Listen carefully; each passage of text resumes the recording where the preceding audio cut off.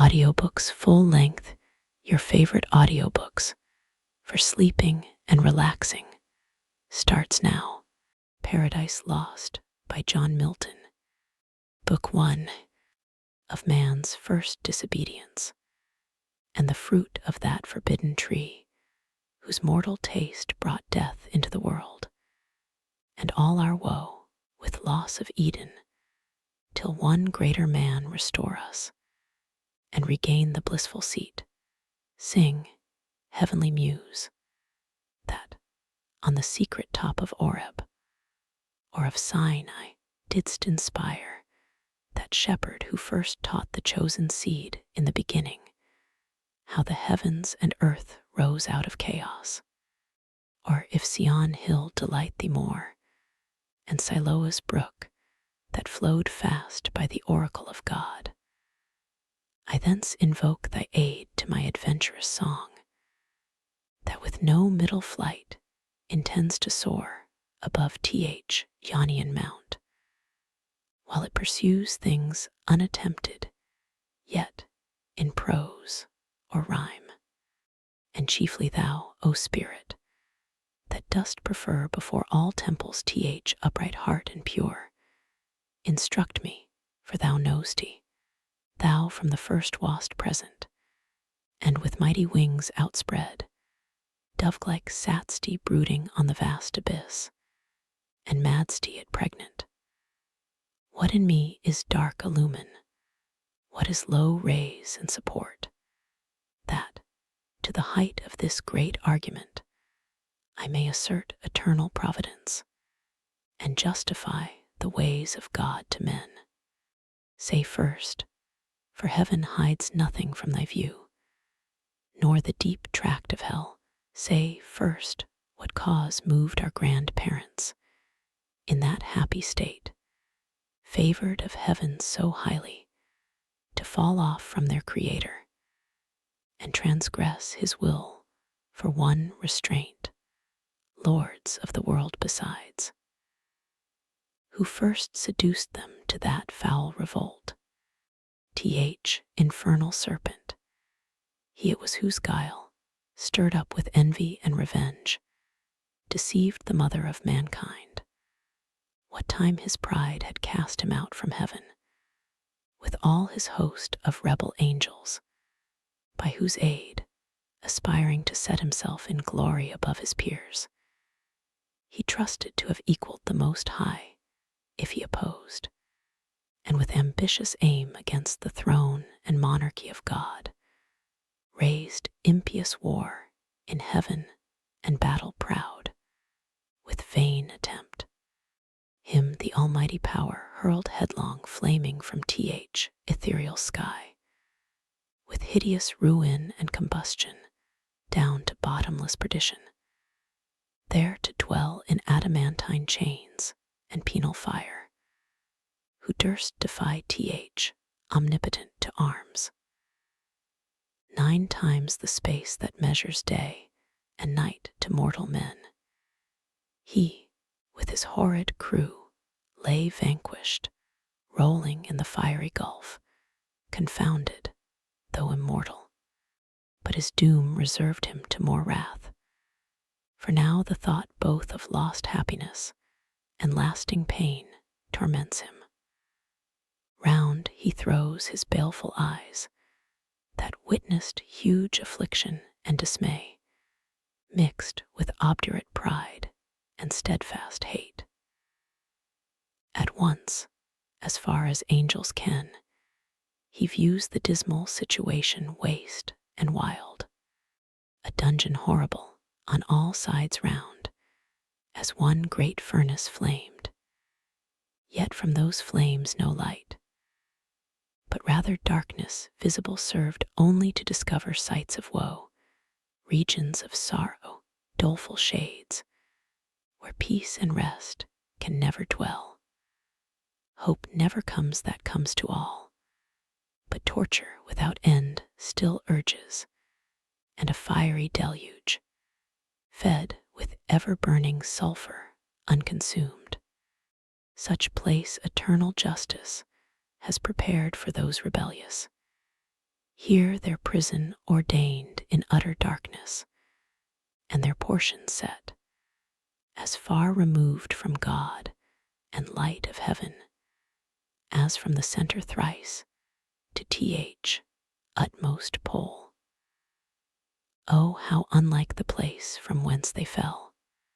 They're the companions of his fall, o'erwhelmed with floods and whirlwinds of tempestuous fire, he soon discerns, and, weltering by his side, one next himself in power, and next in crime, long after known in Palestine, and named Beelzebub, to whom archenemy, and thence in heaven called Satan, with bold words breaking the horrid silence, thus began: If thou be'st he, but oh how fallen, how changed from him who, in the happy realms of light clothed with transcendent brightness, didst outshine myriads, though bright.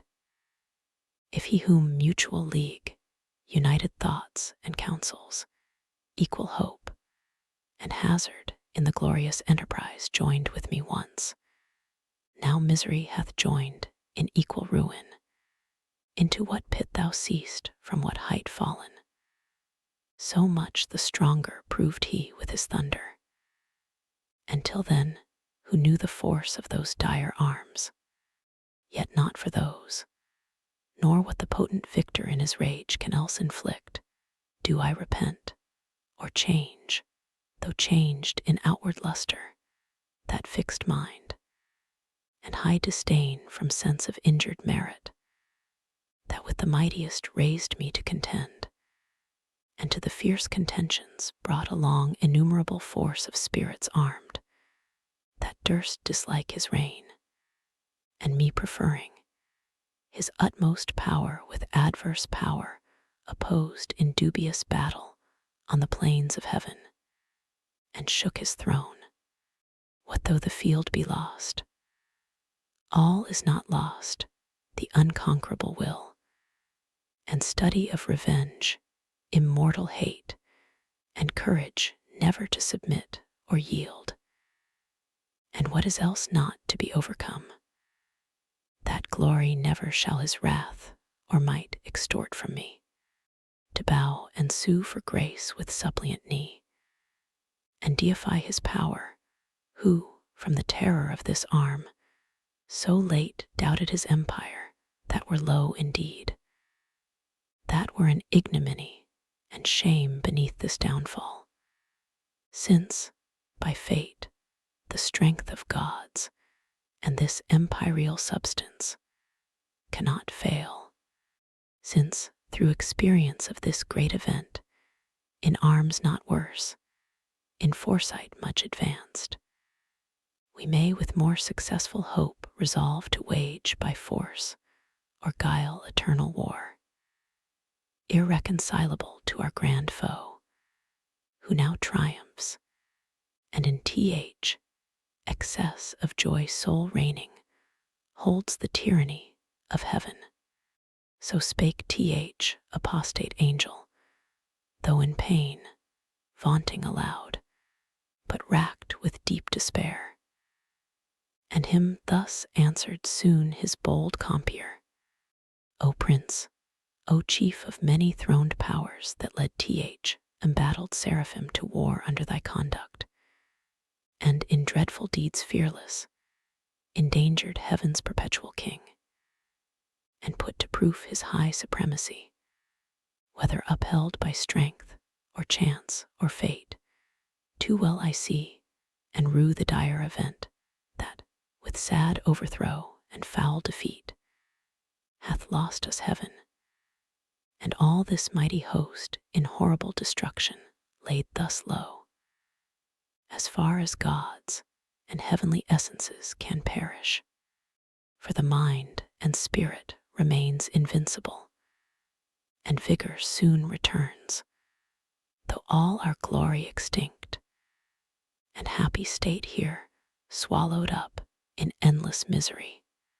But what if he our conqueror, whom I now of force believe almighty, since no less than such could have o'erpoured such force as ours, have left us this our spirit and strength entire, strongly to suffer and support our pains, that we may so suffice his vengeful ire, or do him mightier service, as his thralls by right of war, whate'er his business be, here in the heart of hell to work in fire, or do his errands in the gloomy deep.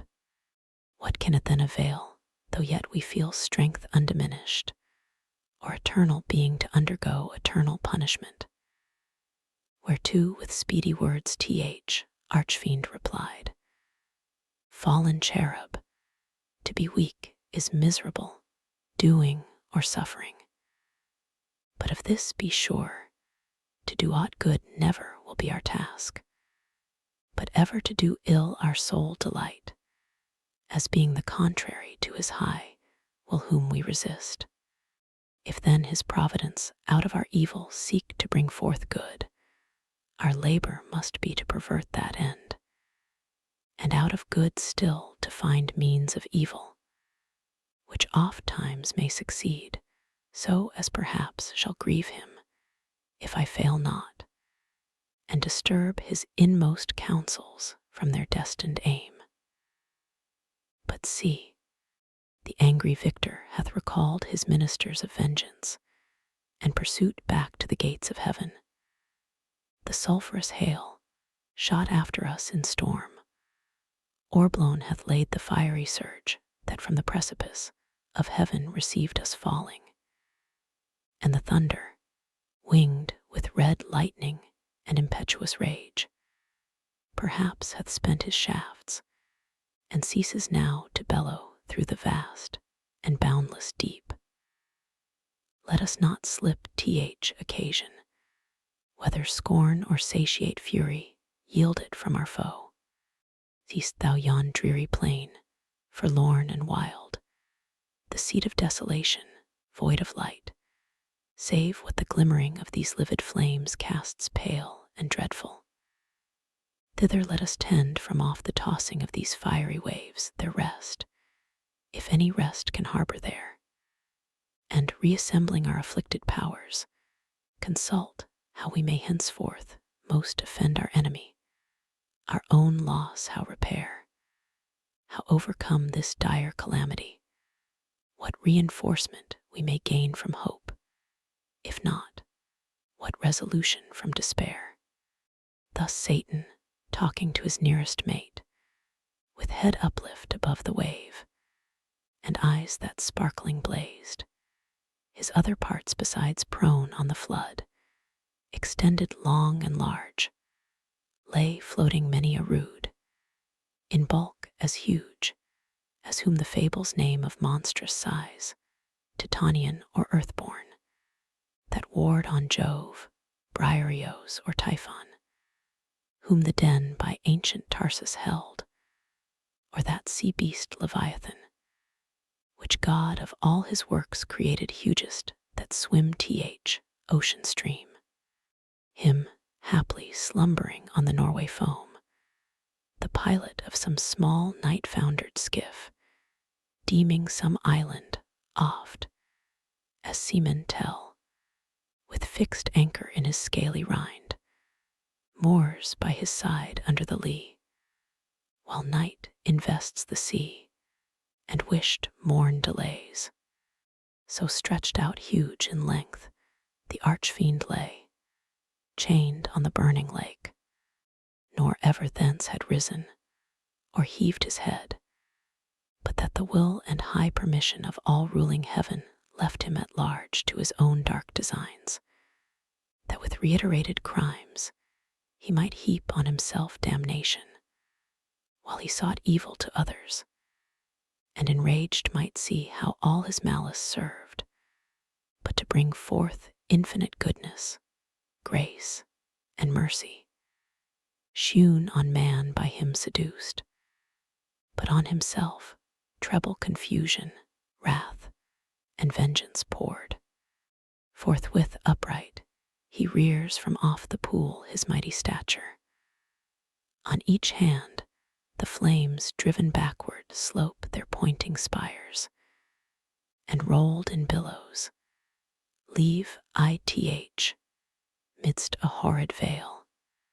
Then with expanded wings he steers his flight aloft, incumbent on the dusky air that felt unusual weight, till on dry land he lights, if it were land that ever burned with solid as the lake with liquid fire, and such appeared in hue as when the force of subterranean wind transports a hill torn from Polaris, or the shattered side of thundering Etna, whose combustible and fueled entrails, thence conceiving fire, sublimed with mineral fury, aid the winds, and leave a singed bottom all involved with stench and smoke. Such resting found the soul of unblessed feet. Him followed his next mate, both glorying to have escaped the Stygian flood as gods, and by their own recovered strength, not by the sufferance of supernal power. Is this the region, this the soil, the clime, said then the lost archangel, this the seat that we must change for heaven, this mournful gloom for that celestial light? Be it so, since he who now is sovereign can dispose and bid what shall be right. Farthest from him is best whom reason hath equaled, force hath made supreme above his equals. Farewell, happy fields, where joy forever dwells. Hail, horrors, hail, infernal world, and thou, profoundest hell, receive thy new possessor, one who brings a mind not to be changed by place or time. The mind is its own place, and in itself can make a heaven of hell, a hell of heaven. What matter where, if I be still the same, and what I should be, all but less than he whom thunder hath made greater? Here at least we shall be free, Almighty hath not built here for his envy, will not drive us hence. Here we may reign secure, and in my choice, to reign is worth ambition, though in hell. Better to reign in hell than serve in heaven. But wherefore let we then our faithful friends, associates, and co-partners of our loss, lie thus astonished on oblivious pool, and call them not to share with us their part in this unhappy mansion, or once more with rallied arms to try what may be yet regained in heaven, or what more lost in hell. So Satan spake, and him Beelzebub thus answered, leader of those armies bright which, but omnipotent, none could have foiled. If once they hear that voice, their liveliest pledge of hope in fears and dangers, heard so oft in worst extremes, and on the perilous edge of battle, when it raged, in all assaults their surest signal, they will soon resume new courage and revive, though now they lie groveling and prostrate on yon lake of fire, as we erewhile, astounded and amazed, no wonder, fallen such a pernicious height. He scarce had ceased when the superior fiend was moving toward the shore, his ponderous shield, ethereal temper, massy, large, and round, behind him cast. The broad circumference hung on his shoulders like the moon, whose orb through optic glass the Tuscan artist views at evening from the top of Fessel, or in Valdarno, to descry new lands, rivers, or mountains in her spotty globe.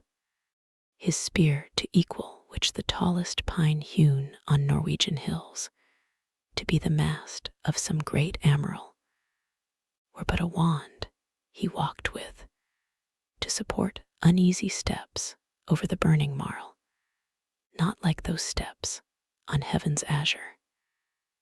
and the torrid clime smote on him sore besides, vaulted with fire.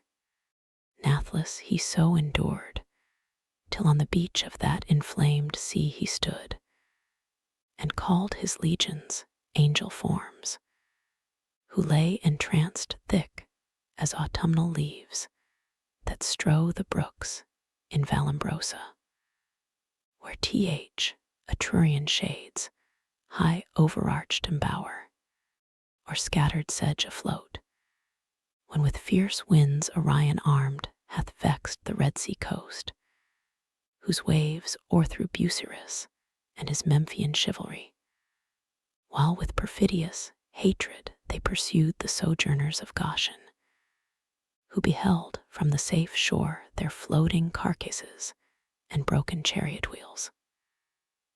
So thick bestrown, abject and lost, lay these, covering the flood, under amazement of their hideous change.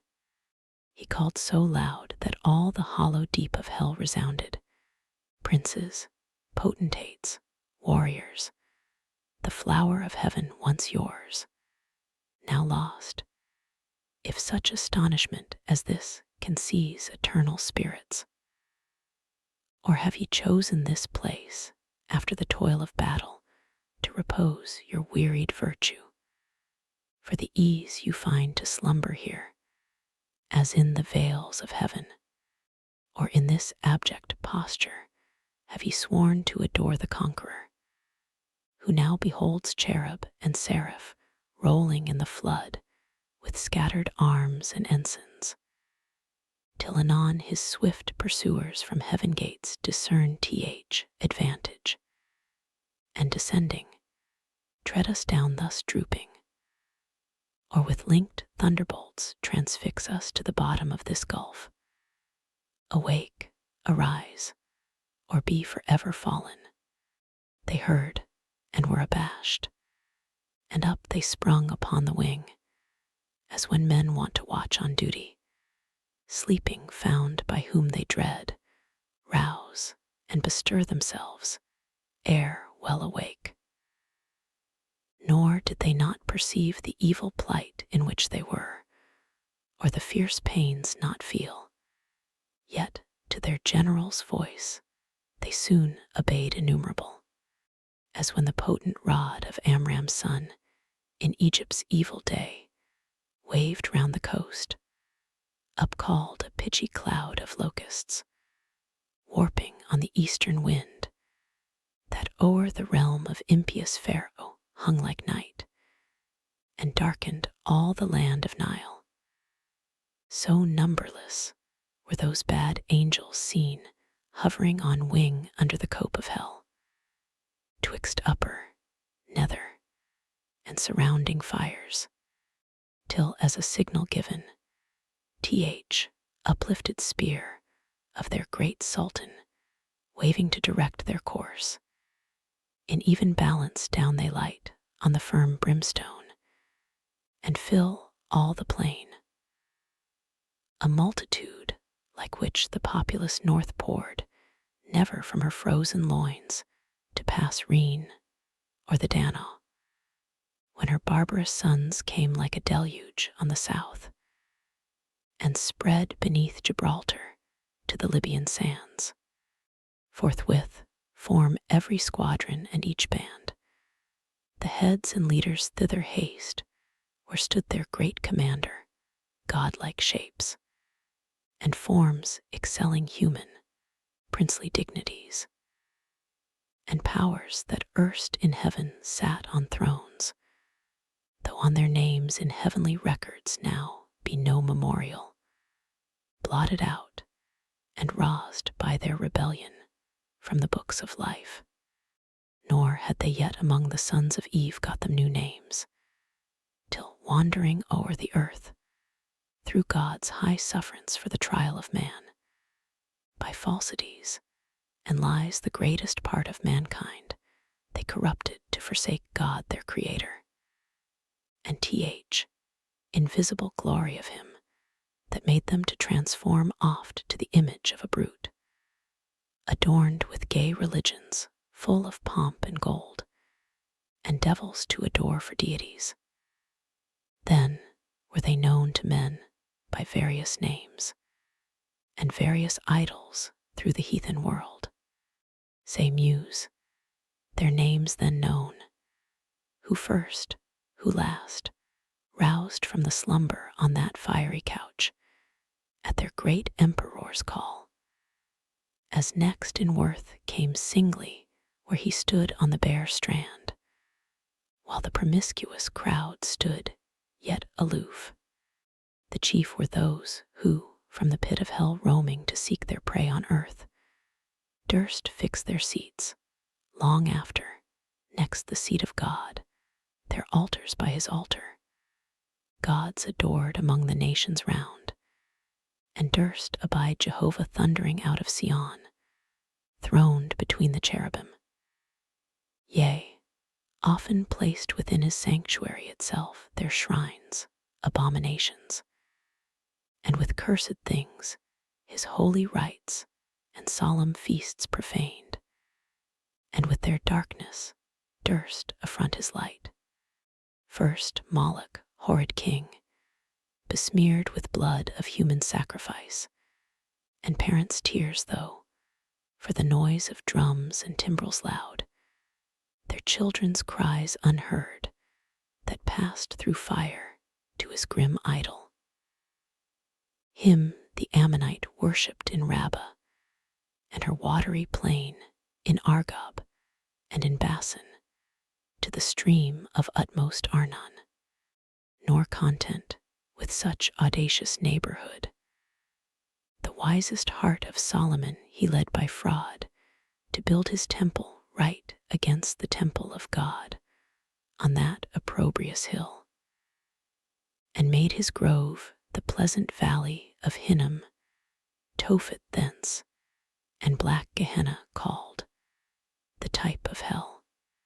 Next Chemos, obscene dread of Moab's sons, from Aror to Nebo, and the wild of southmost Tabarim, in Hesebon and Horonaim, Sion's real, beyond the flowery dale of Sibma clad with vines, and Aleel to asphaltic pool.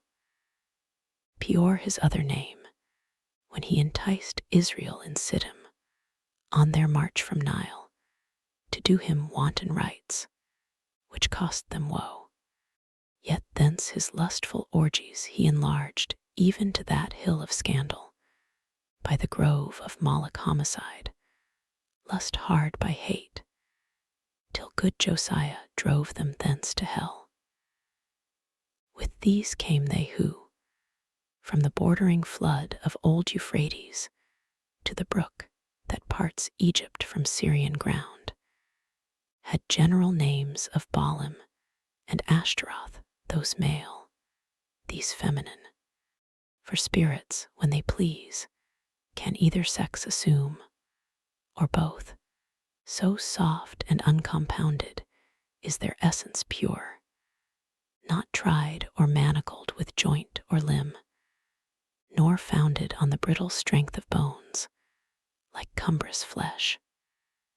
But in what shape they choose, dilated or condensed, bright or obscure, can execute their airy purposes, and works of love or enmity fulfill. For those, the race of Israel oft forsook their living strength, and unfrequented left his righteous altar, bowing lowly down to bestial gods, for which their heads, as low bowed down in battle, sunk before the spear of despicable foes. With these in troop came Astoreth, whom the Phoenicians called Astarte, Queen of Heaven, with crescent horns, to whose bright image nightly by the moon Sidonian virgins paid their vows and songs. In Sion also, not unsung, where stood her temple on offensive mountain, built by that uxorious king whose heart, though large, beguiled by fair idolatresses, fell to idols foul. Tammuz came next behind, whose annual wound in Lebanon allured the Syrian damsels to lament his fate in amorous ditties all a summer's day, while smooth Adonis from his native rock ran purple to the sea, supposed with blood of Tammuz yearly wounded. The love tale infected Sion's daughters with like heat, whose wanton passions in the sacred porch Ezekiel saw, when, by the vision led, his eye surveyed the dark idolatries of alienated Judah. Next came one who mourned in earnest, when the captive ark maimed his brute image, head and hands lopped off in his own temple on the Grunsel edge, where he fell flat and shamed his worshippers. Dagon his name, sea monster, upward man and downward fish, yet had his temple high reared in Azotus, dreaded through the coast of Palestine, in Gath and Ascalon, and Acaran and Gaza's frontier bounds. Him followed Rimmon, whose delightful seat was fair Damascus, on the fertile banks of Abana and Pharphar, lucid streams. He also against the house of God was bold.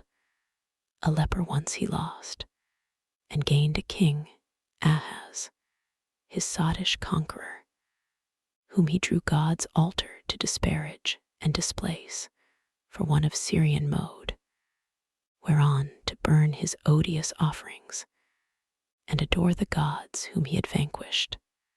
After these appeared a crew who, under names of old renown, Osiris, Isis, Horus, and their train, with monstrous shapes and sorceries, abused fanatic Egypt, and her priests to seek there wandering gods disguised in brutish forms rather than human.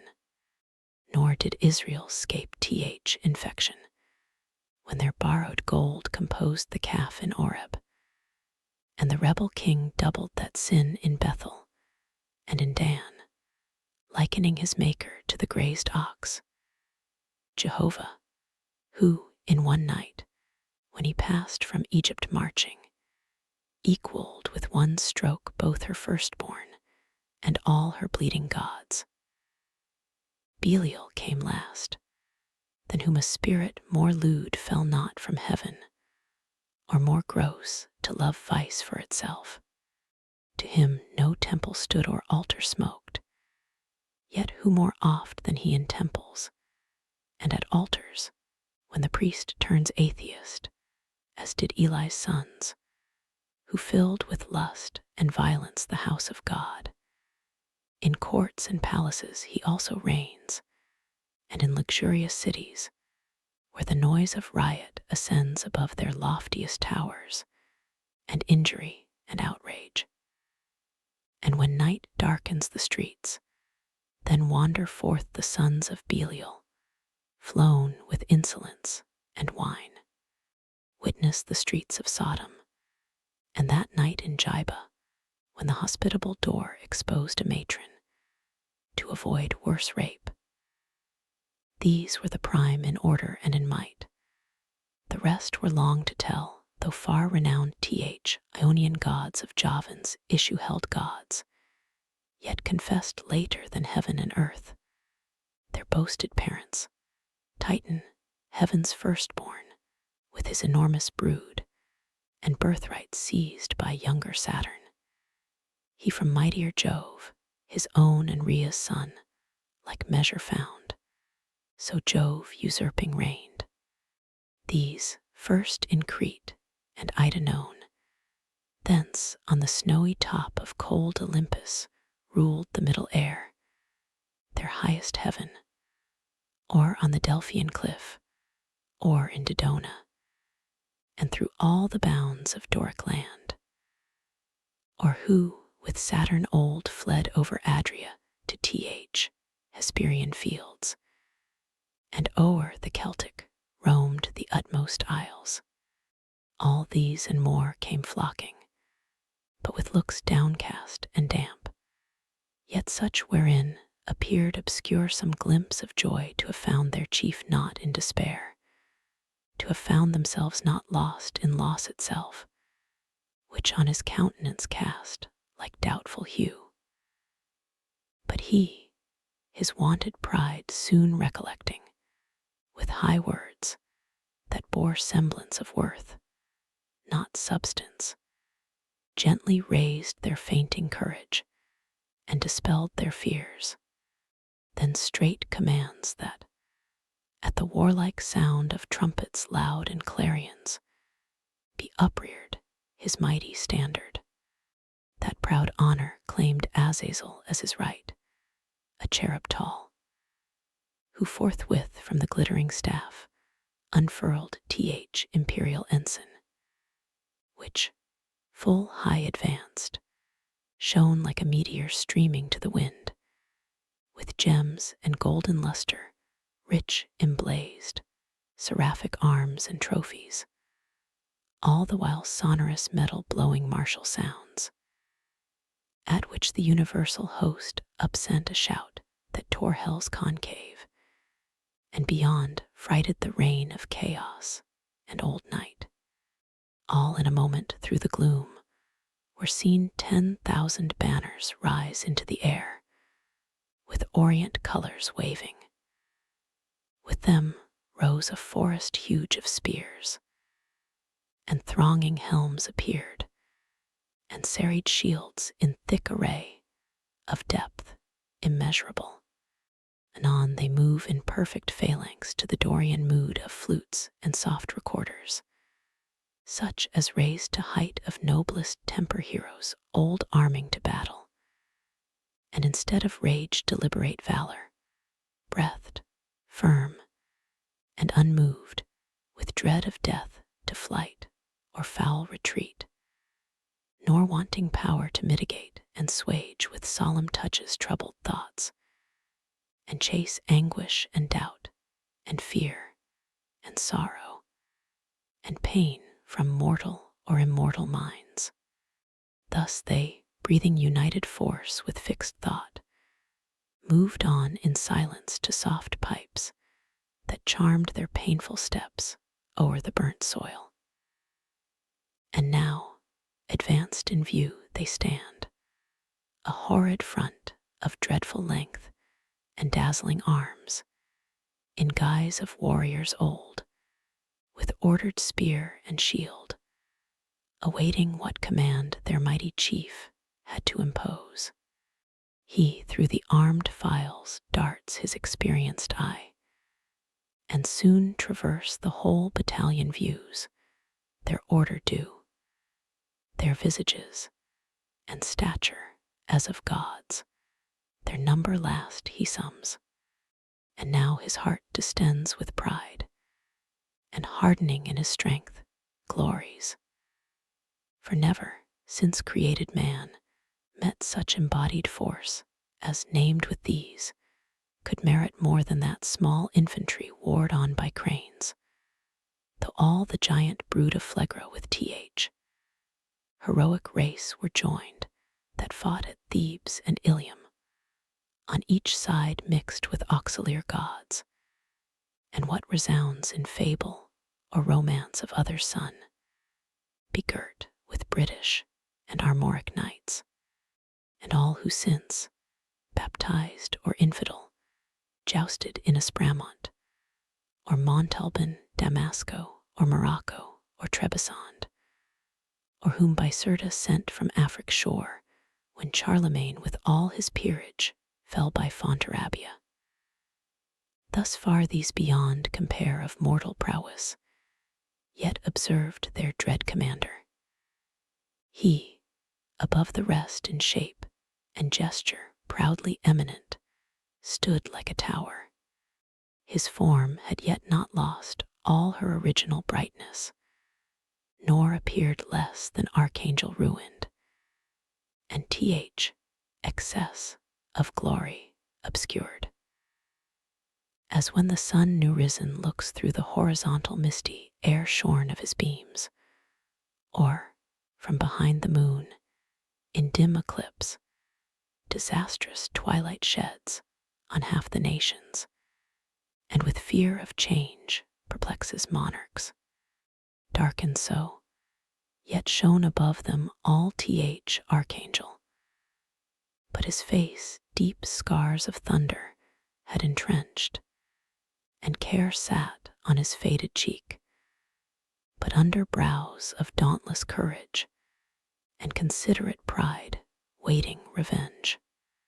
Cruel his eye, but cast signs of remorse and passion to behold the fellows of his crime, the followers rather, far other once beheld in bliss, condemned for ever now to have their lot in pain, millions of spirits for his fault immersed of heaven, and from eternal splendors flung for his revolt.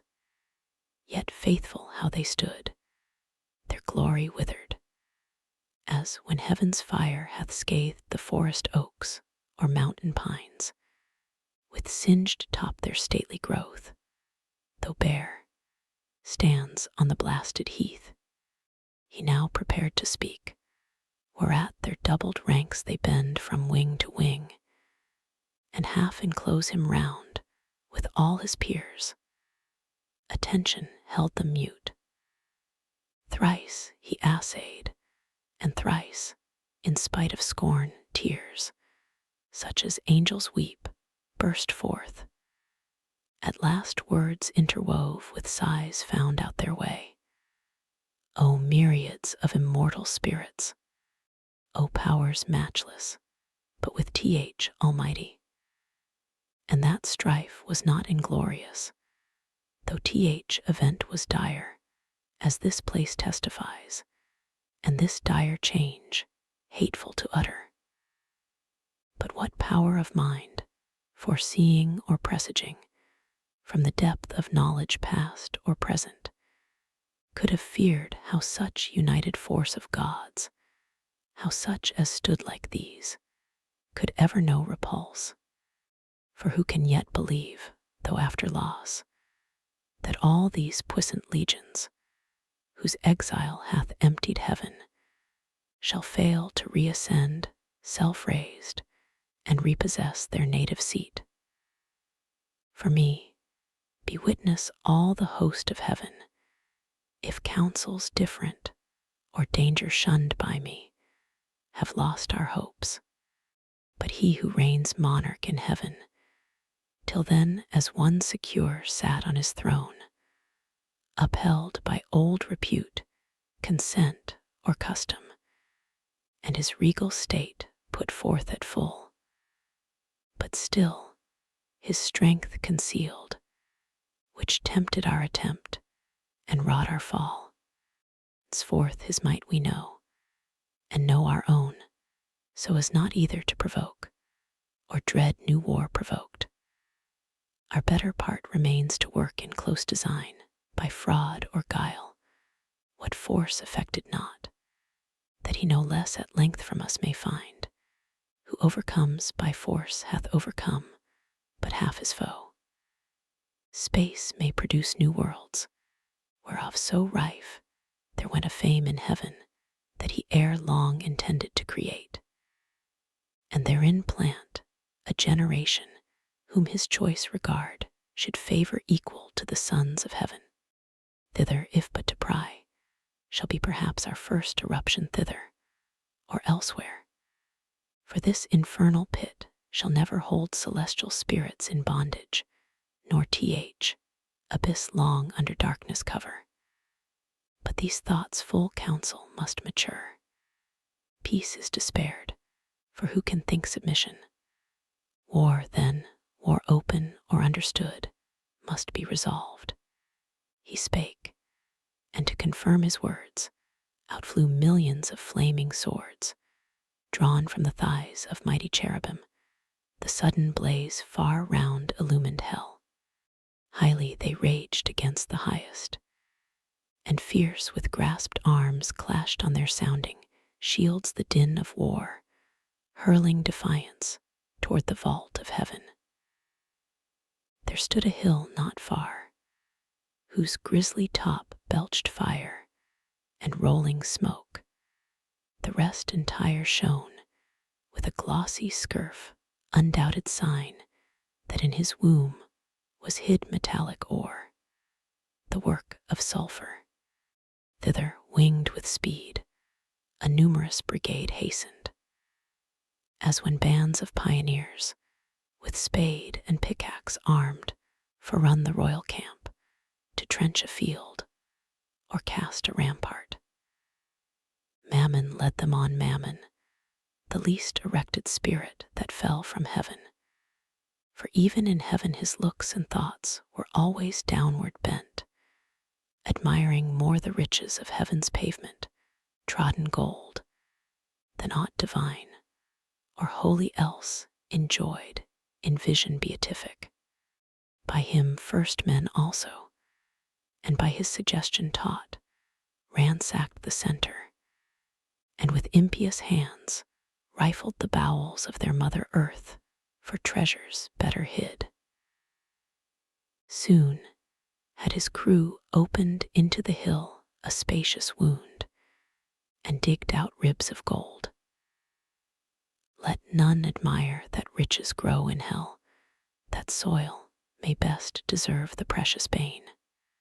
And here let those who boast in mortal things, and wondering tell of Babel, and the works of Memphian kings, learn how their greatest monuments of fame and strength and art are easily outdone by spirits reprobate.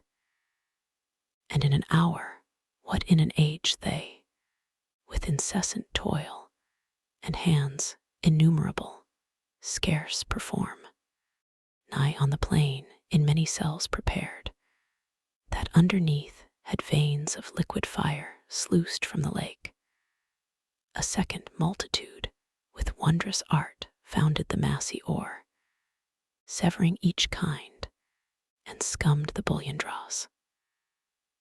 A third as soon had formed within the ground a various mold, and from the boiling cells, by strange conveyance, filled each hollow nook, as in an organ, from one blast of wind to many a row of pipes the soundboard breathes. Anon out of the earth a fabric huge rose like an exhalation, with the sound of dulcet symphonies and voices sweet, built like a temple, where pilasters round were set, and Doric pillars overlaid with golden architrave, nor did there want cornice or frieze, with bossy sculptures graven. The roof was fretted gold. Not Babylon nor great Alcaro, such magnificence equaled in all their glories. To enshrine Belus, or Serapis their gods, or seat their kings, when Egypt with Assyria strove in wealth and luxury. Ascending pile stood fixed her stately height, and straight the doors, opening their brazen folds, discover, wide within, her ample spaces o'er the smooth and level pavement.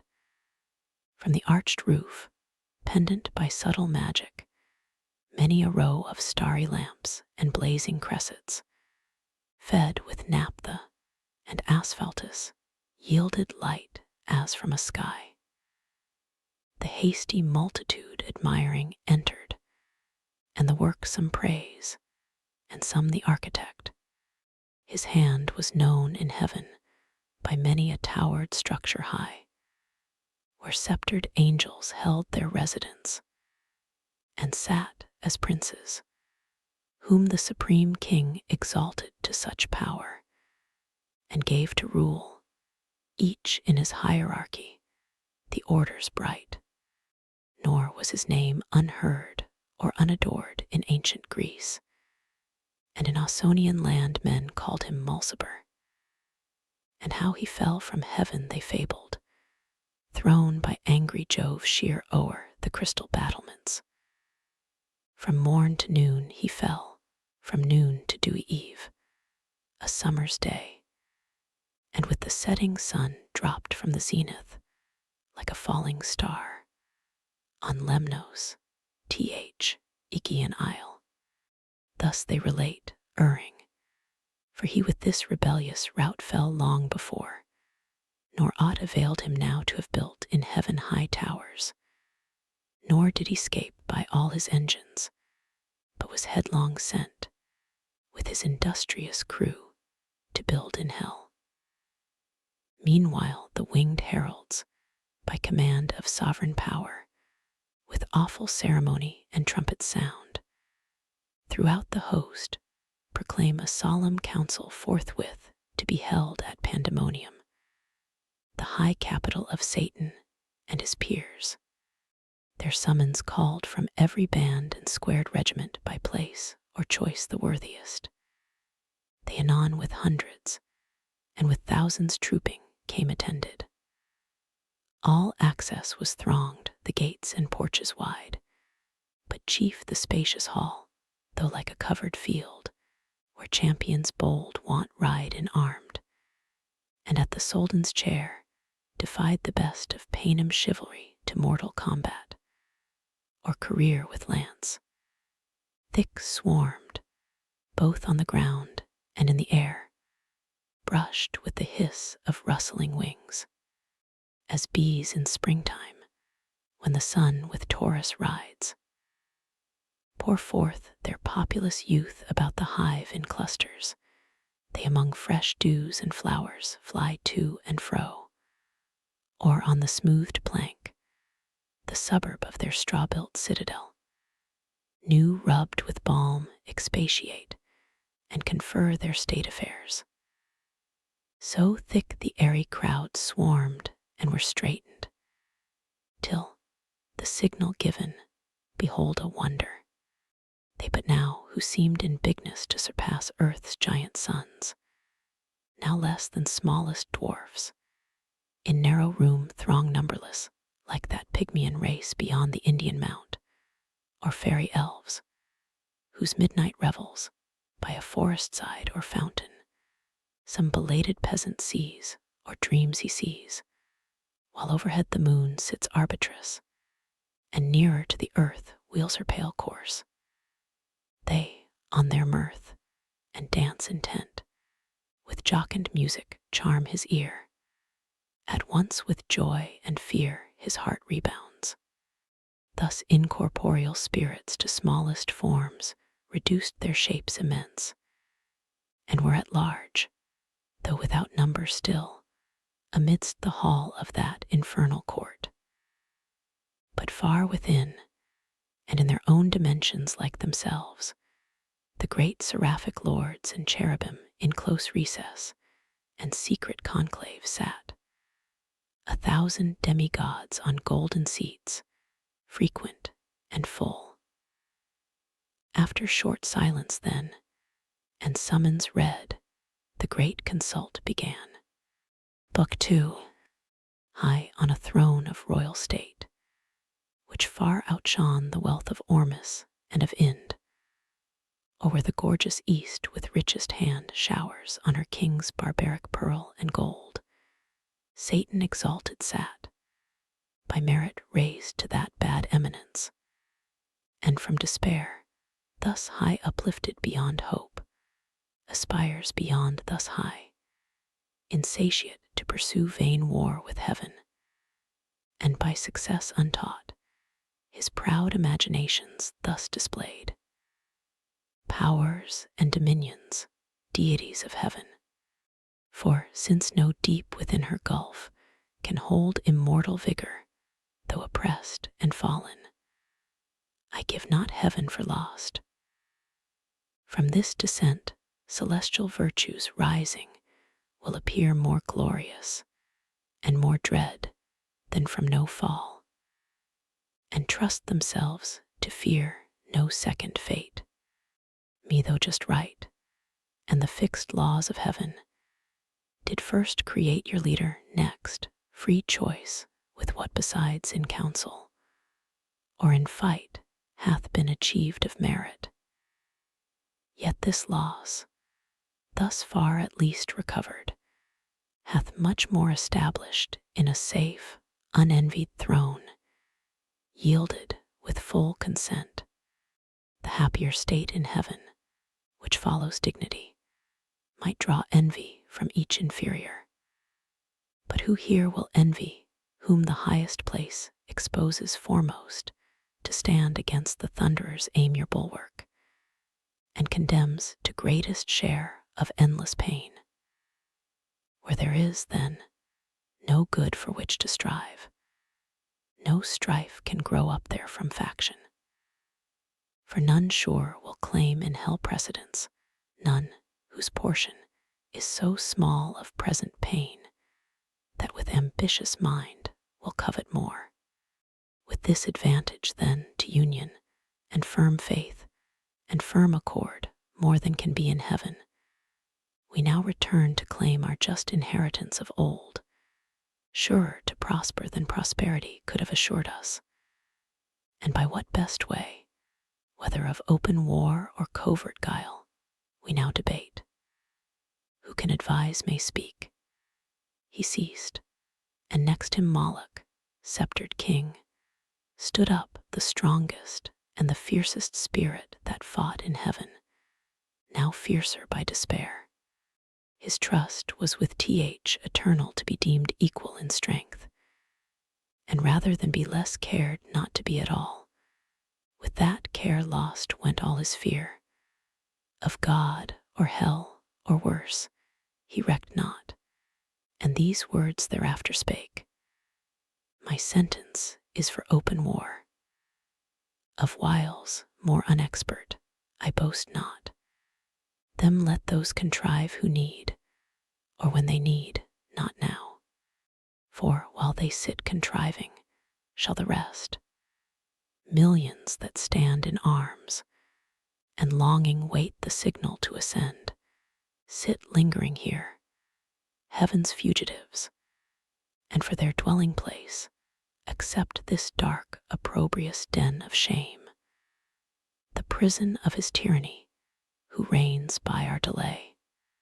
No, let us rather choose, armed with hell flames and fury, all at once o'er heaven's high towers to force resistless way, turning our tortures into horrid arms against the torturer. When, to meet the noise of his almighty engine, he shall hear infernal thunder, and for lightning see black fire and horror shot with equal rage among his angels, and his throne itself mixed with Tartarian sulphur and strange fire, his own invented torments. Perhaps the way seems difficult and steep to scale with upright wing against a higher foe. Let such bethink them, if the sleepy drench of that forgetful lake benumb not still, that in our proper motion we ascend up to our native seat, descent and fall to us is adverse. Who but felt of late, when the fierce foe hung on our broken rear insulting, and pursued us through the deep, with what compulsion and laborious flight we sunk thus low? Ascent is easy then, event is feared. Should we again provoke our stronger, some worse way his wrath may find to our destruction, if there be in hell fear to be worse destroyed. What can be worse than to dwell here, driven out from bliss, condemned in this abhorred deep to utter woe, where pain of unextinguishable fire must exercise us without hope of end the vassals of his anger, when the scourge inexorably, and the torturing hour calls us to penance. More destroyed than thus, we should be quite abolished and expire. What fear we then? What doubt we to incense his utmost ire, which, to the height enraged, will either quite consume us, and reduce to nothing this essential, happier far than miserable to have eternal being. Or, if our substance be indeed divine, and cannot cease to be, we are at worst on this side nothing, and by proof we feel our power sufficient to disturb his heaven, and with perpetual inroads to alarm, though inaccessible, his fatal throne, which, if not victory, is yet revenge. He ended frowning, and his look denounced desperate revenge and battle dangerous to less than gods. On TH, other side up rose Belial, in act more graceful and humane. A fairer person lost not heaven, he seemed for dignity composed and high exploit. But all was false and hollow, though his tongue dropped manna, and could make the worse appear the better reason, to perplex and dash maturest counsels. For his thoughts were low, to vice industrious, but to nobler deeds timorous and slothful. Yet he pleased the ear, and with persuasive accent thus began: I should be much for open war, O peers, as not behind in hate, if what was urged main reason to persuade immediate war did not dissuade me most, and seemed to cast ominous conjecture on the whole success, when he who most excels in fact of arms, in what he counsels, and in what excels mistrustful, grounds his courage on despair and utter dissolution, as the scope of all his aim after some dire revenge. First, what revenge? The towers of heaven are filled with armed watch, that render all access impregnable. Oft on the bordering deep encamp their legions, or with obscure wings scout far and wide into the realm of night, scorning surprise. Or could we break our way by force, and at our heels all hell should rise with blackest insurrection to confound heaven's purest light, yet our great enemy, all incorruptible, would on his throne sit unpolluted, and TH, ethereal mold, incapable of stain, would soon expel her mischief and purge off the baser fire, victorious. Thus repulsed, our final hope is flat despair. We must exasperate TH, almighty victor, to spend all his rage, and that must end us, that must be our cure to be no more. Sad cure, for who would lose, though full of pain, this intellectual being, those thoughts that wander through eternity, to perish rather, swallowed up and lost in the wide womb of uncreated night, devoid of sense and motion? And who knows, let this be good, whether our angry foe can give it, or will ever. How he can is doubtful, that he never will is sure.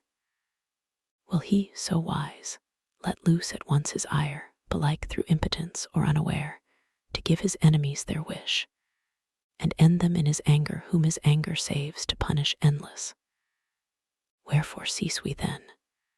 Say they who counsel war, we are decreed, reserved, and destined to eternal woe. Whatever doing, what can we suffer more? What can we suffer worse? Is this, then, worst, thus sitting, thus consulting, thus in arms? What when we fled Amen, pursued and struck with heaven's afflicting thunder, and besought the deep to shelter us? This hell then seemed a refuge from those wounds, or when we lay chained on the burning lake, that sure was worse. What if the breath that kindled those grim fires, awaked, should blow them into sevenfold rage, and plunge us in the flames? Or from above should intermitted vengeance arm again his red right hand to plague us? What if all her stores were opened, and this firmament of hell should spout her cataracts of fire, impendent horrors, threatening hideous, fall one day upon our heads, while we perhaps, designing or exhorting glorious war, caught in a fiery tempest, shall be hurled, each on his rock transfixed, the sport and prey or racking whirlwinds, or forever sunk under yon boiling ocean, wrapped in chains, there to converse with everlasting groans unrespited, unpitied, unreprieved, ages of hopeless end. This would be worse. War, therefore, open or concealed, alike my voice dissuades. For what can force or guile with him, or who deceive his mind, whose eye views all things at one view? He from heaven's height all these our motions vain sees and derides, not more almighty to resist our might than wise to frustrate all our plots and wiles.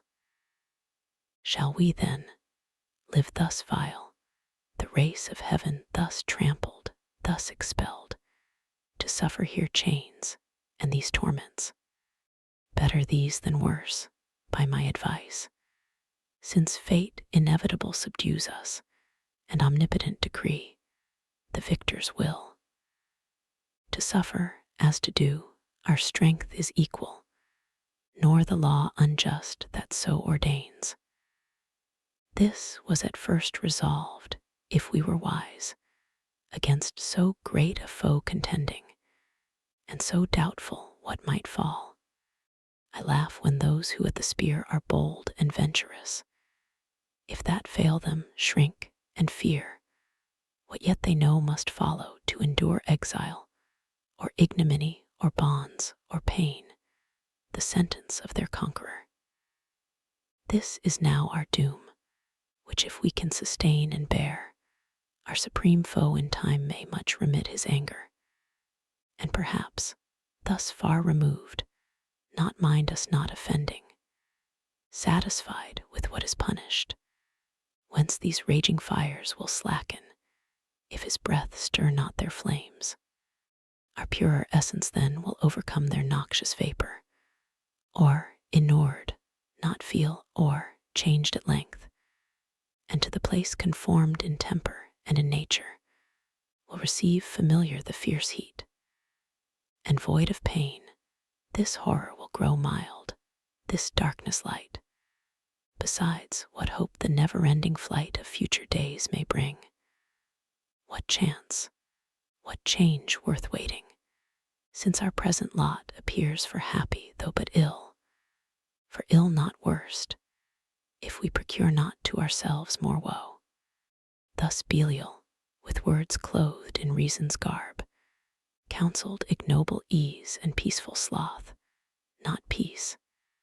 And after him, thus Mammon spake, either to disenthrone the King of Heaven we war, if war be best, or to regain our own right lost. Him to unthrone we then may hope, when everlasting fate shall yield to fickle chance, and chaos judge the strife. The former, vain to hope, argues as vain the latter, for what place can be for us within heaven's bound, unless heaven's Lord supreme we overpower? Suppose he should relent and publish grace to all, on promise made of new subjection, with what eyes could we stand in his presence humble, and receive strict laws imposed, to celebrate his throne with warbled hymns, and to his Godhead sing forced hallelujahs, while he lordly sits our envied sovereign, and his altar breathes ambrosial odors and ambrosial flowers, our servile offerings. This must be our task in heaven, this our delight. How wearisome eternity so spent in worship paid to whom we hate. Let us not then pursue, by force impossible, by leave obtained unacceptable, though in heaven, our state of splendid vassalage, but rather seek our own good from ourselves, and from our own life to ourselves, though in this vast recess, free and to none accountable, preferring hard liberty before the easy yoke of servile pomp. Our greatness will appear then most conspicuous when great things of small, useful of hurtful, prosperous of adverse, we can create, and in what place sower thrive under evil, and work ease out of pain through labor and endurance. This deep world of darkness do we dread, how oft amidst thick clouds and dark doth heavens all ruling sire choose to reside, his glory unobscured, and with the majesty of darkness round covers his throne, from whence deep thunders roar, mustering their rage, and heaven resembles hell.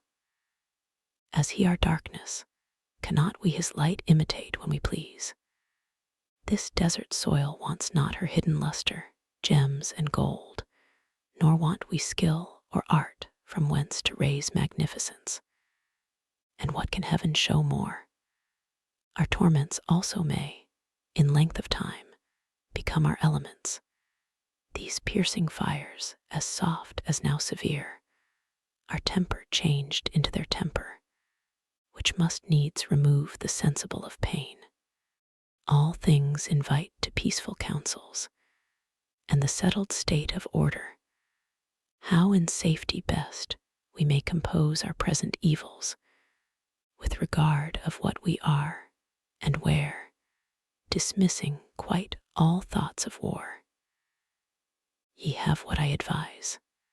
He scarce had finished, when such murmur filled th assembly, as when hollow rocks retain the sound of blustering winds, which all night long had roused the sea. Now with hoarse cadence lull seafaring men o'erwatched, whose bark by chance or pinnace anchors in a craggy bay after the tempest.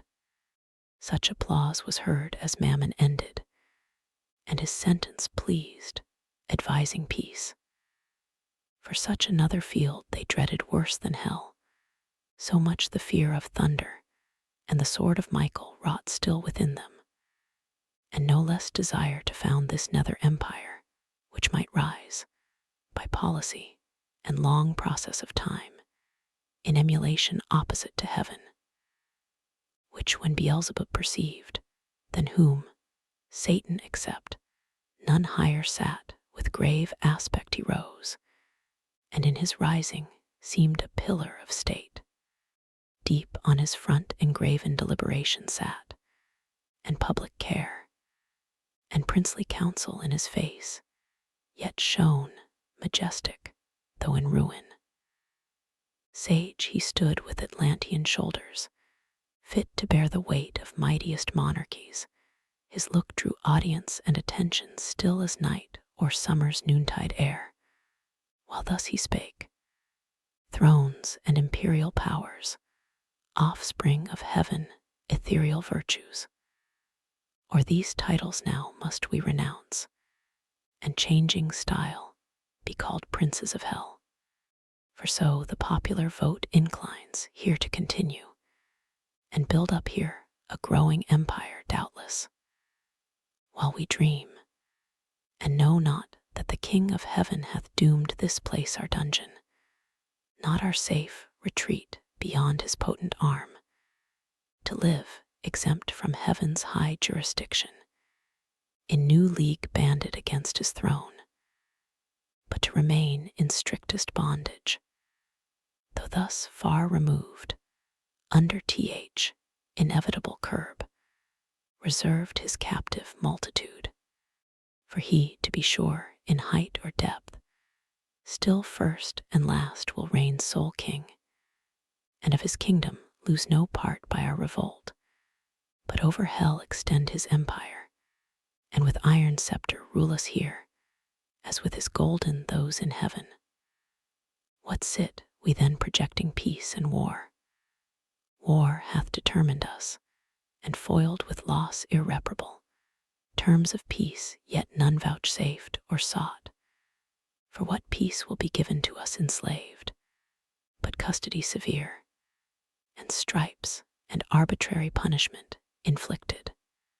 And what peace can we return, but to our power, hostility and hate, untamed reluctance, and revenge, though slow, yet ever plotting how the conqueror least may reap his conquest, and may least rejoice in doing what we most in suffering feel.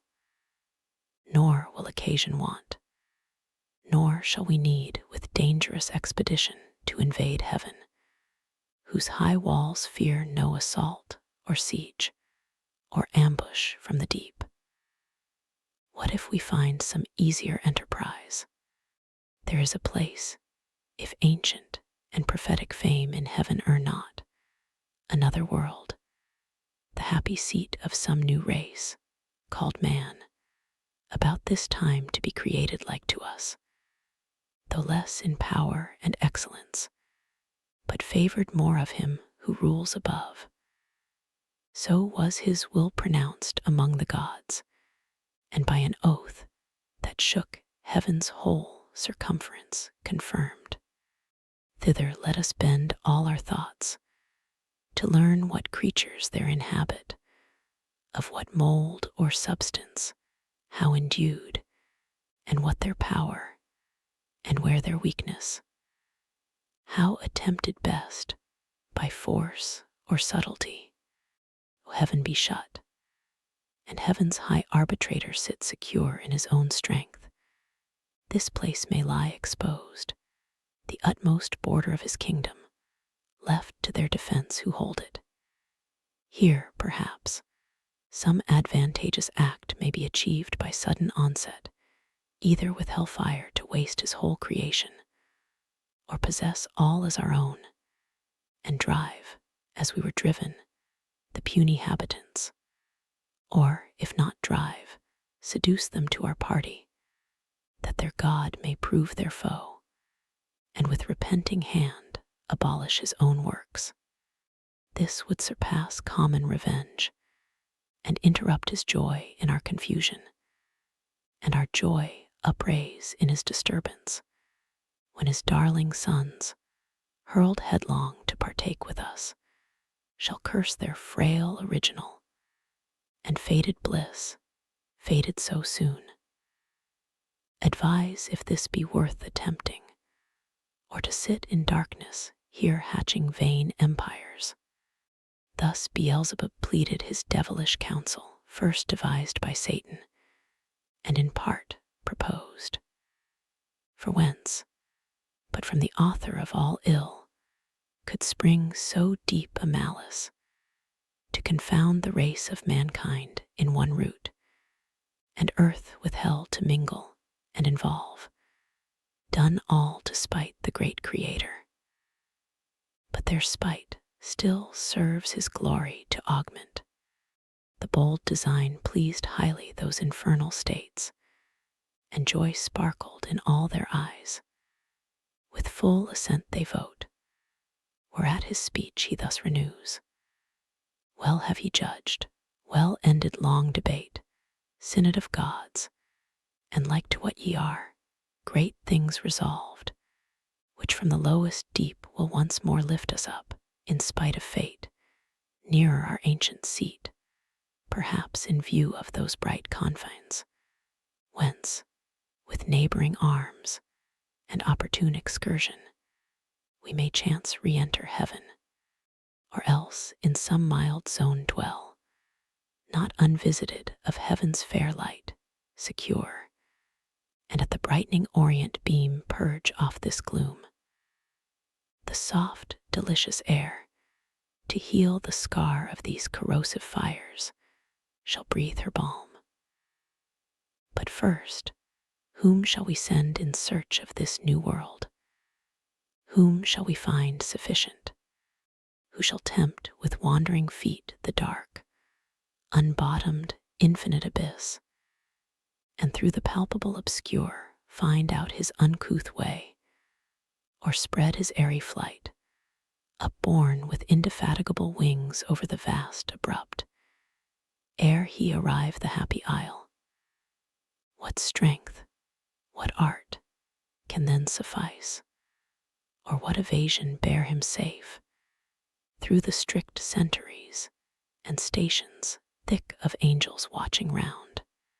Here he had need all circumspection, and we now know less choice in our suffrage, for on whom we send the weight of all, and our last hope relies. This said, he sat, and expectation held his look suspense, awaiting who appeared to second or oppose, or undertake the perilous attempt. But all sat mute, pondering the danger with deep thoughts, and each in other's countenance read his own dismay, astonished. None among the choice and prime of those heaven-warring champions could be found so hardy as to proffer or accept, alone, the dreadful voyage, till at last Satan, whom now transcendent glory raised above his fellows, with monarchal pride conscious of highest worth, unmoved thus spake: O progeny of heaven, empyreal thrones, with reason hath deep silence and demur seized us, though undismayed. Long is the way and hard that out of hell leads up to light. Our prison strong, this huge convex of fire, outrageous to devour, immures us round ninefold, and gates of burning adamant, barred over us, prohibit all egress. These past, if any pass, the void profound of unessential night receives him next, wide gaping, and with utter loss of being threatens him, plunged in that abortive gulf. If thence he scape, into whatever world or unknown region, what remains him less than unknown dangers, and as hard escape? But I should ill become this throne, O peers, and this imperial sovereignty, adorned with splendor, armed with power, if aught proposed and judged of public moment in the shape of difficulty or danger could deter me from attempting.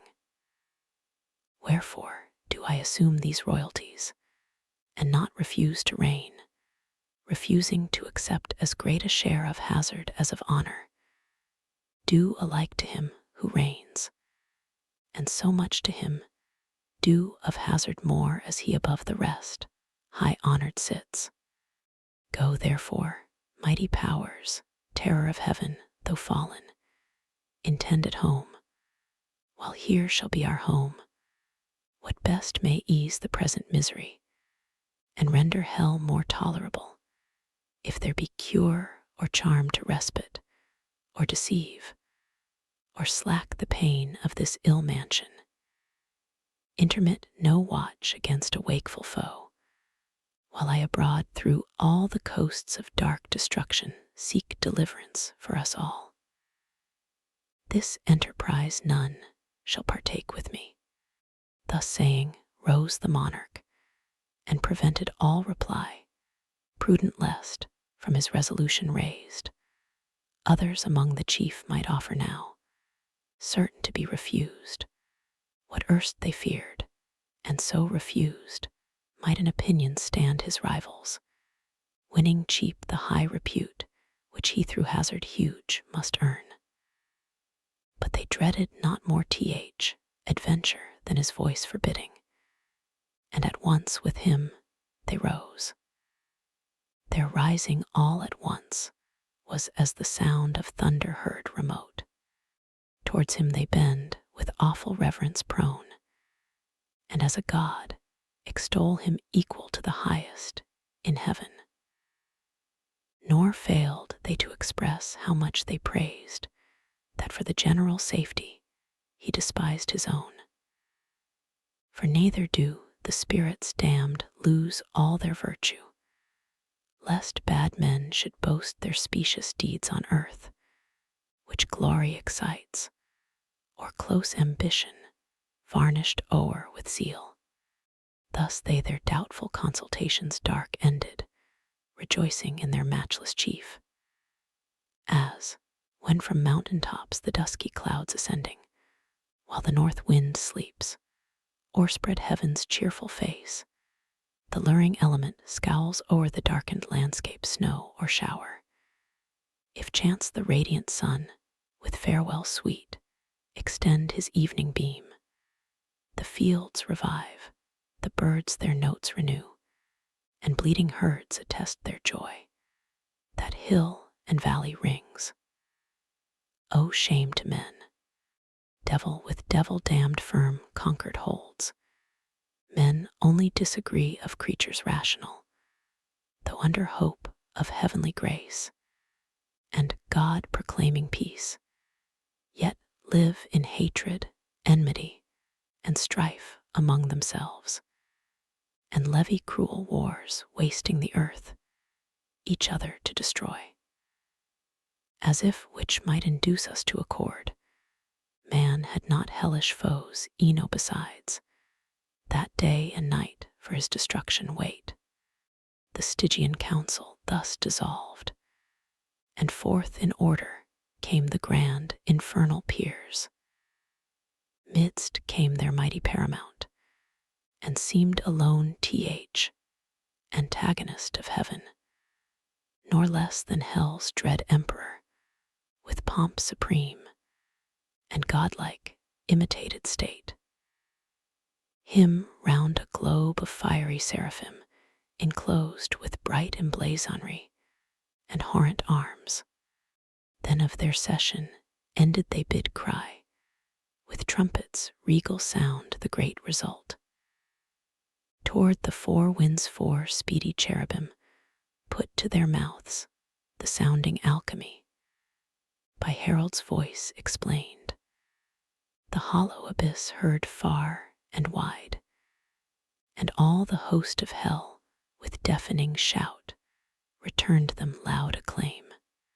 Thence more at ease their minds, and somewhat raised by false presumptuous hope, the ranged powers disband, and wandering, each his several way pursues, as inclination or sad choice leads him perplexed, where he may likeliest find truce to his restless thoughts, and entertain the irksome hours, till his great chief return. Part on the plain, or in the air sublime, upon the wing or in swift race contend, as at Olympian games or Pythian fields, part curb their fiery steeds, or shun the goal with rapid wheels, or fronted brigades form. As when, to warn proud cities, war appears waged in the troubled sky, and armies rush to battle in the clouds, before each van prick forth the airy nights, and couch their spears, till thickest legions close, with feats of arms from either end of heaven the welkin burns.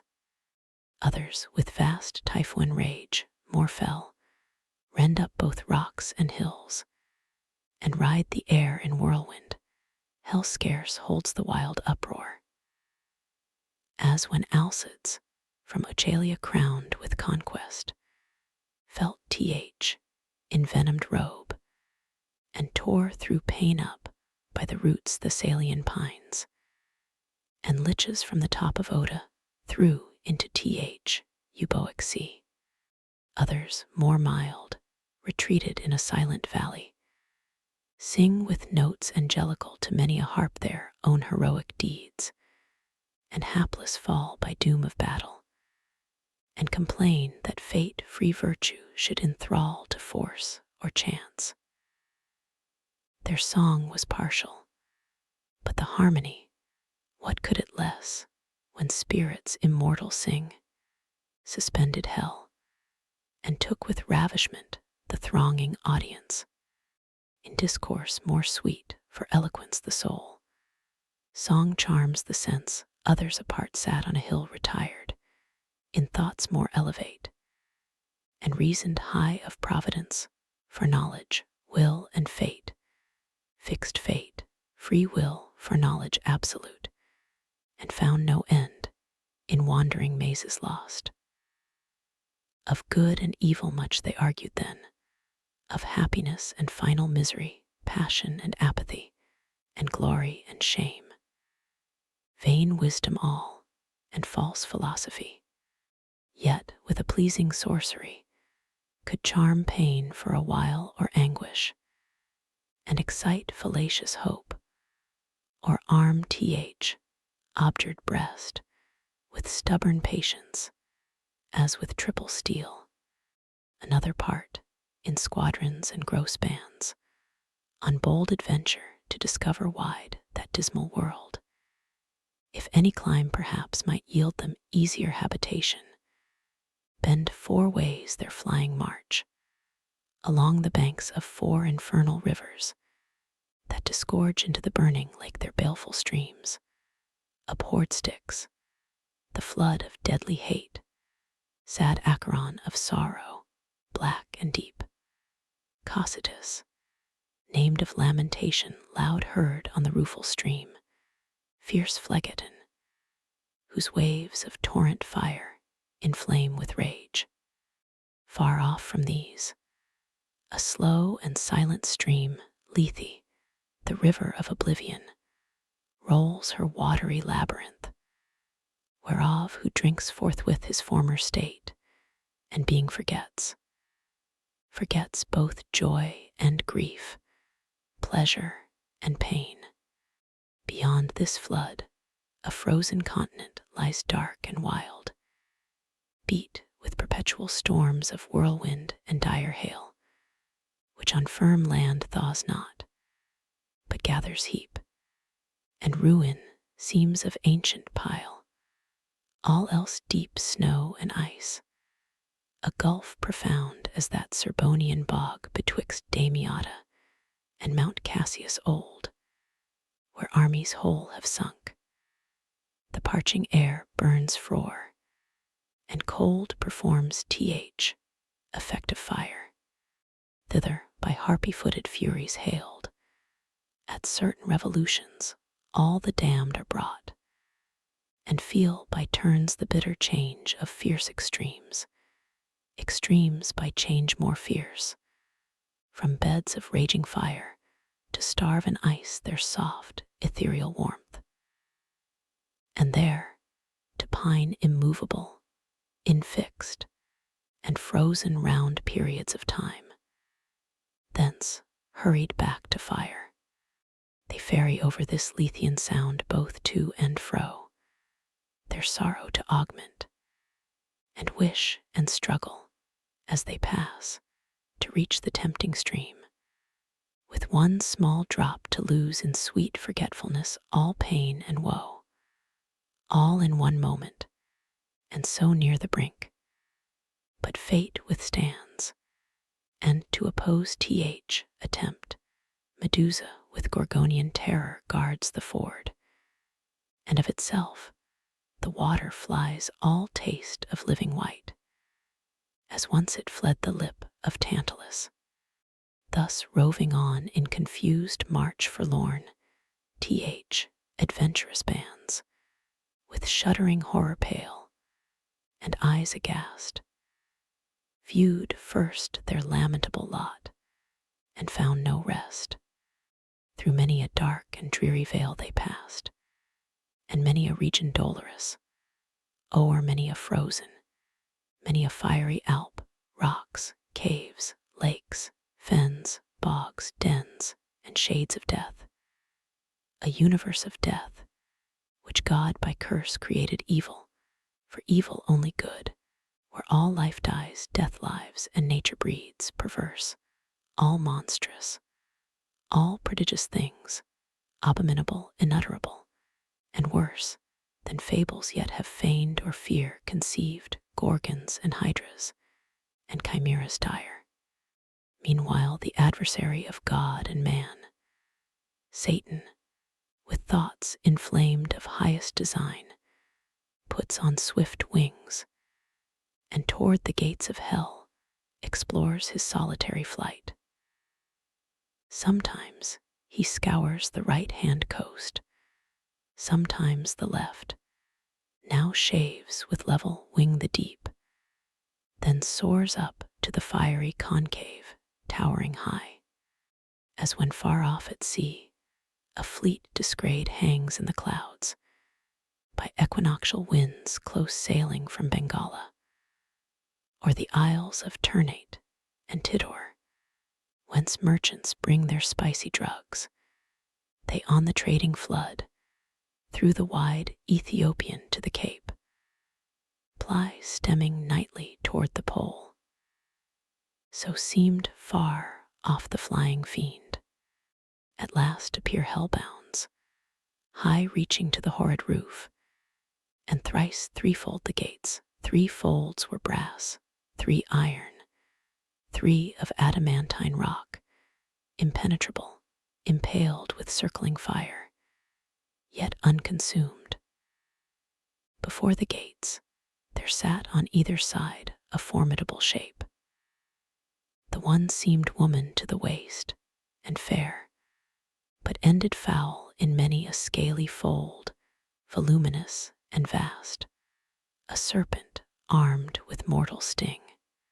About her middle round a cry of hellhounds never ceasing barked with wide Cerberean mouths full loud, and rung a hideous peal. Yet, when they list, would creep, if aught disturbed their noise, into her womb and kennel there. Yet there still barked and howled within unseen, far less abhorred than these vexed Scylla, bathing in the sea that parts Calabria from the hoarse Trinacrian shore. Nor uglier follow the night hag, when, called in secret, riding through the air she comes, lured with the smell of infant blood, to dance with Lapland witches, while the laboring moon eclipses at their charms. The other shape, if shape it might be called, that shape had none distinguishable in member, joint, or limb, or substance might be called that shadow seemed, for each seemed either black it stood as night, fierce as 10 furies, terrible as hell, and shook a dreadful dart. What seemed his head the likeness of a kingly crown had on. Satan was now at hand, and from his seat the monster moving onward came as fast with horrid strides. Hell trembled as he strode. Undaunted fiend, what this might be admired, not feared God and his Son, except created thing not valued he nor shunned. And with disdainful look thus first began: Whence and what art thou, execrable shape, that darst, though grim and terrible, advance thy miscreated front athwart my way to yonder gates? Through them I mean to pass, that be assured, without leave asked of thee. Retire, or taste thy folly, and learn by proof, hell-born, not to contend with spirits of heaven.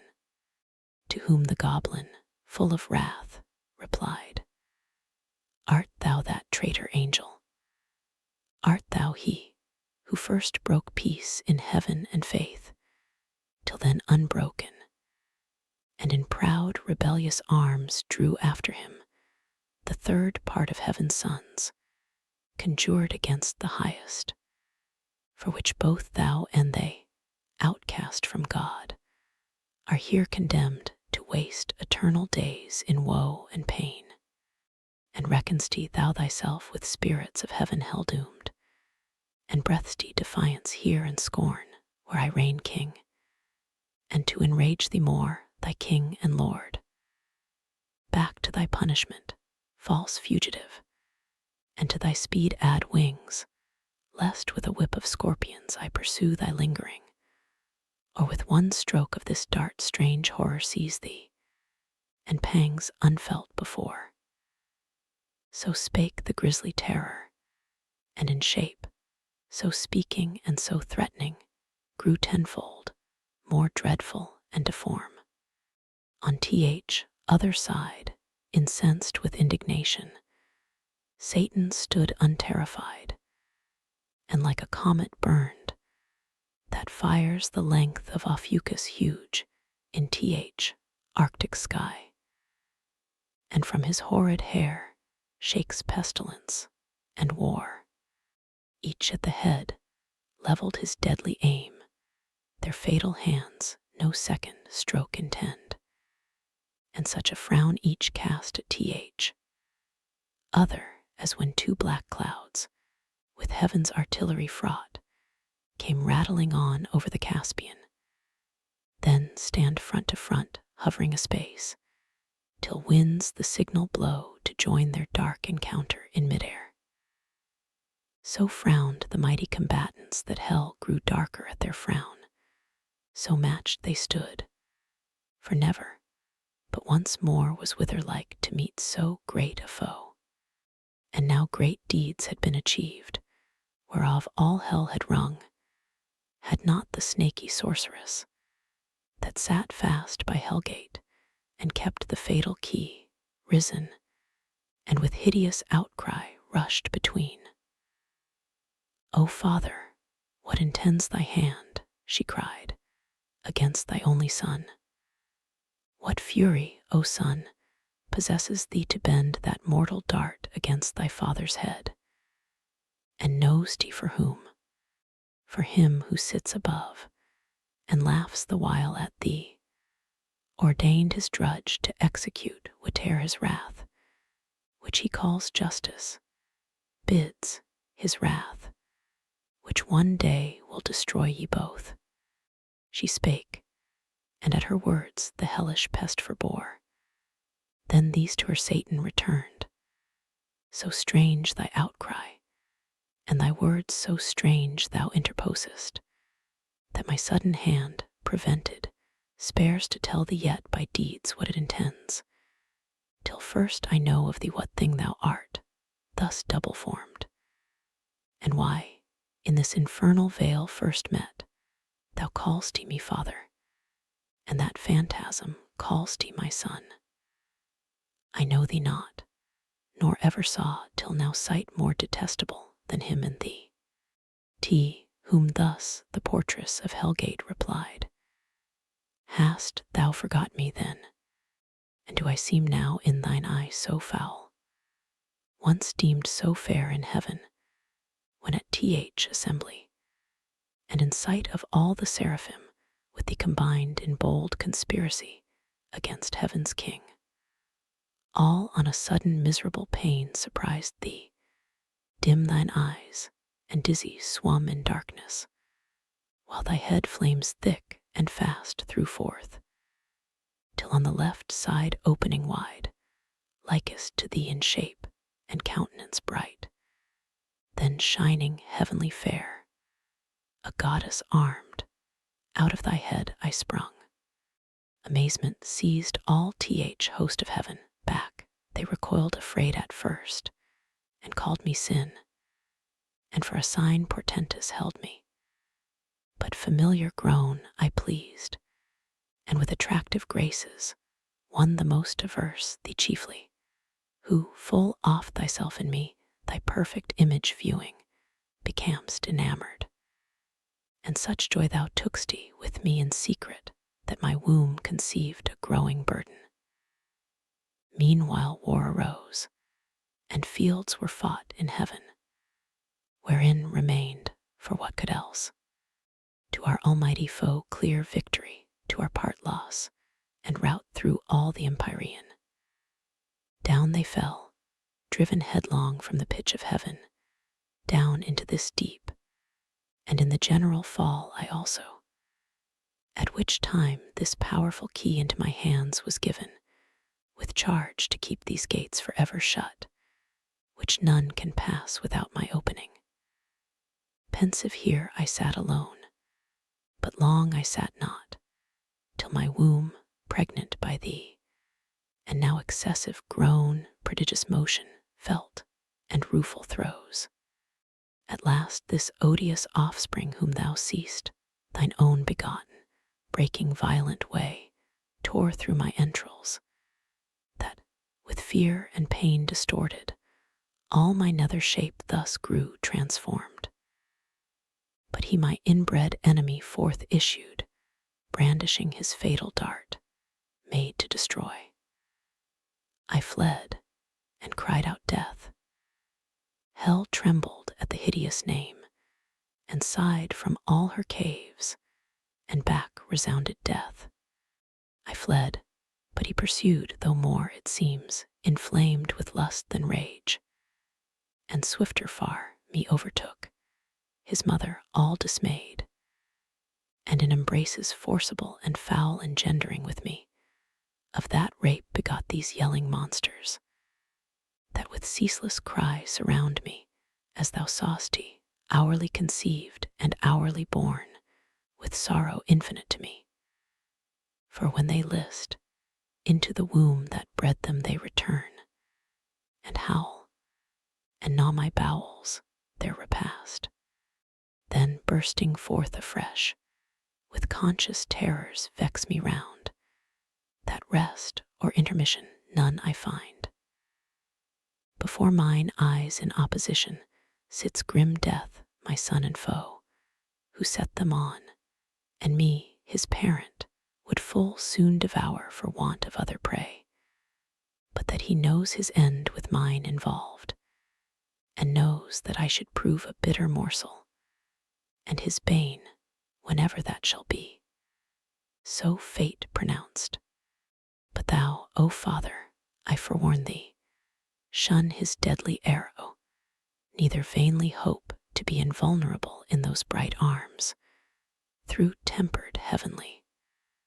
For that mortal dint, save he who reigns above, none can resist. She finished, and the subtle fiend his lore soon learned, now milder, and thus answered smooth. Dear daughter, since thou claim'st me for thy sire, and my fair son here show'st me, the dear pledge of dalliance had with thee in heaven, and joys then sweet, now sad to mention, through dire change befallen us unforeseen, unthought of. No, I come no enemy, but to set free from out this dark and dismal house of pain both him and thee, and all the heavenly host of spirits that, in our just pretenses armed, fell with us from on high. From them I go this uncouth errand sole, and one for all myself expose, with lonely steps to tread unfounded deep, and through the void immense to search, with wandering quest, a place foretold should be, and by concurring signs, ere now created vast and round, a place of bliss in the purlieus of heaven, and therein placed a race of upstart creatures, to supply perhaps our vacant room, though more removed, lest heaven, surcharged with potent multitude, might hap to move new broils. Be this, or aught than this more secret, now designed, I haste to know, and this once known shall soon return, and bring ye to the place where thou and death shall dwell at ease, and up and down unseen wings silently the buxom air, embalmed with odors. There ye shall be fed and filled immeasurably. All things shall be your prey. He ceased, for both seemed highly pleased, and death grinned horrible a ghastly smile, to hear his famine should be filled, and blessed his maw destined to that good hour. No less rejoiced his mother bad, and thus bespake her sire, the key of this infernal pit, by due, and by command of heaven's all-powerful King, I keep, by him forbidden to unlock these adamantine gates. Against all force death ready stands to interpose his dart, fearless to be o'ermatched by living might. But what owe I to his commands above, who hates me, and hath hither thrust me down into this gloom of Tartarus profound, to sit in hateful office here confined, inhabitant of heaven, and heavenly born, here in perpetual agony and pain, with terrors, and with clamours compassed round of mine own brood, that on my bowels feed. Thou art my father, thou my author, thou my being gav'st me, whom should I obey but thee? Whom follow? Thou wilt bring me soon to that new world of light and bliss, among the gods who live at ease, where I shall reign at thy right hand voluptuous, as beseems thy daughter and thy darling, without end. Thus saying, from her side the fatal key, sad instrument of all our woe, she took, and towards the gate rolling her bestial train, forthwith the huge portcullis high updrew, which, but herself, not all the Stygian powers could once have moved. Then in the keyhole turns intricate wards, and every bolt and bar of massy iron or solid rock with ease unfastens. On a sudden open fly, with impetuous recoil and jarring sound, infernal doors, and on their hinges great harsh thunder, that the lowest bottom shook of Erebus. She opened, but to shut excelled her power. The gates wide open stood, that with extended wings a bannered host, under spread ensigns marching, might pass through with horse and chariots ranked in loose array. So wide they stood, and like a furnace mouth cast forth redounding smoke and ruddy flame. Before their eyes in sudden view appear the secrets of the hoary deep, a dark illimitable ocean, without bound, without dimension, where length, breadth, and height, and time and place are lost, where eldest night and chaos, ancestors of nature, hold eternal anarchy amidst the noise of endless wars, and by confusion stand. For hot, cold, moist, and dry, four champions fierce strive here for mastery, and to battle bring their embryon atoms. They around the flag of each his faction, in their several clans, light armed or heavy, sharp, smooth, swift, or slow, swarm populous, unnumbered as the sands of Barca or Cyrene's torrid soil, levied to side with warring winds, and poise their lighter wings. To whom these most adhere he rules a moment. Chaos umpire sits, and by decision more embroils the fray by which he reigns. Next him, high arbiter, chance governs all. Into this wild abyss, the womb of nature, and perhaps her grave, of neither sea, nor shore, nor air, nor fire, but all these in their pregnant causes mixed confusedly, and which thus must ever fight, unless Almighty Maker them ordain his dark materials to create more worlds.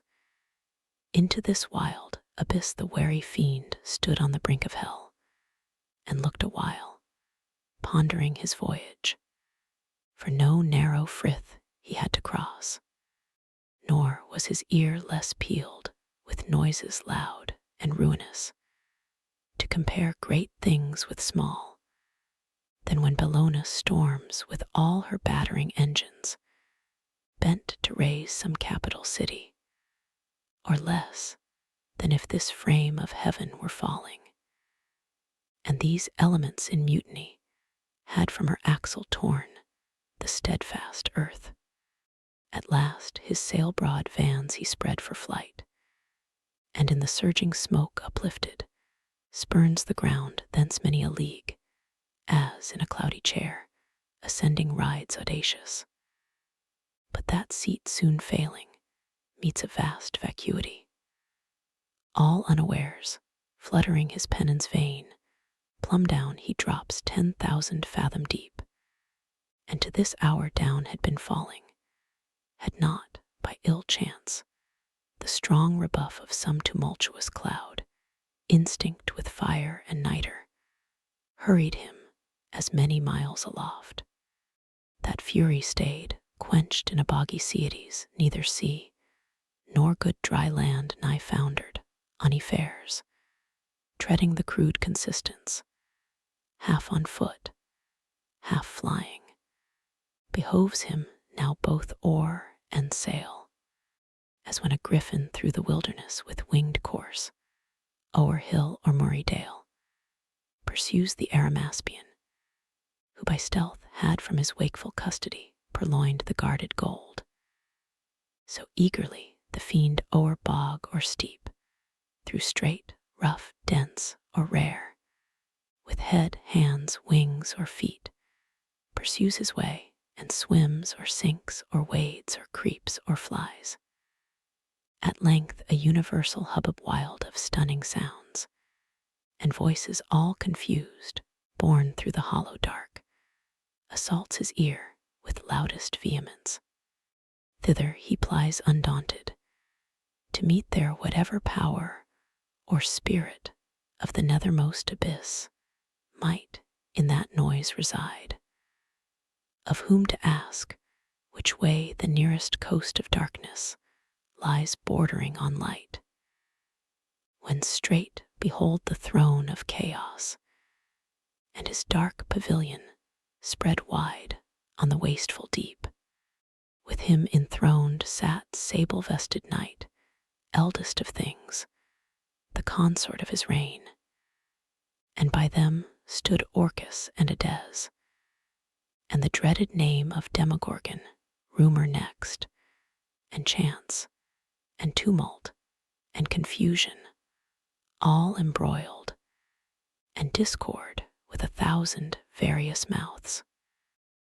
Whom Satan, turning boldly thus, ye powers and spirits of this nethermost abyss, chaos and ancient night, I come no spy with purpose to explore or to disturb the secrets of your realm, but by constraint wandering this darksome desert, as my way lies through your spacious empire up to light, alone and without guide, half lost, I seek what readiest path leads where your gloomy bounds confine with heaven, or if some other place from your dominion one, ethereal king possesses lately, thither to arrive I travel this profound.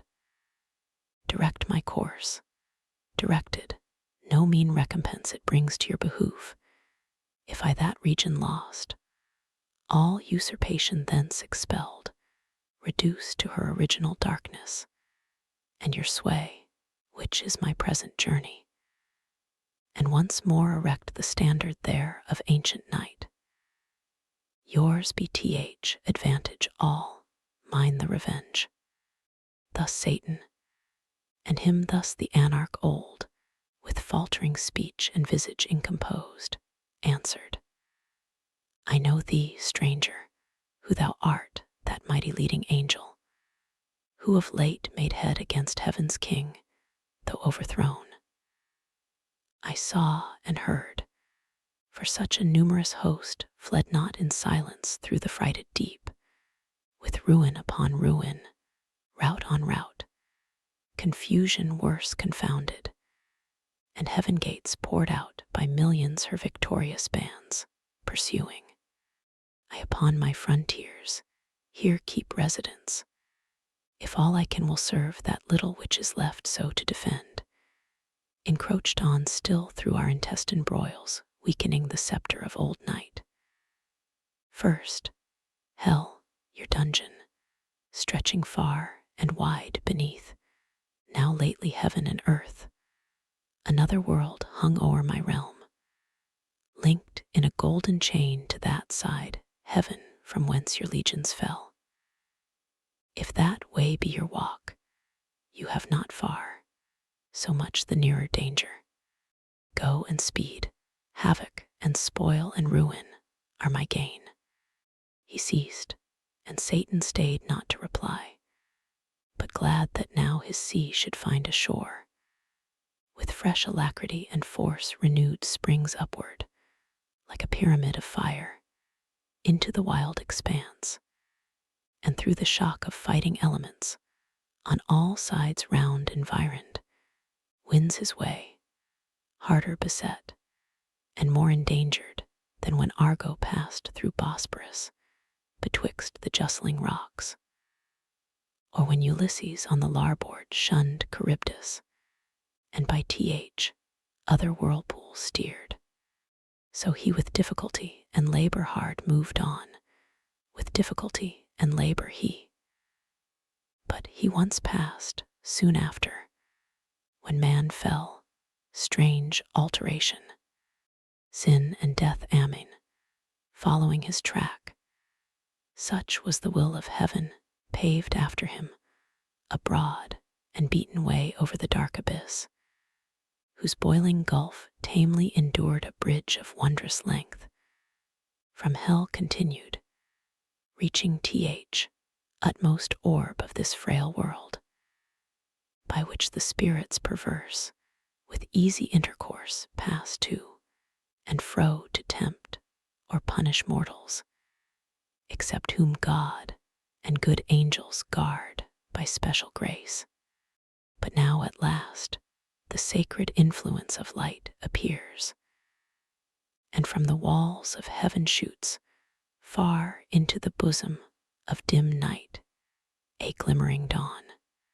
Here nature first begins her farthest verge, and chaos to retire, as from her outmost works a broken foe, with tumult less, and with less hostile din, that Satan with less toil, and now with ease, wafts on the calmer wave by dubious light, and like a weather-beaten vessel, holds gladly the port, though shrouds and tackle torn, or in the emptier waste, resembling air, weighs his spread wings, at leisure to behold far off empyreal heaven, extended wide in circuit, undetermined square or round, with opal towers and battlements adorned of living sapphire, once his native seat, and fast by, hanging in a golden chain, this pendant world,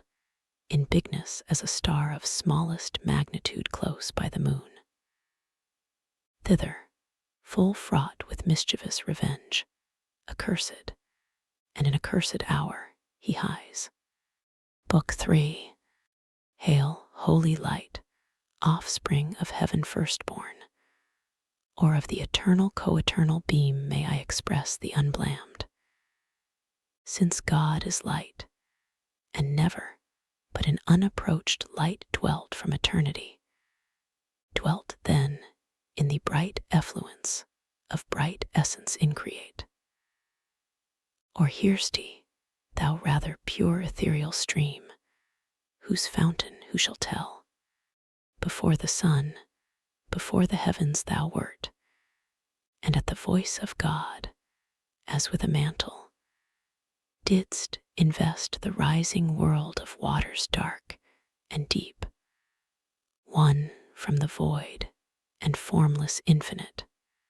Thee I revisit now with bolder wing, escaped the Stygian pool, though long in that obscure sojourn, while in my flight through utter and through middle darkness born, with other notes than to the Orphean lyre, I sung of chaos and eternal night, taught by the heavenly muse to venture down the dark descent, and up to reascend, though hard and rare.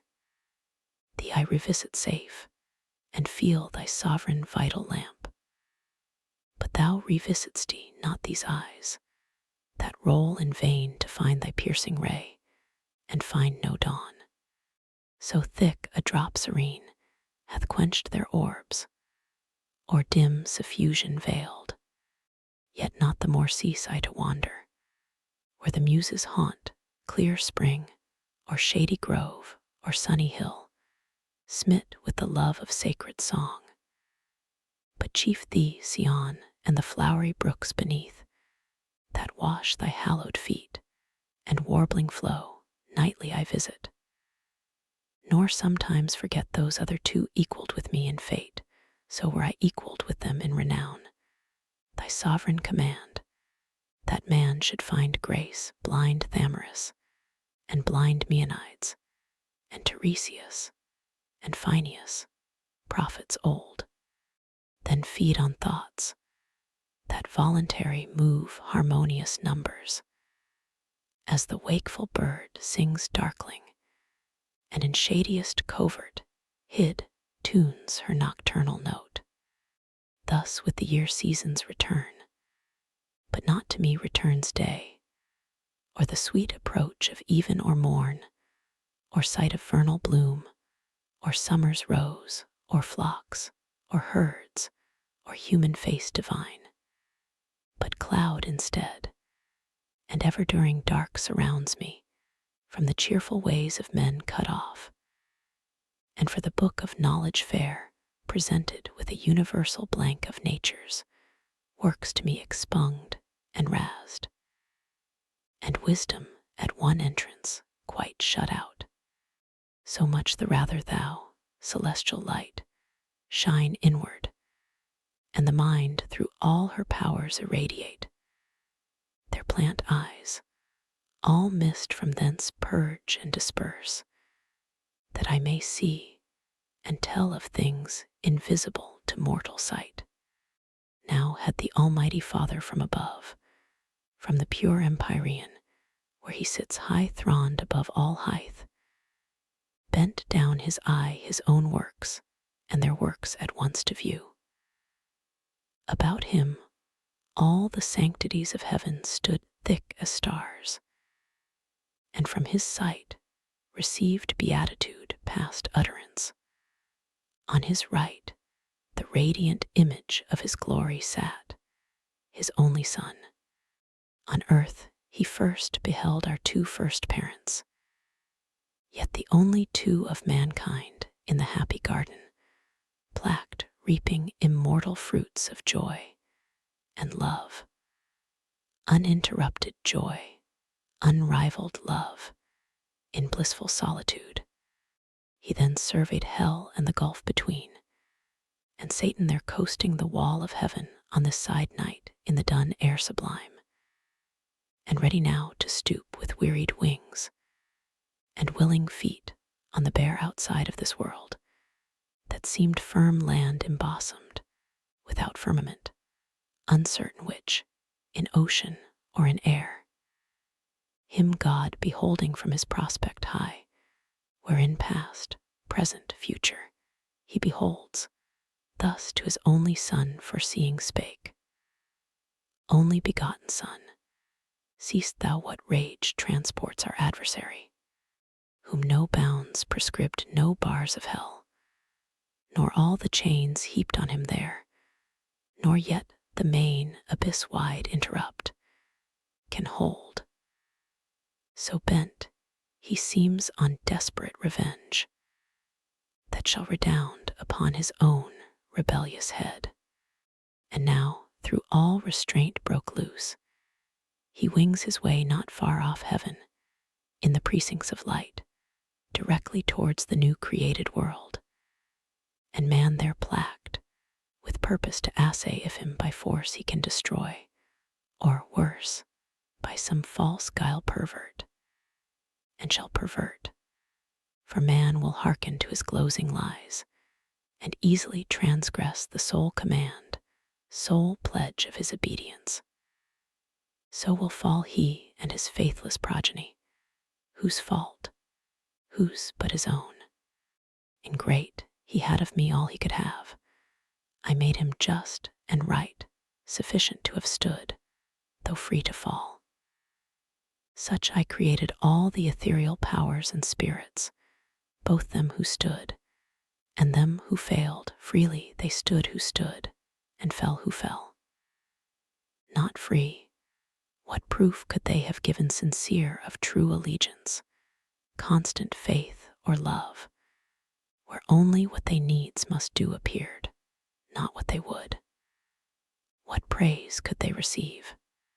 What pleasure I from such obedience paid, when will and reason also is choice, useless and vain, of freedom both despoiled, made passive both, had served necessity, not me.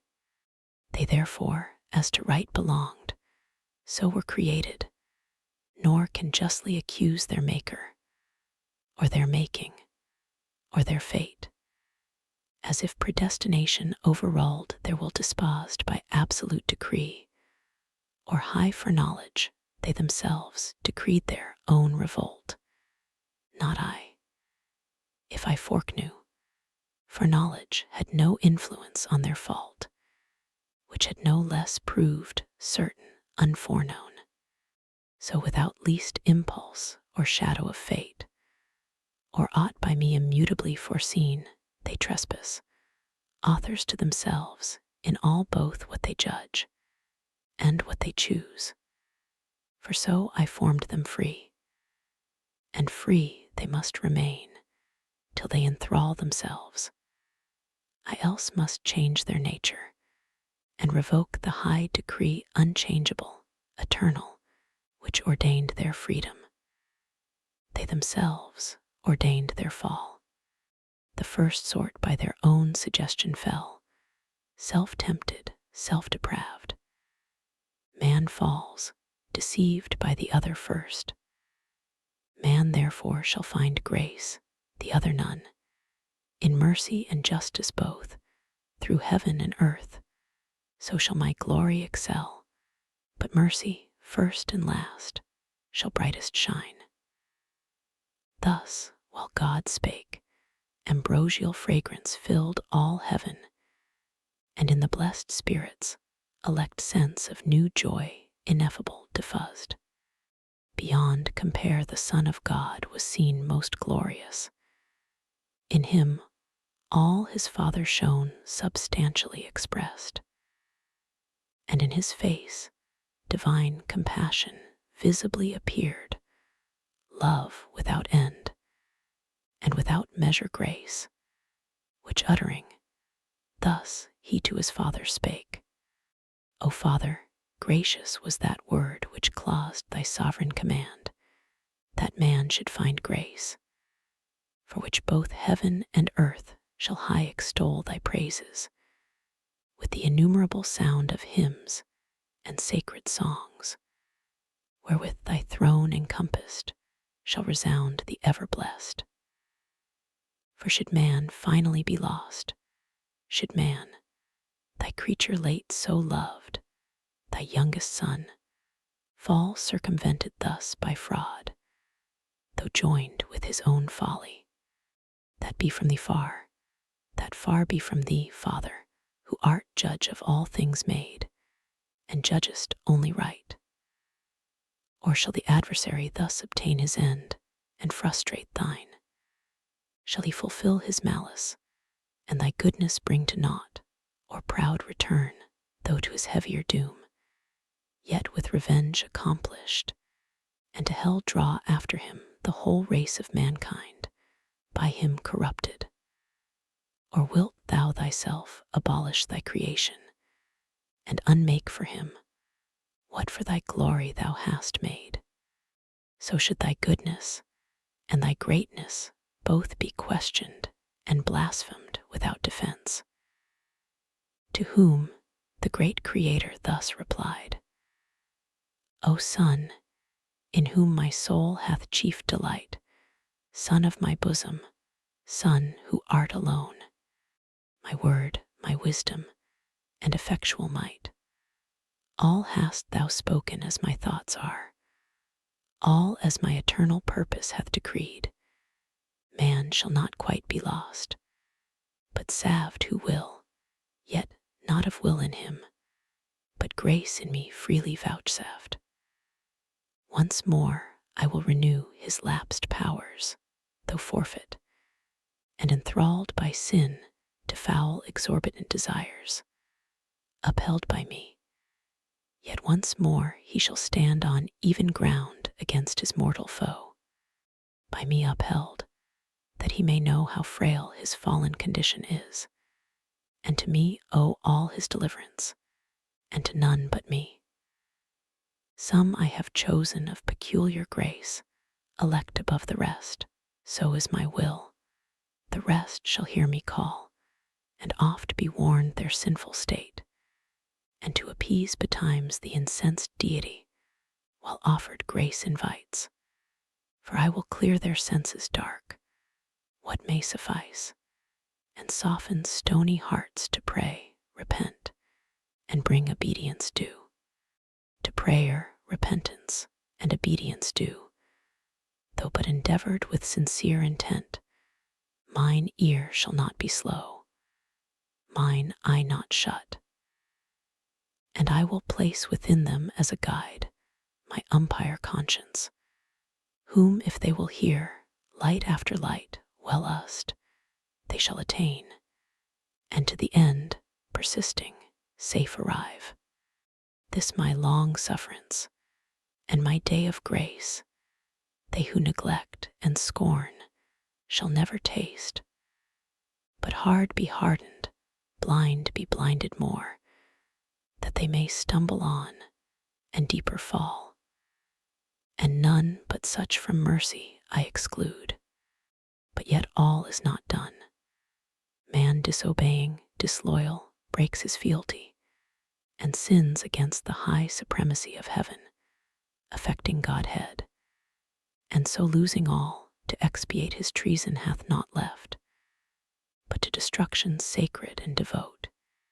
He, with his whole posterity, must die he or justice must, unless for him some other able, and as willing, pay the rigid satisfaction, death for death. Say, heavenly powers, where shall we find such love? Which of you will be mortal, to redeem man's mortal crime, and just the unjust to save? Dwells in all heaven charity so dear? He asked, but all the heavenly choir stood mute, and silence was in heaven. On man's behalf patron or intercessor none appeared, much less that durst upon his own head draw the deadly forfeiture and ransom set. And now without redemption all mankind must have been lost, adjudged to death and hell by doom severe, had not the Son of God, in whom the fullness dwells of love divine, his dearest mediation thus renewed. Father, thy word is past, man shall find grace, and shall grace not find means, that finds her way, the speediest of thy winged messengers, to visit all thy creatures, and to all comes unprevented, unimplored, unsought. Happy for man, so coming he her aid can never seek, once dead in sins and lost, atonement for himself, or offering meet, indebted and undone, hath none to bring. Behold me then, me for him, life for life I offer. On me let thine anger fall, account me man, I for his sake will leave thy bosom, and this glory next to thee freely put off, and for him lastly die well pleased. On me let death wreak all his rage. Under his gloomy power I shall not long lie vanquished. Thou hast given me to possess life in myself forever. By thee I live, though now to death I yield, and am his due. All that of me can die, yet that debt paid, thou wilt not leave me in the loathsome grave his prey, nor suffer my unspotted soul forever with corruption there to dwell. But I shall rise victorious, and subdue my vanquisher, spoiled of his vaunted spoil. Death his death's wound shall then receive, and stoop inglorious, of his mortal sting disarmed. I through the ample air in triumph high shall lead hell captive maugre hell, and show the powers of darkness bound. Thou at the sight pleased, out of heaven shalt look down and smile, while by thee raised I ruin all my foes' death last, and with his carcase glut the grave. Then, with the multitude of my redeemed, shall enter heaven, long absent, and return, Father, to see thy face, wherein no cloud of anger shall remain, but peace assured and reconcilement. Wrath shall be no more thenceforth, but in thy presence joy entire. His words here ended, but his meek aspect silent yet spake, and breathed immortal love to mortal men, above which only shone filial obedience. As a sacrifice glad to be offered, he attends the will of his great Father. Admiration seized all heaven, what this might mean, and whither tend, wondering. But soon Almighty thus replied, O thou in heaven and earth, the only peace found out for mankind under wrath, O thou my sole complacence, well thou know'st how dear to me are all my works, nor man the least, though last created, that for him I spare thee from my bosom and right hand to save, by losing thee awhile, the whole race lost. Thou, therefore, whom thou only canst redeem, their nature also to thy nature join, and be thyself man among men on earth, made flesh, when time shall be of virgin seed, by wondrous birth. Be thou in Adam's room the head of all mankind, though Adam's son. As in him perish all men, so in thee, as from a second root, shall be restored as many as are restored, without thee none. His crime makes guilty all his sons, thy merit imputed shall absolve them who renounce their own both righteous and unrighteous deeds, and live in thee transplanted, and from thee receive new life. So man, as is most just, shall satisfy for man, be judged and die, and dying rise, and rising with him raise his brethren, ransomed with his own dear life. So heavenly love shall outdo hellish hate, giving to death, and dying to redeem, so dearly to redeem what hellish hate so easily destroyed, and still destroys in those who, when they may, accept not grace. Nor shalt thou, by descending to assume man's nature, lessen or degrade thine own, because thou hast, though throned in highest bliss equal to God, and equally enjoying godlike fruition, quitted all, to save a world from utter loss, and hast been found by merit more than birthright Son of God, found worthiest to be so by being good, far more than great or high. Because in thee love hath abounded more than glory abounds, therefore thy humiliation shall exalt with thee thy manhood also to this throne. Here shalt thou sit incarnate, here shalt reign both God and man, Son both of God and man, anointed universal King. All power I give thee, reign forever, and assume thy merits under thee, as head supreme, thrones, princedoms, powers, dominions, I reduce. All knees to thee shall bow, of them that bide in heaven, or earth, or under earth in hell, when thou, attended gloriously from heaven, shalt in the sky appear, and from thee send the summoning archangels to proclaim thy dread tribunal, forthwith from all winds the living, and forthwith the sighted dead of all past ages, to the general doom shall hasten. Such a peal shall rouse their sleep. Then, all thy saints assembled, thou shalt judge bad men and angels, they arraigned, shall sink beneath thy sentence, hell, her numbers full, thenceforth shall be forever shut.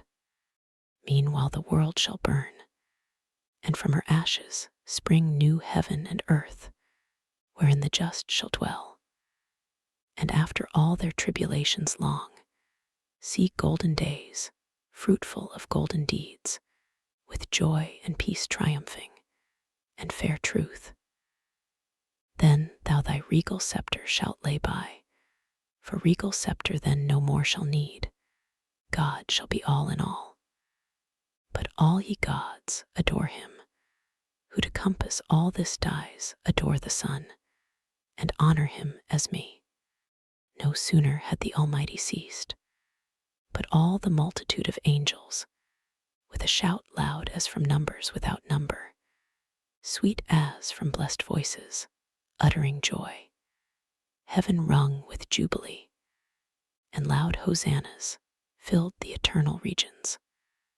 Lowly reverent towards either throne they bow, and to the ground with solemn adoration down they cast their crowns inwove with amaranth and gold. Immortal amaranth, a flower which once in paradise, fast by the tree of life, began to bloom, but soon for man's offense to heaven removed. Where first it grew, there grows, and flowers aloft shading the fount of life. And where the river of bliss through midst of heaven rolls o'er Elysian, flowers her amber stream. With these, that never fade, the spirits elect bind their resplendent locks enwreathed with beams. Now in loose garlands thick thrown off, the bright pavement, that like a sea of jasper shone, empurpled with celestial roses smiled. Then, crowned again, their golden harps they took, harps ever tuned, that glittering by their side like quivers hung, and with preamble sweet of charming symphony they introduce their sacred song, and waken raptures high. No voice exempt, no voice but well could join melodious part. Such concord is in heaven. Thee, Father, first they sung omnipotent, immutable, immortal, infinite, eternal King, the author of all being, fountain of light, thyself invisible amidst the glorious brightness, where thou sitt'st throned inaccessible. But when thou shadest the full blaze of thy beams, and through a cloud drawn round about thee like a radiant shrine, dark, with excessive bright thy skirts appear, yet dazzle heaven, that brightest seraphim approach not, but with both wings veil their eyes. Thee next they sang of all creation first, begotten Son, divine similitude, in whose conspicuous countenance, without cloud made visible, the Almighty Father shines, whom else no creature can behold.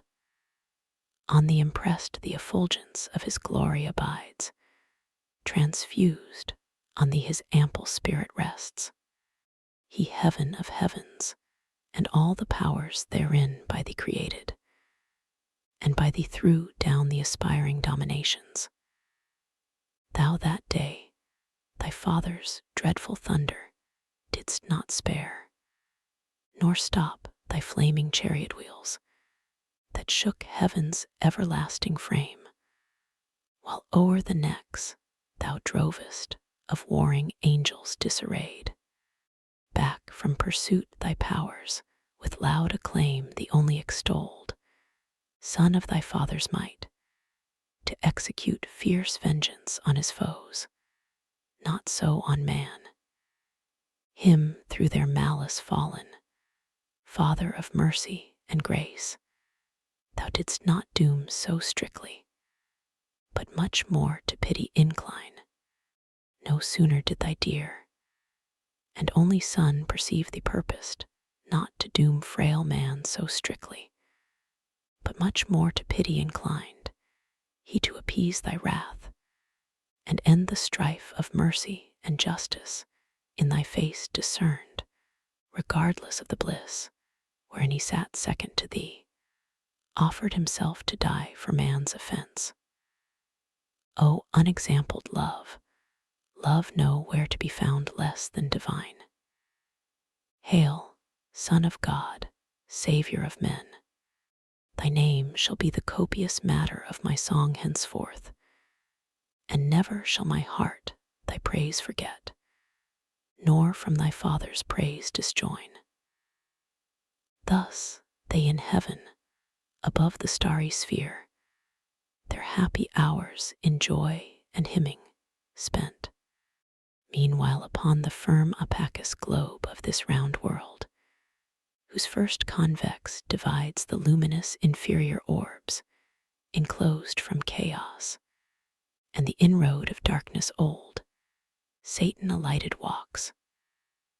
A globe far off it seemed, now seems a boundless continent dark, waste, and wild, under the frown of night starless exposed, and ever-threatening storms of chaos blustering round, inclement sky, save on that side which from the wall of heaven, though distant far, some small reflection gains of glimmering air less vexed with tempest loud.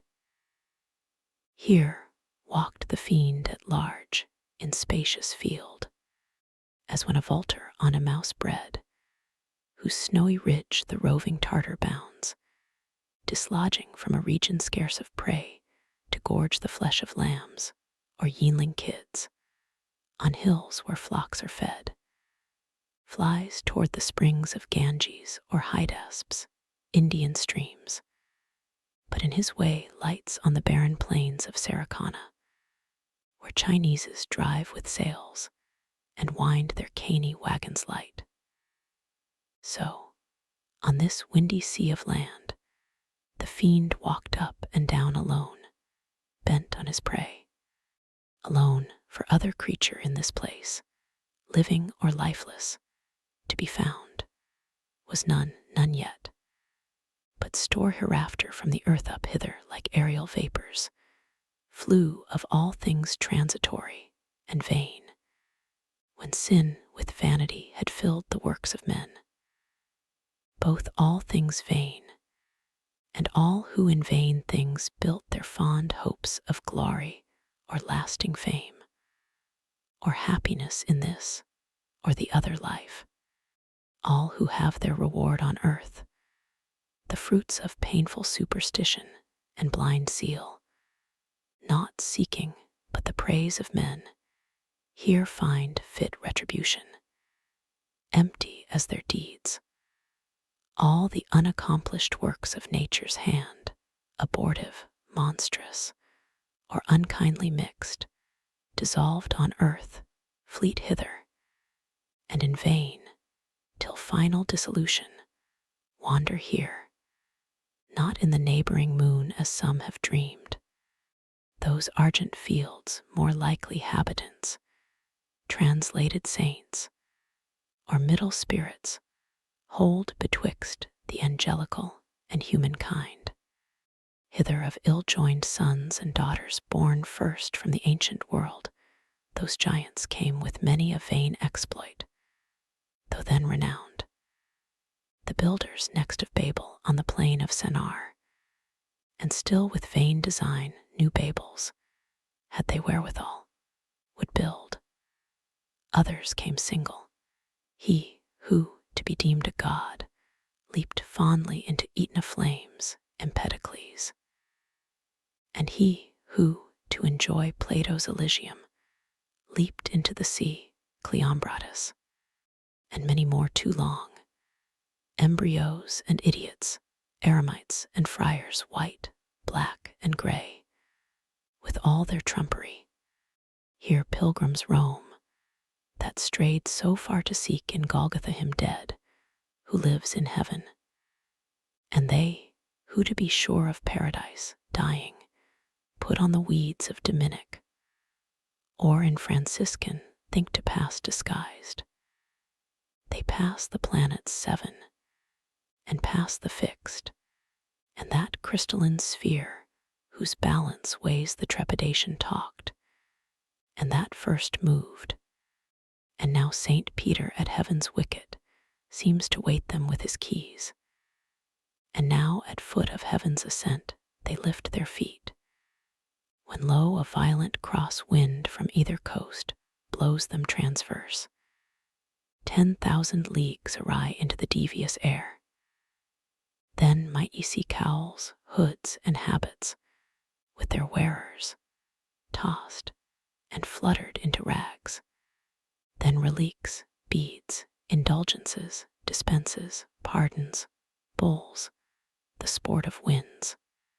All these, upward aloft, fly o'er the backside of the world far off into a limbo large and broad, since called the paradise of fools, to few unknown long after, now unpeopled and untrod.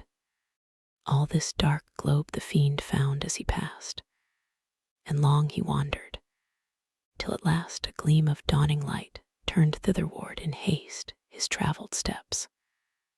Far distant he descries ascending by degrees magnificent up to the wall of heaven, a structure high, at top whereof, but far more rich, appeared the work as of a kingly palace gate, with frontispiece of diamond and gold embellished. Thick with sparkling orient gems the portal shone, inimitable on earth by model, or by shading pencil drawn.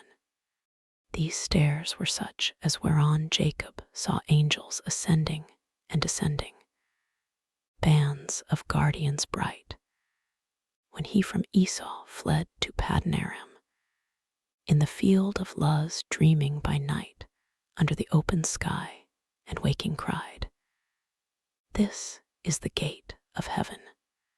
Each stair mysteriously was meant, nor stood there always, but drawn up to heaven, sometimes viewless.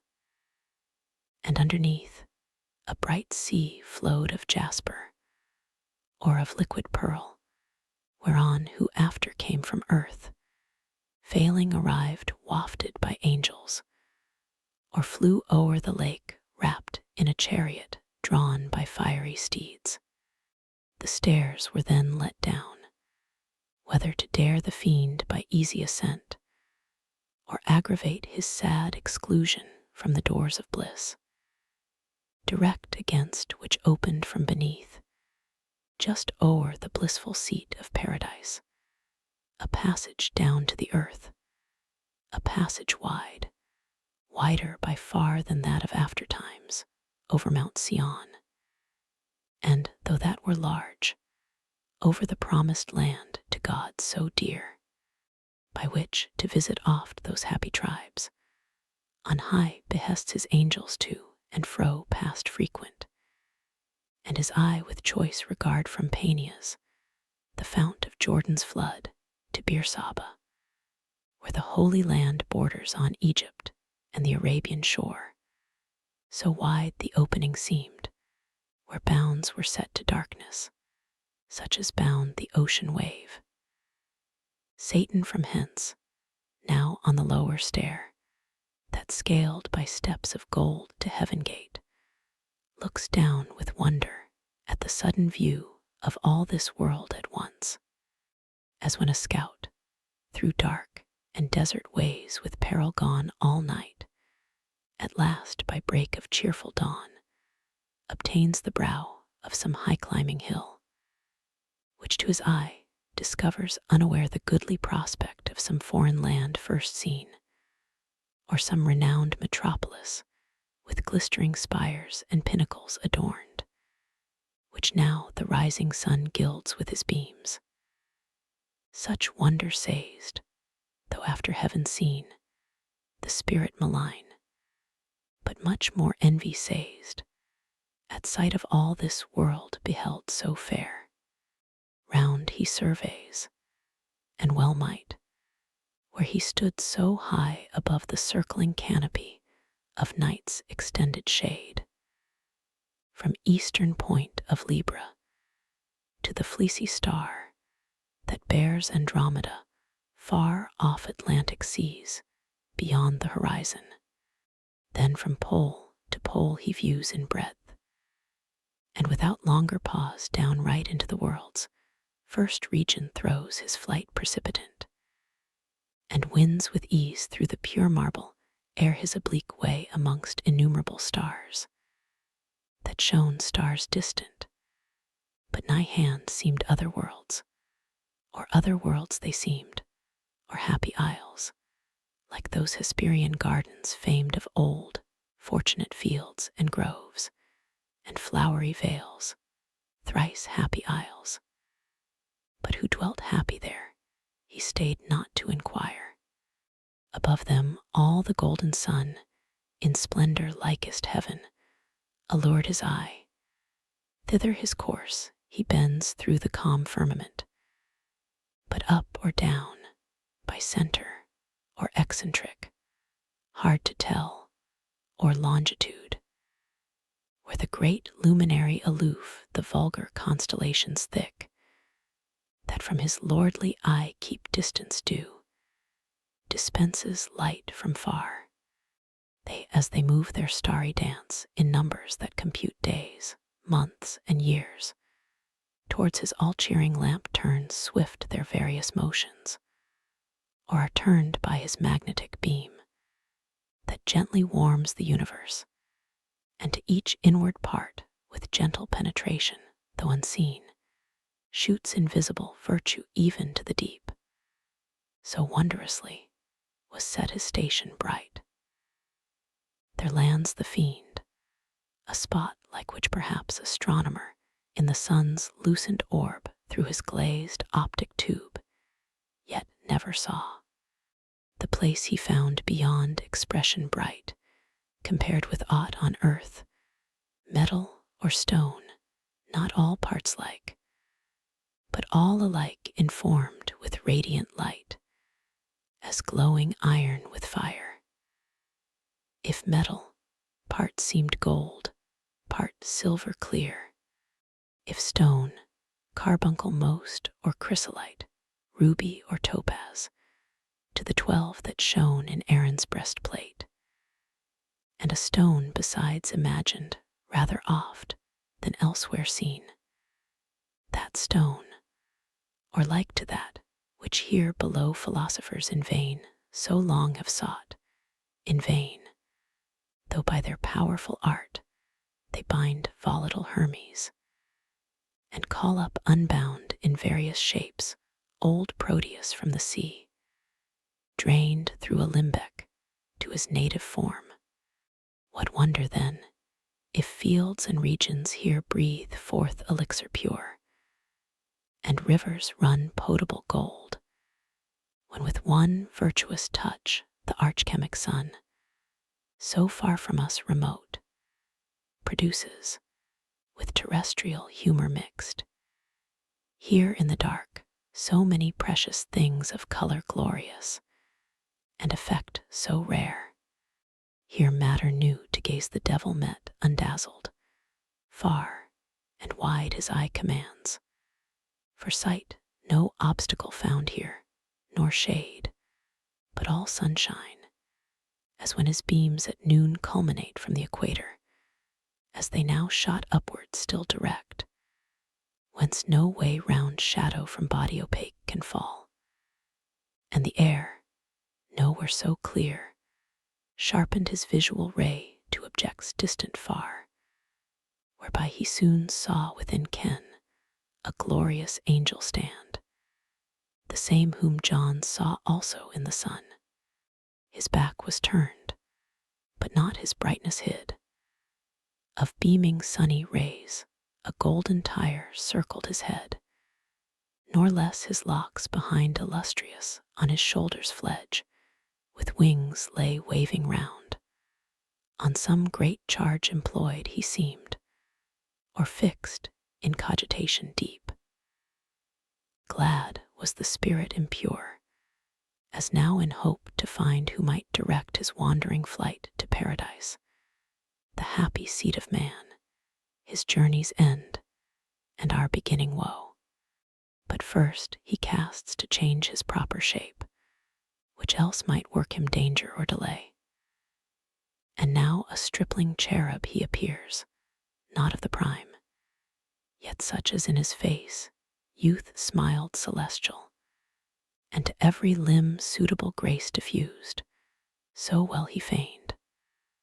Under a coronet his flowing hair in curls on either cheek played. Wings he wore of many a colored plume, sprinkled with gold, his habit fit for speed succinct, and held before his decent steps a silver wand. he drew not nigh unheard, the angel bright, ere he drew nigh, his radiant visage turned, admonished by his ear, and straight was known the archangel Uriel, one of the seven who in God's presence, nearest to his throne, stand ready at command, and are his eyes that run through all the heavens, or down to the earth, bear his swift errands over moist and dry, o'er sea and land.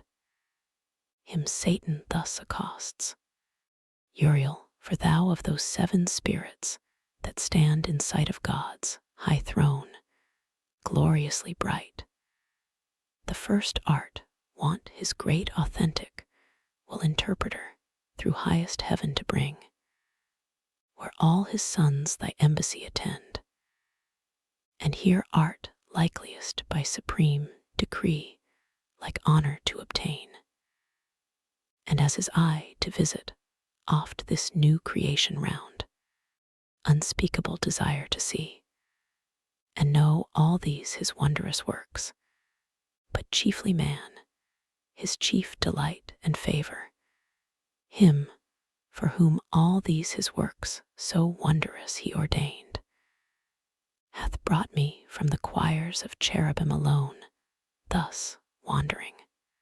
Brightest seraph, tell in which of all these shining orbs hath man his fixed seat, or fixed seat hath none, but all these shining orbs his choice to dwell, that I may find him, and with secret gaze or open admiration him behold, on whom the great Creator hath bestowed worlds, and on whom hath all these graces poured, that both in him and all things, as is meet, the universal Maker we may praise, who justly hath driven out his rebel foes to deepest hell, and to repair that loss, created this new happy race of men to serve him better.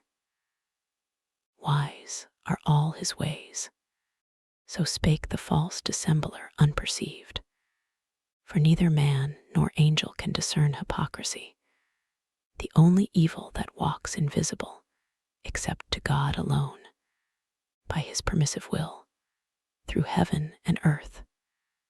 And oft, though wisdom wake, suspicion sleeps at wisdom's gate, and to simplicity resigns her charge, while goodness thinks no ill where no ill seems, which now for once beguiled Uriel, though regent of the sun, and held the sharpest sighted spirit of all in heaven, who to the fraudulent impostor foul, in his uprightness, answer thus returned: Fair angel, thy desire, which tends to know the works of God, thereby to glorify the great workmaster, leads to no excess that reaches blame, but rather merits praise the more it seems excess, that led thee hither from thy empyreal mansion thus alone, to witness with thine eyes what some perhaps, contented with report, hear only in heaven. For wonderful indeed are all his works, pleasant to know, and worthiest to be all had in remembrance always with delight. But what created mind can comprehend their number, or the wisdom infinite that brought them forth, but hid their causes deep? I saw when at his word the formless mass, this world's material mold, came to a heap. Confusion heard his voice, and wild uproar stood ruled, stood vast infinitude confined, till at his second bidding, darkness fled, light shone, and order from disorder sprung. Swift to their several quarters hasted then the cumbrous elements, earth, flood, air, fire, and this ethereal quintessence of heaven flew upward, spirited with various forms, that rolled orbicular, and turned to stars numberless, as thou seest, and how they move. Each had his place appointed, each his course the rest, in circuit walls this universe. Look downward on that globe, whose hither side with light from hence, though but reflected, shines. That place is earth, the seat of man, that light his day, which else, as the other hemisphere, night would invade. But there the neighboring moon, so call that opposite fair star, her aid timely interposes, and her monthly round still ending, still renewing, through mid-heaven, with borrowed light her countenance triform hence fills and empties to enlighten the earth, and in her pale dominion checks the night. That spot to which I point is paradise, Adam's abode, those lofty shades, his bower. Thy way thou canst not miss, me mine requires. Thus said, he turned, and Satan, bowing low, as to superior spirits is wont in heaven, where honor due and reverence none neglects, took leave, and toward the coast of earth beneath, down from the ecliptic, sped with hoped success, throws his steep flight in many an airy wheel nor stayed, till on Niphate's top he lights. Book 4. Oh, for that warning voice, which he who saw the apocalypse heard cry in heaven aloud. Then, when the dragon, put to second rout, came furious down to be revenged on men, woe to the inhabitants on earth, that now, while time was, our first parents had been warned the coming of their secret foe, and scaped, haply so, scaped his mortal snare. For now Satan, now first inflamed with rage, came down, the tempter ere the accuser of mankind, to wreak on innocent, frail man his loss of that first battle, and his flight to hell. Yet, not rejoicing in his speed, though bold far off and fearless, nor with cause to boast, begins his dire attempt, which nigh the birth now rolling boils in his tumultuous breast, and like a devilish engine back recoils upon himself. Horror and doubt distract his troubled thoughts, and from the bottom stir the hell within him. For within him hell he brings, and round about him, nor from hell one step, no more than from himself, can fly by change of place. Now conscience wakes despair, that slumbered wakes the bitter memory of what he was, what is, and what must be worse. Of worse deeds, worse sufferings must ensue. Sometimes towards Eden, which now in his view lay pleasant, his grieved look he fixes sad, sometimes towards heaven, and the full blazing sun, which now sat high in his meridian tower, then, much revolving, thus in sighs began. O thou, that, with surpassing glory crowned, lookest from thy sole dominion like the God of this new world, at whose sight all the stars hide their diminished heads to thee I call, but with no friendly voice, and add thy name of sun, to tell thee how I hate thy beams, that bring to my remembrance from what state I fell, how glorious once above thy sphere, till pride and worse ambition threw me down warring in heaven against heaven's matchless king. Ah, wherefore? He deserved no such return from me, whom he created what I was in that bright eminence, and with his good upbraided none, nor was his service hard. What could be less than to afford him praise, the easiest recompense, and pay him thanks, how due? Yet all his good proved ill in me, and wrought but malice, lifted up so high I disdained subjection, and thought one step higher would set me highest, and in a moment quit the debt immense of endless gratitude, so burdensome still paying, still to owe, forgetful what from him I still received, and understood not that a grateful mind by owing owes not, but still pays, at once indebted and discharged. What burden then owe? Had his powerful destiny ordained me some inferior angel, I had stood then happy. No unbounded hope had raised ambition. Yet why not some other power as great might have aspired, and me, though mean, drawn to his part? But other powers as great fell not, but stand unshaken, from within or from without, to all temptations armed. Hadst thou the same free will and power to stand? Thou hadst. Whom hast thou then, or what to accuse? But heaven's free love dealt equally to all. Be then his love accursed, since love or hate to me alike, it deals eternal woe. Nay, cursed be thou, since against his thou wilt chose freely what it now so justly rues. Me miserable, which way shall I fly infinite wrath and infinite despair? Which way I fly is hell, myself am hell, and in the lowest deep, a lower deep still threatening to devour me opens wide, to which the hell I suffer seems a heaven. Oh, then, at last relent. Is there no place left for repentance, none for pardon left? None left but by submission, and that word disdain forbids me, and my dread of shame among the spirits beneath, whom I seduced with other promises and other vaunts than to submit, boasting I could subdue the omnipotent.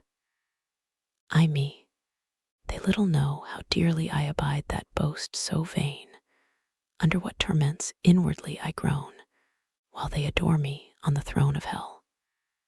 With diadem and scepter high advanced, the lower still I fall, only supreme in misery. Such joy ambition finds. But say I could repent, and could obtain, by act of grace, my former state, how soon would Hythe recall high thoughts, how soon unsay what feigned submission swore. Ease would recant vows made in pain, as violent and void. For never can true reconcilement grow, where wounds of deadly hate have pierced so deep, which would but lead me to a worse relapse and heavier fall. So should I purchase dear short intermission bought with double smart. This knows my punisher, therefore as far from granting he, as I from begging, peace all hope excluded thus. Behold, instead of us outcast, exiled, his new delight, mankind created, and for him this world. So farewell, hope, and with hope farewell, fear, farewell, remorse. All good to me is lost, evil, be thou my good, by thee at least divided empire with heaven's king I hold, by thee, and more than half perhaps will reign, as man ere long, and this new world shall know. Thus while he spake, each passion dimmed his face thrice, changed with pale ire, envy, and despair, which marred his borrowed visage, and betrayed him counterfeit, if any eye beheld. For heavenly minds from such distempers foul are ever clear, whereof he soon aware, each perturbation smoothed with outward calm, artificer of fraud, and was the first that practiced falsehood under saintly show, deep malice to conceal, couched with revenge. Yet not enough had practiced to deceive Uriel once warned, whose eye pursued him down the way he went, and on the Assyrian mount saw him disfigured, more than could befall spirit of happy sort. His gestures fierce he marked, and mad demeanor. Then alone, as he supposed, all unobserved, unseen. So on he fares, and to the border comes of Eden, where delicious paradise, now nearer, crowns with her enclosure green, as with a rural mound, the champaign head of a steep wilderness, whose hairy sides with thicket overgrown, grotesque and wild, access denied. And overhead upgrew insuperable height of loftiest shade, cedar and pine and fir, and branching palm, a sylvan scene. And as the ranks ascend, shade above shade, a woody theatre of stateliest view. Yet higher than their tops, the verdurous wall of paradise upsprung, which to our general sire gave prospect large into his nether empire neighboring round. And higher than that wall a circling row of goodliest trees, loaden with fairest fruit, blossoms and fruits at once of golden hue, appeared, with gay enamelled colours mixed, on which the sun more glad impressed his beams than in fair evening cloud or humid bow, when God hath showered the earth. So lovely seemed that landscape, and of pure now purer air meets his approach, and to the heart inspires vernal delight and joy, able to drive all sadness but despair. Now gentle gales, fanning their odoriferous wings, dispense native perfumes, and whisper whence they stole those balmy spoils, as when to them who fail beyond the Cape of Hope, and now are past Mozambique. Off at sea, northeast winds blow Sabaean odors from the spicy shore of Araby the blest. With such delay, well pleased they slack their course, and many a league cheered with the grateful smell old ocean smiles. So entertained those odorous sweets the fiend, who came their bane, though with them better pleased than Asmodeus with the fishy fume that drove him, though enamored, from the spouse of Tobit's son, and with a vengeance sent from Media post to Egypt, their fast bound. Now to the ascent of that steep savage hill Satan had journeyed on, pensive and slow, but further way found none, so thick entwined, as one continued brake, the undergrowth of shrubs and tangling bushes had perplexed all path of man or beast that passed that way. One gate there only was, and that looked east on the other side, which when the archfelon saw, due entrance he disdained, and in contempt, at one flight bound, high overleaped all bound of hill or highest wall, and sheer within lights on his feet, as when a prowling wolf, whom hunger drives to seek new haunt for prey, watching where shepherds pen their flocks at eve in hurdled coats amid the field secure, leaps o'er the fence with ease into the fold. Or as a thief, bent to unhoard the cash of some rich burgher, whose substantial doors, cross-barred and bolted fast, fear no assault, in at the window climbs, or o'er the tiles. So clomb this first grand thief into God's fold, so since into his church lewd hirelings climb. Thence up he flew, and on the tree of life, the middle tree and highest there that grew, sat like a cormorant, yet not true life thereby regained, but sat devising death to them who lived, nor on the virtue thought of that life-giving plant, but only used for prospect what well used had been the pledge of immortality. So little knows any, but God alone, to value right the good before him, but perverts best things to worst abuse, or to their meanest use. Beneath him with new wonder now he views, to all delight of human sense exposed in narrow room, nature's whole wealth, yea more, a heaven on earth. For blissful paradise of God the garden was, by him in the east of Eden planted. Eden stretched her line from Oran eastward to the royal towers of Great Seleucia, built by Grecian kings, or where the sons of Eden long before dwelt in Telassar. In this pleasant soil, his far more pleasant garden God ordained. Out of the fertile ground, he caused to grow all trees of noblest kind for sight, smell, taste, and all amid them stood the tree of life, high eminent, blooming ambrosial fruit of vegetable gold. And next to life, our death, the tree of knowledge, grew fast by, knowledge of good bought dear by knowing ill. Southward through Eden went a river large, nor changed his course, but through the shaggy hill passed underneath engulfed.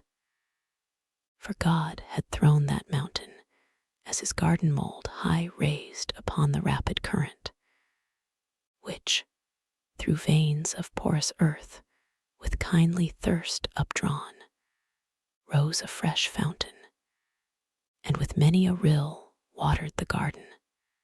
Thence united fell down the steep glade, and met the nether flood, which from his darksome passage now appears, and now, divided into 4 main streams, runs diverse, wandering many a famous realm and country, whereof here needs no account, but rather to tell how, if art could tell, how from that sapphire fount the crisped brooks, rolling on orient pearl and sands of gold, with mazy error under pendant shades ran nectar, visiting each plant, and fed flowers worthy of paradise, which not nice art in beds and curious knots, but nature boon poured forth profuse on hill, and dale, and plain, both where the morning sun first warmly smote the open field, and where the unpierced shade embrowned the noontide bowers. Thus was this place a happy rural seat of various view, groves whose rich trees wept odorous gums and balm, others whose fruit, burnished with golden rind, hung amiable Hesperian fables true, if true here only, and of delicious taste. Betwixt them lawns or level downs, and flocks grazing the tender herb, were interposed, or palmy hillock, or the flowery lap of some irriguous valley spread her store, flowers of all hue, and without thorn the rose. Another side, umbrageous grots and caves of cool recess, o'er which the mantling vine lays forth her purple grape, and gently creeps luxuriant, mean, while murmuring waters fall down the slope hills, dispersed, or in a lake, that to the fringed bank with myrtle crowned her crystal mirror holds, unite their streams. The birds their choir apply, airs, vernal airs, breathing the smell of field and grove, attune the trembling leaves, while universal Pan, knit with the graces and the hours in dance, led on the eternal spring, not that fair field of Anna, where Proserpine gathering flowers, herself a fairer flower by gloomy Dis was gathered, which cost Ceres all that pain to seek her through the world, nor that sweet grove of Daphne by Orontes, and the inspired Castalian spring, might with this paradise of Eden strive, nor that Nysian isle girt with the river Triton, where old Cam, whom Gentiles Ammon call, and Libyan Jove, hid Amalthea, and her florid son young Bacchus, from his stepdame Rhea's eye, nor where Abassan kings their issue guard, Mount Amara, though this by some supposed true paradise under the Ethiop line by Nilus head, enclosed with shining rock, a whole day's journey high, but wide remote from this Assyrian garden, where the fiend saw, undelighted, all delight, all kind of living creatures, new to sight, and strange too of far nobler shape, erect and tall, godlike erect, with native honor clad in naked majesty, seemed lords of all, and worthy seemed, for in their looks divine the image of their glorious Maker shone, truth, wisdom, sanctitude severe and pure, severe, but in true filial freedom placed, whence true authority in men, though both not equal, as their sex not equal seemed. For contemplation he and valor formed, for softness she, and sweet attractive grace, he for God only, she for God in him.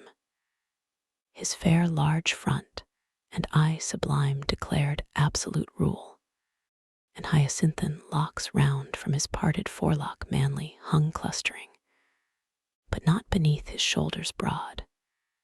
She, as a veil, down to the slender waist her unadorned golden tresses wore disheveled, but in wanton ringlets waved, as the vine curls her tendrils, which implied subjection, but required with gentle sway, and by her yielded, by him best received, yielded with coy submission, modest pride, and sweet, reluctant, amorous delay.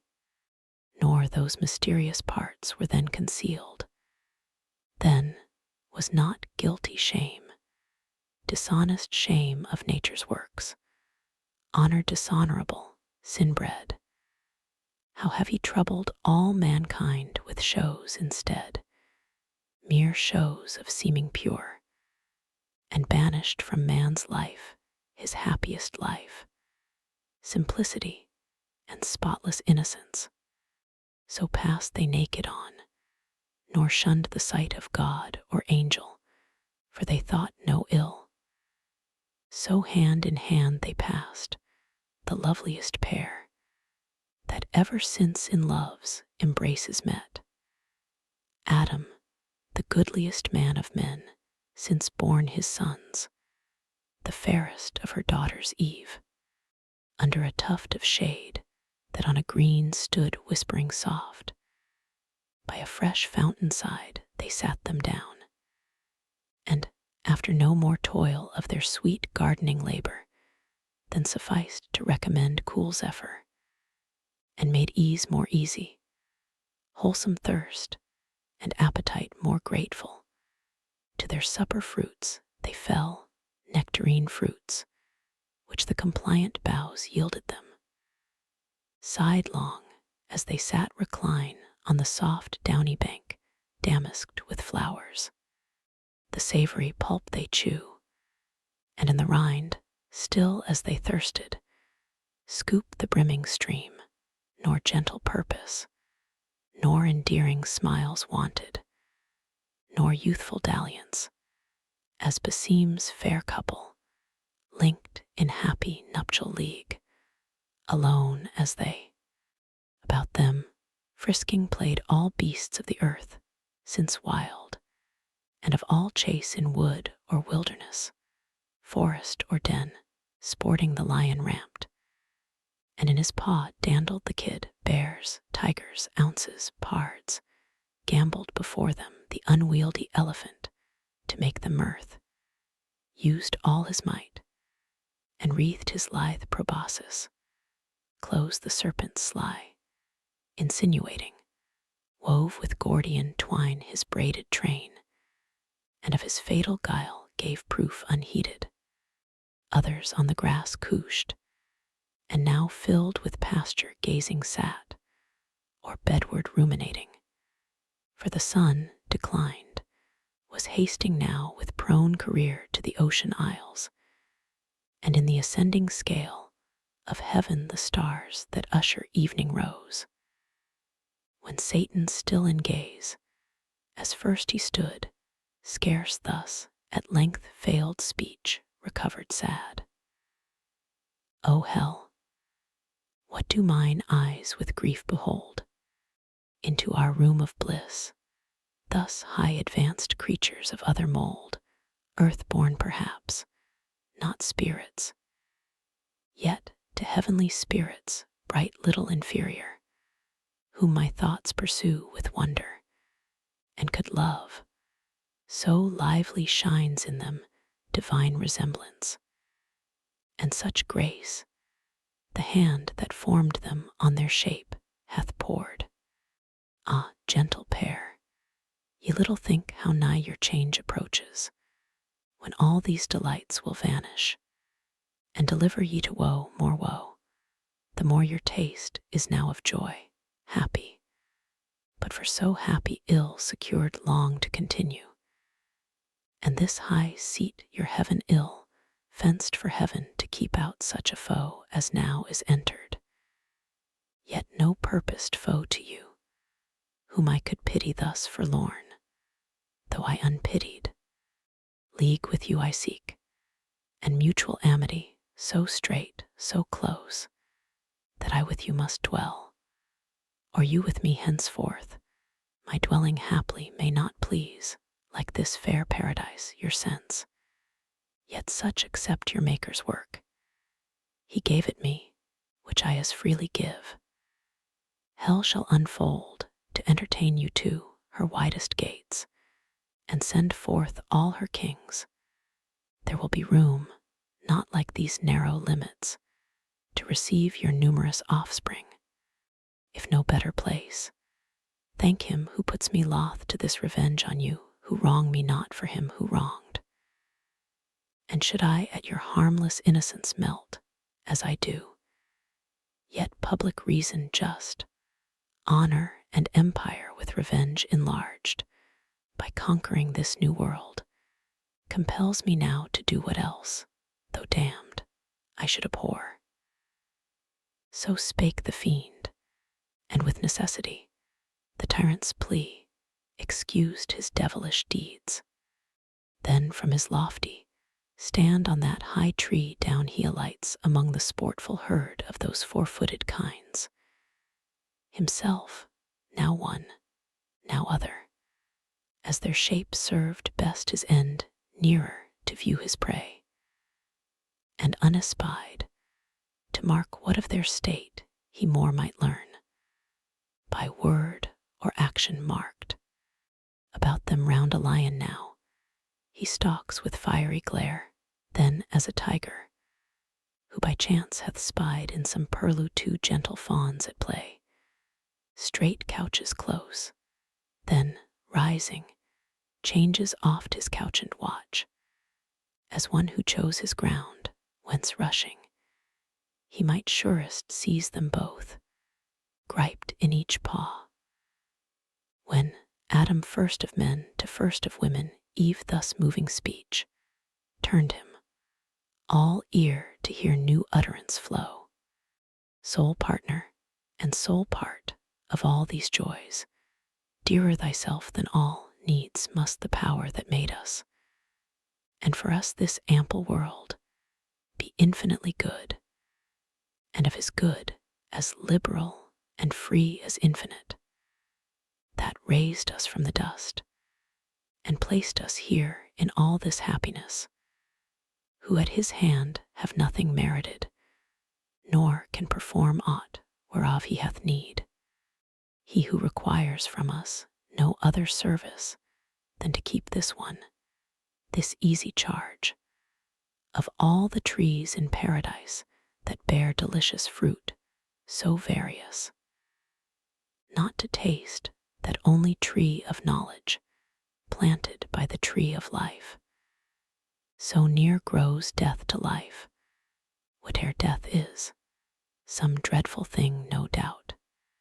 For well thou knowest God hath pronounced it death to taste that tree, the only sign of our obedience left, among so many signs of power and rule conferred upon us, and dominion given over all other creatures that possess earth, air, and sea. Then let us not think hard one easy prohibition, who enjoy free leave so large to all things else, and choice unlimited of manifold delights. But let us ever praise him and extol his bounty, following our delightful task to prune these growing plants and tend these flowers, which were toilsome, yet with thee were sweet. To whom thus Eve replied, O thou for whom and from whom I was formed, flesh of thy flesh, and without whom am to no end, my guide and head. What thou hast said is just and right. For we to him indeed all praises owe, and daily thanks I chiefly, who enjoy so far the happier lot, enjoying the preeminent by so much odds, while thou like consort to thyself canst nowhere find.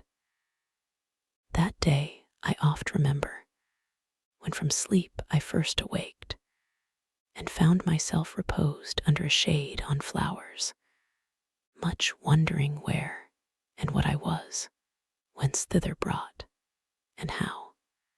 Not distant far from thence, a murmuring sound of waters issued from a cave, and spread into a liquid plain, then stood unmoved pure as the expanse of heaven.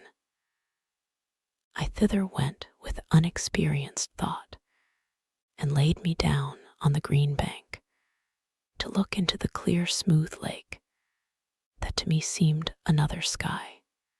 As I bent down to look, just opposite a shape within the watery gleam appeared, bending to look on me. I started back, it started back, but pleased I soon returned. Pleased it returned as soon with answering looks of sympathy and love. There I had fixed mine eyes till now, and pined with vain desire, had not a voice thus warned me. What thou seest, what there thou seest, fair creature, is thyself. With thee it came and goes. But follow me, and I will bring thee where no shadow stays thy coming, and thy soft embraces. He whose image thou art, him thou shalt enjoy inseparably thine. To him shalt bear multitudes like thyself, and thence be called mother of human race. What could I do but follow straight, invisibly thus led, till I espied thee, fair indeed and tall under a plaiting, yet methought less fair, less winning soft, less amiably mild than that smooth, watery image. Back I turned, thou following criedst aloud, Return, fair Eve, whom fliest thou? Whom thou fliest, of him thou art, his flesh, his bone. To give thee being I lent out of my side to thee, nearest my heart, substantial life. To have thee by my side henceforth an individual solace dear. Part of my soul I seek thee, and thee claim my other half. With that thy gentle hand seized mine. I yielded, and from that time see how beauty is excelled by manly grace, and wisdom, which alone is truly fair. So spake our general mother, and with eyes of conjugal attraction unreproved, and meek surrender, half embracing leaned on our first father. Half her swelling breast naked met his, under the flowing gold of her loose tresses hid. He in delight both of her beauty and submissive charms smiled with superior love, as Jupiter on Juno smiles, when he impregns the clouds that shed mayflowers, and pressed her matron lip with kisses pure. Aside the devil turned for envy, yet with jealous leer malign eyed them askance, and to himself thus plained, sight hateful, sight tormenting. Thus these two, imparadised in one another's arms, the happier Eden, shall enjoy their fill of bliss on bliss, while I to hell am thrust, where neither joy nor love but fierce desire, among our other torments not the least, still unfulfilled with pain of longing pines. Yet let me not forget what I have gained from their own mouths. All is not theirs, it seems. One fatal tree there stands, of knowledge called, forbidden them to taste. Knowledge forbidden, suspicious, reasonless. Why should their Lord envy them that? Can it be sin to know? Can it be death? And do they only stand by ignorance? Is that their happy state, the proof of their obedience and their faith? O fair foundation laid whereon to build their ruin. Hence I will excite their minds with more desire to know, and to reject envious commands, invented with design to keep them low, whom knowledge might exalt equal with gods. Aspiring to be such, they taste and die. What likelier can ensue? But first with narrow search I must walk round this garden, and no corner leave unspied. A chance but chance may lead, where I may meet some wandering spirit of heaven by fountain side, or in thick shade retired, from him to draw what further would be learned.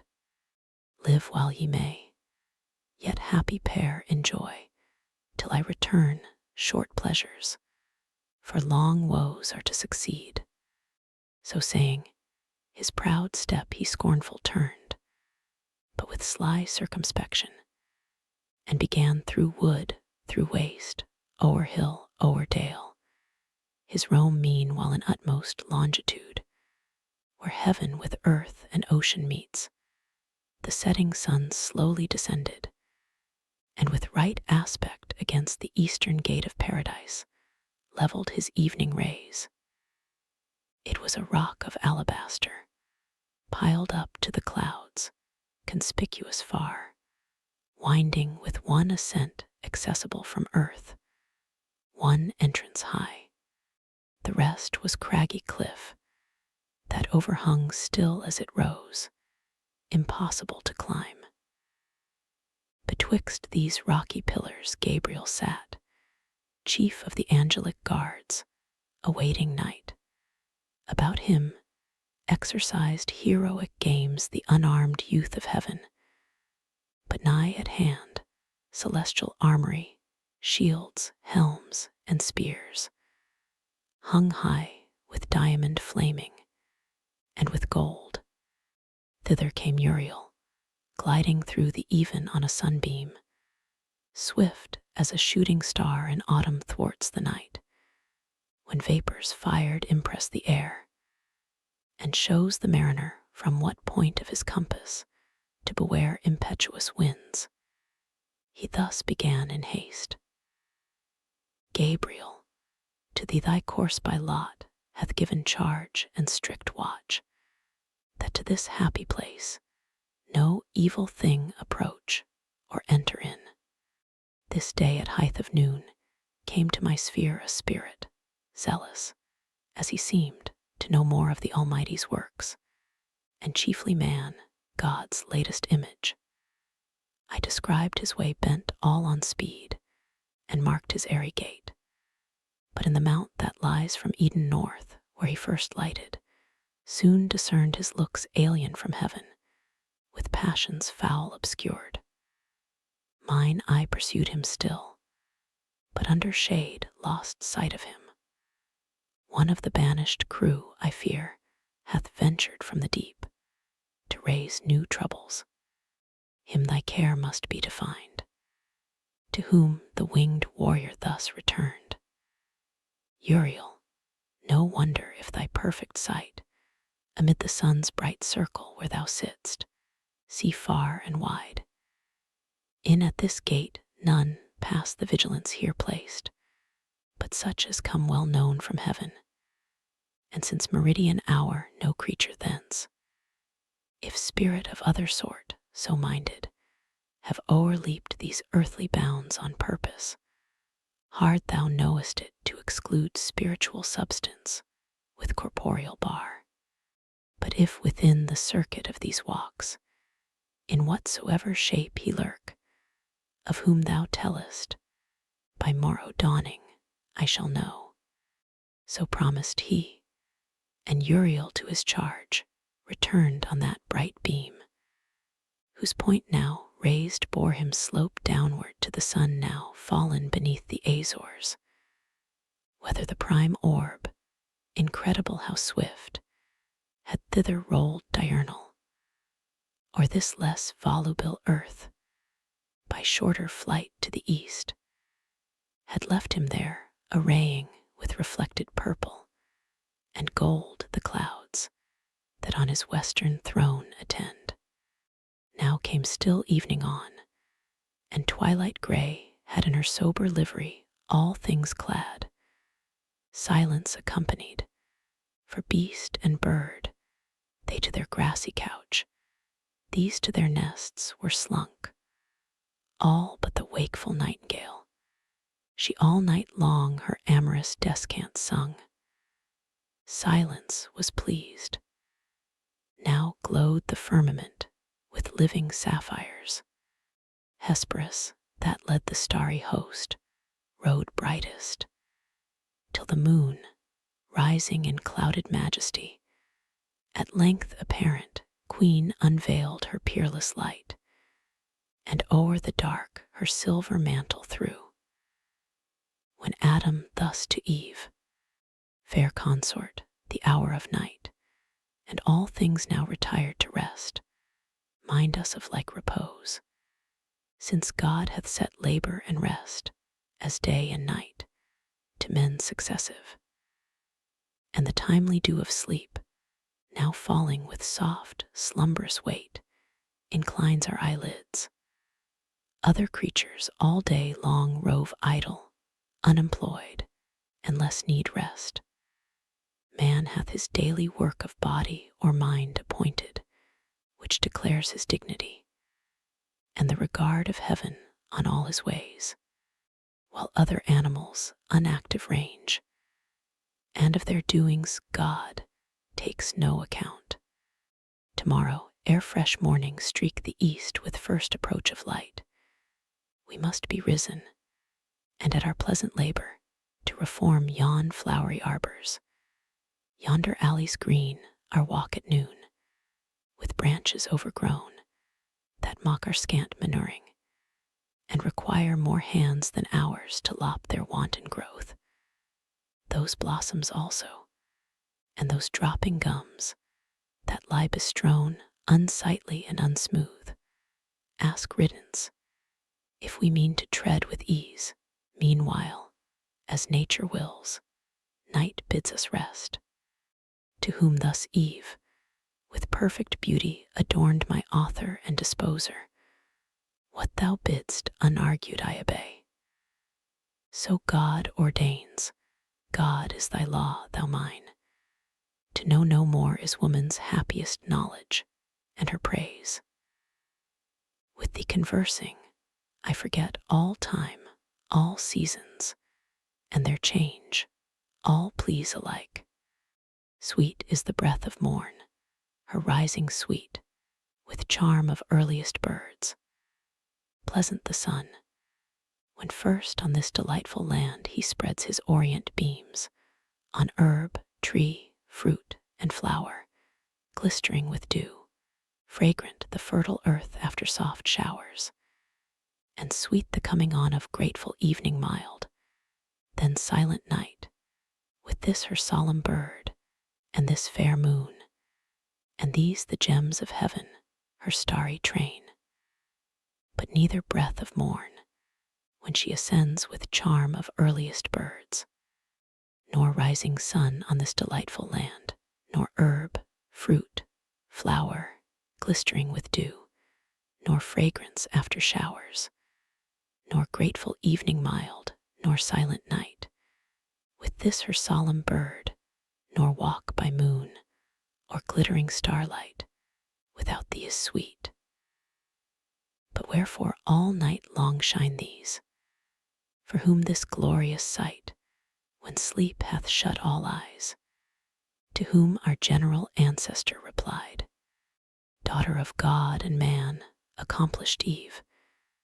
These have their course to finish round the earth by morrow evening, and from land to land in order, though to nations yet unborn, ministering light prepared, they set and rise, lest total darkness should by night regain her old possession and extinguish life in nature and all things, which these soft fires not only enlighten, but with kindly heat of various influence foment, and warm, temper, or nourish, or in part shed down their stellar virtue on all kinds that grow on earth, made hereby apter to receive perfection from the sun's more potent ray.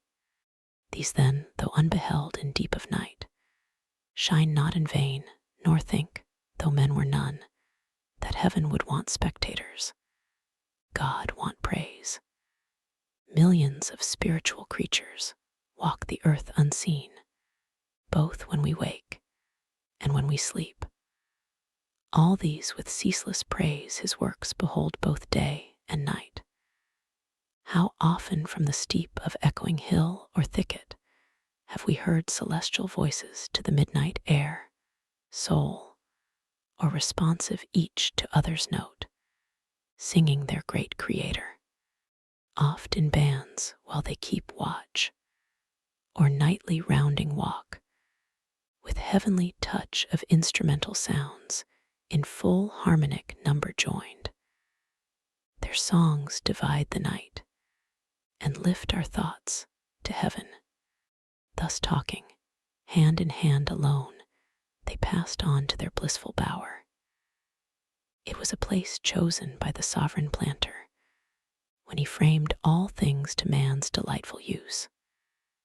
The roof of thickest covert was in woven shade laurel and myrtle, and what higher grew of firm and fragrant leaf, on either side acanthus, and each odorous bushy shrub fenced up the verdant wall, each beauteous flower, iris all hues, roses, and jessamine, reared high their flourished heads between, and wrought mossic. Underfoot the violet, crocus, and hyacinth, with rich inlay broidered the ground, more colored than with stone of costliest emblem. Other creature here, bird, beast, insect, or worm, durst enter none. Such was their awe of man. In shadier bower more sacred and sequestered, though but feigned, Pan or Sylvanus never slept, nor nymph nor faunus haunted. Here, in close recess, with flowers, garlands, and sweet-smelling herbs, espoused Eve decked first her nuptial bed, and heavenly choirs the Hymenaean sung. What day the genial angel to our sire brought her in naked beauty more adorned, more lovely than Pandora, whom the gods endowed with all their gifts. And oh, too like in sad event, when to the unwiser son of Japhet brought by Hermes, she ensnared mankind with her fair looks, to be avenged on him who had stole Jove's authentic fire. Thus at their shady lodge arrived, both stood, both turned, and under open sky adored the God that made both sky, air, earth, and heaven, which they beheld, the moon's resplendent globe, and starry pole. Thou also madest the night, Maker omnipotent, and thou the day, which we in our appointed work employed have finished, happy in our mutual help and mutual love, the crown of all our bliss ordained by thee, and this delicious place for us too large, where thy abundance wants partakers, and uncropped falls to the ground. But thou hast promised from us to a race to fill the earth, who shall with us extol thy goodness infinite, both when we wake and when we seek, as now, thy gift of sleep. This said unanimous, and other rites observing none, but adoration pure which God likes best. Into their inmost bower handed they went, and eased the putting off these troublesome disguises which we wear, straight side by side were laid, nor turned, I ween, Adam from his fair spouse, nor Eve the rites mysterious of connubial love refused, whatever hypocrites austerely talk of purity, and place, and innocence, defaming as impure what God declares pure, and commands to some, leaves free to all. Our Maker bids increase, who bids abstain but our destroyer, foe to God and man. Hail, wedded love, mysterious law, true source of human offspring, sole propriety in paradise of all things common else. By the adulterous lust was driven from men among the bestial herds to range, by thee founded in reason, loyal, just, and pure, relations dear, and all the charities of father, son, and brother, first were known. Far be it that I should write thee sin or blame, or think the unbefitting holiest place, perpetual fountain of domestic sweets, whose bed is undefiled and chaste pronounced, present or past, as saints and patriarchs used. Here love his golden shafts employs, here lights his constant lamp, and waves his purple wings, reigns here and revels, not in the bought smile of harlots, loveless, joyless, unendeared, casual fruition, nor in courtimour's mixed dance or wanton mask, or midnight ball or serenade, which the starved lover sings to his proud fair, best quitted with disdain. These, lulled by nightingales, embracing slept, and on their naked limbs the flowery roof showered roses, which the morn repaired. Sleep on, blessed pair, and oh, yet happiest, if ye seek no happier state, and know to know no more. Now had night measured with her shadowy cone halfway uphill this vast sublunar vault, and from their ivory port the cherubim, forth issuing at the accustomed hour, stood armed to their night watches in warlike parade, when Gabriel to his next in power thus spake: Uzziel, half these draw off, and coast the south with strictest watch, these other wheel the north, our circuit meets full west. As flame they part, half wheeling to the shield, half to the spear.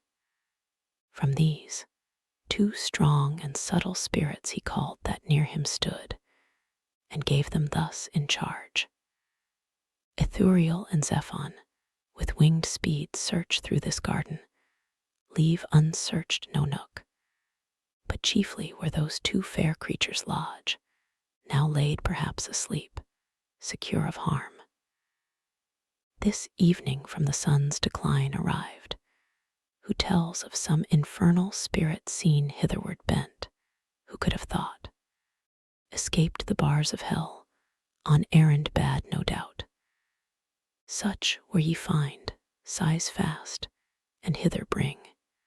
So saying, on he led his radiant files, dazzling the moon, these to the bower direct, in search of whom they sought. Him there they found squat like a toad, close at the ear of Eve, essaying by his devilish art to reach the organs of her fancy, and with them forge illusions, as he list, phantasms and dreams.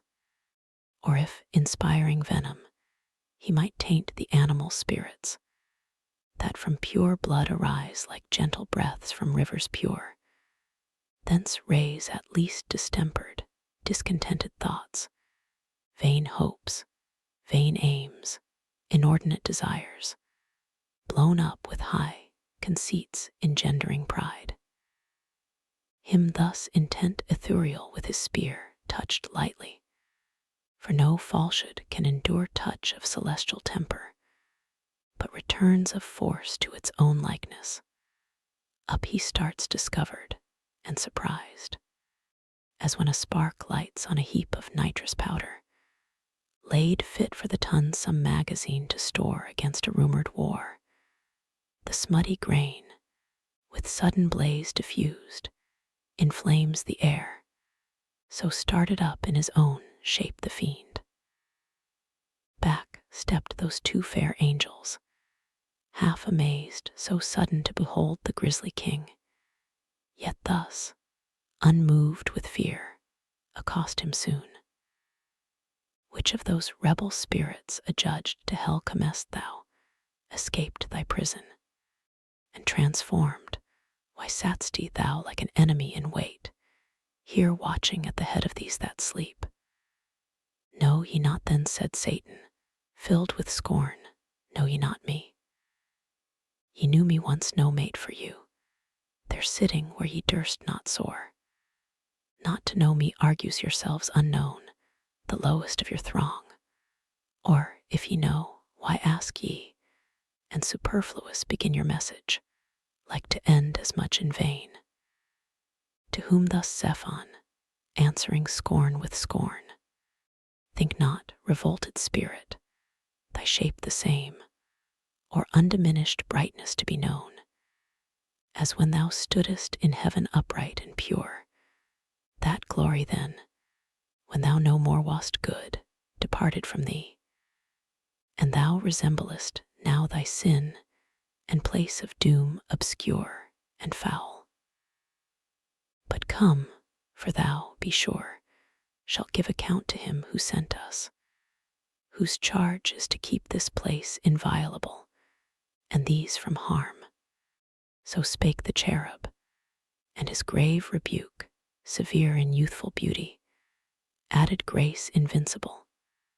Abashed the devil stood, and felt how awful goodness is, and saw virtue in her shape how lovely, saw and pined his loss, but chiefly to find here observed his luster visibly impaired, yet seemed undaunted.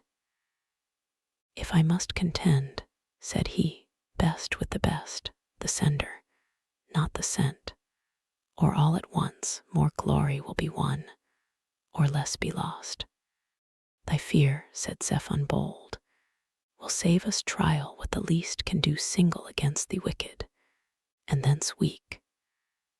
The fiend replied not, overcome with rage, but like a proud steed reined, when haughty on, champing his iron curb. To strive or fly he held it vain. Awe from above had quelled his heart, naught else dismayed.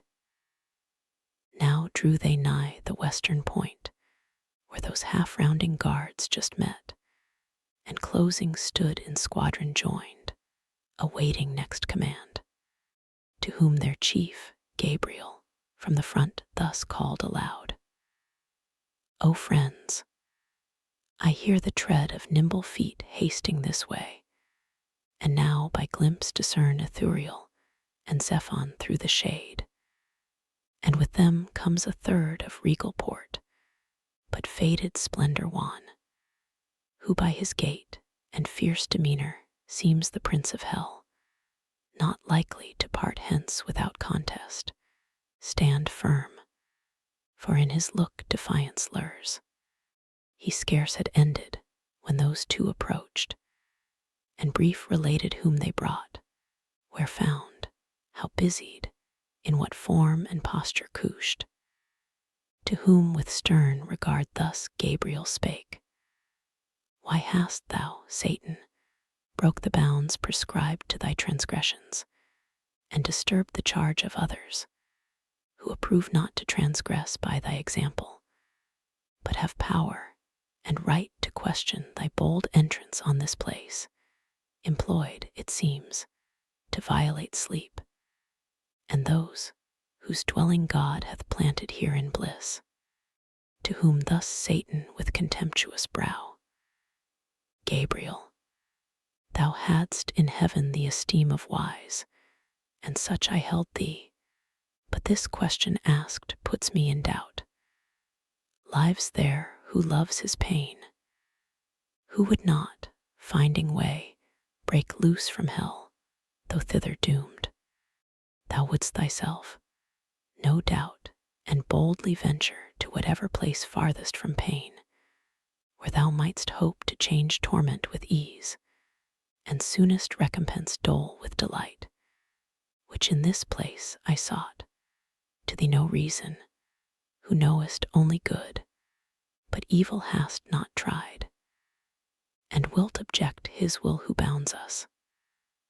Let him surer bar his iron gates, if he intends our stay in that dark durance. Thus much what was asked. The rest is true, they found me where they say, but that implies not violence or harm. Thus he in scorn. The warlike angel moved, disdainfully half smiling, thus replied, O loss of one in heaven, to judge of wise since Satan fell, whom folly overthrew, and now returns him from his prison, scaped, gravely in doubt whether to hold them wise or not, who ask what boldness brought him hither unlicensed from his bounds, in hell prescribed. So wise he judges it to fly from pain, however, and to 'scape his punishment. So judge thou still, presumptuous, till the wrath which thou incurrest by flying meet thy flight sevenfold, and scourge that wisdom back to hell, which taught thee yet no better, that no pain can equal anger infinite provoked. But wherefore thou alone? Wherefore with thee came not all hell broke loose? Is pain to them less pain, less to be fled? Or thou than they less hardy to endure, courageous chief, the first in flight from pain? Hadst thou alleged to thy deserted host this cause of flight, thou surely hadst not come sole fugitive. To which the fiend thus answered, frowning stern, Not that I less endure, or shrink from pain, insulting angel. Well thou knowest I stood thy fiercest, when in battle to thy aid the blasting volleyed thunder made all speed, and seconded thy else not dreaded spear. But still, thy words at random, as before, argue thy inexperience, what behoves from hard assays and ill successes, past a faithful leader, not to hazard all through ways of danger by himself untried.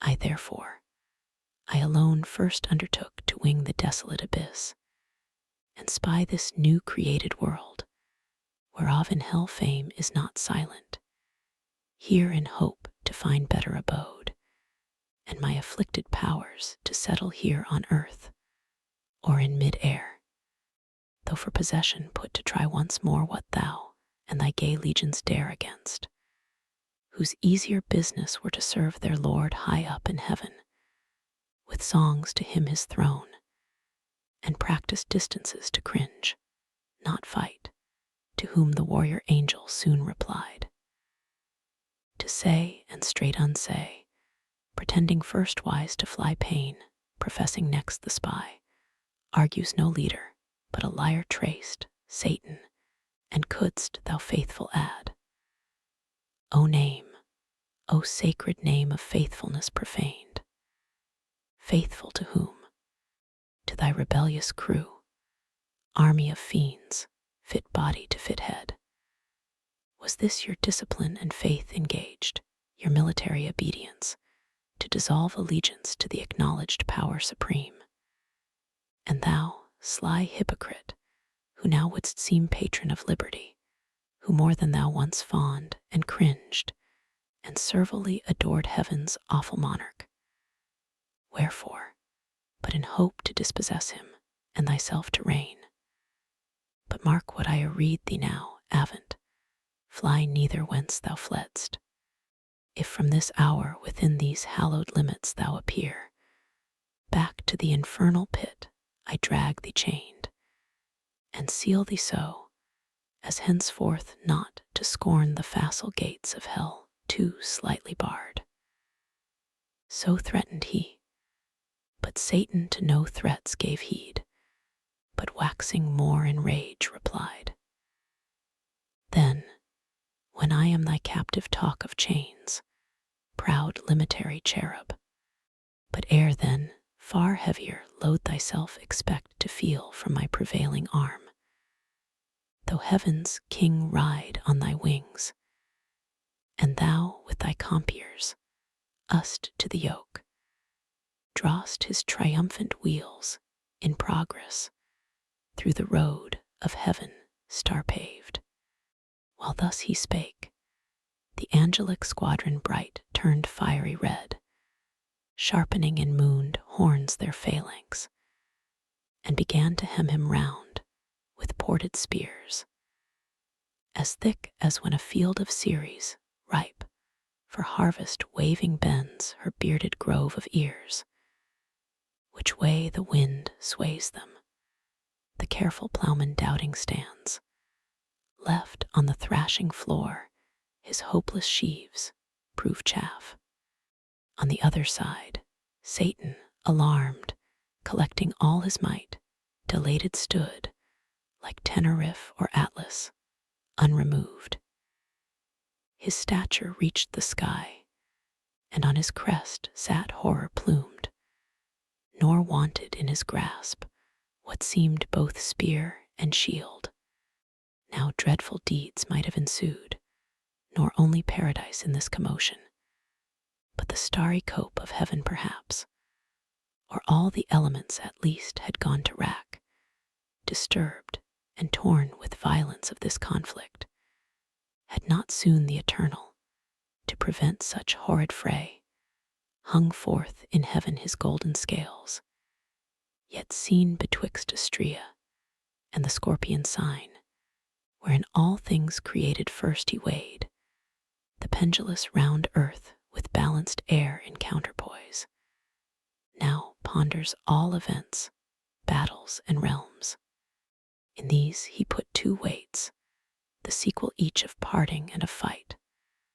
The latter quick up flew, and kicked the beam, which Gabriel spying, thus bespake the fiend.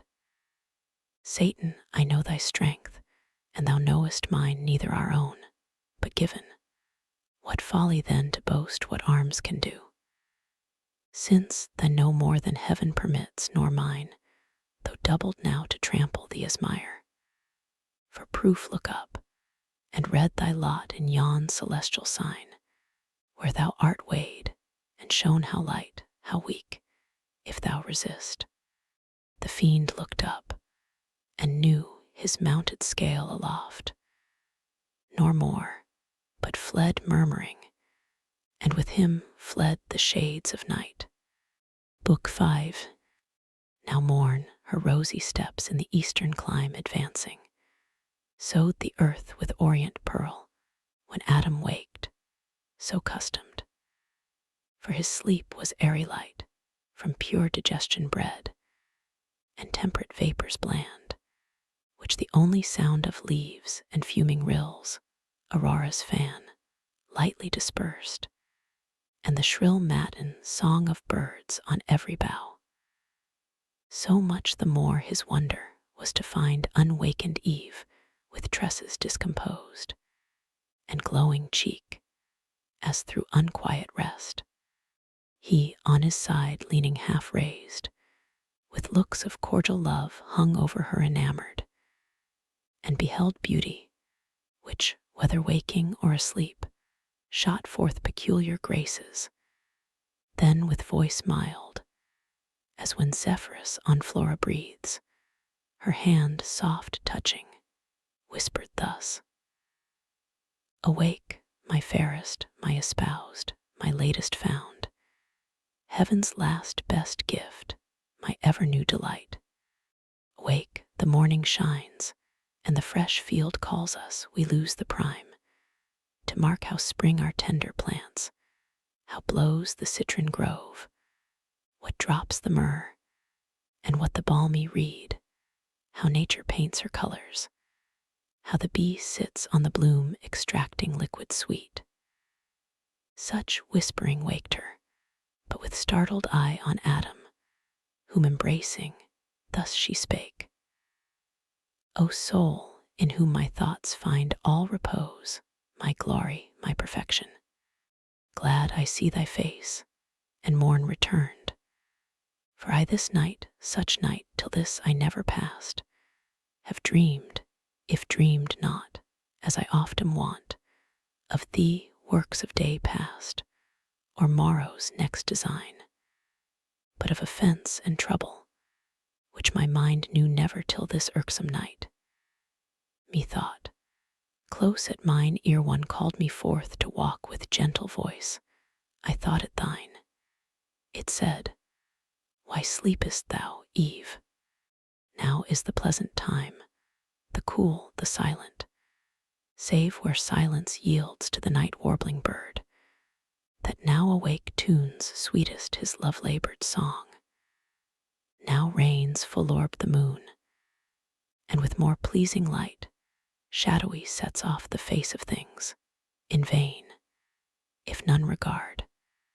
Heaven wakes with all his eyes, whom to behold but thee, nature's desire, in whose sight all things joy, with ravishment attracted by thy beauty still to gaze. I rose as at thy call, but found thee not. To find thee I directed then my walk, and on, methought, alone I passed through ways that brought me on a sudden to the tree of interdicted knowledge. Fair it seemed, much fairer to my fancy than by day. And, as I wondering looked, beside it stood one shaped and winged like one of those from heaven by us oft seen, his dewy locks distilled ambrosia. On that tree he also gazed, and O fair plant, said he, with fruit surcharged, deigns none to ease thy load, and taste thy sweet, nor God, nor man. Is knowledge so despised? Or envy, or what reserve forbids to taste? Forbid who will, none shall from me withhold longer thy offered good. Why else set here? This said, he paused not, but with venturous arm he plucked, he tasted. Me damp horror chilled at such bold words vouched with a deed so bold. But he thus, overjoyed, O fruit divine, sweet of thyself, but much more sweet thus cropped, forbidden here, it seems as only fit for gods, yet able to make gods of men. And why not gods of men? Since good, the more communicated, more abundant grows, the author not impaired, but honored more. Here, happy creature, fair angelic Eve, partake thou also, happy though thou art. Happier thou mayest be, worthier canst not be.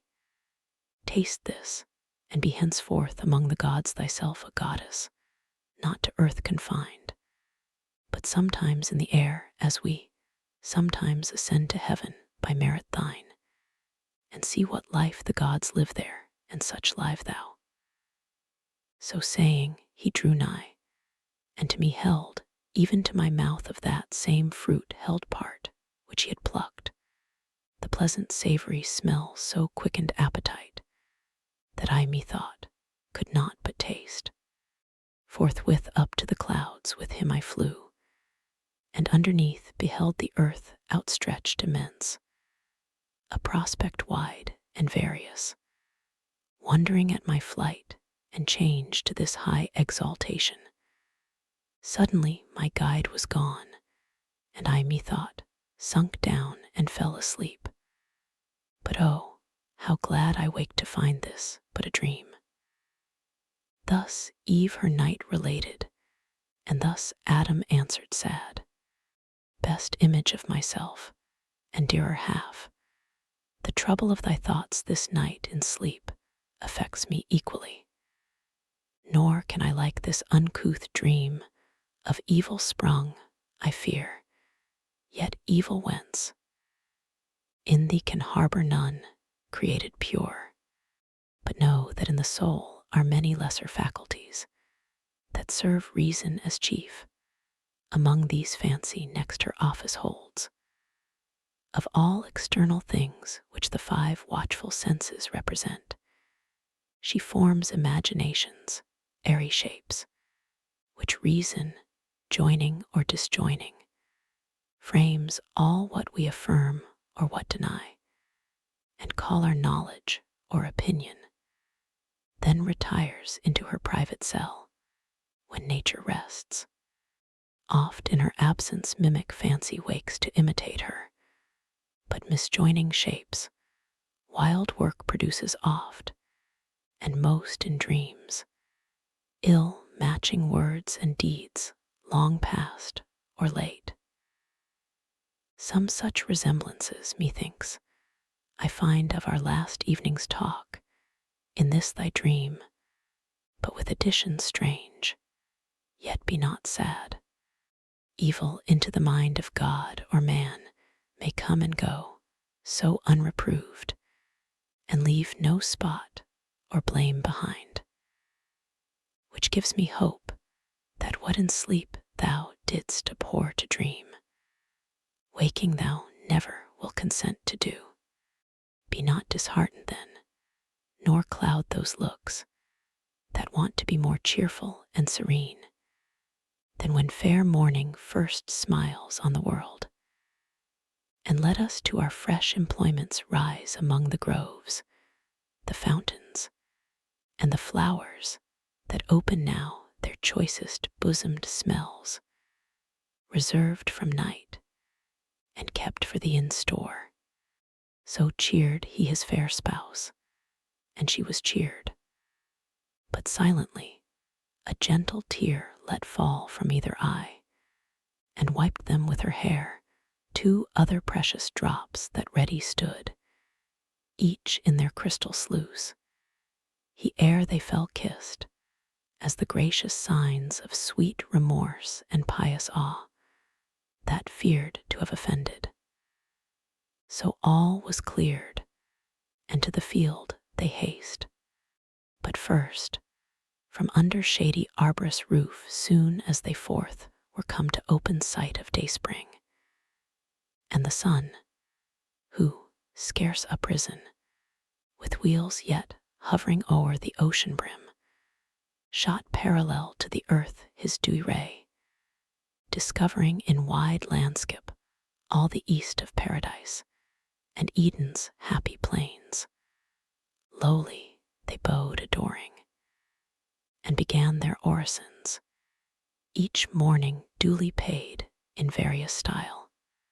For neither various style nor holy rapture wanted they to praise their Maker, in fit strains pronounced, or sung unmeditated. Such prompt eloquence flowed from their lips, in prose or numerous verse, more tunable than needed lute or harp to add more sweetness. And they thus began. These are thy glorious works, Parent of good, Almighty. Thine this universal frame, thus wondrous fair, thyself how wondrous then. Unspeakable, who sitt'st above these heavens to us invisible, or dimly seen in these thy lowest works. Yet these declare thy goodness beyond thought, and power divine.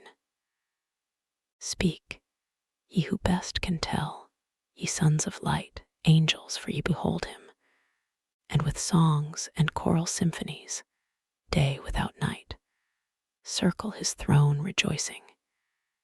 Ye in heaven on earth join all ye creatures to extol him first, him last, him midst, and without end.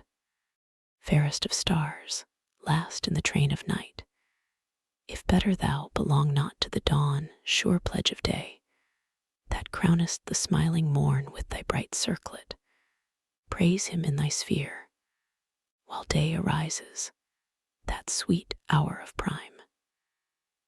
Thou sun, of this great world both eye and soul. Acknowledge him thy greater, sound his praise in thy eternal course, both when thou climbest, and when high noon hast gained, and when thou fallest. Moon that now meetest the orient sun, now fliest with the fixed stars, fixed in their orb that flies. And ye 5 other wandering fires, that move in mystic dance not without song, resound his praise, who out of darkness called up light. Air and ye elements, the eldest birth of nature's womb, that in quaternion run perpetual circle, multiform, and mix and nourish all things, let your ceaseless change vary to our great Maker's still new praise. Ye mists and exhalations, that now rise from hill or steaming lake, dusky or gray, till the sun paint your fleecy skirts with gold, in honor to the world's great author rise, whether to deck with clouds the uncolored sky, or wet the thirsty earth with falling showers, rising or falling, still advance his praise. His praise, ye winds, that from 4 quarters blow, breathe soft or loud, and wave your tops, ye pines, with every plant in sign of worship wave. Fountains, and ye that warble, as ye flow melodious murmurs, warbling tune his praise. Join voices, all ye living souls, ye birds, that singing up to heaven gate ascend, bear on your wings and in your notes his praise. Ye that in waters glide, and ye that walk the earth, and stately tread, or lowly creep, witness if I be silent, morn or even, to hill or valley, fountain or fresh shade, made vocal by my song, and taught his praise. Hail, universal Lord, be bounteous still to give us only good. And if the night have gathered aught of evil, or concealed, disperse it, as now light dispels the dark. So prayed they innocent, and to their thoughts firm peace recovered soon, and wanted calm. Unto their morning's rural work they haste, among sweet dews and flowers, where any row of fruit trees overwoody reached too far their pampered boughs, and needed hands to check fruitless embraces. Or they led the vine to wed her elm, she, spoused, about him twines her marriageable arms, and with him brings her dower, the adopted clusters, to adorn his barren leaves.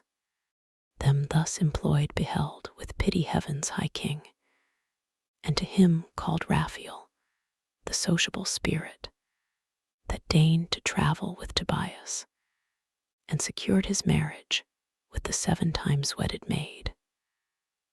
Raphael, said he, thou hearest what stir on earth Satan, from hell, scaped through the darksome gulf, hath raised in paradise, and how disturbed this night the human pair, how he designs in them at once to ruin all mankind.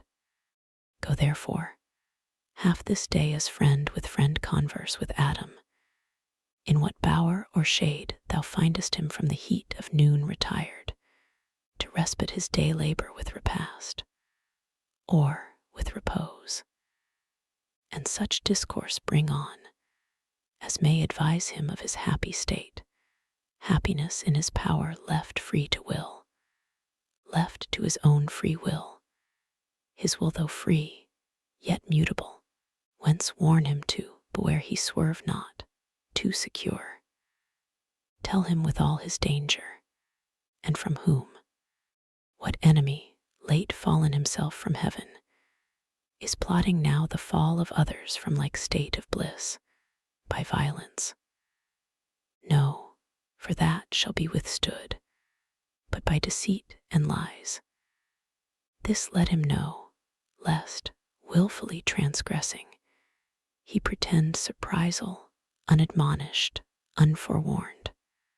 So spake the eternal Father, and fulfilled all justice, nor delayed the winged saint after his charge received, but from among thousand celestial ardors, where he stood veiled with his gorgeous wings, upspringing light, flew through the midst of heaven, the angelic choirs, on each hand parting, to his speed gave way through all the empyreal road, till at the gate of heaven arrived, the gate self opened wide, on golden hinges turning, as by work divine the sovereign architect had framed.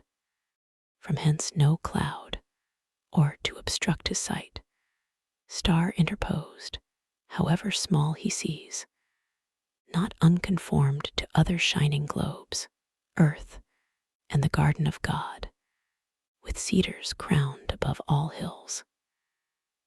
As when by night the glass of Galileo, less assured, observes imagined lands and regions in the moon, or Pilate, from amidst the Cyclades Delos or Samos first appearing, kens a cloudy spot.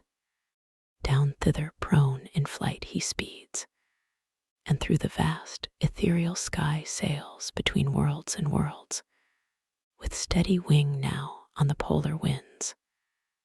Then with quick fan winnows the buxom air, till within soar of towering eagles, to all the fowls he seems a phoenix, gazed by all as that sole bird, when, to enshrine his reliques in the sun's bright temple, to Egyptian Thebes he flies.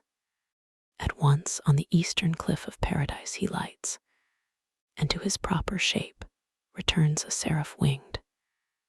6 wings he wore, to shade his lineaments divine.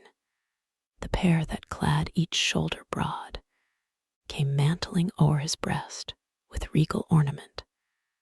The middle pair girt like a starry zone his waist, and round skirted his loins and thighs with downy gold, and colors dipped in heaven.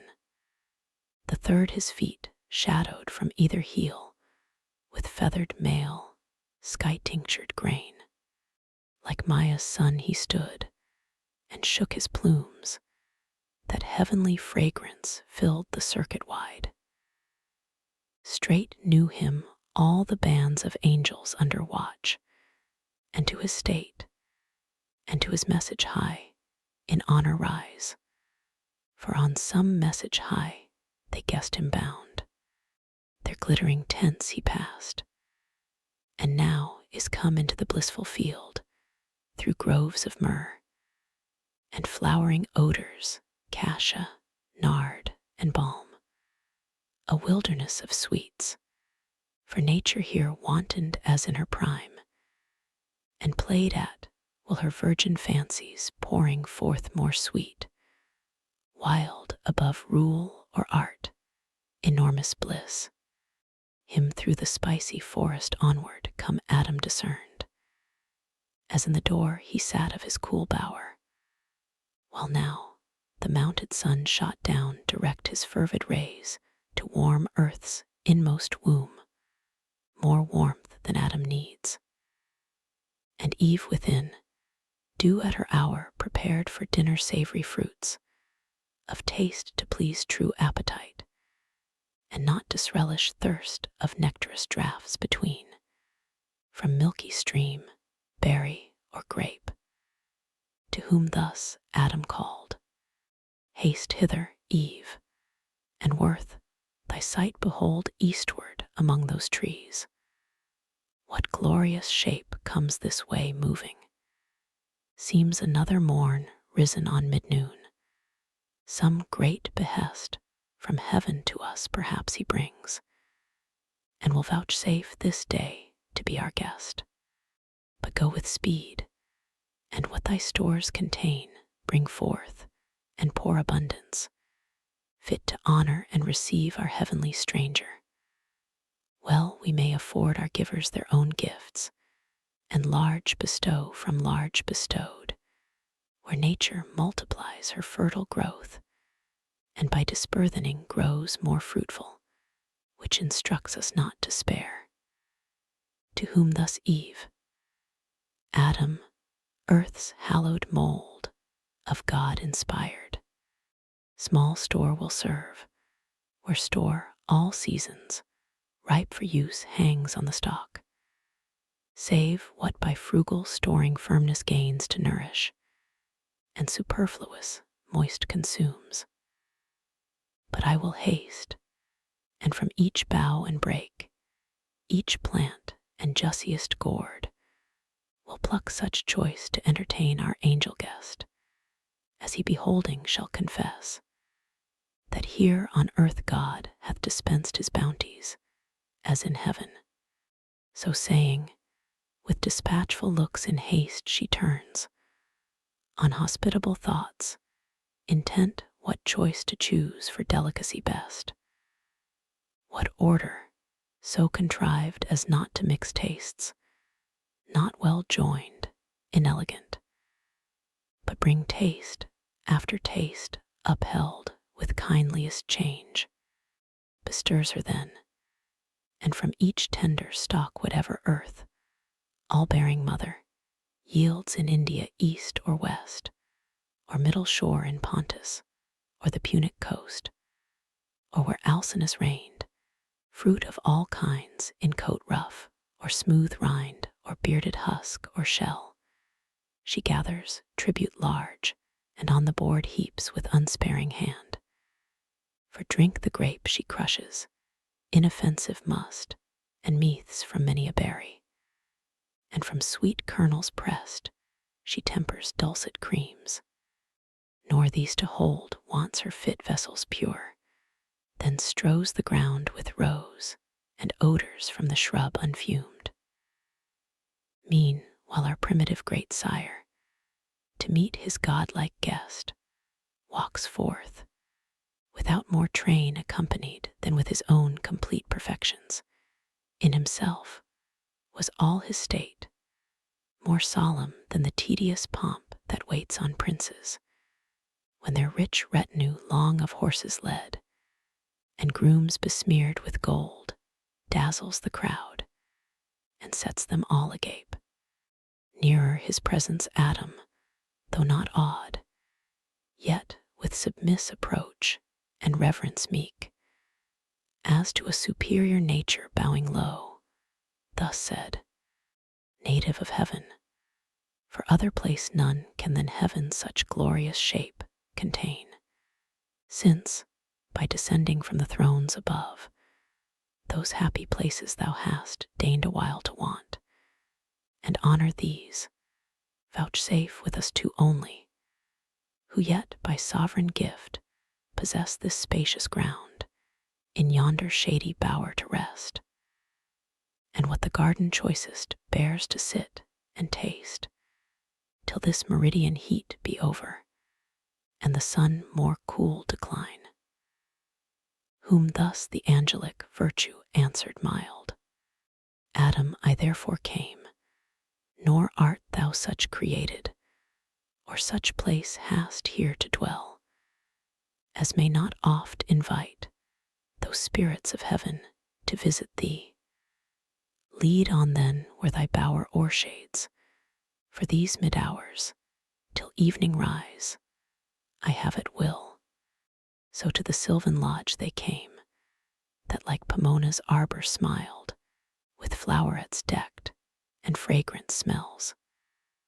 But Eve, undecked save with herself, more lovely fair than wood nymph, or the fairest goddess feigned of three, that in Mount Ida naked strove, stood to entertain her guest from heaven.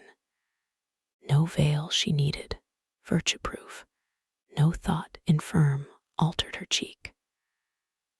On whom the angel hail bestowed, the holy salutation used long after to blessed Mary, second Eve. Hail, mother of mankind, whose fruitful womb shall fill the world more numerous with thy sons, than with these various fruits the trees of God have heaped this table, Raised of grassy turf their table was, and mossy seats had round, and on her ample square from side to side, all autumn piled, though spring and autumn here danced hand in hand. A wild discourse they hold, no fear lest dinner cool, when thus began our author: Heavenly stranger, please to taste these bounties, which our nourisher, from whom all perfect good, unmeasured out, descends, to us for food, and for delight, hath caused the earth to yield, unsavory food perhaps to spiritual natures. Only this I know, that one celestial Father gives to all, to whom the angel, therefore what he gives, whose praise be ever sung to man in part spiritual, may of purest spirits be found no ingrateful food, and food alike those pure intelligential substances require, as doth your rational, and both contain within them every lower faculty of sense, whereby they hear, see, smell, touch, taste, tasting concoct, digest, assimilate, and corporeal to incorporeal turn. For no, whatever was created needs to be sustained and fed. Of elements the grosser feeds the purer, earth the sea, earth and the sea feed air, the air those fires ethereal, and as lowest first the moon, whence in her visage round those spots, unpurged vapors not yet into her substance turned. Nor doth the moon no nourishment exhale from her moist continent to higher orbs. The sun that light imparts to all, receives from all his elemental recompense in humid exhalations, and at even sups with the ocean. Though in heaven the trees of life ambrosial fruitage bear, and vines yield nectar, though from off the boughs each morn we brush mellifluous dews, and find the ground covered with pearly grain, yet God hath here varied his bounty so with new delights, as may compare with heaven, and to taste, think not I shall be nice. So down they sat, and to their viands fell, nor seemingly the angel, nor in mist, the common gloss of theologians, but with keen dispatch of real hunger, and concoctive heat to transubstantiate. What redounds, transpires through spirits with ease, nor wonder, if by fire of sooty coal the empiric alchemist can turn, or holds it possible to turn, metals of drossiest, or to perfect gold, as from the mine. Meanwhile at table Eve ministered naked, and their flowing cups with pleasant liquors crowned. O innocence, deserving paradise! If ever then had the sons of God excused to have been enamored at that sight. But in those hearts love unlibidinous reigned, nor jealousy was understood, the injured lover's hell. Thus, when with meats and drinks they had sufficed, not burdened nature, sudden mind arose in Adam, not to let the occasion pass given him by this great conference to know of things above his world, and of their being who dwell in heaven, whose excellence he saw transcend his own so far, whose radiant forms, divine effulgence, whose high power, so far exceeded human, and his wary speech thus to the empyreal minister he framed: Inhabitant with God, now know I well thy favor, in this honor done to man, under whose lowly roof thou hast vouchsafed to enter, and these earthly fruits to taste, food not of angels, yet accepted so, as that more willingly thou couldst not seem at heaven's high feasts to have fed. Yet what compare to whom the winged hierarch replied, O Adam, one Almighty is, from whom all things proceed, and up to him return, if not depraved from good, created all such to perfection. One first matter all, endued with various forms, various degrees of substance, and in things that live of life, but more refined, more spirituous, and pure, as nearer to him placed, or nearer tending each in their several active spheres assigned, till body up to spirit work, in bounds proportioned to each kind. So from the root springs lighter the green stalk, from thence the leaves more airy, last the bright consummate flower spirit's odorous breathes. Flowers and their fruit, man's nourishment, by gradual scale sublimed, to vital spirits aspire, to animal, to intellectual, give both life and sense, fancy and understanding, whence the soul reason receives. And reason is her being, discursive or intuitive discourse is oftest yours. The latter most is ours, differing but in degree, of kind the same. Wonder not then, what God for you saw good if I refuse not, but convert, as you to proper substance. Time may come, when men with angels may participate, and find no inconvenient diet, nor too light fare. And from these corporal nutriments, perhaps your bodies may at last turn all to spirit, improved by tract of time, and winged, ascend ethereal, as we, or may, at choice, here or in heavenly paradises dwell, if ye be found obedient, and retain unalterably firm his love entire, whose progeny you are. Meanwhile enjoy your fill what happiness this happy state can comprehend, incapable of more. To whom the patriarch of mankind replied, O favorable spirit, propitious guest, well hast thou taught the way that might direct our knowledge, and the scale of nature set from center to circumference, whereon, in contemplation of created things, by steps we may ascend to God. But say, what meant that caution joined, if ye be found obedient?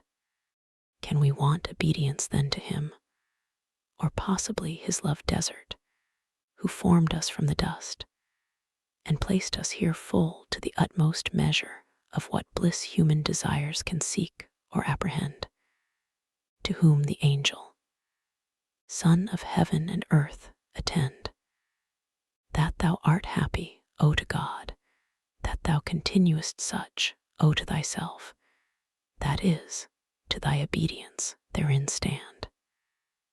This was that caution given thee, be advised.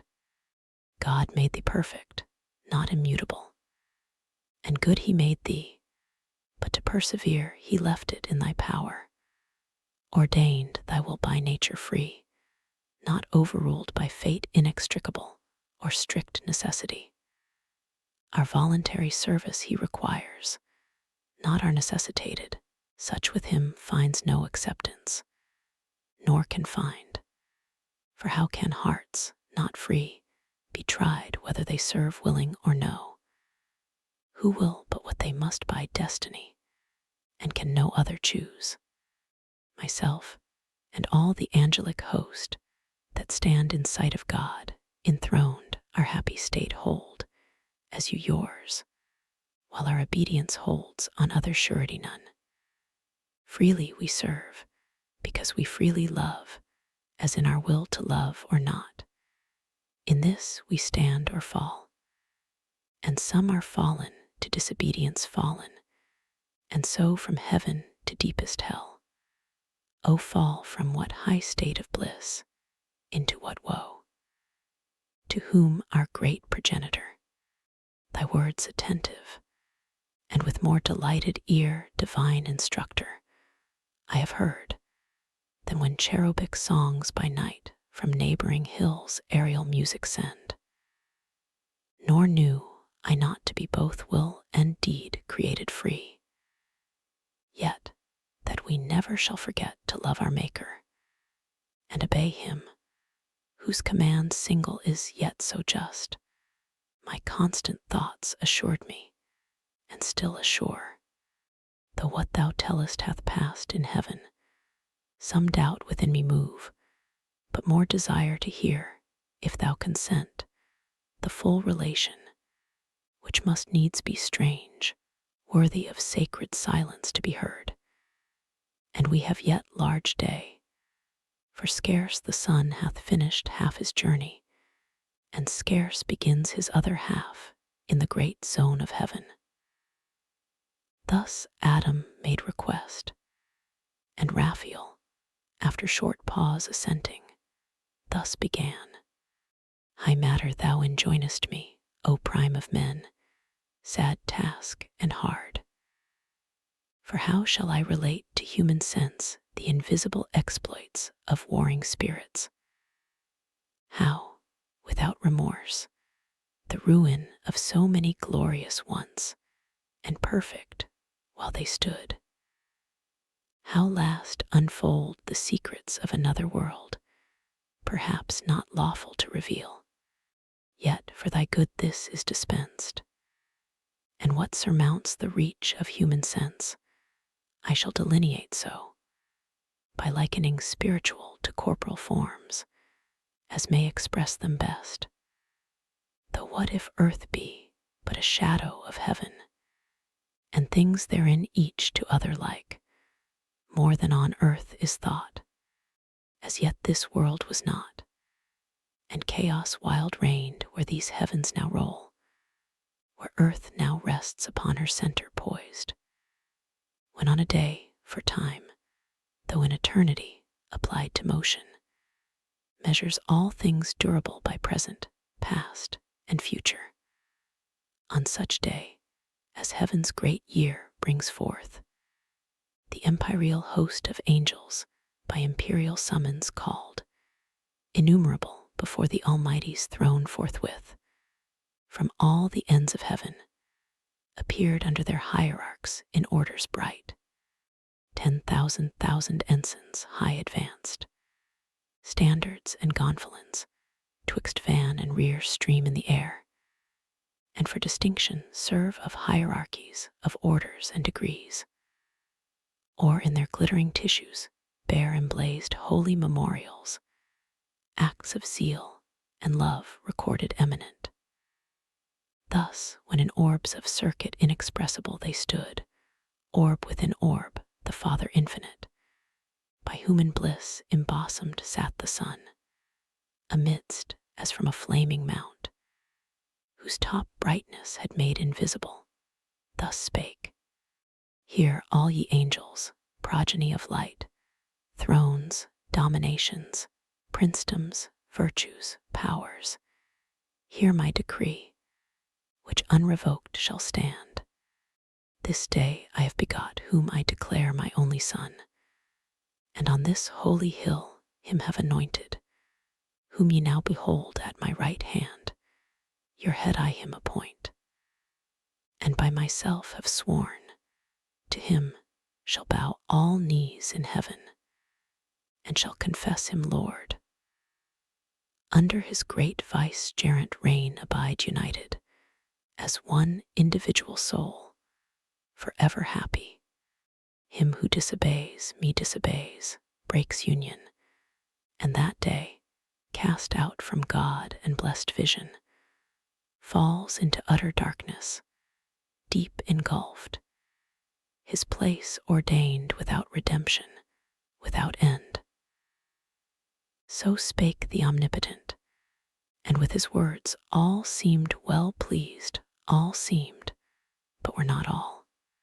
That day, as other solemn days, they spent in song and dance about the sacred hill, mystical dance, which yonder starry sphere of planets, and a fixed, in all her wheels resembles nearest, mazes intricate, eccentric, intervolved, yet regular than most, when most irregular they seem, and in their motions harmony divine so smooths her charming tones that God's own ear listens delighted. Evening now approached, for we have also our evening and our morn, we hours for change delectable, not need.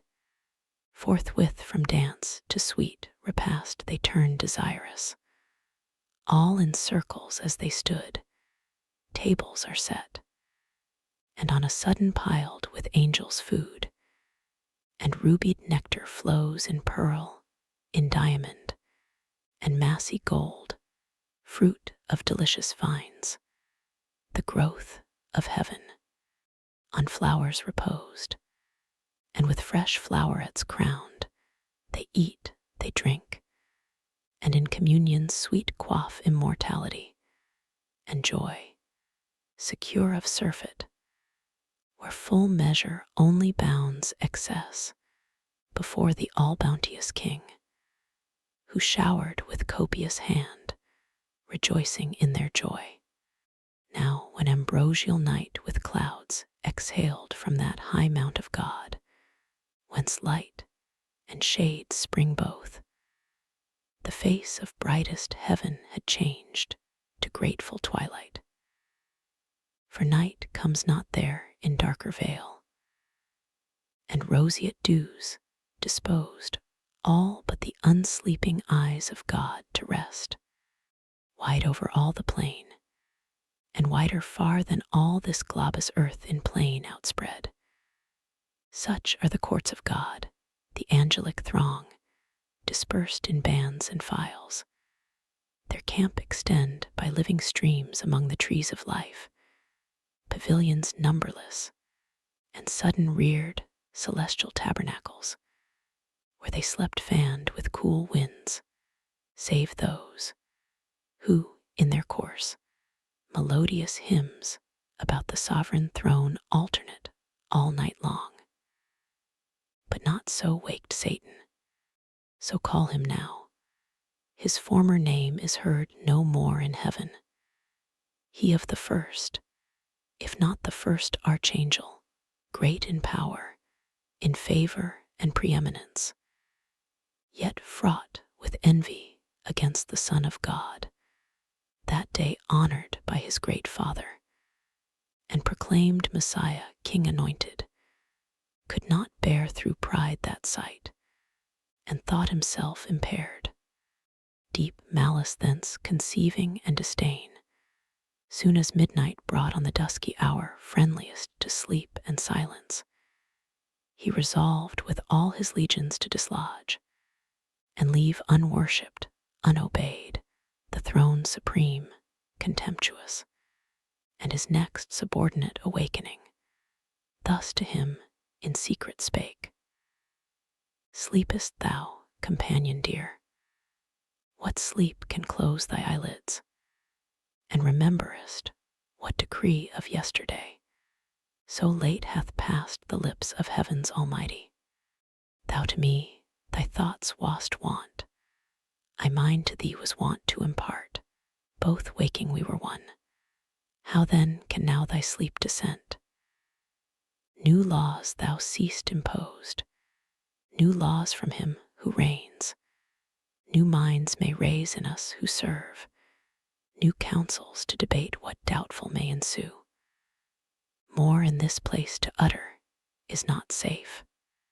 Assemble thou of all those myriads which we lead the chief, tell them, that by command, ere yet dim night her shadowy cloud withdraws, I am to haste, and all who under me their banners wave, homeward, with flying march, where we possess the quarters of the north, there to prepare fit entertainment to receive our King, the great Messiah, and his new commands, who speedily through all the hierarchies intends to pass triumphant and give laws. So spake the false archangel, and infused bad influence into the unwary breast of his associate. He together calls, or several one by one, the regent powers, under him regent, tells, as he was taught, that the most high commanding, now ere night, now ere dim night had disencumbered heaven, the great hierarchical standard was to move, tells the suggested cause, and casts between ambiguous words and jealousies, to sound or taint integrity. But all obeyed the wonted signal and superior voice of their great potentate, for great indeed his name, and high was his degree in heaven. His countenance, as the morning star that guides the starry flock, allured them, and with lies drew after him the third part of heaven's host. Meanwhile the eternal eye, whose sight discerns abstrusest thoughts, from forth his holy mount, and from within the golden lamps that burn nightly before him, saw without their light rebellion rising, saw in whom, how spread among the sons of morn, what multitudes were banded to oppose his high decree, and, smiling, to his only Son thus said, Son, thou in whom my glory I behold in full resplendence, heir of all my might, nearly it now concerns us to be sure of our omnipotence, and with what arms we mean to hold what anciently we claim of deity or empire. Such a foe is rising, who intends to erect his throne equal to ours throughout the spacious north, nor so content, hath in his thought to try in battle what our power is, or our right. Let us advise, and to this hazard draw with speed what force is left, and all employ in our defense, lest unawares we lose this our high place, our sanctuary, our hill. To whom the sun with calm aspect and clear, lightning divine, ineffable, serene, made answer, Mighty Father, thou thy foes justly hast in derision, and secure, laughest at their vain designs and tumults vain, matter to me of glory, whom their hate illustrates, when they see all regal power given me to quell their pride, and in event know whether I be dexterous to subdue thy rebels, or be found the worst in heaven. So spake the Son, but Satan with his powers far was advanced on winged speed, and host innumerable as the stars of night, or stars of morning, dewdrops, which the sun impearls on every leaf and every flower. Regions they passed, the mighty regencies of seraphim, and potentates, and thrones in their triple degrees, regions to which all thy dominion, Adam, is no more than what this garden is to all the earth, and all the sea, from one entire globose stretched into longitude, which having passed, at length into the limits of the north they came, and Satan to his royal seat high on a hill, far blazing, as a mount raised on a mount, with pyramids and towers from diamond quarries hewn, and rocks of gold, the palace of great Lucifer, so call that structure in the dialect of men interpreted, which not long after, he affecting all equality with God, in imitation of that mount, whereon Messiah was declared in sight of heaven, the mountain of the congregation called. For thither he assembled all his train, pretending so commanded to consult about the great reception of their king, thither to come, and with calumnious art of counterfeited truth thus held their ears. Thrones, dominations, princedoms, virtues, powers, if these magnific titles yet remain not merely titular, since by decree another now hath to himself engrossed all power, and us eclipsed under the name of King Anointed, for whom all this haste of midnight march, and hurried meeting here, this only to consult how we may best, with what may be devised of honors new, receive him coming to receive from us neat tribute, yet unpaid, prostration vile. Too much to one, but double how endured to one, and to his image now proclaimed. But what if better counsels might erect our minds, and teach us to cast off this yoke? Will ye submit your necks, and choose to bend the supple knee? Ye will not, if I trust to know ye right, or if ye know yourselves natives and sons of heaven possessed before by none, and if not equal all, yet free, equally free. For orders and degrees jar not with liberty, but well consist. Who can in reason then, or right, assume monarchy over such as live by right his equals, if in power and splendor less, in freedom equal? Or can introduce law and edict on us, who without law are not? Much less for this to be our Lord, and look for adoration to the abuse of those imperial titles, which assert our being ordained to govern, not to serve.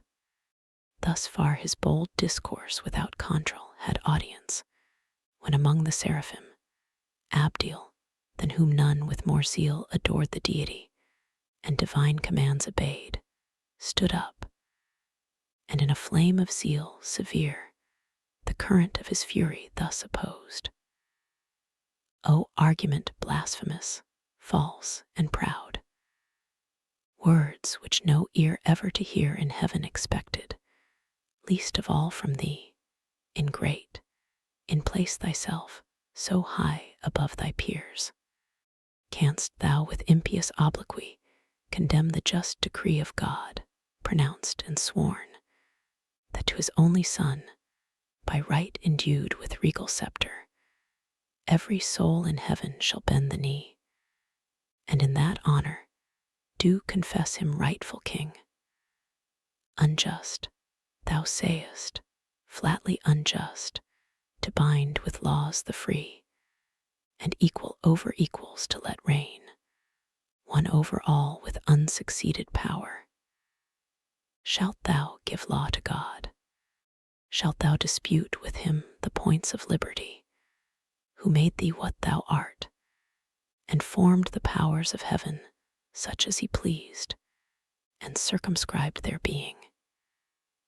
Yet, by experience taught, we know how good, and of our good and of our dignity how provident he is, how far from thought to make us less, bent rather to exalt our happy state, under one head more near united, but to grant it the unjust, that equal over equals monarch reign.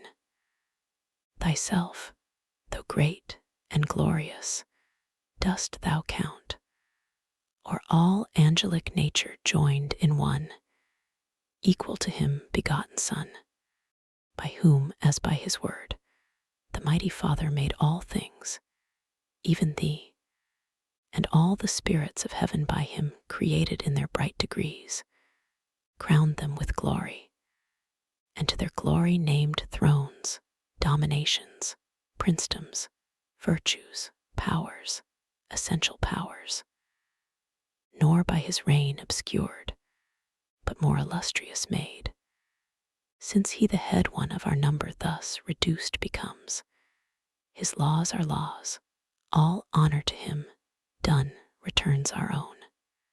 Cease then this impious rage, and tempt not these, but hasten to appease the incensed Father and the incensed Son, while pardon may be found in time besought.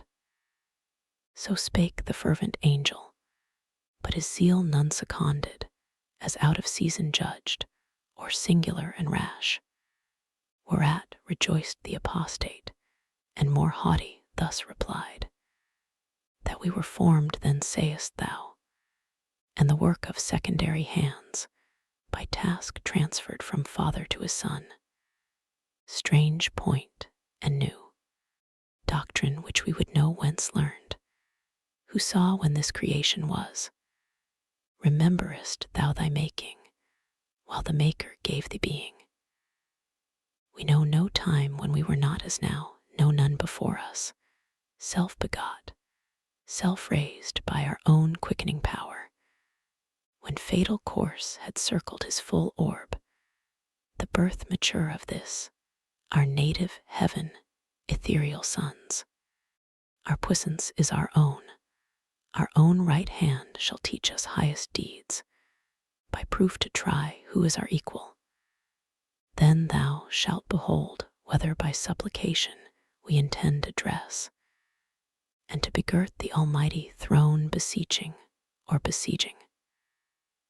This report, these tidings carry to the anointed king, and fly, ere evil intercept thy flight, he said, and as the sound of waters deep, hoarse murmur echoed to his words, applause through the infinite host, nor less for that the flaming seraph fearless, though alone encompassed round with foes, thus answered bold. O alienate from God, O spirit accursed, forsaken of all good, I see thy fall determined, and thy hapless crew involved in this perfidious fraud, contagion, spread both of thy crime and punishment. Henceforth, no more be troubled how to quit the yoke of God's Messiah. Those indulgent laws will not be now vouchsafed. Other decrees against thee are gone forth without recall. That golden scepter, which thou didst reject, is now an iron rod to bruise and break thy disobedience. While thou didst advise, yet not for thy advice or threats I fly these wicked tents devoted, lest the wrath impendent, raging into sudden flame, distinguish not. For soon expect to feel his thunder on thy head, devouring fire. Then, who created thee lamenting learn, when who can uncreate thee thou shalt know. So spake the seraph Abdiel, faithful found among the faithless, faithful only he, among innumerable falls, unmoved, unshaken, unseduced, unterrified, his loyalty he kept, his love, his zeal nor number, nor example, with him wrought to swerve from truth, or change his constant mind, though single.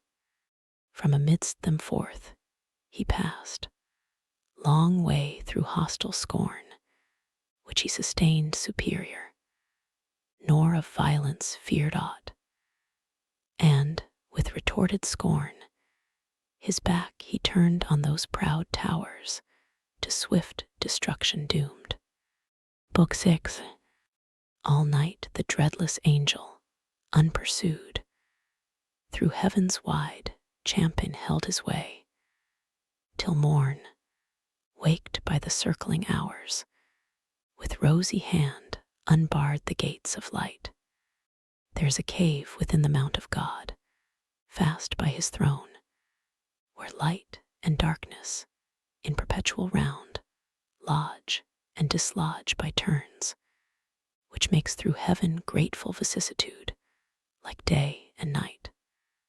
Light issues forth, and at the other door obsequious darkness enters, till her hour to veil the heaven, though darkness there might well seem twilight here. And now went forth the morn, such as in highest heaven arrayed in gold empyreal, from before her vanished night, shot through with orient beams, when all the plain covered with thick embattled squadrons bright, chariots, and flaming arms, and fiery steeds, reflecting blaze on blaze, first met his view. War he perceived, war in prosinct, and found already known what he for news had thought to have reported. Gladly then he mixed among those friendly powers, who him received with joy and acclamations loud, that one, that of so many myriads fallen, yet one returned not lost. Onto the sacred hill they led him high applauded, and present before the seat supreme, from whence a voice, from midst a golden cloud, thus mild was heard: Servant of God, well done, well hast thou fought the better fight, who single hast maintained against revolted multitudes the cause of truth, in word mightier than they in arms, and for the testimony of truth hast borne universal reproach, far worse to bear than violence. For this was all thy care to stand approved in sight of God, though worlds judged thee perverse. The easier conquest now remains thee, aided by this host of friends, back on thy foes more glorious to return, than scorned thou didst depart, and to subdue by force, who reason for their law refuse, right reason for their law, and for their King Messiah, who by right of merit reigns. Go, Michael, of celestial armies prince, and thou, in military prowess next, Gabriel, lead forth to battle these my sons invincible, lead forth my armed saints, by thousands and by millions, ranged for fight, equal in number to that godless crew rebellious. Them with fire and hostile arms fearless assault, and to the brow of heaven pursuing, drive them out from God and bliss into their place of punishment, the gulf of Tartarus, which ready opens wide his fiery chaos to receive their fall. So spake the sovereign voice, and clouds began to darken all the hill, and smoke to roll in dusky wreaths, reluctant flames, the sign of wrath awaked. Nor with less dread the loud ethereal trumpet from on high gan blow, at which command the powers militant, that stood for heaven, in mighty quadrate joined of union irresistible, moved on in silence their bright legions, to the sound of instrumental harmony, that breathed heroic ardor to adventurous deeds under their godlike leaders, in the cause of God and his Messiah. On they move indissolubly firm, nor obvious hill, nor straightening vale, nor wood, nor stream divides their perfect ranks, for high above the ground their march was, and the passive air upbore their nimble tread, as when the total kind of birds, in orderly array on wing, came summoned over Eden to receive their names of thee. So over many a tract of heaven they marched, and many a province wide, tenfold the length of this terrene. At last, far in the horizon to the north, appeared from skirt to skirt a fiery region, stretched in battleless aspect, and nearer view bristled with upright beams innumerable of rigid spears, and helmets thronged, and shields various, with boastful argument portrayed, the banded powers of Satan hasting on with furious expedition. For they weened that self-same day, by fight or by surprise, to win the mount of God, and on his throne to set the envier of his state, the proud aspirer.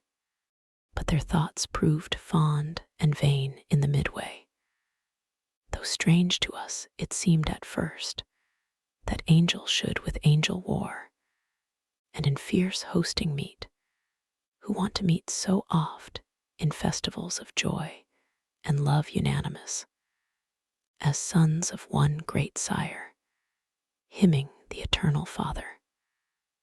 But the shout of battle now began, and rushing sound of onset ended soon each milder thought. High in the midst, exalted as a god, the apostate in his sun-bright chariot sat, idol of majesty divine, enclosed with flaming cherubim and golden shields, then lighted from his gorgeous throne. For now, twixt host and host but narrow space was left, a dreadful interval, and front to front presented stood in terrible array of hideous length. Before the cloudy van, on the rough edge of battle ere it joined, Satan, with vast and haughty strides advanced, came towering, armed in adamant and gold. Abdiel that sight endured not, where he stood among the mightiest, bent on highest deeds, and thus his own undaunted heart explores. O heaven, that such resemblance of the highest should yet remain, where faith and realty remain not. Wherefore should not strength and might there fail where virtue fails, or weakest prove where boldest, though to fight unconquerable? His puissance, trusting in the Almighty's aid, I mean to try, whose reason I have tried unsound and false. Nor is it aught but just that he who in debate of truth hath won should win in arms, in both disputes alike victor, though brutish that contest and foul, when reason hath to deal with force. Yet so most reason is that reason overcome. So pondering, and from his armed peers forth stepping opposite, halfway he met his daring foe, at this prevention more incensed, and thus securely him defied. Proud art thou met. Thy hope was to have reached the height of thy aspiring unopposed, the throne of God unguarded, and his side abandoned at the terror of thy power or potent tongue. Fool, not to think how vain against the omnipotent to rise in arms, who out of smallest things could, without end, have raised incessant armies to defeat thy folly, or with solitary hand reaching beyond all limit, at one blow, unaided, could have finished thee, and whelmed thy legions under darkness. But thou seest all are not of thy train, there be, who faith prefer, and piety to God, though then to thee not visible, when I alone seemed in thy world erroneous to dissent from all. My sect thou seest, now learn too late how few sometimes may know when thousands err, whom the grand foe with scornful eye askance thus answered: Ill for thee, but in wished hour of my revenge, first sought for, thou returnest from flight, seditious angel, to receive thy merited reward. The first assay of this right hand provoked, since first that tongue, inspired with contradiction, durst oppose a third part of the gods, in synod met their deities to assert, who, while they feel vigor divine within them, can allow omnipotence to none. Well thou comest before thy fellows, ambitious to win from me some plume, that thy success may show destruction to the rest. This pause between, unanswered lest thou boast, to let thee know. At first I thought that liberty and heaven to heavenly souls had been all one, but now I see that most through sloth had rather serve ministering spirits, trained up in feast and song. Such hast thou armed the minstrelsy of heaven, servility with freedom to contend, as both their deeds compared this day shall prove. To whom in brief thus Abdil stern replied, Apostate, still thou errest, nor end wilt find of erring, from the path of truth remote. Unjustly thou depravest it with the name of servitude, to serve whom God ordains, or nature. God and nature bid the same, when he who rules is worthiest, and excels them whom he governs. This is servitude, to serve the unwise, or him who hath rebelled against his worthier, as then now serve thee, thyself not free, but to thyself enthralled, yet lewdly darest our ministering upbraid. Reign thou in hell, thy kingdom, let me serve in heaven God ever blessed, and his divine behests obey, worthiest to be obeyed, yet chains in hell, not realms, expect. Meanwhile from me returned, as erst thou saidst, from flight, this greeting on thy impious crest receive. So saying, a noble stroke he lifted high, which hung not, but so swift with tempest fell on the proud crest of Satan, that no sight, nor motion of swift thought, less could his shield such ruin intercept.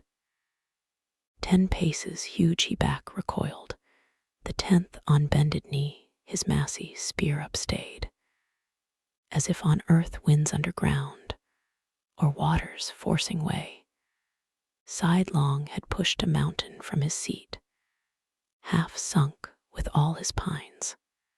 Amazement seized the rebel thrones, but greater rage, to see thus foiled their mightiest, ours joy filled, and shout, presage of victory, and fierce desire of battle.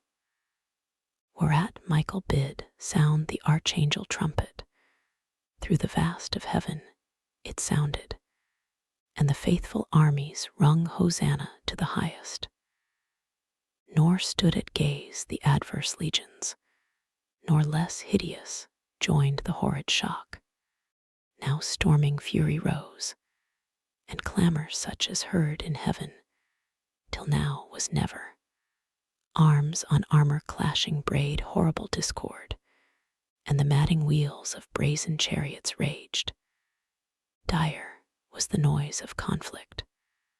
Overhead the dismal hiss of fiery darts in flaming volleys flew, and flying vaulted either host with fire. So under fiery cope together rushed both battle's main, with ruinous assault and inextinguishable rage. All heaven resounded, and had earth been then, all earth had to her center shook. What wonder, when millions of fierce, encountering angels fought on either side, the least of whom could wield these elements, and arm him with the force of all their regions.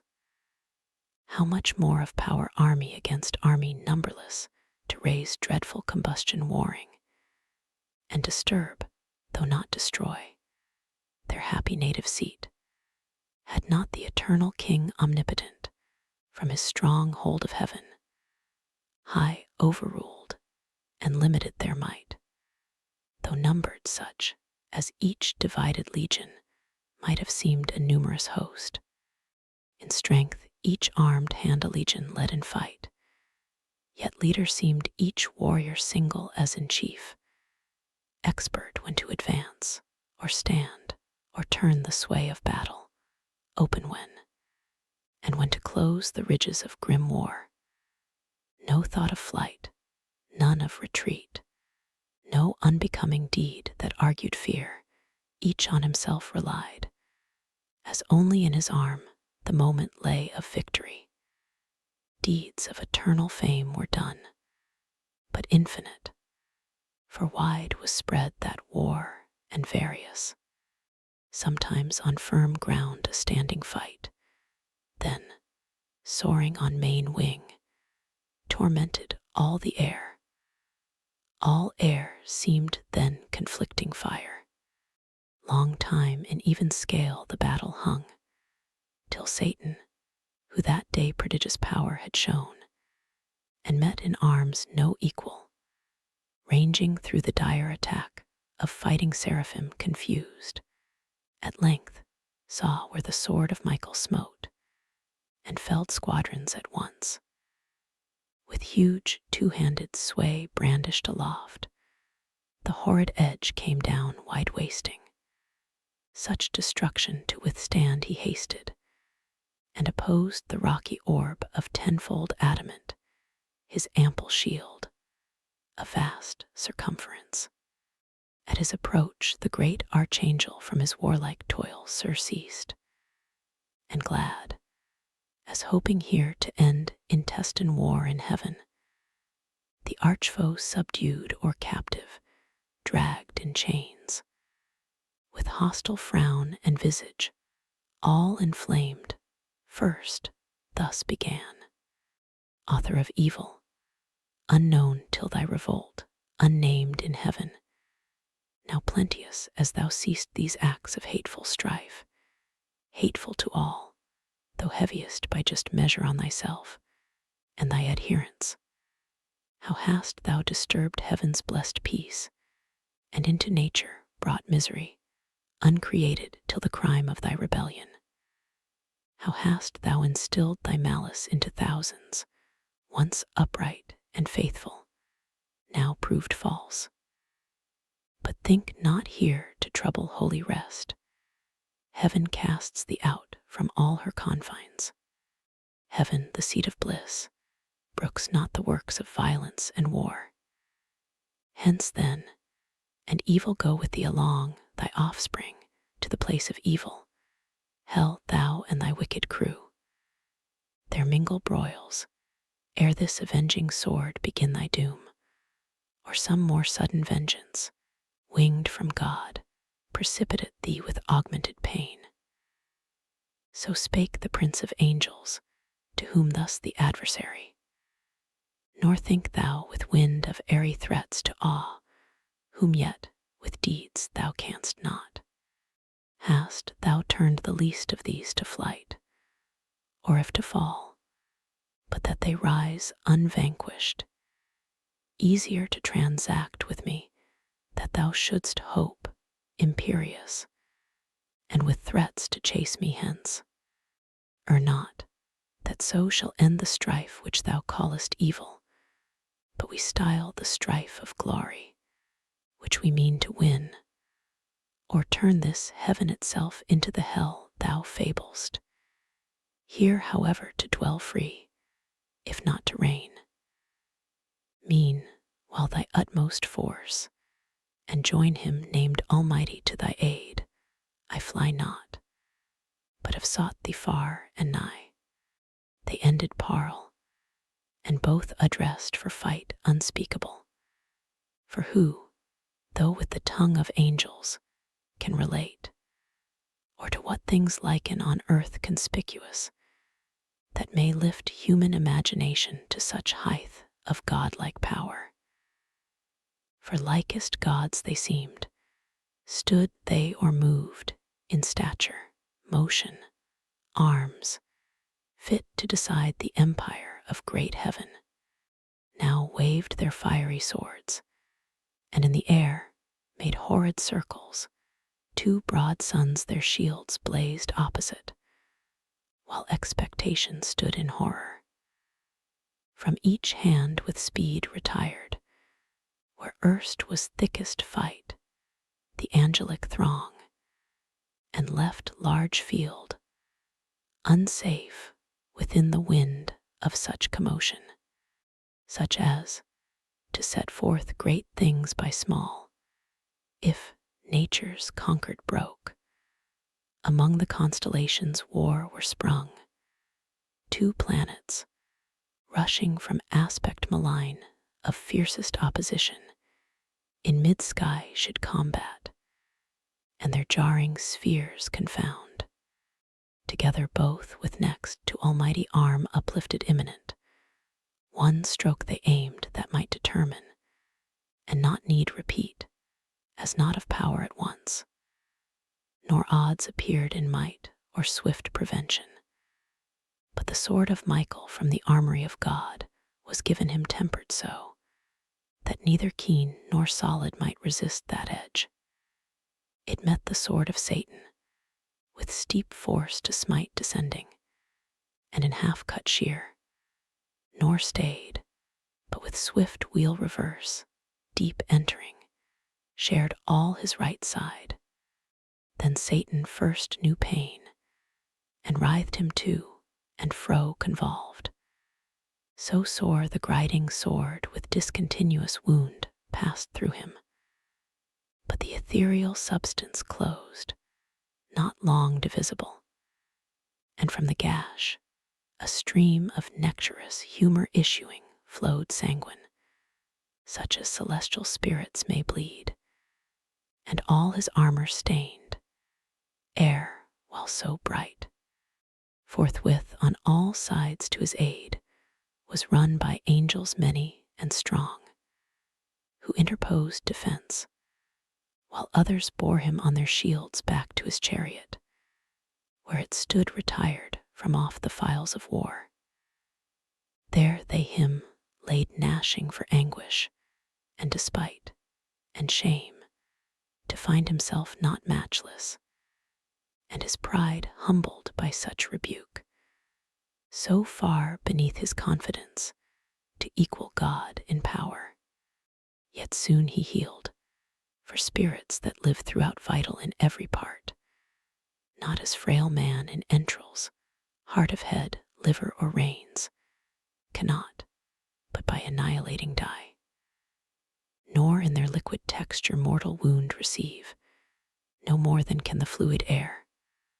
All heart they live, all head, all eye, all ear, all intellect, all sense, and as they please, they limn themselves, and color, shape, or size assume, as likes them best, condense, or rare.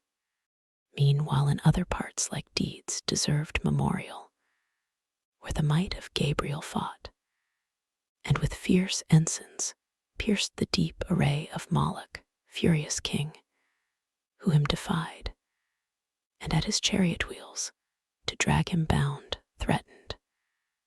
Nor from the Holy One of heaven refrained his tongue blasphemous, but anon down cloven to the waist, with shattered arms and uncouth pain fled bellowing. On each wing Uriel and Raphael, his vaunting foe though huge, and in a rock of diamond armed, vanquished a Dramelich and a Smadai, two potent thrones, that to be less than gods disdained, but meaner thoughts learned in their flight, mangled with ghastly wounds through plate and mail. Nor stood unmindful Abdiel to annoy the atheist crew, but with redoubled blow Ariel and Arioch, and the violence of Ramiel scorched and blasted, overthrew. I might relate of thousands, and their names eternize here on earth, but those elect angels, contented with their fame in heaven, seek not the praise of men. The other sort, in might though wondrous, and in acts of war, nor of renown less eager, yet by doom cancelled from heaven and sacred memory, nameless in dark oblivion, let them dwell, for strength from truth divided, and from just a laudable, not merits, but dispraise and ignominy. Yet to glory aspires vainglorious, and through infamy seeks fame. Therefore eternal silence be their doom. And now, their mightiest quelled, the battle swerved, with many an inroad gored deformed rout entered, and foul disorder, all the ground with shivered armor strown, and on a heap chariot and charioteer lay overturned, and fiery foaming steeds, what stood, recoiled or wearied, through the faint satanic host defensive scarce, or with pale fear surprised, then first with fear surprised, and sense of pain, fled ignominious to such evil brought by sin of disobedience, till that hour not liable to fear, or flight, or pain. Far otherwise, the inviolable saints, in cubic phalanx firm, advanced entire, invulnerable, impenetrably armed. Such high advantages their innocence gave them above their foes, not to have sinned, not to have disobeyed. In fight they stood unwearied, unobnoxious to be pained by wound. Though from their place by violence moved, now night her course began, and over heaven inducing darkness, grateful truce imposed, and silence on the odious din of war. Under her cloudy covert both retired, victor and vanquished. On the foughten field Michael and his angels prevalent encamping, placed in guard their watches round, cherubic waving fires. On the other part, Satan with his rebellious disappeared, far in the dark dislodged, and void of rest, his potentates to council called by night, and in the midst thus undismayed began. O now in danger tried, now known in arms not to be overpowered, companions dear, found worthy not of liberty alone, too mean pretense, but what we more affect, honor, dominion, glory, and renown, who have sustained one day in doubtful fight. And if one day, why not eternal days? What heaven's Lord had powerfulest to send against us from about his throne, and judged sufficient to subdue us to his will, but proves not so, then fallible, it seems, of future we may deem him, though till now omniscient thought. True is, less firmly armed, some disadvantage we endured and pain, till now not known, but known as soon contemned, since now we find this our empyreal form incapable of mortal injury, imperishable, and though pierced with wound, soon closing, and by native vigor healed, of evil then so small as easy think the remedy, perhaps more valid arms, weapons more violent, when next we meet, may serve to better us, and worse our foes, or equal what between us made the odds, in nature none. If other hidden cause left them superior, while we can preserve unhurt our minds, and understanding sound, due search and consultation will disclose. He sat, and in the assembly next upstood Nisroch, of principalities the prime.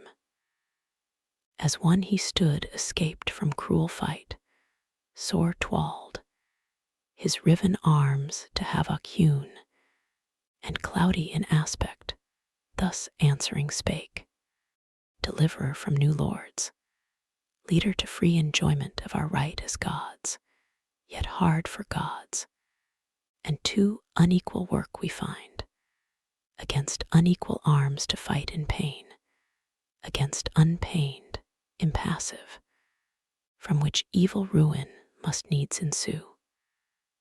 For what avails valor or strength, though matchless, quelled with pain which all subdues, and makes remiss the hands of mightiest? Sense of pleasure we may well spare out of life perhaps, and not repine, but live content, which is the calmest life. But pain is perfect misery, the worst of evils, and excessive, overturns all patience. He, who therefore can invent with what more forcible we may offend our yet unwounded enemies, or arm ourselves with like defense, to me deserves no less than for deliverance what we owe. Whereto with look composed Satan replied, not uninvented that, which thou aright believest so main to our success, I bring.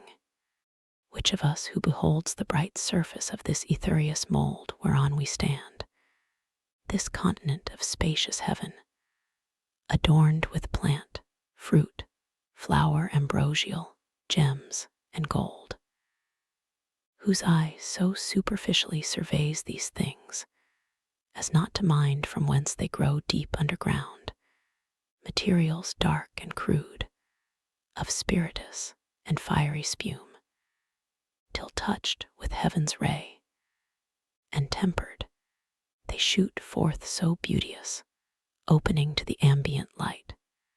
These in their dark nativity the deep shall yield us, pregnant with infernal flame, which into hollow engines, long and round, thick rammed, at the other bore with touch of fire dilated and infuriate, shall send forth from far, with thundering noise, among our foes such implements of mischief as shall dash to pieces, and o'erwhelm whatever stands adverse, that they shall fear we have disarmed the thunderer of his only dreaded bolt. Nor long shall be our labor, yet ere dawn, effect shall end our wish. Meanwhile revive, abandon fear, to strength and counsel joined, think nothing hard, much less to be despaired. He ended, and his words their drooping cheer enlightened, and their languished hope revived. The invention all admired, and each, how he to be the inventor missed, so easy it seemed once found, which yet unfound most would have thought impossible. Yet, haply, of thy race in future days, if malice should abound, some one intent on mischief, or inspired with devilish machination, might devise like instrument to plague the sons of men for sin, on war and mutual slaughter bent. Forthwith from counsel to the work they flew, none arguing stood. Innumerable hands were ready. In a moment up they turned wide the celestial soil, and saw beneath the originals of nature in their crude conception. Sulphurous and nitrous foam they found, they mingled, and with subtle art concocted and adusted they reduced to blackest grain, and into store conveyed, part hidden veins digged up, nor hath this earth entrails unlike of mineral and stone, whereof to found their engines, and their balls of missive ruin, part incentive reed provide, pernicious with one touch to fire. So all ere day spring, under conscious night, secret they finished, and in order set, with silent circumspection, unespied. Now when fair morn orient in heaven appeared, up rose the victor angels, and to arms the matin trumpet sung. In arms they stood of golden panoply, refulgent host, soon banded, others from the dawning hills look round, and scouts each coast light-armed scour, each quarter to descry the distant foe, where lodged, or whither fled, or if for fight, in motion, or in halt. Him soon they met under spread ensigns moving nigh, in slow but firm battalion, back with speediest sail Zophiel, of cherubim the swiftest wing, came flying, and in mid-air aloud thus cried, "Arm, warriors, arm for fight the foe at hand, whom fled we thought, will save us long pursuit this day. Fear not his flight, so thick a cloud he comes, and settled in his face I see sad resolution, and secure. Let each his adamantine coat gird well, and each fit well his helm, gripe fast his orbed shield, borne even or high, for this day will pour down, if I conjecture aught, no drizzling shower, but rattling storm of arrows barbed with fire. So warned he them, aware themselves, and soon in order, quit of all impediment. Instant, without disturb, they took alarm, and onward moved embattled. When behold, not distant far with heavy pace, the foe approaching gross and huge, in hollow cube training his devilish enginery, impaled on every side with shadowing squadrons deep, to hide the fraud. At interview both stood a while, but suddenly at head appeared Satan, and thus was heard commanding loud, vanguard to right and left the front unfold, that all may see who hate us, how we seek peace and composure, and with open breast stand ready to receive them, if they like our overture, and turn not back perverse. But that I doubt, however witness heaven, witness thou anon, while we discharge freely our part. Ye, who appointed stand, do as you have in charge, and briefly touch what we propound, and loud that all may hear. So scoffing in ambiguous words, he scarce had ended, when to right and left the front divided, and to either flank retired, which to our eyes discovered, new and strange, a triple mounted row of pillars laid on wheels, for like to pillars most they seemed, or hollowed bodies made of oak or fir, with branches lopped, in wood or mountain felled, brass, iron, stony mold, had not their mouths, with hideous orifice gaped on us wide, portending hollow truce.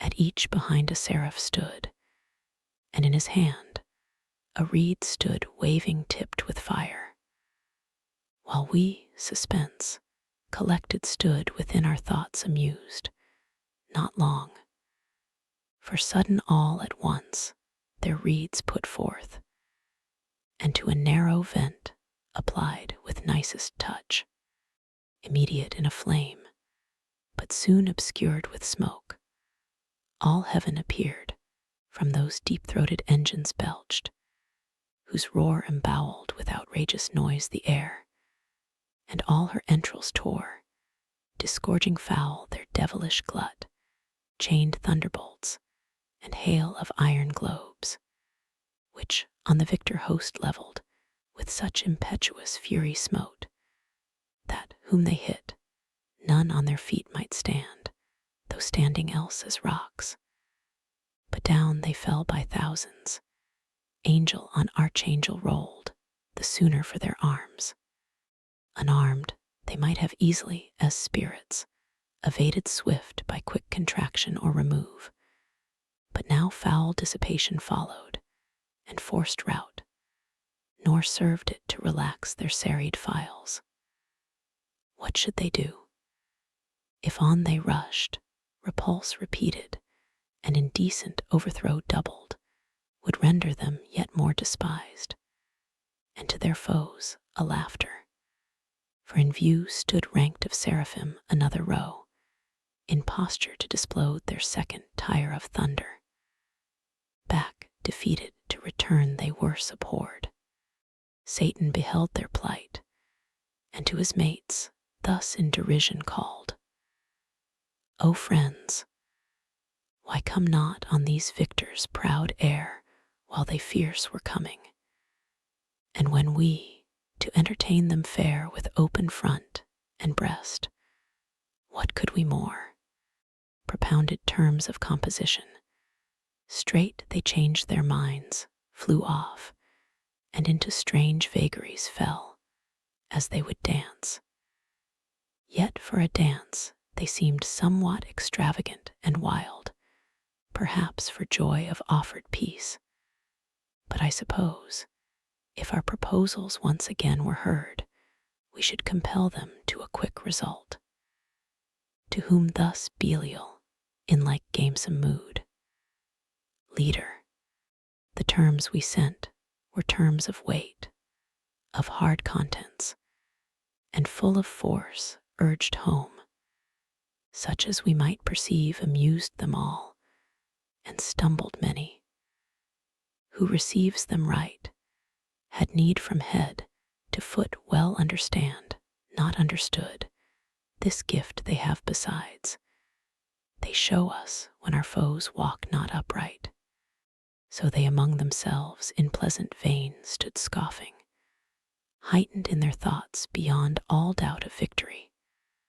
Eternal might to match with their inventions they presumed so easy, and of his thunder made a scorn, and all his host derided, while they stood a while in trouble. But they stood not long. Rage prompted them at length, and found them arms against such hellish mischief fit to oppose. Forthwith, behold the excellence, the power, which God hath in his mighty angels placed. Their arms away they threw, and to the hills, for earth hath this variety from heaven of pleasure situate in hill and dale. Light as the lightning glimpse they ran, they flew, from their foundations loosening to and fro. They plucked the seated hills, with all their load, rocks, waters, woods, and by the shaggy tops uplifting bore them in their hands. Amaze, be sure, and terror seized the rebel host, when coming towards them so dread, they saw the bottom of the mountains upward turned, till on those cursed engines triple row they saw them whelmed, and all their confidence under the weight of mountains buried deep, themselves invaded next, and on their heads main promontories flung, which in the air came shadowing, and oppressed whole legions armed.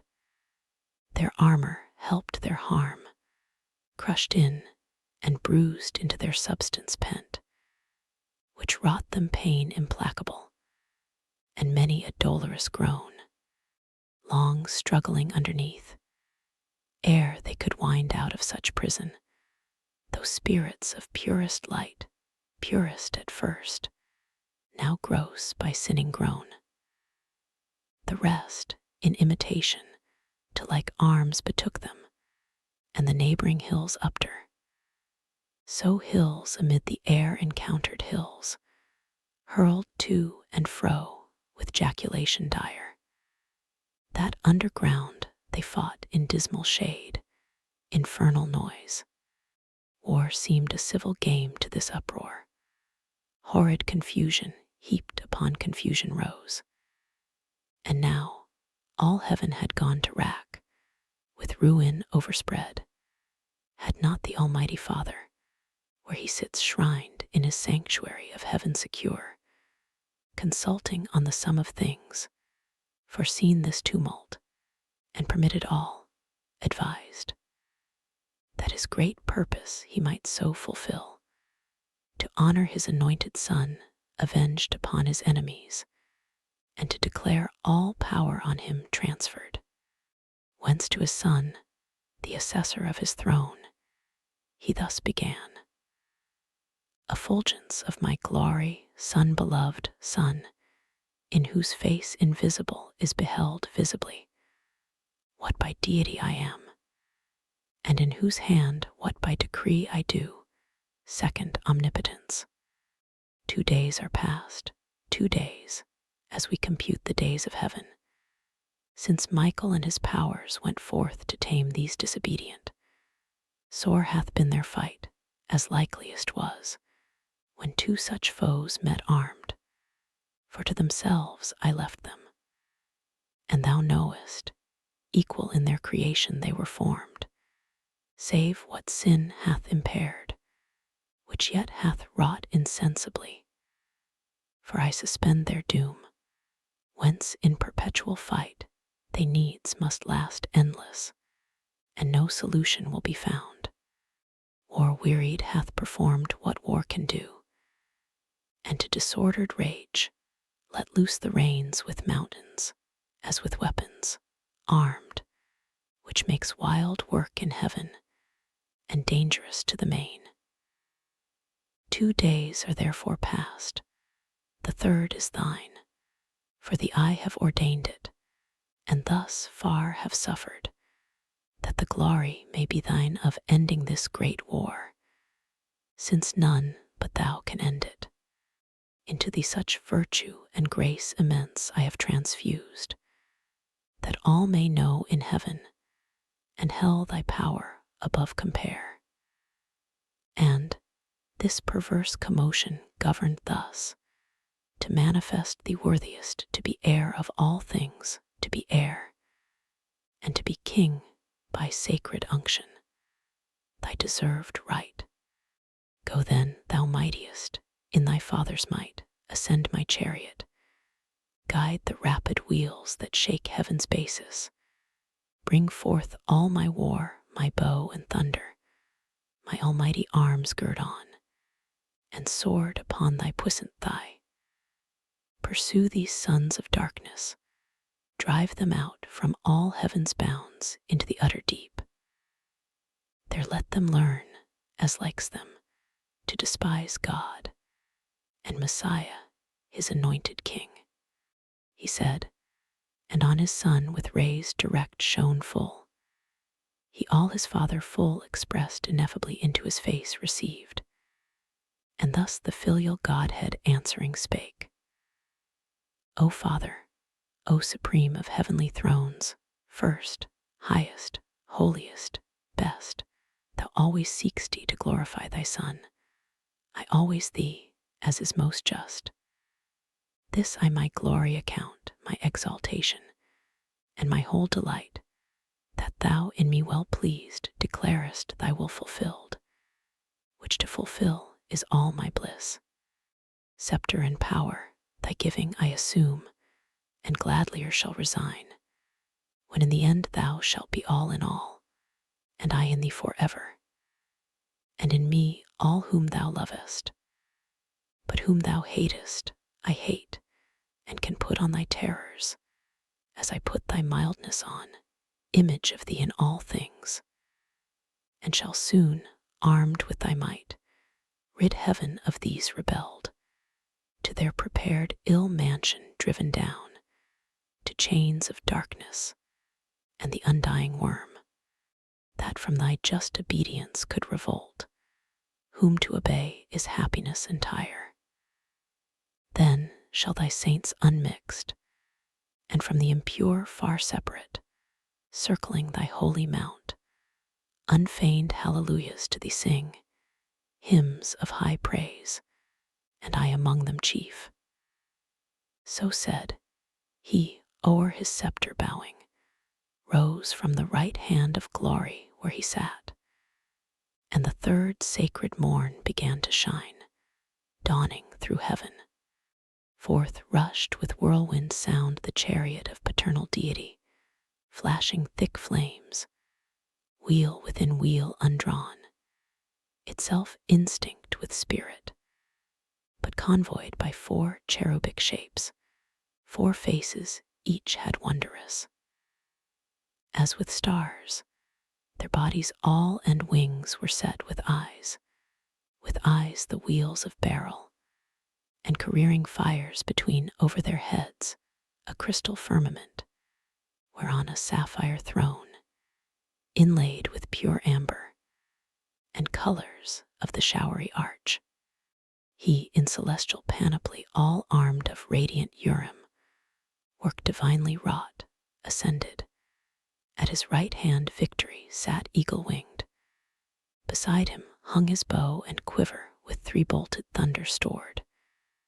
And from about him fierce effusion rolled of smoke, and bickering flame, and sparkles dire. Attended with 10,000 saints, he onward came, far off his coming shone, and 20,000, I their number heard, chariots of God, half on each hand, were seen. He on the wings of cherub rode sublime on the crystalline sky, in sapphire throned, illustrious far and wide, but by his own first seen. Them unexpected joy surprised, when the great ensign of Messiah blazed aloft by angels born, his sign in heaven, under whose conduct Michael soon reduced his army, circumfused on either wing, under their head embodied all in one. Before him power divine his way prepared. At his command the uprooted hills retired each to his place. They heard his voice, and when obsequious, heaven his wonted face renewed, and with fresh flowerets hill and valley smiled. This saw his hapless foes, but stood objured, and to rebellious fight rallied their powers, insensate, hope conceiving from despair. In heavenly spirits could such perverseness dwell, but to convince the proud what signs avail, or wonders move the obdurate to relent, they hardened more by what might most reclaim, grieving to see his glory, at the sight took envy, and aspiring to his height, stood re-embattled fierce, by force or fraud weening to prosper, and at length prevail against God and Messiah, or to fall in universal ruin last. And now to final battle drew, disdaining flight, or faint retreat, when the great Son of God to all his host on either hand thus spake, "Stand still in bright array, ye saints here stand, ye angels armed this day from battle rest. Faithful hath been your warfare, and of God accepted, fearless in his righteous cause. And as ye have received, so have ye done, invincibly. But if this cursed crew the punishment to other hand belongs, vengeance is his, or whose he sole appoints. Number to this day's work is not ordained, nor multitude stand only. And behold God's indignation on these godless poured by me. Not you, but me, they have despised, yet envied.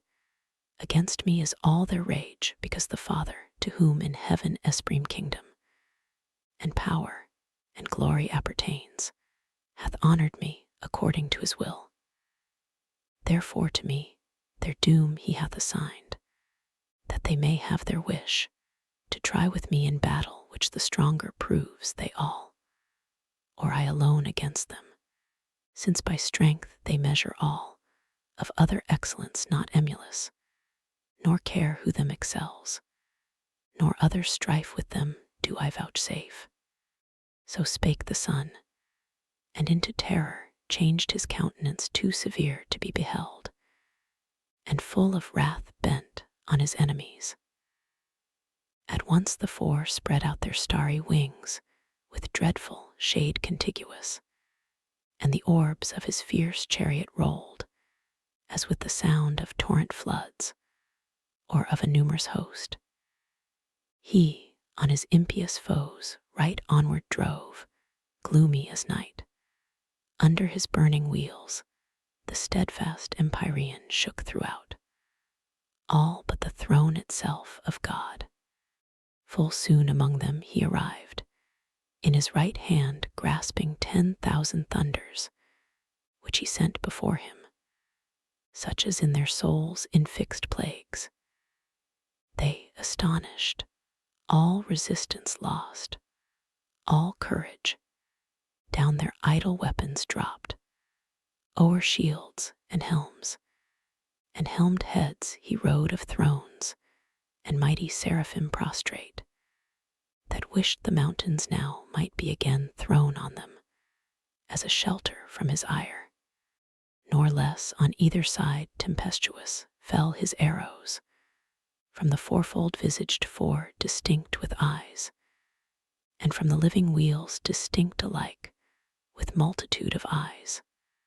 One spirit in them ruled, and every eye glared lightning, and shot forth pernicious fire among the accursed, that withered all their strength, and of their wonted vigor left them drained, exhausted, spiritless, afflicted, fallen. Yet half his strength he put not forth, but checked his thunder in mid-volley. For he meant not to destroy, but root them out of heaven. The overthrown he raised, and as a herd of goats or timorous flock together, thronged drove them before him, thunderstruck, pursued with terrors and with furies to the bounds and crystal wall of heaven, which, opening wide, rolled inward, and a spacious gap disclosed into the wasteful deep. The monstrous sight struck them with horror backward, but far worse urged them behind. Headlong themselves, they threw down from the verge of heaven. Eternal wrath burnt after them to the bottomless pit. Hell heard the unsufferable noise. Hell saw heaven ruining from heaven, and would have fled affrighted. But strict fate had cast too deep her dark foundations, and too fast had bound. 9 days they fell. Confounded chaos roared, and felt tenfold confusion in their fall through his wild anarchy. So huge a rout encumbered him with ruin. Hell at last yawning received them whole, and on them closed. Hell, their fit habitation, fraught with fire unquenchable, the house of woe and pain.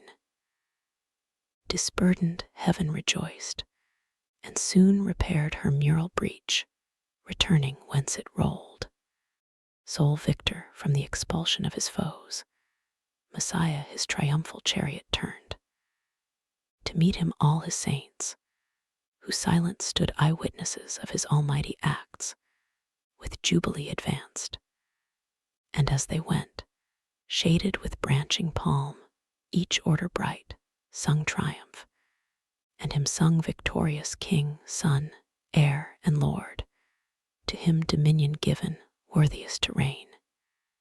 He, celebrated, rode triumphant through mid-heaven, into the courts and temple of his mighty Father throned on high, who into glory him received, where now he sits at the right hand of bliss, thus measuring things in heaven by things on earth, at thy request, and that thou mayest beware by what is past.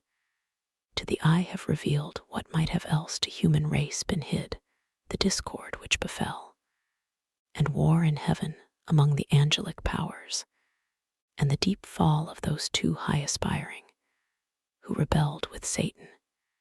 He who envies now thy state, who now is plotting how he may seduce thee also from obedience, that, with him bereaved of happiness, thou mayest partake his punishment, eternal misery, which would be all his solace and revenge, as a despite done against the Most High, thee once to gain companion of his woe.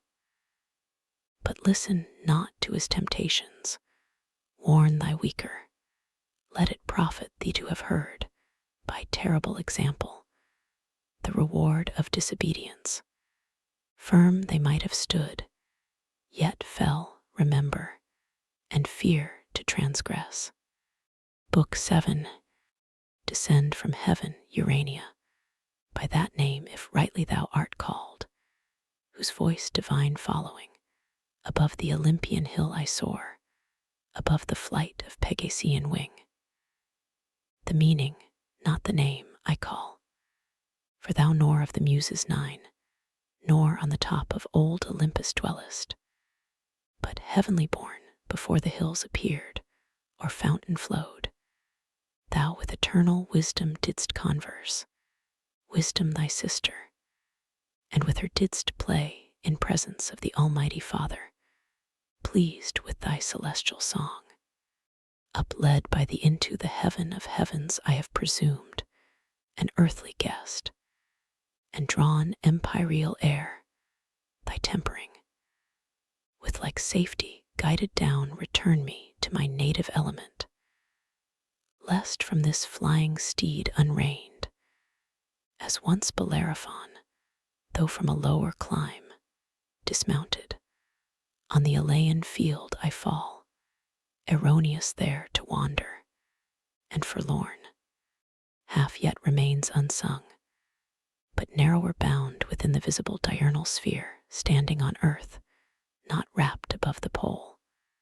More safe I sing with mortal voice, unchanged to hoarse or mute, though fallen on evil days though fallen, and evil tongues in darkness, and with dangers compassed round, and solitude, yet not alone, while thou visitest my slumbers nightly, or when morn purples the east, still govern thou my song, Urania, and fit audience find, though few, but drive far off the barbarous dissonance of Bacchus and his revelers, the race of that wild rout that tore the Thracian bard in Rhodope, where woods and rocks had ears to rapture, till the savage clamor drowned both harp and voice, nor could the muse defend her son.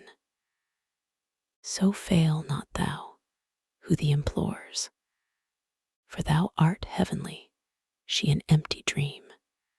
Say, goddess, what ensued when Raphael, the affable archangel, had forewarned Adam by dire example to beware apostasy, by what befell in heaven to those apostates, lest the like befall in paradise to Adam or his race, charged not to touch the interdicted tree if they transgress, and slight that sole command, so easily obeyed amid the choice of all tastes else to please their appetite, though wandering. He, with his consorted Eve, the story heard attentive, and was filled with admiration and deep muse to hear of things so high and strange, things to their thoughts so unimaginable as hate in heaven, and war so near the peace of God in bliss, with such confusion. But the evil, soon driven back, redounded as a flood on those from whom it sprung, impossible to mix with blessedness, whence Adam soon repealed the doubts that in his heart arose, and now led on, yet sinless, with desire to know what nearer might concern him, how this world of heaven and earth conspicuous first began, when, and whereof created, for what cause, what within Eden or without, was done before his memory, as one whose druth, yet scarce allayed, still eyes the current stream, whose liquid murmur heard new thirst excites, proceeded thus to ask his heavenly guest, great things, and full of wonder in our ears, far differing from this world, thou hast revealed, divine interpreter, by favor sent down from the Empyrean, to forewarn us timely of what might else have been our loss, unknown, which human knowledge could not reach, for which to the infinitely good we owe immortal thanks, and his admonishment receive, with solemn purpose to observe immutably his sovereign will, the end of what we are. But since thou hast vouchsafed gently, for our instruction, to impart things above earthly thought, which yet concerned our knowing, as to highest wisdom seemed, deign to descend now lower, and relate what may no less perhaps avail us known, how first began this heaven, which we behold distant so high, with moving fires adorned innumerable, and this which yields or fills all space, the ambient air wide, interfused, embracing round this floried earth. What cause moved the Creator, in his holy rest through all eternity, so late to build in chaos, and the work begun, how soon absolved, if unforbid thou mayest unfold what we, not to explore the secrets ask of his eternal empire, but the more to magnify his works, the more we know. And the great light of day yet wants to run much of his race, though steep suspense in heaven, held by thy voice, thy potent voice, he hears, and longer will delay to hear thee tell his generation, and the rising birth of nature from the unapparent deep. Or if the star of evening and the moon haste to thy audience, night with her will bring silence, and sleep, listening to thee, will watch. Or we can bid his absence till thy song end, and dismiss the air the morning shine. Thus Adam his illustrious guest besought, and thus the godlike angel answered mild. This also thy request, with caution asked, obtain, though to recount almighty works, what words or tongue of seraph can suffice, or heart of man suffice to comprehend, yet what thou canst attain, which best may serve to glorify the Maker, and infer thee also happier, shall not be withheld thy hearing. Such commission from above I have received, to answer thy desire of knowledge within bounds. Beyond, abstain to ask, nor let thine own inventions hope things not revealed, which the invisible King, only omniscient, hath suppressed in night, to none communicable in earth or heaven. Enough is left besides to search and know, but knowledge is as food, and needs no less her temperance over appetite, to know in measure what the mind may well contain, oppresses else with surfeit, and soon turns wisdom to folly, as nourishment to wind. Know then that, after Lucifer from heaven, so call him, brighter once amidst the host of angels than that star the stars among, fell with his flaming legions through the deep into his place, and the great sun returned victorious with his saints. The omnipotent eternal Father from his throne beheld their multitude, and to his Son thus spake, at least our envious foe hath failed, who thought all like himself rebellious, by whose aid this inaccessible high strength, the seat of deity supreme, us dispossessed, he trusted to have seized, and into fraud drew many, whom their place knows here no more. Yet far the greater part have kept, I see, their station.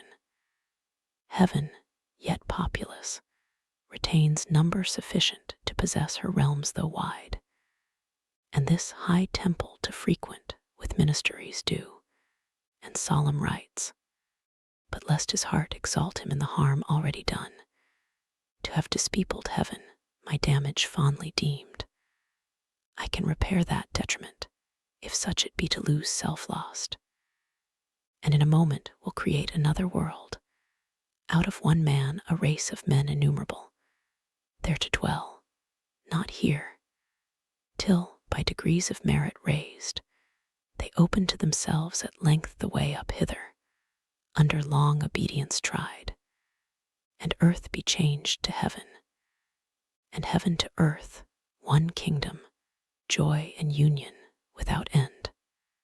Meanwhile in habit lax, ye powers of heaven, and thou my word, begotten Son, by thee this I perform, speak thou, and be it done. My overshadowing spirit and might with thee I send along, ride forth, and bid the deep within appointed bounds be heaven and earth, boundless the deep, because I am who fill infinitude, nor vacuous the space.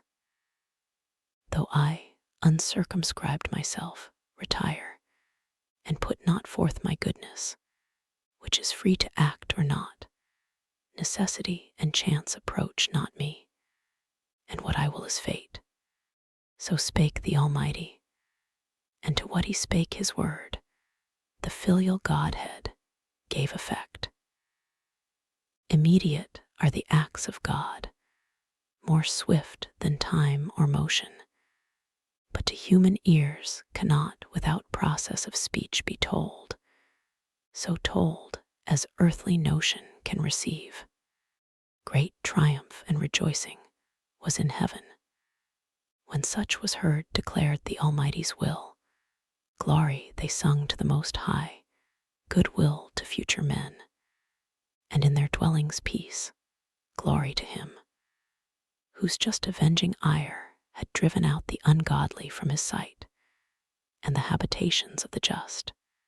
To Him glory and praise, whose wisdom had ordained good out of evil to create, instead of spirits malign, a better race to bring into their vacant room, and thence diffuse His good to worlds and ages infinite. So sang the hierarchies. Mean, while the sun on his great expedition now appeared, girt with omnipotence, with radiance crowned of majesty divine, sapience and love immense, and all His Father in Him shone. About His chariot numberless were poured cherub, and seraph, potentates, and thrones, and virtues, winged spirits, and chariots winged from the armory of God, where stand of old myriads, between two brazen mountains lodged against a solemn day, harnessed at hand celestial equipage.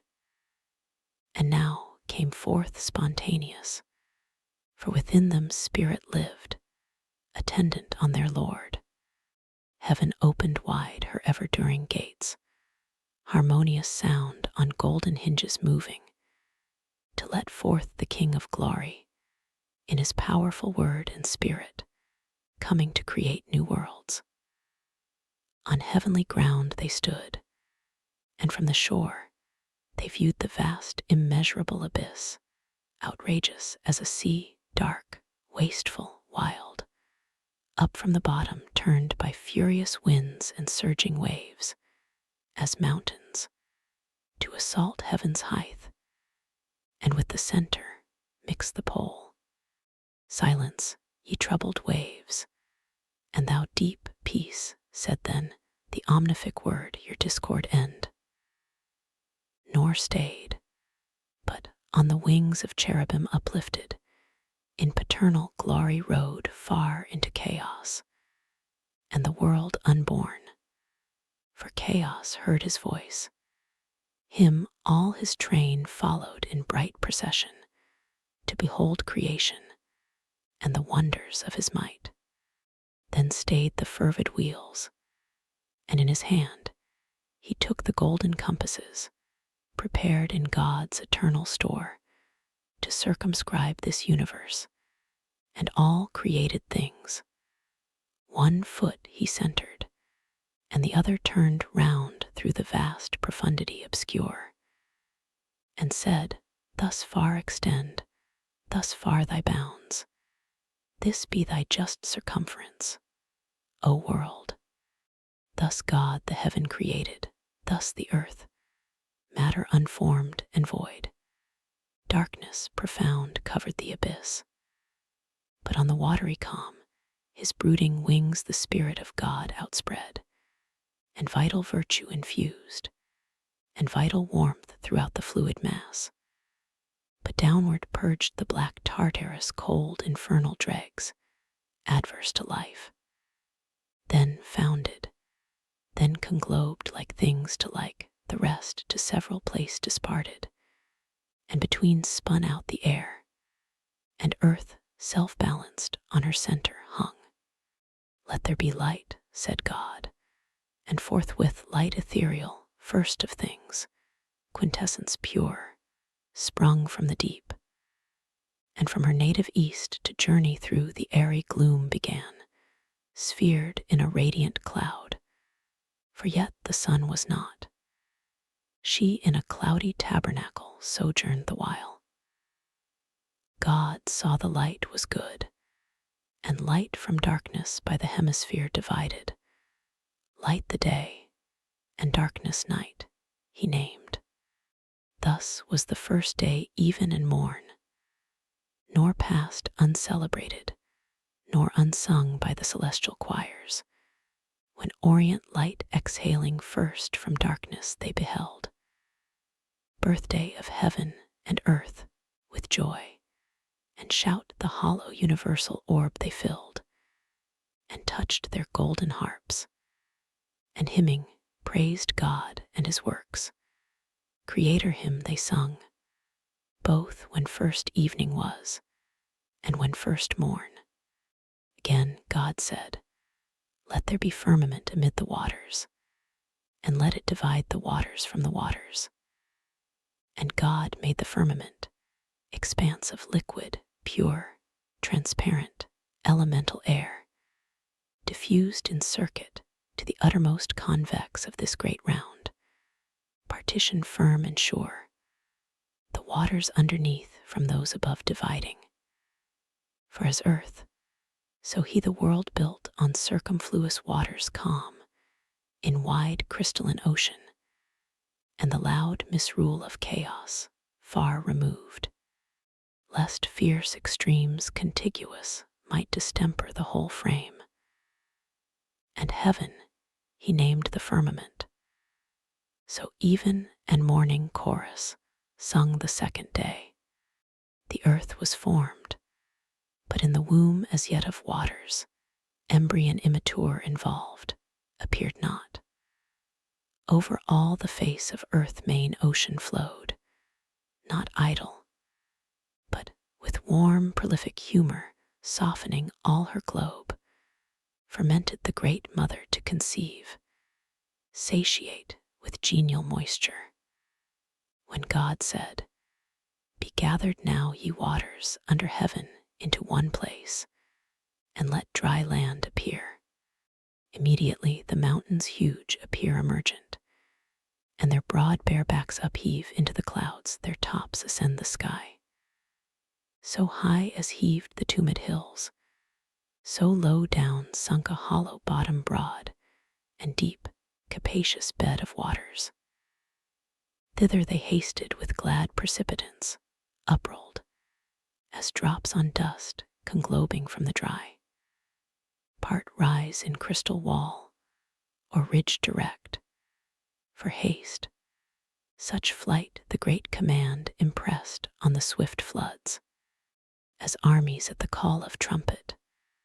For of armies thou hast heard troop to their standard, so the watery throng, wave rolling after wave, where way they found, if steep, with torrent rapture, if through plain, soft ebbing, nor withstood them rock or hill, but they, or underground, or circuit wide, with serpent error wandering, found their way, and on the washy Ouse deep channels wore, easy ere God had bid the ground be dry, all but within those banks, where rivers now stream, and perpetual draw their humid train.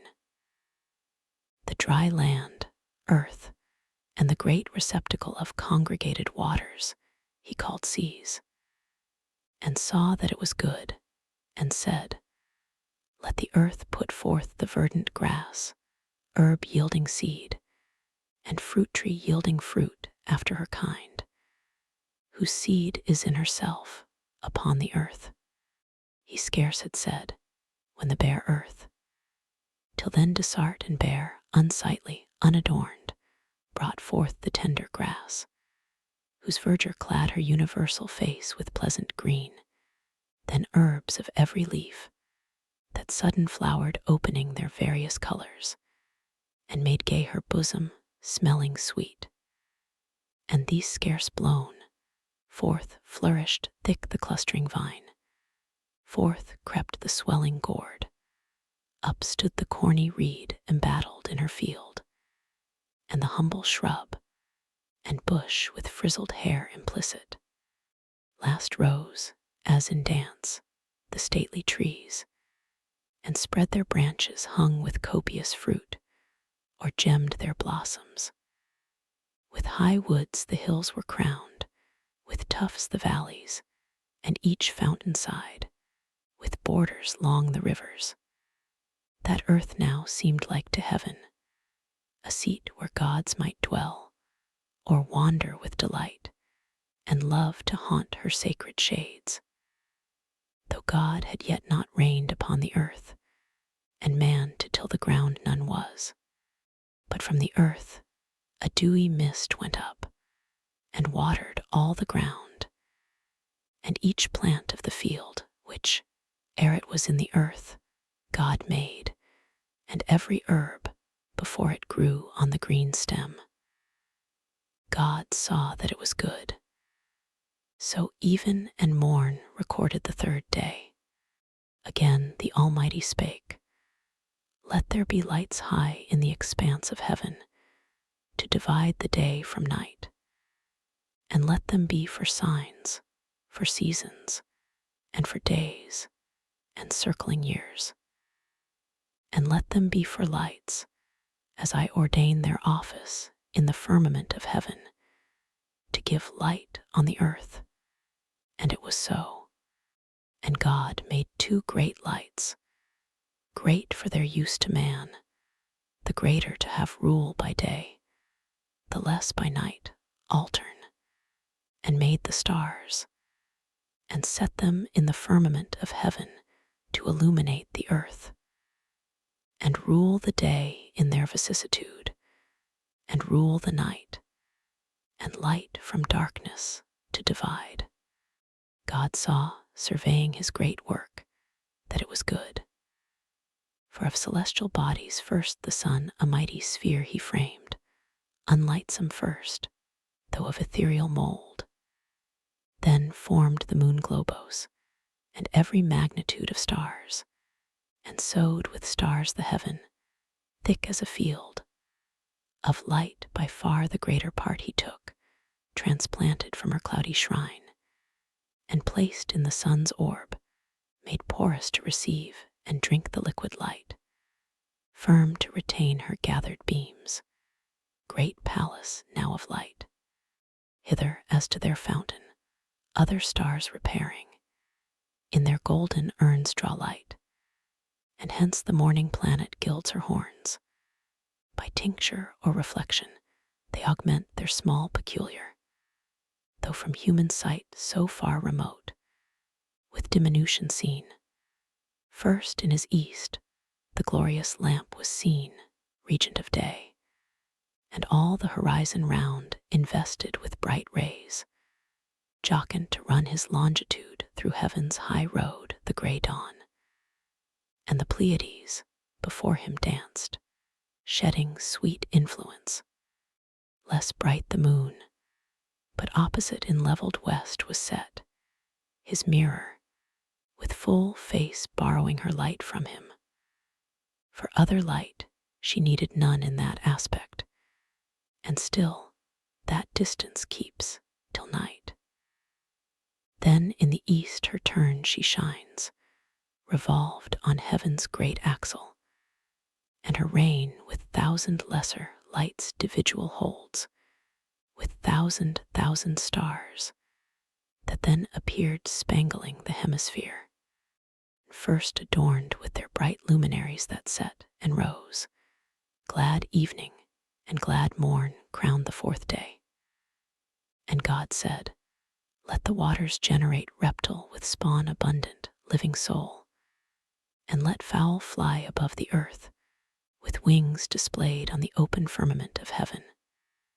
And God created the great whales, and each soul living, each that crept, which plenteously the waters generated by their kinds, and every bird of wing after his kind, and saw that it was good, and blessed them, saying, be fruitful, multiply, and in the seas, and lakes, and running streams, the waters fill, and let the fowl be multiplied on the earth. Forthwith the sounds and seas, each creek and bay, with fry innumerable swarm, and shoals of fish that with their fins and shining scales glide under the green wave, in skulls that oft bank the mid-sea, part single or with mate, graze the seaweed their pasture, and through groves of coral stray, or sporting with quick glance, show to the sun their waved coats dropped with gold, or, in their pearly shells at ease, attend moist nutriment, or under rocks their food in jointed armor watch. On smooth the seal and bended dolphins play, part huge of bulk wallowing unwieldy, enormous in their gait, tempest the ocean. Their leviathan, hugest of living creatures, on the deep stretched like a promontory sleeps or swims, and seems a moving land, and at his gills draws in, and at his trunk spouts out a sea. Meanwhile the tepid caves, and fens, and shores, their brood as numerous hatch, from the egg that soon bursting with kindly rupture forth, disclosed their callow young. But feathered soon and fledge, they sum their pens, and soaring the air sublime, with clang despised the ground, under a cloud in prospect. There the eagle and the stork on cliffs and cedar tops their eyries build, part loosely wing the region, part more wise in common, ranged in figure, wedge their way intelligent of seasons, and set forth their airy caravan, high over seas flying, and over lands, with mutual wing easing their flight. So steers the prudent crane her annual voyage, borne on winds the air floats as they pass, fanned with unnumbered plumes.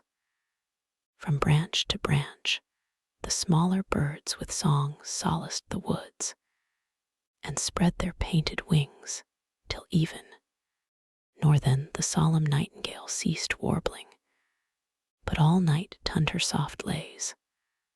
Others, on silver lakes and rivers, bathed their downy breast, the swan with arched neck, between her white wings mantling proudly, rose her state with oary feet, yet oft they quit the dank, and rising on stiff pennons, tower the mid-aerial sky. Others on ground walked firm, the crested cock whose clarion sounds the silent hours, and the other whose gay train adorns him, colored with the florid hue of rainbows and starry eyes. The waters thus with fish replenished, and the air with fowl, evening and morn, solemnized the 5th day. The 6th, and of creation last, arose with evening harps and matin, when God said, "Let the earth bring forth soul living in her kind, cattle and creeping things, and beast of the earth, each in their kind." The earth obeyed, and straight opening her fertile womb teemed at a birth innumerous living creatures, perfect forms, limbed and full grown. Out of the ground uprose, as from his lair, the wild beast where he wons in forest wild, in thicket, brake, or den. Among the trees in pairs they rose, they walked, the cattle in the fields and meadows green, those rare and solitary, these in flocks pasturing at once, and in broad herds upsprung. The grassy clods now calved, now half appeared the tawny lion, pawing to get free his hinder parts, then springs as broke from bonds, and rampant shakes his brinded mane, the ounce, the libbard, and the tiger, as the mole rising, the crumbled earth above them threw in hillocks. The swift stag from underground bore up his branching head.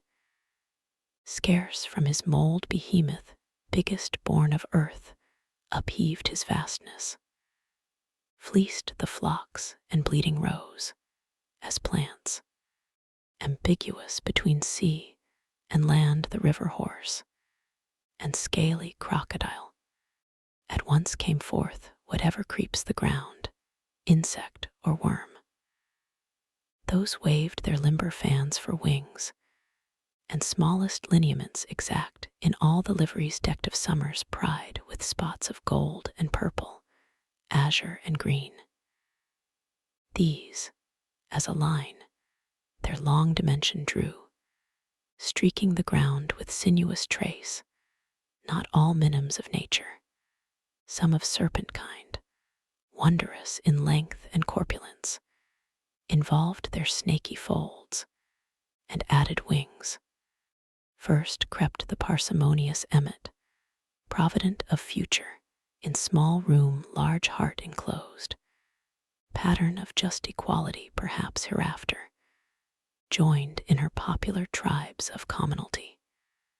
Swarming next appeared the female bee, that feeds her husband drone deliciously, and builds her waxen cells with honey stored. The rest are numberless, and thou their natures knowest, and gavest them names, needless to thee repeated, nor unknown the serpent, subtlest beast of all the field, of huge extent sometimes, with brazen eyes and hairy mane terrific, though to thee not noxious, but obedient at thy call. Now heaven in all her glory shone, and rolled her motions, as the great first mover's hand first wheeled their course. Earth in her rich attire consummate lovely smiled, air, water, earth, by fowl, fish, beast, was flown, was swum, was walked, frequent, and of the sixth day yet remained. There wanted yet the masterwork, the end of all yet done, a creature who, not prone and brute as other creatures, but endued with sanctity of reason, might erect his stature, and upright with front serene govern the rest, self-knowing, and from thence magnanimous to correspond with heaven, but grateful to acknowledge whence his good descends, thither with heart and voice and eyes directed in devotion, to adore and worship God supreme, who made him chief of all his works, therefore the omnipotent eternal Father, for where is not he present? Thus to his Son audibly spake, let us make now man in our image, man in our similitude, and let them rule over the fish and fowl of sea and air, beast of the field, and over all the earth, and every creeping thing that creeps the ground. This said, he formed thee, Adam, thee, O man, dust of the ground, and in thy nostrils breathed the breath of life. In his own image he created thee, in the image of God express, and thou becamest a living soul.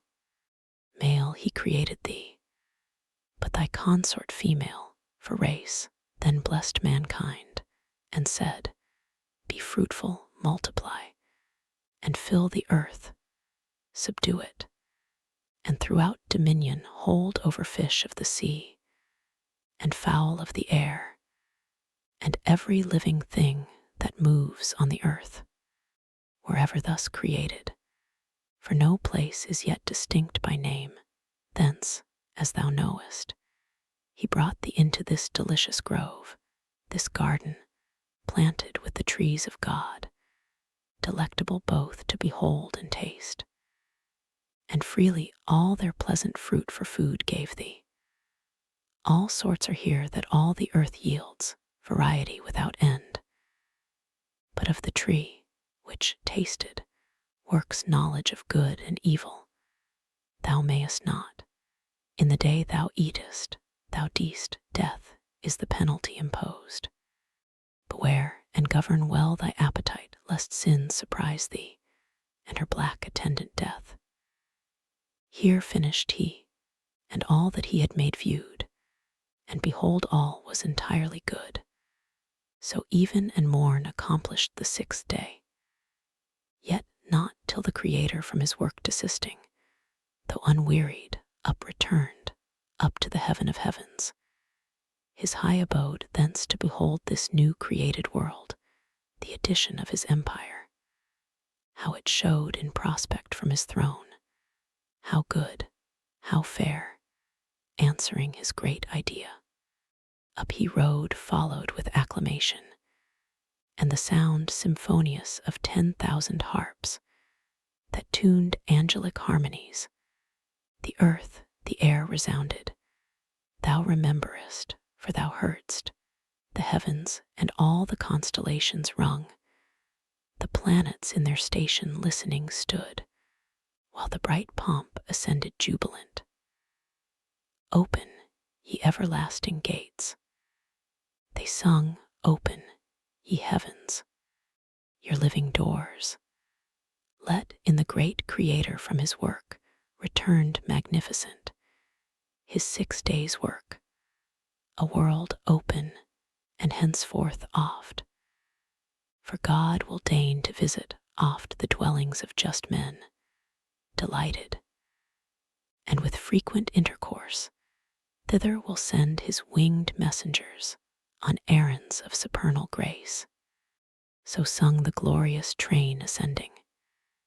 He through heaven, that opened wide her blazing portals, led to God's eternal house direct the way, a broad and ample road, whose dust is gold and pavement stars, as stars to thee appear, seen in the galaxy, that Milky Way, which nightly, as a circling zone, thou seest powdered with stars.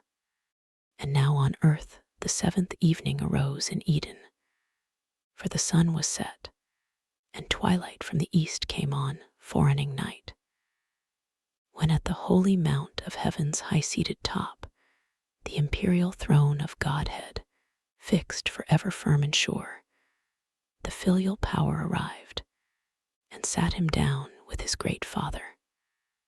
For he also went invisible, yet stayed.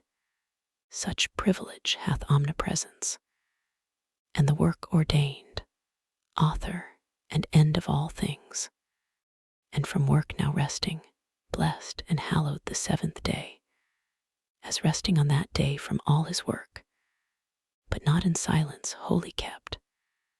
The harp had work and rested not, the solemn pipe and dulcimer, all organs of sweet stop, all sounds on fret by string or golden wire, tempered soft tunings, intermixed with voice choral or unison, of incense clouds, fuming from golden censers, hid the mount. Creation and the 6 days' acts they sung. Great are thy works, Jehovah, infinite thy power. What thought can measure thee, or tongue relate thee? Greater now in thy return than from the giant angels. Thee that day thy thunders magnified, but to create is greater than created to destroy. Who can impair thee, mighty King, or bound thy empire?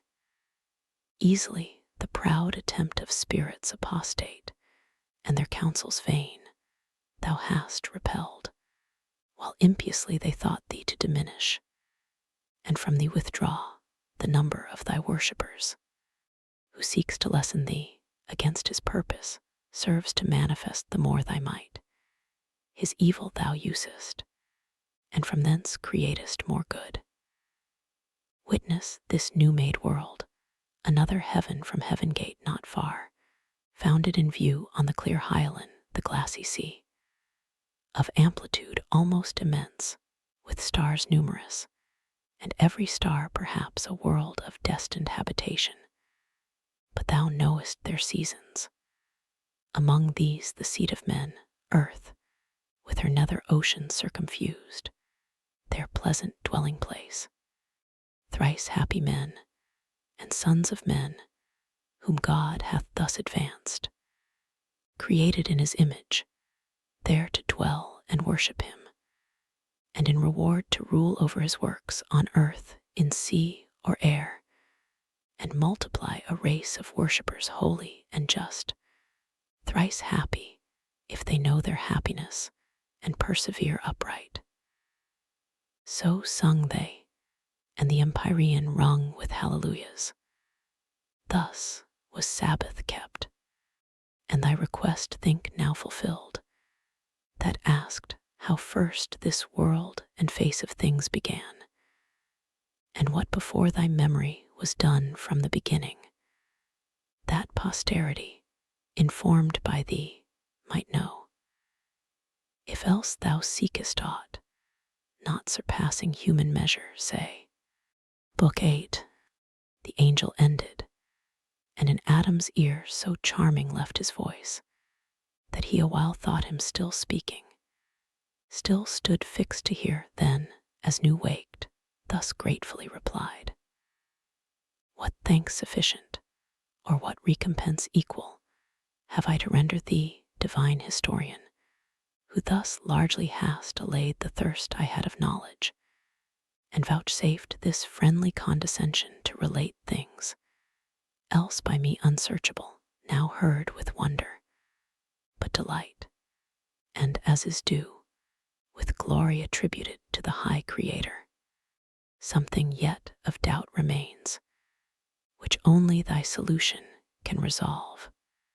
When I behold this goodly frame, this world, of heaven and earth consisting, and compute their magnitudes, this earth, a spot, a grain, an atom, with the firmament compared, and all her numbered stars, that seem to roll spaces incomprehensible, for such their distance argues, and their swift return diurnal, merely to officiate light round this opacous earth, this punctual spot, one day and night, in all her vast survey useless besides.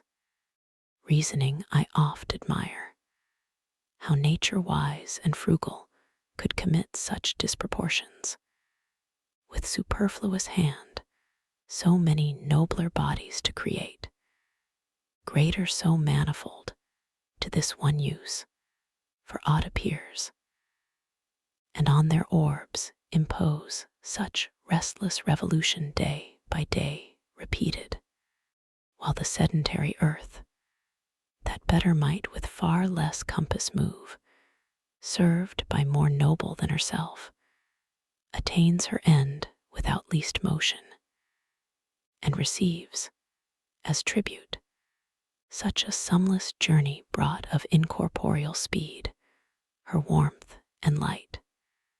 Speed, to describe whose swiftness number fails.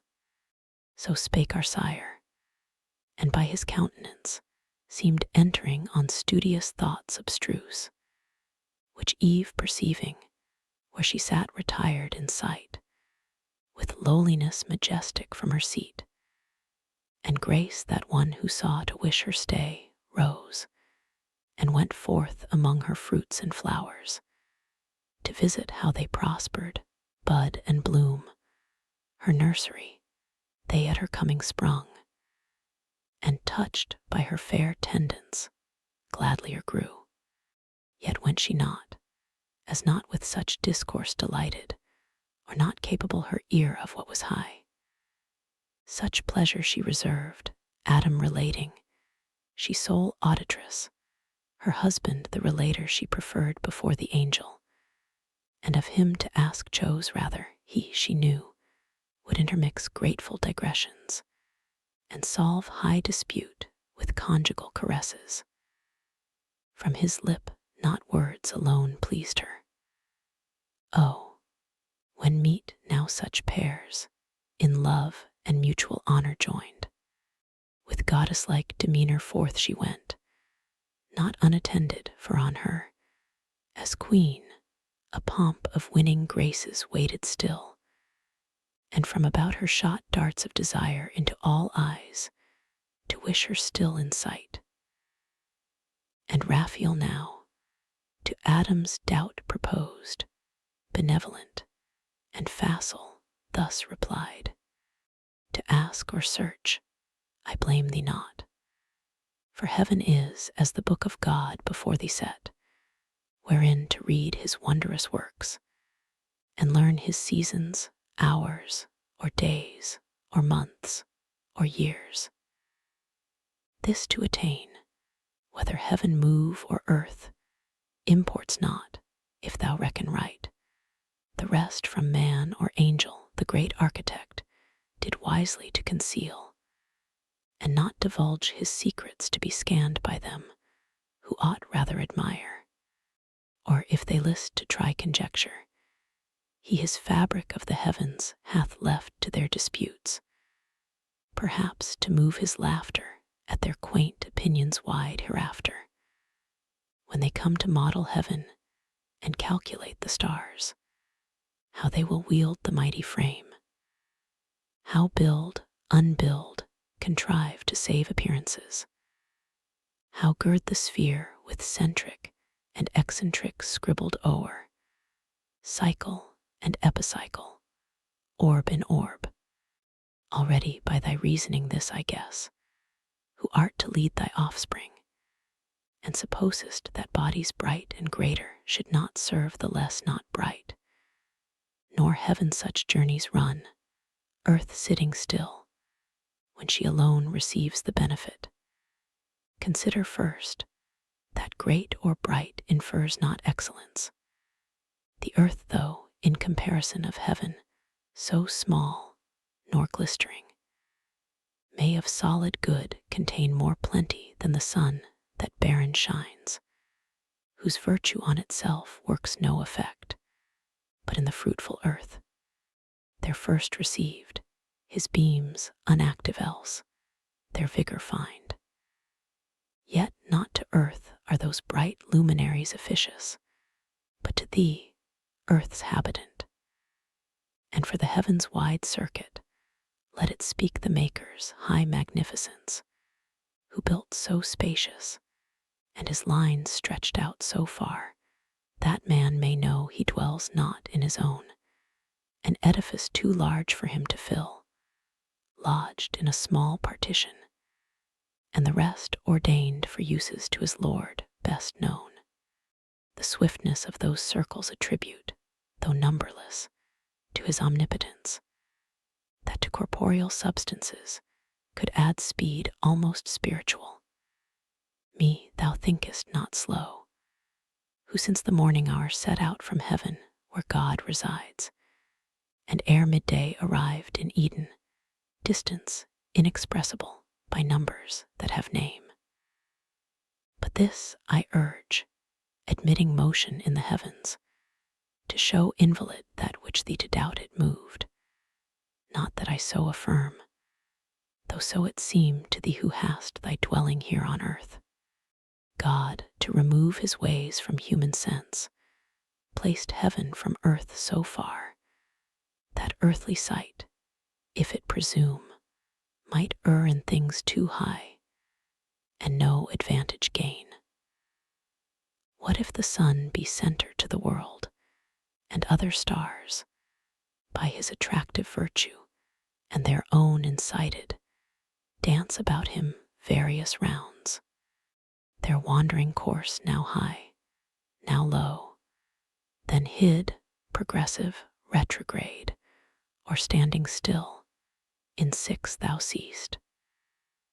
And what if seventh to these the planet Earth, so steadfast though she seem, insensibly three different motions move, which else to several spheres thou must ascribe, moved contrary with thwart obliquities, or save the sun his labor, and that swift nocturnal and diurnal rhomb supposed, invisible else above all stars, the wheel of day and night, which needs not thy belief, if earth, industrious of herself, fetch day travelling east, and with her part averse from the sun's beam meet night, her other part still luminous by his ray. What if that light, sent from her through the wide transpicuous air, to the terrestrial moon be as a star, enlightening her by day, as she by night this earth, reciprocal if land be there, fields and inhabitants. Her spots thou seest as clouds, and clouds may rain, and rain produce fruits in her softened soil for some to eat allotted there.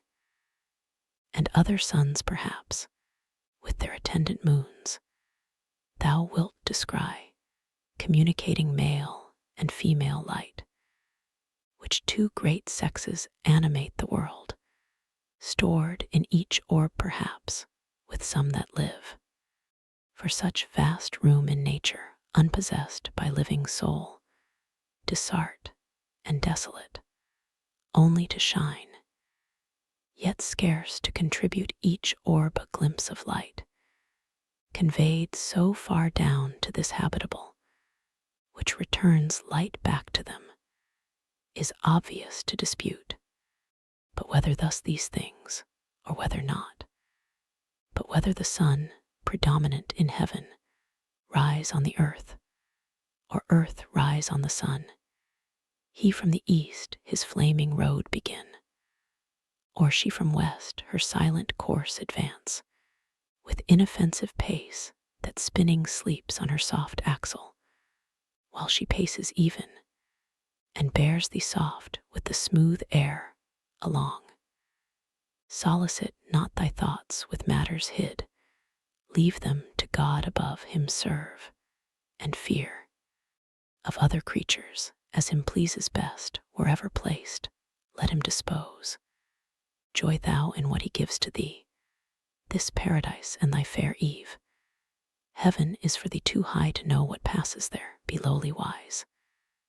Think only what concerns thee, and thy being dream not of other worlds, what creatures there live, in what state, condition, or degree, contented that thus far hath been revealed not of earth only, but of highest heaven. To whom thus Adam, cleared of doubt, replied, how fully hast thou satisfied me, pure intelligence of heaven, angel serene, and, freed from intricacies, taught to live the easiest way, nor with perplexing thoughts to interrupt the sweet of life, from which God hath bid dwell far off all anxious cares, and not molest us, unless we ourselves seek them with wandering thoughts and notions vain. But apt the mind or fancy is to rove unchecked, and of her roving is no end, till warned or by experience taught, she learn that not to know at large of things remote from use, obscure and subtle, but to know that which before us lies in daily life is the prime wisdom. What is more is fume or emptiness or fond impertinence, and renders us, in things that most concern, unpracticed, unprepared, and still to seek. Therefore from this high pitch let us descend a lower flight, and speak of things at hand useful, whence, haply, mention may arise of something not unseasonable to ask, by sufferance, and thy wonted favour deigned. Thee I have heard relating what was done ere my remembrance. Now, hear me relate my story, which perhaps thou hast not heard, and day is not yet spent. Till then thou seest how subtly to detain thee I devise, inviting thee to hear while I relate fond, were it not in hope of thy reply. For, while I sit with thee, I seem in heaven, and sweeter thy discourse is to my ear than fruits of palm tree pleasantest to thirst and hunger both, from labor, at the hour of sweet repast they satiate, and soon fill, though pleasant. But thy words, with grace divine imbued, bring to their sweetness no satiety. To whom thus Raphael answered heavenly meek, nor are thy lips ungraceful, sire of men, nor tongue ineloquent, for God on the abundantly his gifts hath also poured inward and outward both. his image fair, speaking or mute, all comeliness and grace attends thee, and each word, each motion forms, nor less think we in heaven of thee on earth than of our fellow servant, and inquire gladly into the ways of God with man. For God, we see, hath honored thee, and set on man his equal love. Say therefore on. For I that day was absent, as befell, bound on a voyage uncouth and obscure, far on excursion toward the gates of hell, squared in full legion, such command we had, to see that none thence issued forth a spy or enemy, while God was in his work, lest he, incensed at such eruption bold, destruction with creation might have mixed. Not that they durst without his leave attempt, but us he sends upon his high behests for state, as sovereign king, and to inure our prompt obedience. Fast we found, fast shut, the dismal gates, and barricadoed strong, but long ere our approaching heard within noise, other than the sound of dance or song, torment, and loud lament, and furious rage. Glad we returned up to the coasts of light air Sabbath evening, so we had in charge. But thy relation now, for I attend, pleased with thy words no less than thou with mine. So spake the godlike power, and thus our sire, for man to tell how human life began is hard, for who himself, beginning new desire, with thee still longer to converse, induced me. As new waked from soundest sleep, soft on the flowery herb I found me laid, in balmy sweat, which with his beams the sun soon dried, and on the reeking moisture fed. Straight toward heaven my wondering eyes I turned, and gazed awhile the ample sky, till, raised by quick instinctive motion, up I sprung, as thitherward endeavoring, and upright stood on my feet. About me round I saw hill, dale, and shady woods, and sunny plains, and liquid laps of murmuring streams. By these, creatures that lived and moved, and walked, or flew, birds on the branches warbling, all things smiled with fragrance, and with joy my heart o'erflowed.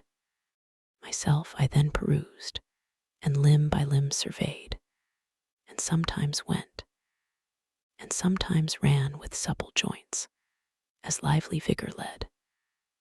But who I was, or where, or from what cause knew not. To speak I tried, and forthwith spake my tongue obeyed, and readily could name whate'er I saw. Thou sun, said I, fair light, and thou enlightened earth, so fresh and gay, ye hills and dales, ye rivers, woods, and plains, and ye that live and move, fair creatures, tell if ye saw how I came thus, how here. Not of myself, by some great maker then, in goodness and in power preeminent. Tell me, how may I know him, how adore, from whom I have that thus I move and live, and feel that I am happier than I know, while thus I called, and strayed I knew not whither, from where I first drew air, and first beheld this happy light, when answer none returned on a green shady bank, profuse of flowers. Pensive I sat me down. Their gentle sleep first found me, and with soft oppression seized my drowsed sense, untroubled, though I thought I then was passing to my former state insensible, and forthwith to dissolve, when suddenly stood at my head a dream, whose inward apparition gently moved my fancy to believe I yet had being, and lived.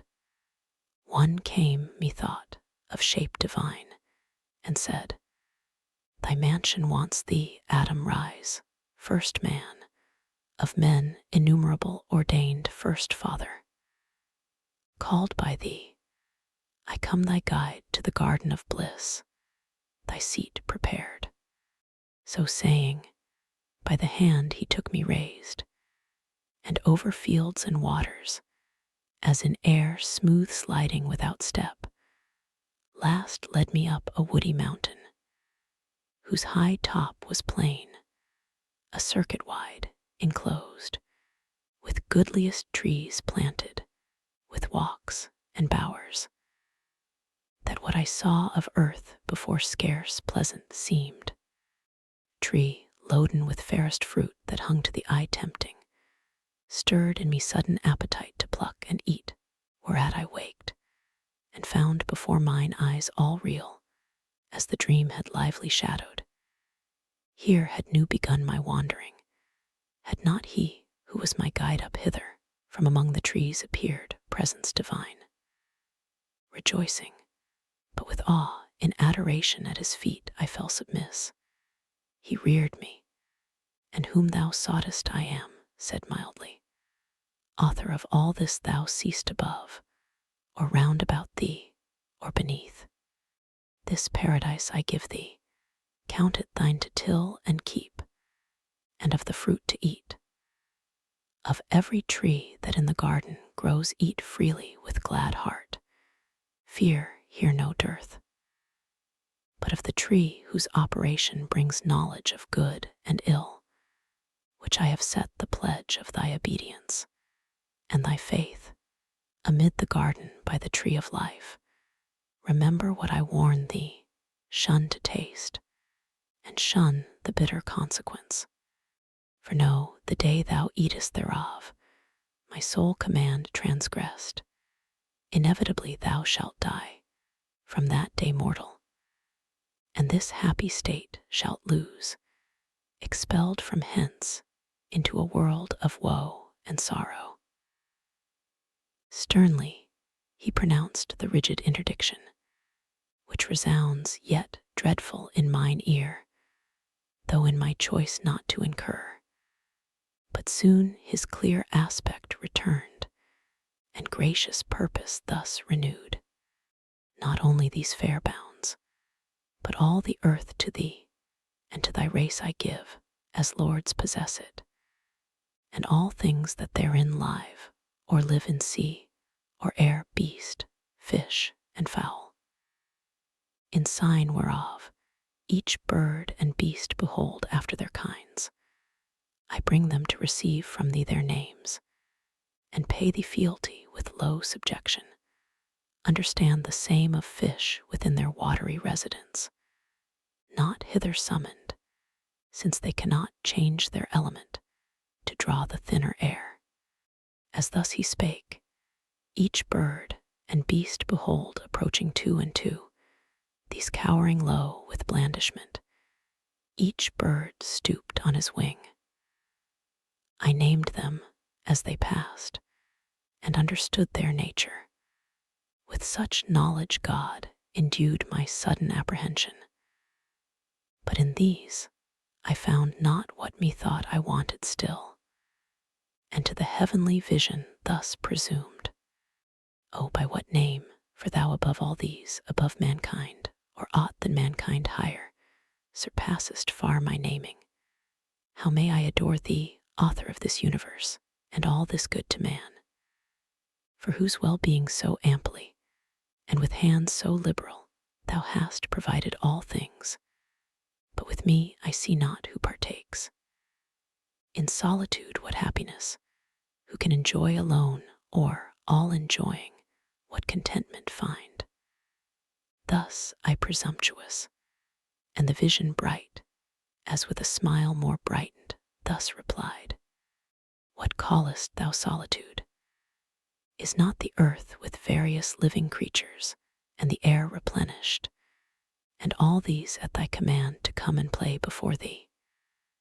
Knowest thou not their language and their ways?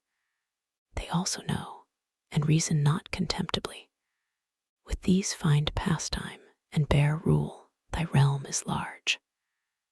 So spake the universal Lord, and seemed so ordering I, with leave of speech implored, and humble deprecation, thus replied: Let not my words offend thee. Heavenly power, my Maker, be propitious while I speak.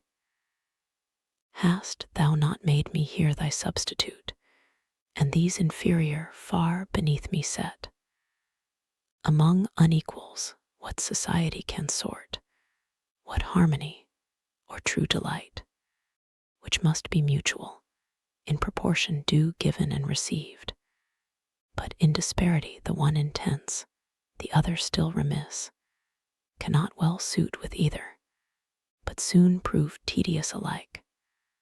Of fellowship I speak such as I seek, fit to participate all rational delight, wherein the brute cannot be human consort. They rejoice each with their kind, lion with lioness, so fitly them in pairs thou hast combined. Much less can bird with beast, or fish with fowl so well converse, nor with the ox the ape. Worse then can man with beast, and least of all. Whereto the Almighty answered, not displeased: A nice and subtle happiness I see thou to thyself proposest in the choice of thy associates, Adam, and wilt taste no pleasure, though in pleasure solitary. What thinkest thou then of me, and this my state?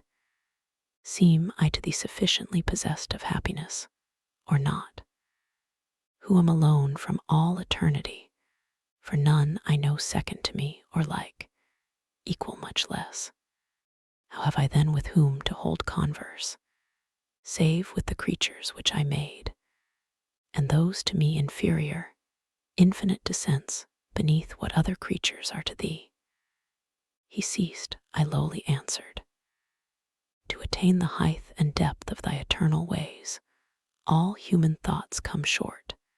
Supreme of things, thou in thyself art perfect, and in thee is no deficience found. Not so is man, but in degree, the cause of his desire by conversation with his like, to help or solace his defects. No need that thou shouldst propagate, already infinite, and through all numbers absolute, though one. But man by number is to manifest his single imperfection, and beget like of his like, his image multiplied in unity defective, which requires collateral love and dearest amity. Thou in thy secrecy, although alone, best with thyself accompanied, seekest not social communication, yet, so pleased, canst raise thy creature to what height thou wilt of union or communion, deified. I, by conversing, cannot these erect from prone, nor in their ways complacence find.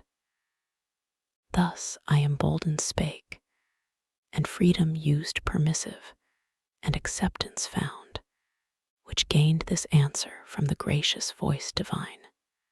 Thus far to try thee, Adam, I was pleased, and find thee knowing, not of beasts alone, which thou hast rightly named, but of thyself, expressing well the spirit within thee free, my image, not imparted to the brute, whose fellowship therefore unmeet for the good reason was thou freely shouldst dislike, and be so minded still.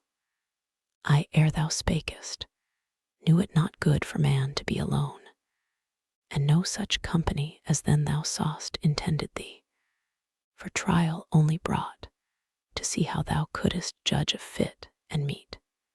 What next I bring shall please thee, be assured, thy likeness, thy fit help, thy other self, thy wish exactly to thy heart's desire. He ended, or I heard no more, for now my earthly by his heavenly overpowered, which it had long stood under, strained to the height in that celestial colloquy sublime, as with an object that excels the sense dazzled and spent, sunk down, and sought repair of sleep, which instantly fell on me, called by nature as in aid, and closed mine eyes. Mine eyes he closed, but open left the cell of fancy, my internal sight, by which, abstract as in a trance, methought I saw, though sleeping, where I lay, and saw the shape still glorious before whom awake I stood, who stooping opened my left side, and took from thence a rib, with cordial spirits warm, and life blood streaming fresh. Wide was the wound, but suddenly with flesh filled up and healed. The rib he formed and fashioned with his hands. Under his forming hands, a creature grew, manlike, but different sex, so lovely fair, that what seemed fair in all the world seemed now mean, or in her summed up, in her contained, and in her looks, which from that time infused sweetness into my heart, unfelt before, and into all things from her air inspired the spirit of love and amorous delight. She disappeared and left me dark. I waked to find her, or forever to deplore her loss, and other pleasures all abjure.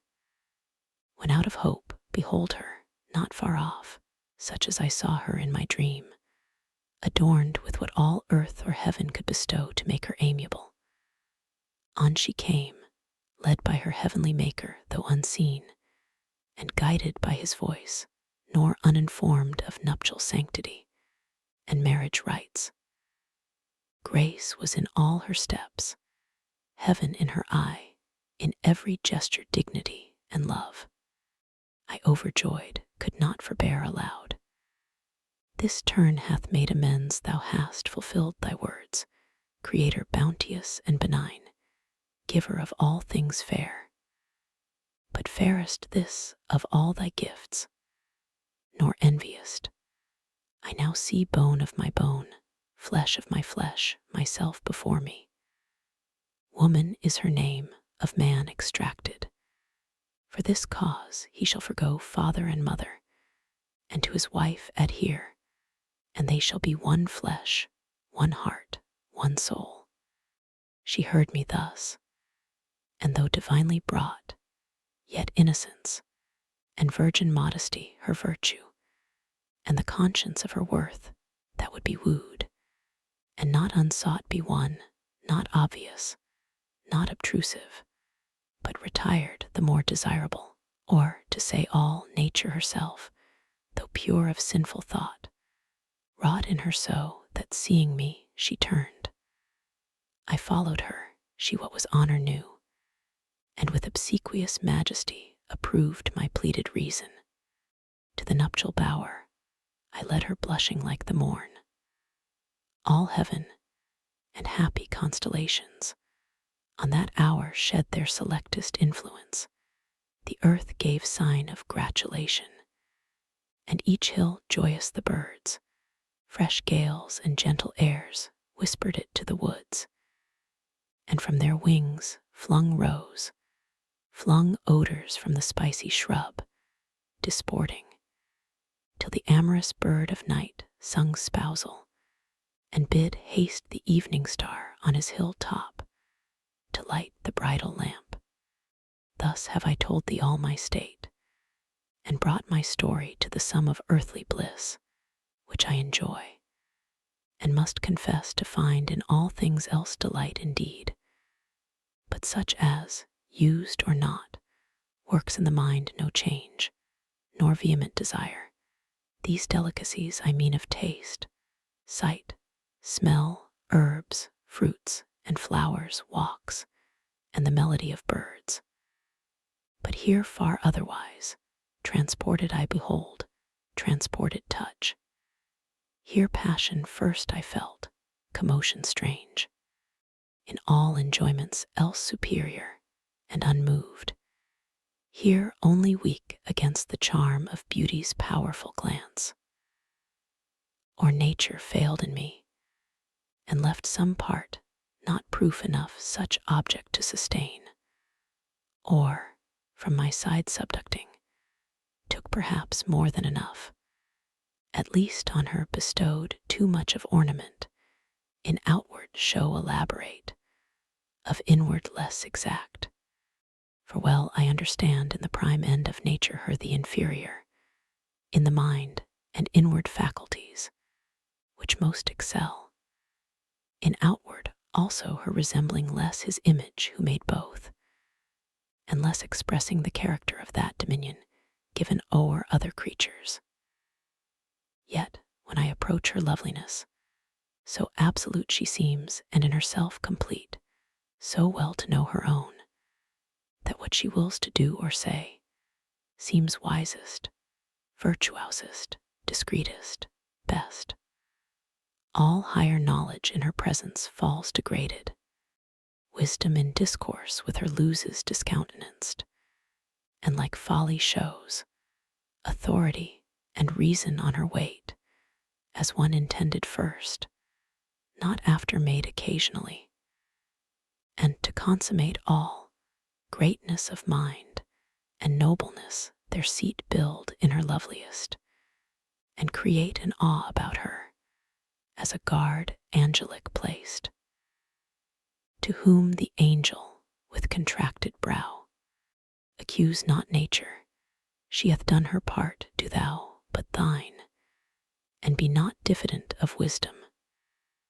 She deserts thee not, if thou dismiss not her, when most thou needest her nigh, by attributing overmuch to things less excellent, as thou thyself perceivest. For what admirest thou? What transports thee so, and outside? Fair, no doubt, and worthy well thy cherishing, thy honoring, and thy love, not thy subjection. Weigh with her thyself, then value. Oft times nothing profits more than self-esteem, grounded on just and right well managed. Of that skill the more thou knowest, the more she will acknowledge thee her head, and to realities yield all her shows, made so adorn for thy delight the more, so awful, that with honor thou mayest love thy mate, who sees when thou art seen least wise. But if the sense of touch, whereby mankind is propagated, seems such dear delight beyond all other, think the same vouchsafed to cattle and each beast, which would not be to them made common and divulged, if aught therein enjoyed were worthy to subdue the soul of man, or passion in him move. What higher in her society thou findest attractive, human, rational love still, in loving thou dost well, in passion not, wherein true love consists not. Love refines the thoughts, and heart enlarges, hath his seat in reason, and is judicious, is the scale by which to heavenly love thou mayest ascend, not sunk in carnal pleasure, for which cause among the beasts no mate for thee was found. To whom thus, half abashed, Adam replied, neither her outside formed so fair, nor aught in procreation common to all kinds, though higher of the genial bed by far, and with mysterious reverence I deem, so much delights me, as those graceful acts, those thousand decencies, that daily flow from all her words and actions, mixed with love and sweet compliance, which declare unfeigned union of mind, or in us both one soul. Harmony to behold in wedded pair more grateful than harmonious sound to the ear. Yet these subject not, I to thee disclose what inward thence I feel, not therefore foiled, who meet with various objects, from the sense variously representing, yet still free approve the best, and follow what I approve. To love, thou blamest me not, for love, thou sayest, leads up to heaven, is both the way and guide. Bear with me then, if lawful what I ask. Love not the heavenly spirits, and how their love express they? By looks only? Or do they mix irradiance, virtual or immediate touch? To whom the angel, with a smile that glowed celestial rosy red, love's proper hue, answered, "Let it suffice thee that thou knowest us happy, and without love no happiness. Whatever pure thou in the body enjoyest, and pure thou wert created, we enjoy in eminence, and obstacle find none of membrane, joint, or limb exclusive bars. Easier than air with air, if spirits embrace, total they mix, union of pure with pure desiring, nor restrained conveyance need, as flesh to mix with flesh, or soul with soul. But I can now no more the parting sun beyond the earth's green cape and verdant isles Hesperian sets, my signal to depart. Be strong, live happy, and love. But first of all him, whom to love is to obey, and keep his great command. Take heed lest passion sway thy judgment to do aught, which else free will would not admit. Thine, and of all thy sons, the weal or woe in thee is placed, beware. I in thy persevering shall rejoice, and all the blessed, stand fast, to stand or fall free in thine own arbitrament it lies. Perfect within, no outward aid require, and all temptation to transgress repel. So saying, he arose, whom Adam thus followed with benediction. Since depart, go, heavenly guest, ethereal messenger, sent from whose sovereign goodness I adore. Gentle to me and affable hath been thy condescension, and shall be honored ever with grateful memory. Thou to mankind be good and friendly still, and oft return. So parted they the angel up to heaven from the thick shade, and Adam to his bower. Book 9. No more of talk where God or angel guest with man, as with his friend, familiar used, to sit indulgent, and with him partake rural repast, permitting him the while venial discourse unblammed. I now must change those notes to tragic, foul distrust, and breach disloyal on the part of man, revolt, and disobedience. On the part of heaven now alienated, distance and distaste, anger and just rebuke, and judgment given, that brought into this world a world of woe, sin and her shadow death, and misery death's harbinger. Sad task, yet argument not less, but more heroic than the wrath of stern Achilles on his foe, pursued thrice fugitive about Troy wall, or rage of Turnus for Lavinia disespoused, or Neptune's ire or Juno's, that so long perplexed the Greek and Cytherea's son. If answerable style I can obtain of my celestial patroness, who deigns her nightly visitation unimplored, and dictates to me slumbering, or inspires easy my unpremeditated verse, since first this subject for heroic song pleased me long choosing, and beginning late, not sedulous by nature to indite wars. Hitherto the only argument heroic deemed chief mastery, to dissect, with long and tedious havoc, fabled knights in battles feigned, the better fortitude of patience and heroic martyrdom unsung, or to describe races and games, or tilting furniture, emblazoned shields, impresses quaint, caparisons and steeds, bases and tinsel trappings, gorgeous knights at joust and tournament. Then marshalled feast served up in hall with sewers and seneschals, the skill of artifice or office mean, not that which justly gives heroic name to person or to poem. Me of these nor skilled nor studious, higher argument remains sufficient of itself to raise that name, unless an age too late, or cold climate, or years, damp my intended wing depressed.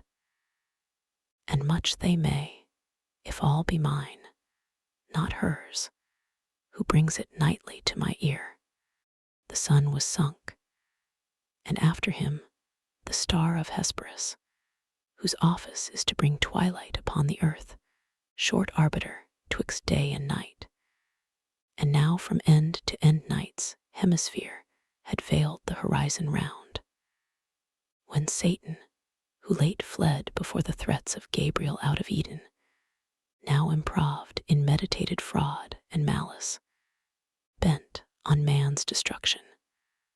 Maugre what might hap of heavier on himself, fearless returned by night he fled, and at midnight returned from compassing the earth, cautious of day, since Uriel, regent of the sun, disgrayed his entrance, and forewarned the cherubim that kept their watch thence, full of anguish driven.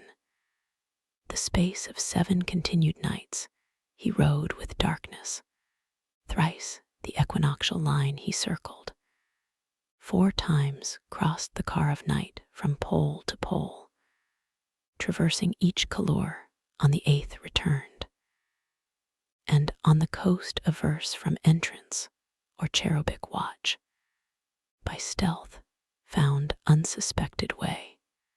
There was a place, now not, though sin, not time, first wrought the change, where Tigris, at the foot of paradise, into a gulf shot underground, till part rose up a fountain by the tree of life, in with the river sunk, and with it rose Satan, involved in rising mist, then sought where to lie hid. Sea he had searched, and land, from Eden over Pontus and the pool Meodes, up beyond the river Ob, downward as far Antarctic, and in length, west from Orontes to the ocean barred at Darien, thence to the land where flows Ganges and Indus.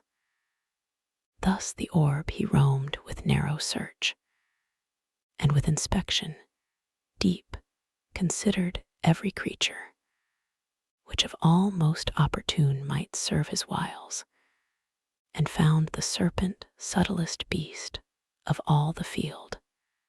After long debate, irresolute of thoughts revolved, his final sentence chose fit vessel, fittest imp of fraud, in whom to enter, and his dark suggestions hide from sharpest sight. For in the wily snake whatever slights, none would suspicious mark, as from his wit and native subtlety proceeding, which in other beasts observed, doubt might beget of diabolic power active within, beyond the sense of brute. Thus he resolved, but first from inward grief his bursting passion into plaints thus poured. More justly, seat worthier of gods, as built with second thoughts, reforming what was old. O earth, how like to heaven, if not preferred for what God, after better, worse would build. Terrestrial heaven, danced round by other heavens that shine, yet bear their bright officious lamps, light above light, for thee alone, as seems, in the concentring all their precious beams of sacred influence, as God in heaven is center, yet extends to all, so thou, centering, receivest from all those orbs. In thee, not in themselves, all their known virtue appears productive in herb, plant, and nobler birth of creatures animate with gradual life of growth, sense, reason, all summed up in man. With what delight could I have walked thee round, if I could joy in aught sweet interchange of hill, and valley, rivers, woods, and plains, now land, now now sea and shores with forest-crowned rocks, dens, and caves. But I in none of these find place or refuge, and the more I see pleasures about me, so much more I feel torment within me, as from the hateful siege of contraries. All good to me becomes bane, and in heaven much worse would be my state. But neither here seek I, no nor in heaven to dwell, unless by mastering heaven supreme, nor hope to be myself less miserable by what I seek, but others to make such as I, though thereby worse to me redound. For only in destroying I find ease to my relentless thoughts, and him destroyed, or one to what may work his utter loss, for whom all this was made, all this will soon follow, as to him linked in weal or woe. In woe then, that destruction wide may range, to me shall be the glory sole among the infernal powers, in one day to have marred what he, Almighty, styled 6 nights and days continued making, and who knows how long before had been contriving, though perhaps not longer than since I, in one night, freed from servitude inglorious, well nigh half the angelic name, and thinner left the throng of his adorers, he to be avenged, and to repair his numbers thus impaired, whether such virtue spent of old now failed more angels to create, if they at least are his created, or, to spite us more, determined to advance into our room a creature formed of earth, and him endow, exalted from so base original, with heavenly spoils, our spoils. He decreed, he affected man he made, and for him built magnificent this world, and earth his seat, him Lord pronounced, and indignity, subjected to his service angel wings, and flaming ministers to watch and tend their earthly charge. Of these the vigilance I dread, and to elude, thus wrapped in mist of midnight vapor glide obscure, and pry in every bush and brake, where hap may find the serpent sleeping, in whose mazy folds to hide me, and the dark intent I bring. O foul descent, that I, who erst contended with gods to sit the highest, am now constrained into a beast, and mixed with bestial slime, this essence to incarnate and imbrute, that to the height of deity aspired. But what will not ambition and revenge descend to? Who aspires must down as low as high he soared, obnoxious, first or last, to basest things. Revenge, at first though sweet, bitter ere long, back on itself recoils. Let it, I reck not, so at light well aimed, since higher I fall short, on him who next provokes my envy, this new favorite of heaven, this man of clay, son of despite, whom, us the more to spite, his maker raised from dust.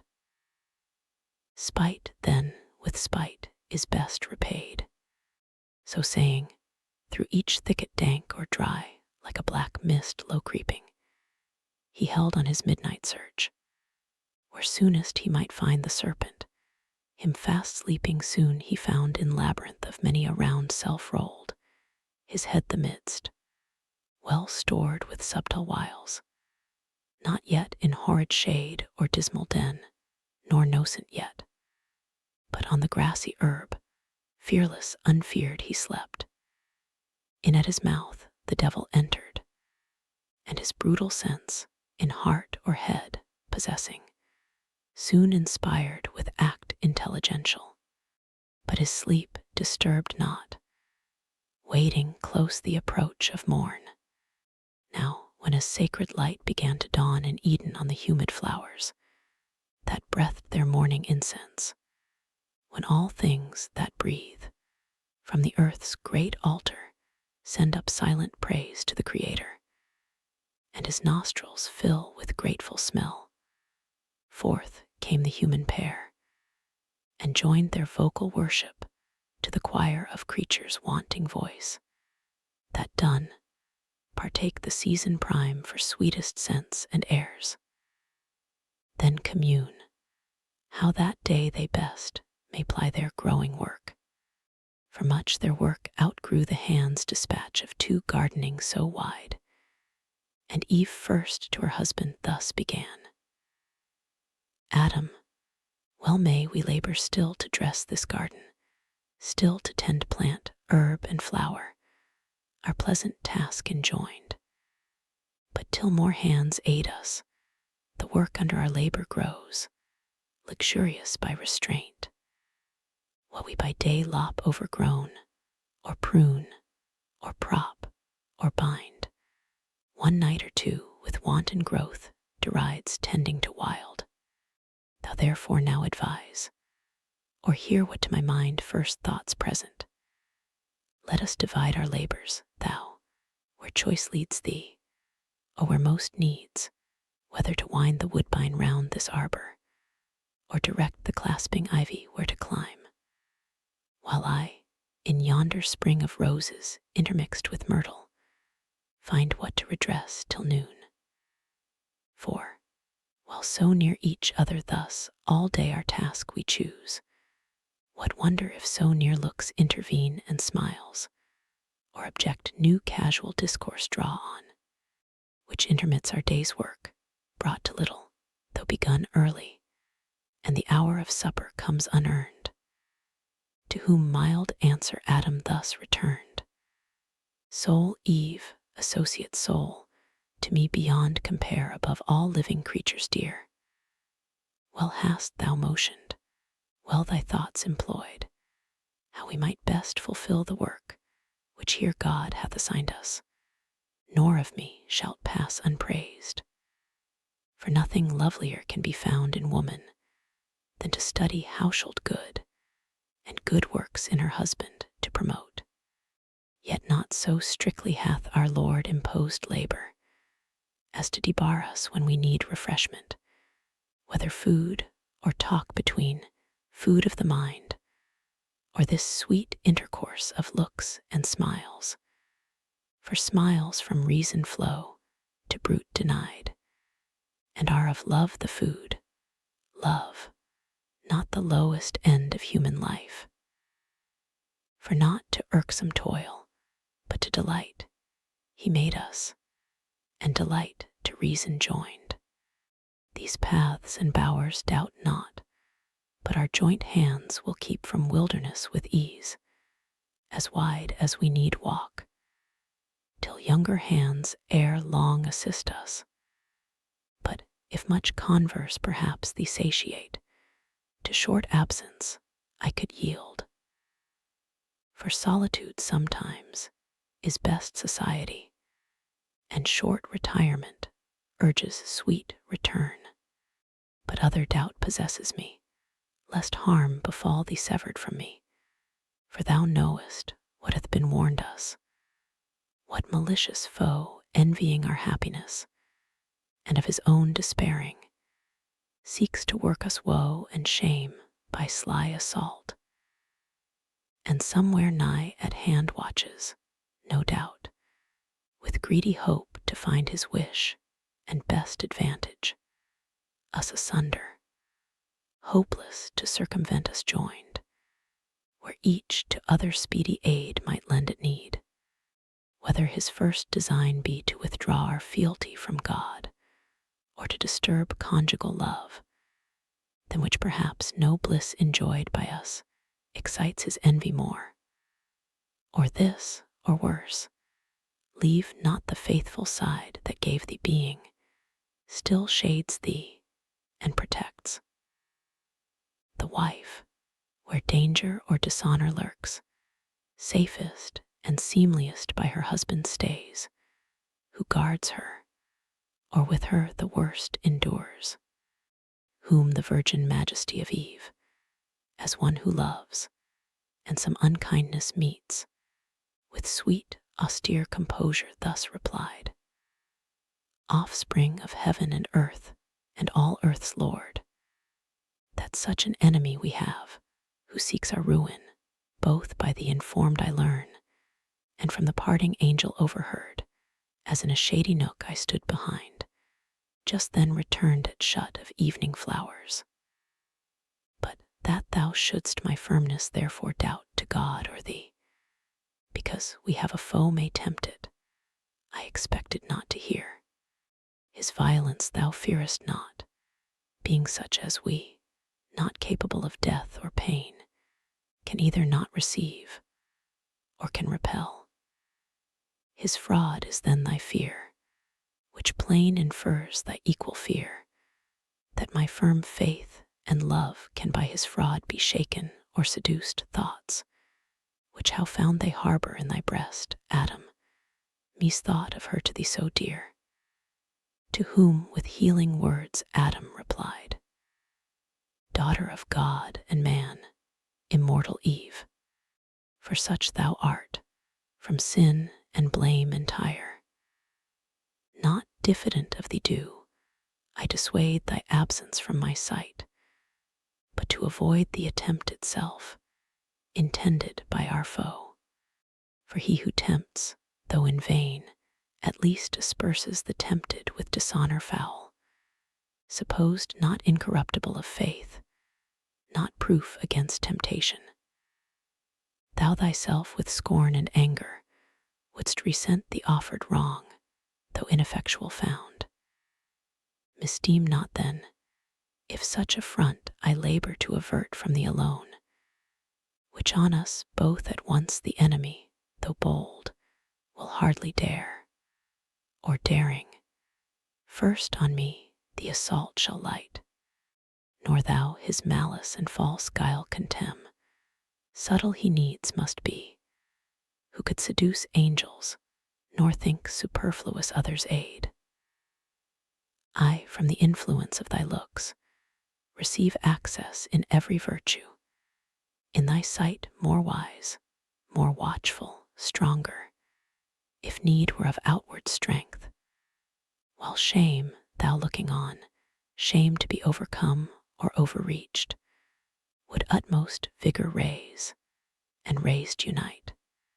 Why shouldst not thou like sense within thee feel when I am present, and thy trial choose with me, best witness of thy virtue tried? So spake domestic Adam in his care and matrimonial love. But Eve, who thought less attributed to her faith sincere, thus her reply with accent sweet renewed.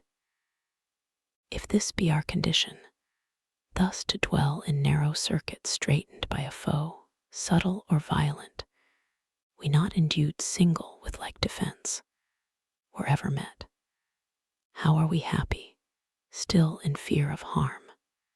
But harm precedes not sin.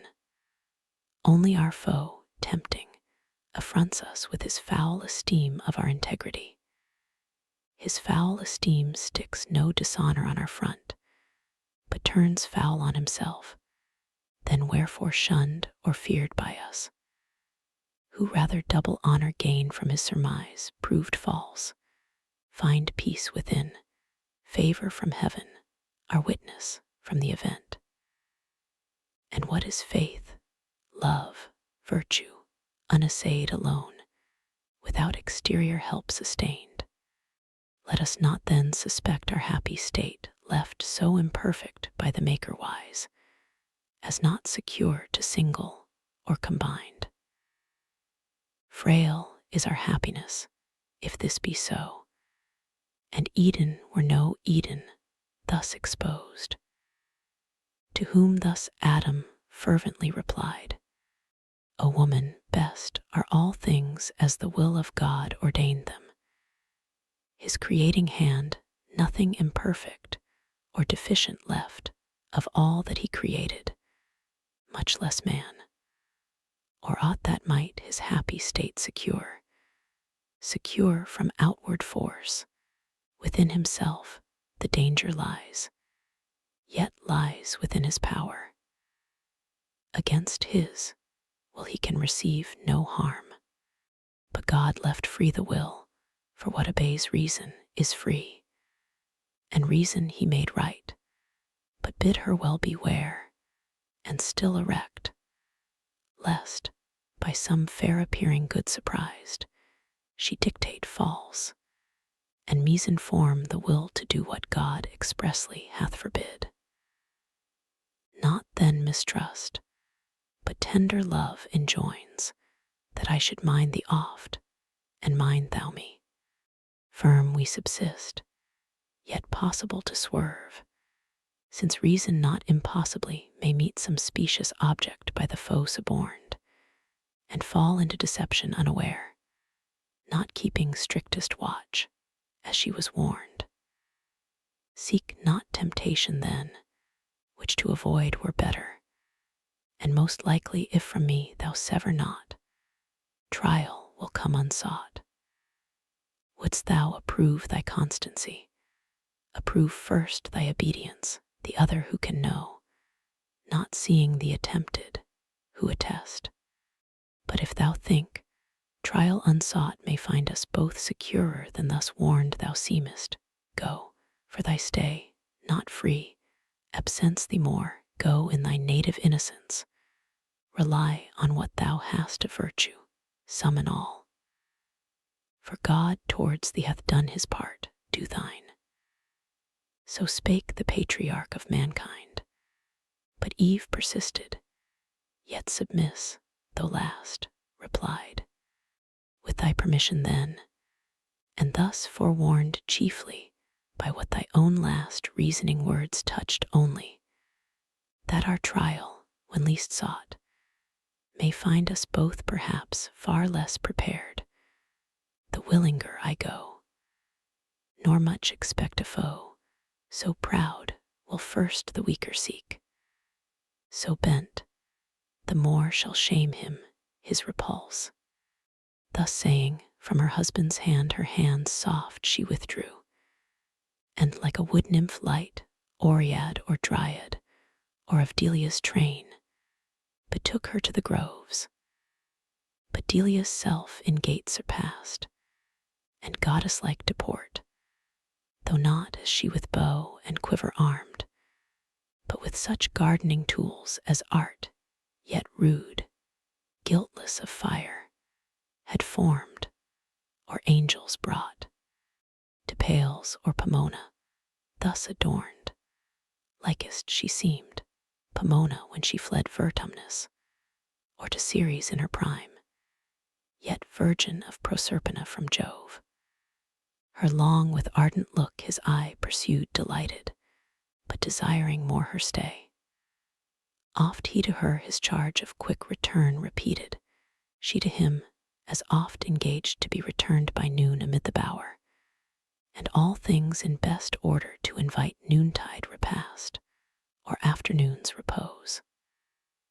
O much deceived, much failing, hapless Eve, of thy presumed return, event perverse, thou never from that hour in paradise foundst either sweet repast, or sound repose, such ambush, hid among sweet flowers and shades, waited with hellish rancor imminent to intercept thy way, or send thee back despoiled of innocence, of faith, of bliss. For now, and since first break of dawn, the fiend, mere serpent in appearance, forth was come, and on his quest, where likeliest he might find the only two of mankind, but in them the whole included race, his purposed prey.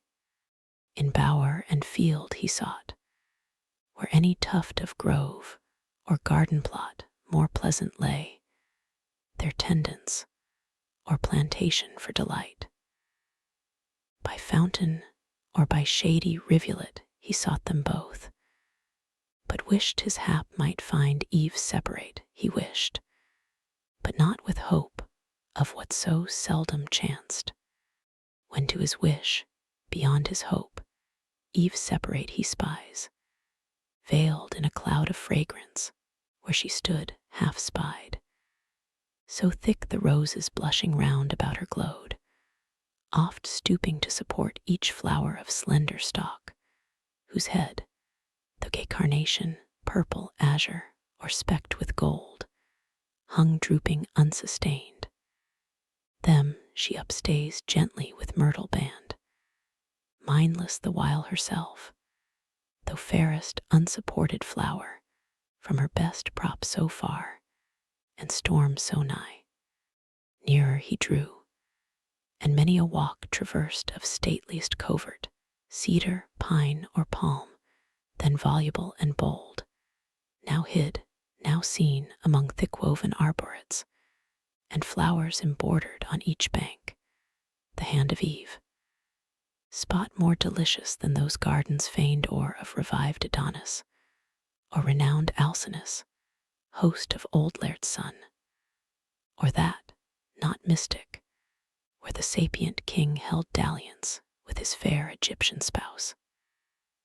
Much he the place admired, the person more, as one who long in populous city pent, where houses thick and sewers annoy the air, forth issuing on a summer's morn, to breathe among the pleasant villages and farms adjoined. From each thing met conceives delight, the smell of grain, or tedded grass, or kine, or dairy, each rural sight, each rural sound. If chance, with nymph-like step, fair virgin pass, what pleasing seemed, for her now pleases more she most, and in her look sums all delight. Such pleasure took the serpent to behold this flowery plat, the sweet recess of Eve thus early, thus alone, her heavenly form angelic, but more soft and feminine, her graceful innocence, her every air of gesture or least action overawed his malice, and with rapine sweet bereaved his fierceness of the fierce intent it brought.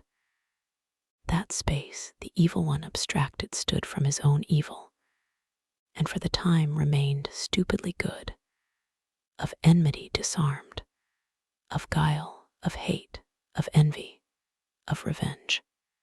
But the hot hell that always in him burns, though in mid-heaven, soon ended his delight, and tortures him now more, the more he sees of pleasure, not for him ordained. Then soon fierce hate he recollects, and all his thoughts of mischief, gratulating, thus excites. Thoughts, whither have ye led me? With what sweet compulsion thus transported, to forget what hither brought us? Hate not love, nor hope of paradise for hell, hope here to taste of pleasure, but all pleasure to destroy, save what is in destroying, other joy to me is lost.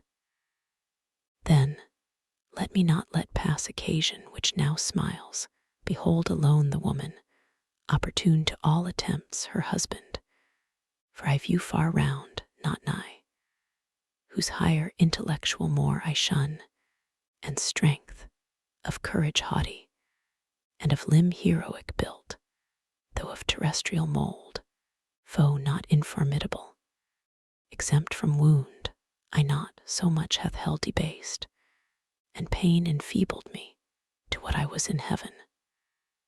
She fair, divinely fair, fit love for gods, not terrible, though terror be in love and beauty, not approached by stronger hate, hate stronger, under show of love well feigned, the way which to her ruin now I tend.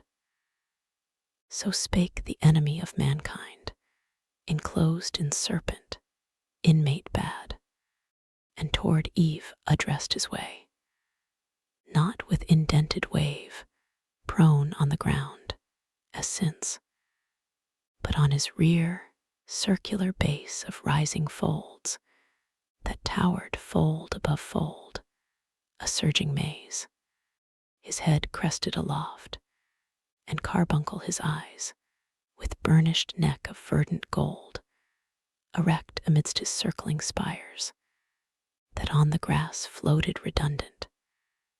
Pleasing was his shape, and lovely, never since of serpent kind lovelier, not those that in Illyria changed, Hermione and Cadmus, or the god in Epidaurus, nor to which transformed Ammonian Jove, or Capitoline, was seen, he with Olympias, this with her who bore Scipio, the height of Rome, with tract oblique at first, as one who sought access, but feared to interrupt, sidelong he works his way, as when a ship, by skilful steersmen wrought nigh river's mouth or foreland, where the wind veers oft, as oft so steers, and shifts her sail.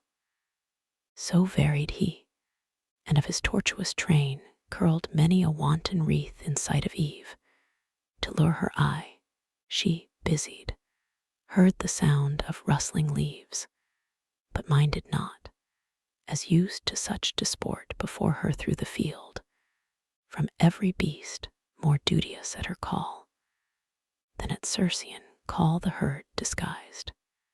He bolder now, uncalled before her stood, but as in gaze admiring. Oft he bowed his turret crest, and sleek enamelled neck, fawning, and licked the ground whereon she trod. His gentle dumb expression turned at length the eye of Eve to mark his play. He, glad of her attention gained, with serpent tongue organic, or impulse of vocal air, his fraudulent temptation thus began.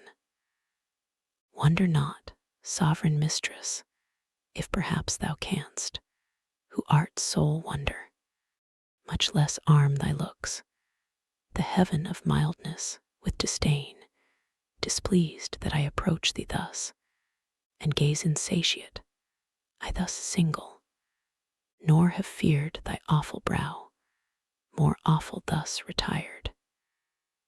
Fairest resemblance of thy Maker fair, the all things living gaze on, all things thine by gift, and thy celestial beauty adore with ravishment beheld. Their best beheld were universally admired. But here in this enclosure wild, these beasts among, beholders rude and shallow to discern half what in thee is fair, one man except who sees thee. And what is one? Who should be seen a goddess among gods, adored and served by angels numberless, thy daily train. So glozed the tempter, and his proem tuned. Into the heart of Eve his words made way, though at the voice much marveling, at length, not unamazed, she thus in answer spake. What may this mean? Language of man pronounced by tongue of brute, and human sense expressed. The first, at least, of these I thought denied to beasts, whom God, on their creation day, created mute to all articulate sound. The latter I demur, for in their looks much reason, and in their actions oft appears. The serpent, subtlest beast of all the field I knew, but not with human voice endued, redouble then this miracle, and say, how camest thou speakable of mute, and how to me, so friendly grown above the rest of brutal kind, that daily are in sight? Say, for such wonder claims attention due. To whom the guileful tempter thus replied, Empress of this fair world, resplendent Eve, easy to me it is to tell thee all what thou commandest, and right thou shouldst be obeyed. I was at first as other beasts that graze the trodden herb, of abject thoughts and low, as was my food, nor aught but food discerned or sex, and apprehended nothing high. Till, on a day roving the field, I chanced a goodly tree far distant to behold loaden with fruit of fairest colors mixed, ruddy and gold. I nearer drew to gaze, when from the boughs a savory odor blown, grateful to appetite, more pleased my sense than smell of sweetest fennel, or the teats of ewe or goat dropping with milk at even, unsucked of lamb or kid that tend their play. To satisfy the sharp desire I had of tasting those fair apples, I resolved not to defer. Hunger and thirst at once, powerful persuaders, quickened at the scent of that alluring fruit, urged me so keen. About the mossy trunk I wound me soon, for high from ground the branches would require thy utmost reach or atoms. Round the tree all other beasts that saw, with like desire longing and envying stood, but could not reach. Amid the tree now got, where plenty hung tempting so nigh, to pluck and eat my fill I spared not, for such pleasure till that hour, at feed or fountain, never had I found. Sated at length, ere long I might perceive strange alteration in me, to degree of reason in my inward powers, and speech wanted not long, though to this shape retained. Thenceforth to speculations high or deep I turned my thoughts, and with capacious mind considered all things visible in heaven or earth or middle, all things fair and good, but all that fair and good in thy divine semblance, and in thy beauty's heavenly ray, united I beheld, no fair to thine equivalent or second, which compelled me thus, though importune perhaps, to come and gaze, and worship thee of right declared sovereign of creatures, universal dame. So talked the spirited sly snake, and Eve, yet more amazed, unwary thus replied, Serpent, thy overpraising leaves in doubt the virtue of that fruit in thee first proved. But say, where grows the tree? From hence how far? For many are the trees of God that grow in paradise, and various, yet unknown to us. In such abundance lies our choice, as leaves a greater store of fruit untouched, still hanging incorruptible, till men grow up to their provision, and more hands help to disburden nature of her birth. To whom the wily adder, blithe and glad, Empress, the way is ready, and not long, beyond a row of myrtles on a flat fast by a fountain, one small thicket passed of blowing myrrh and balm. If thou accept my conduct, I can bring thee thither soon. Lead then, said Eve. He, leading, swiftly rolled in tangles, and made intricate seams straight, to mischief swift. Hope elevates, and joy brightens his crest, as when a wandering fire, compact of unctuous vapor, which the night condenses, and the cold environs round, kindled through agitation to a flame, which oft, they say, some evil spirit attends, hovering and blazing with delusive light, misleads the amazed night wanderer from his way to bogs and mires, and oft through pond or pool, they're swallowed up and lost from succor far. So glistered the dire snake, and into fraud led Eve, our credulous mother, to the tree of prohibition, root of all our woe, which when she saw, thus to her guide she spake, Serpent, we might have spared our coming hither, fruitless to me, though fruit be here to excess, the credit of whose virtue rest with thee wondrous indeed, if cause of such effects. But of this tree we may not taste nor touch, God so commanded, and left that command sole daughter of his voice. The rest, we live law to ourselves, our reason is our law.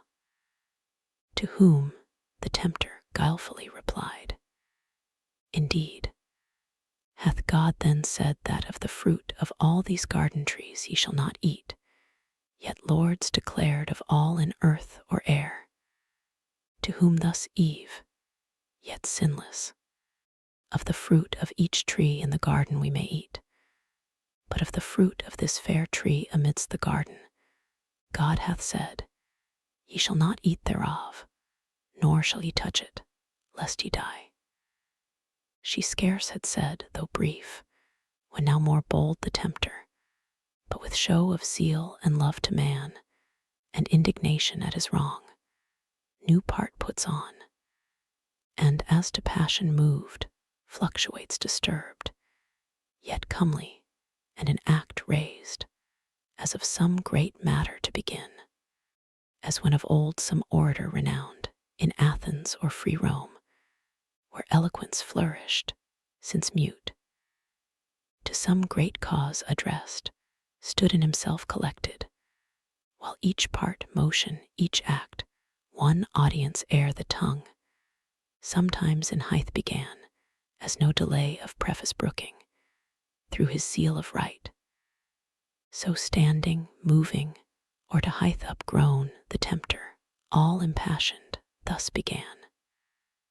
O sacred, wise, and wisdom-giving plant, mother of science, now I feel thy power within me clear, not only to discern things in their causes, but to trace the ways of highest agents, deemed however wise. Queen of this universe, do not believe those rigid threats of death. Ye shall not die, how should you? By the fruit. It gives you life to knowledge by the threatener.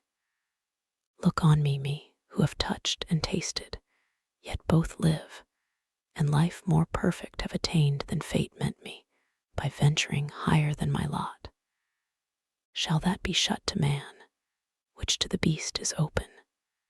Or will God incense his ire for such a petty trespass, and not praise rather your dauntless virtue, whom the pain of death denounced, whatever thing death be, deterred not from achieving what might lead to happier life, knowledge of good and evil, of good how just, of evil, if what is evil be real, why not known, since easier shunned? God therefore cannot hurt ye, and be just, not God, not feared then, nor obeyed. Your fear itself of death removes the fear. Why then was this forbid? Why but to awe? Why but to keep ye low and ignorant, his worshippers?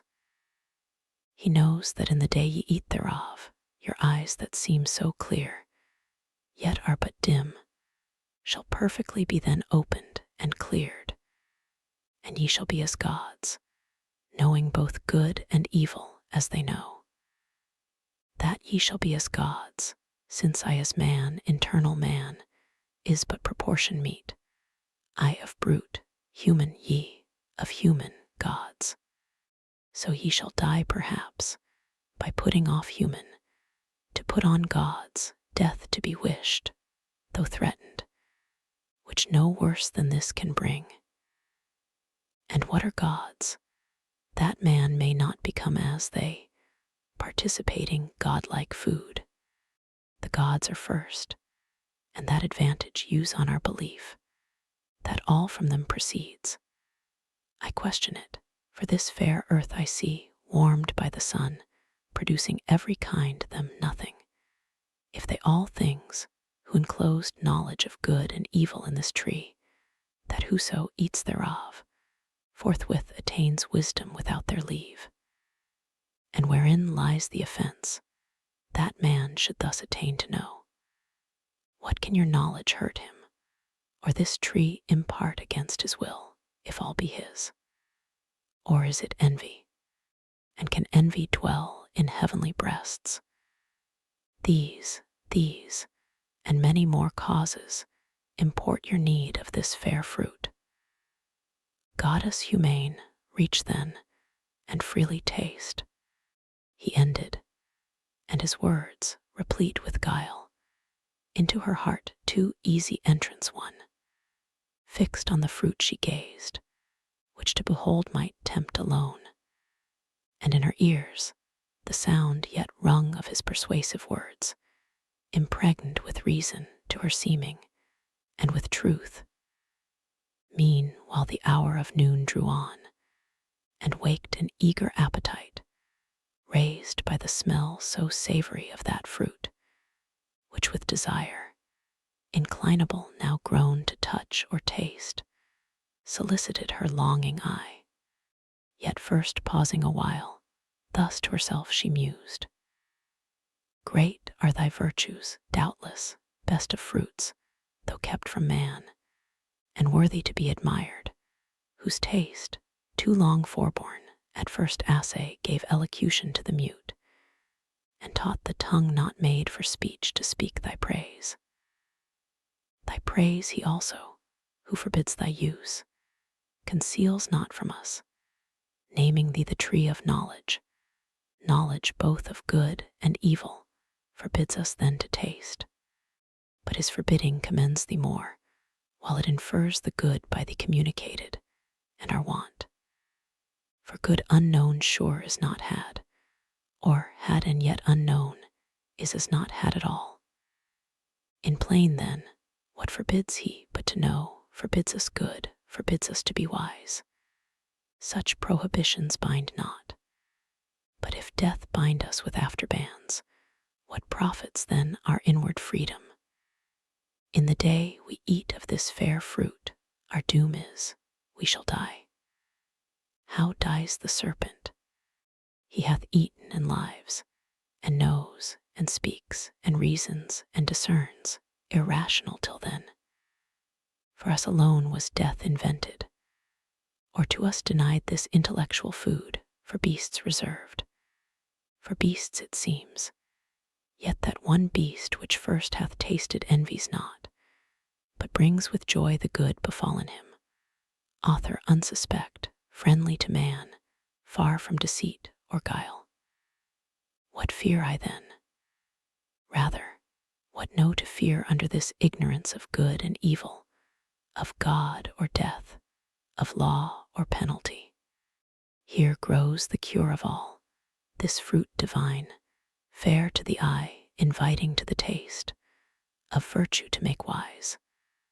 What hinders then to reach, and feed at once both body and mind? So saying, her rash hand in evil hour forth reaching to the fruit, she plucked, she eat.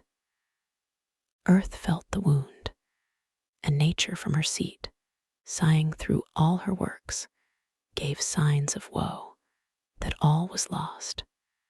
Back to the thicket slunk the guilty serpent, and well might for Eve, intent now wholly on her taste, naught else regarded, such delight till then, as seemed in fruit she never tasted, whether true or fancied so, through expectation high of knowledge, naught was Godhead from her thought.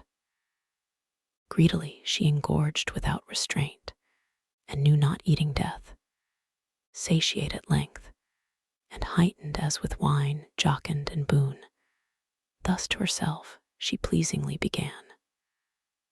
O sovereign, virtuous, precious of all trees in paradise, of operation blessed to sapience, hitherto obscured, infamed, and thy fair fruit let hang, as to no end created, but henceforth my early care, not without song each morning and due praise, shall tend thee, and the fertile burden ease of thy full branches offered free to all, till, dieted by thee, I grow mature in knowledge as the gods, who all things know, though others envy what they cannot give.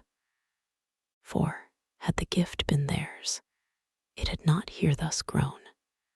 Experience next to the I owe, best guide not following thee.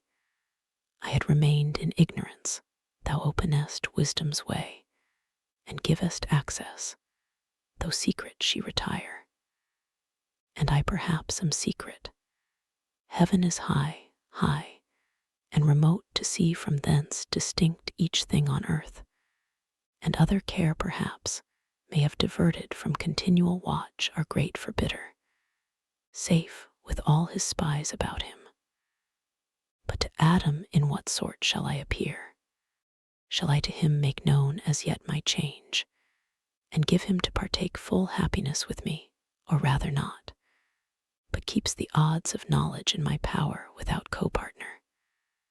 So to add what wants in female sex, the more to draw his love, and render me more equal, and perhaps, a thing not undesirable, sometimes superior, for inferior, who is free this may be well.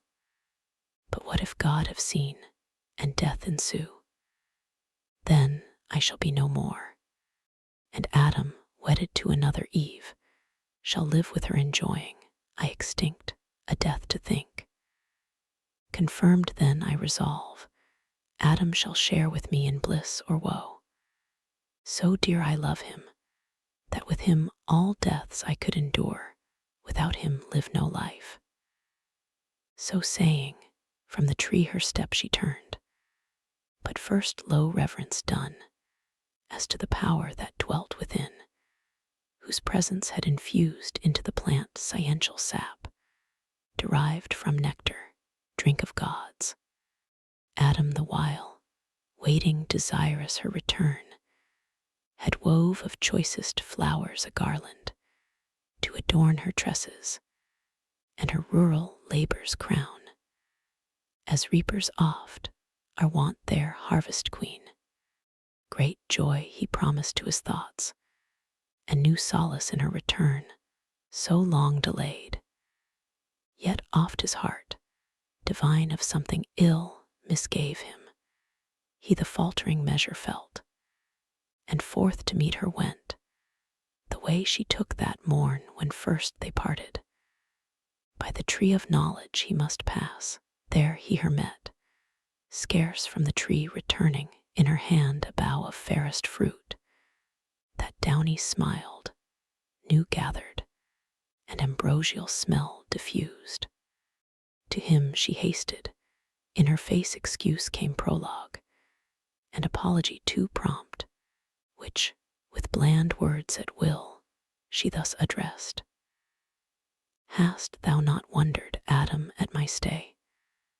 Thee I have missed, and thought it long, deprived thy presence, agony of love till now not felt, nor shall be twice, for never more mean I to try, what rash untried I sought, the pain of absence from thy sight. But strange hath been the cause, and wonderful to hear. This tree is not, as we are told, a tree of danger tasted, nor to evil unknown opening the way, but of divine effect to open eyes, and make them gods who taste, and hath been tasted such. The serpent wise, or not restrained as we, or not obeying, hath eaten of the fruit, and is become not dead, as we are threatened, but thenceforth endued with human voice and human sense, reasoning to admiration, and with me persuasively hath so prevailed, that I have also tasted, and have also found the effects to correspond, opener mine eyes, dim erst, dilated spirits, ampler heart, and growing up to Godhead, which for thee chiefly I sought, without thee can despise. For bliss, as thou hast part, to me is bliss, tedious, unshared with thee, and odious soon. Thou therefore also taste, that equal lot may join us, equal joy as equal love, lest, thou not tasting, different degree disjoin us, and I then too late renounce deity for thee, when fate will not permit. Thus Eve with countenance blithe her story told, but in her cheek distemper flushing glowed.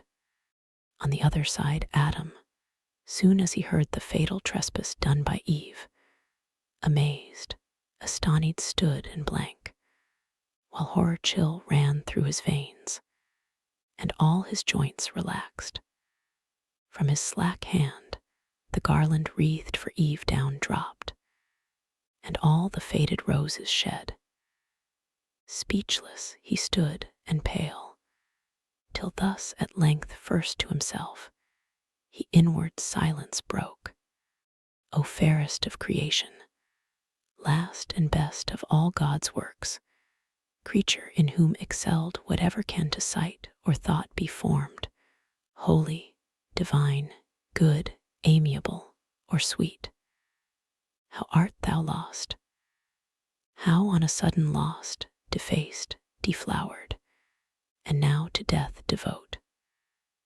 Rather, how hast thou yielded to transgress the strict forbiddance, how to violate the sacred fruit forbidden? Some cursed fraud of enemy hath beguiled thee, yet unknown, and me with thee hath ruined, for with thee certain my resolution is to die. How can I live without thee?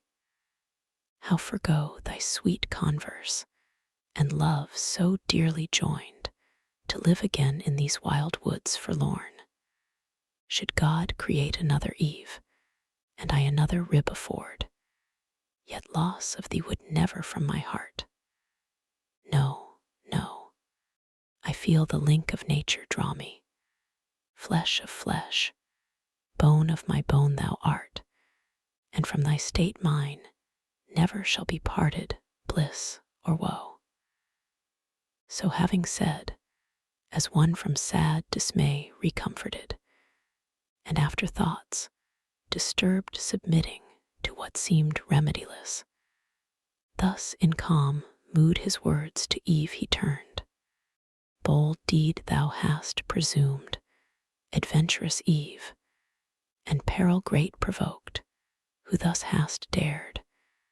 Had it been only coveting to eye that sacred fruit, sacred to abstinence, much more to taste it under ban to touch.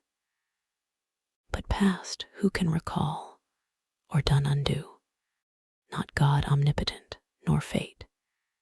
Yet so perhaps thou shalt not die. Perhaps the fact is not so heinous now, foretasted fruit, profaned first by the serpent, by him first made common, and unhallowed ere our taste, nor yet on him found deadly. Yet he lives lives as thou saidst, and gains to live as man, higher degree of life, inducement strong to us, as likely tasting to attain proportional assent, which cannot be but to be gods, or angels, demigods. Nor can I think that God, creator wise though threatening, will in earnest so destroy us his prime creatures, dignified so high, set over all his works, which in our fall for us created, needs with us must fail dependent made. So God shall uncreate, be frustrate, do undo, and labor lose, not well conceived of God, who, though his power creation could repeat, yet would be loth us to abolish, lest the adversary triumph, and say, fickle their state whom God most favors, who can please him long? Me first he ruined, now mankind, whom will he next? Matter of scorn, not to be given the foe. However I with thee have fixed my lot, certain to undergo like doom. If death consort with thee, death is to me as life. So forcible within my heart, I feel the bond of nature draw me to my own in thee. For what thou art is mine. Our state cannot be severed. We are one flesh. To lose thee were to lose myself. So Adam, and thus Eve to him replied, O glorious trial of exceeding love, illustrious evidence, example high, engaging me to emulate. But short of thy perfection, how shall I attain, Adam, from whose dear side I boast me sprung?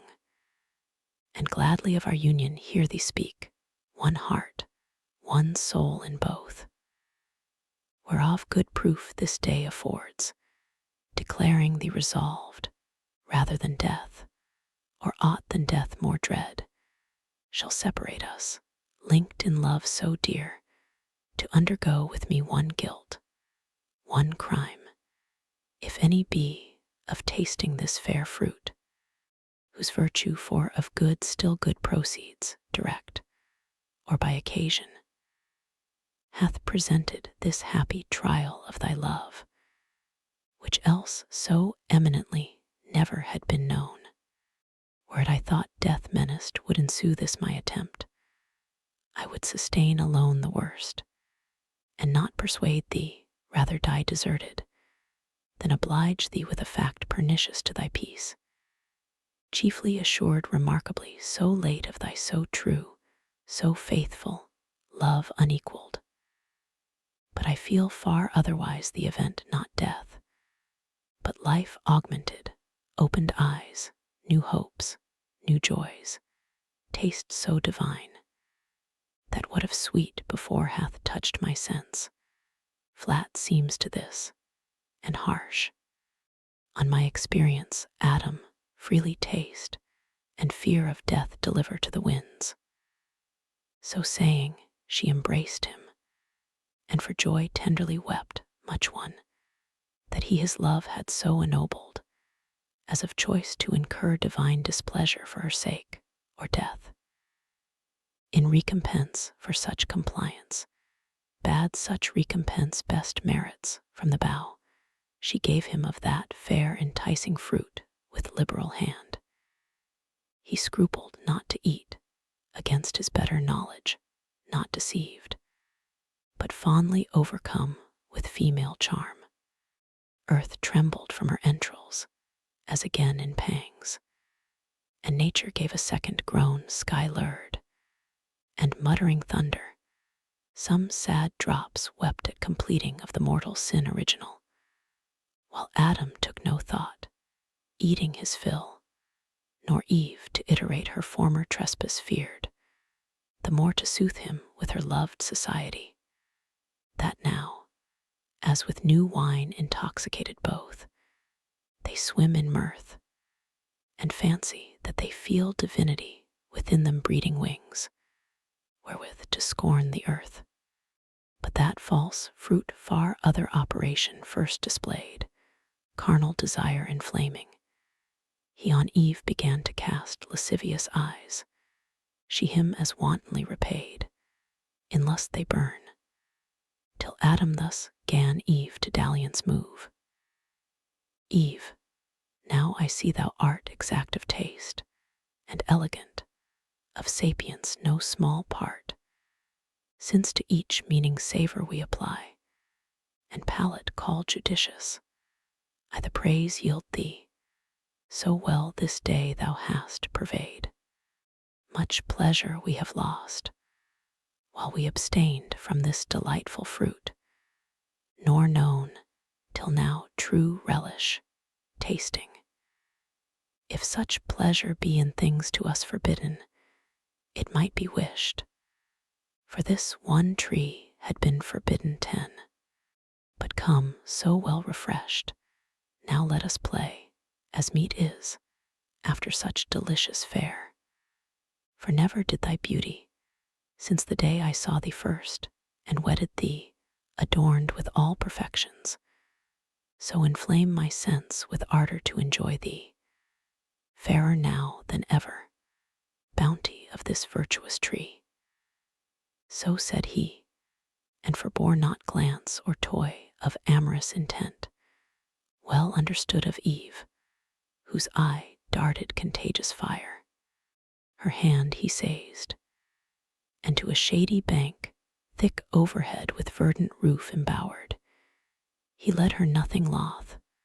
Flowers were the couch, pansies and violets, and asphodel and hyacinth, earth's freshest, softest lap.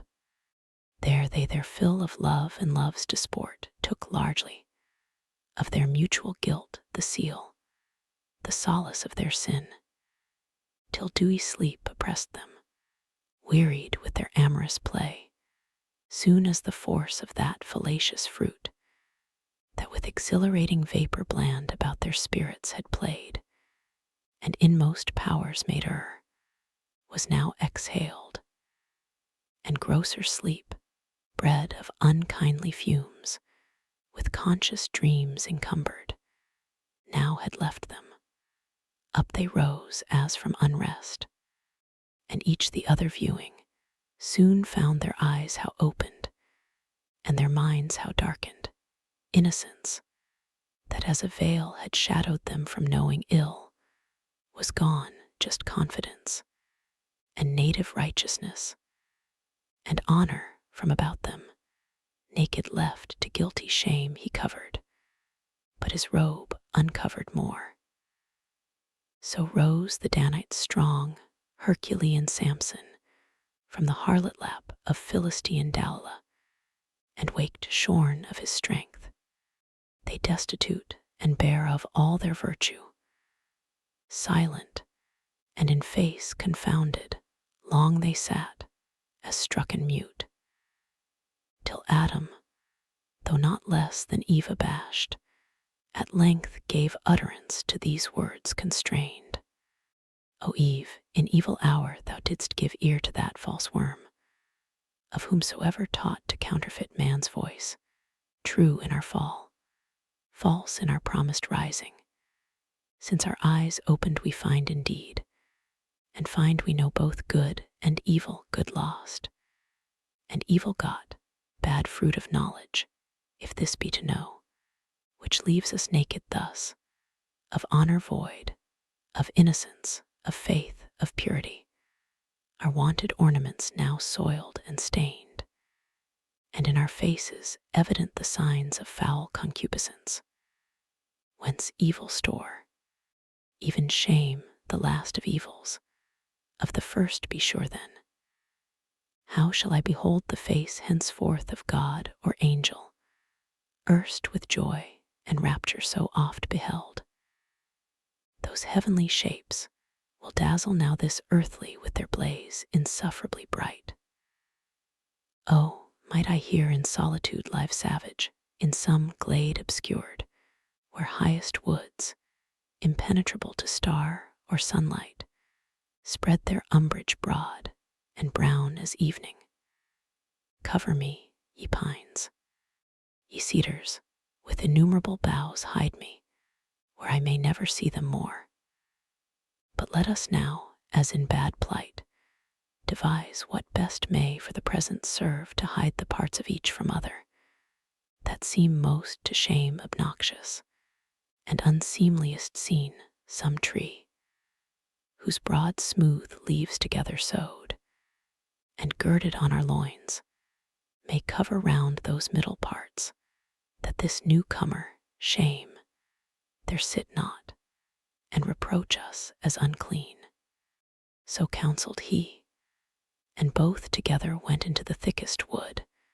There soon they chose the fig tree, not that kind for fruit renowned, but such as at this day, to Indians known, in Malabar or Deccan, spreads her arms branching so broad and long, that in the ground the bended twigs take root, and daughters grow about the mother tree, a pillared shade high overarched, and echoing walks between.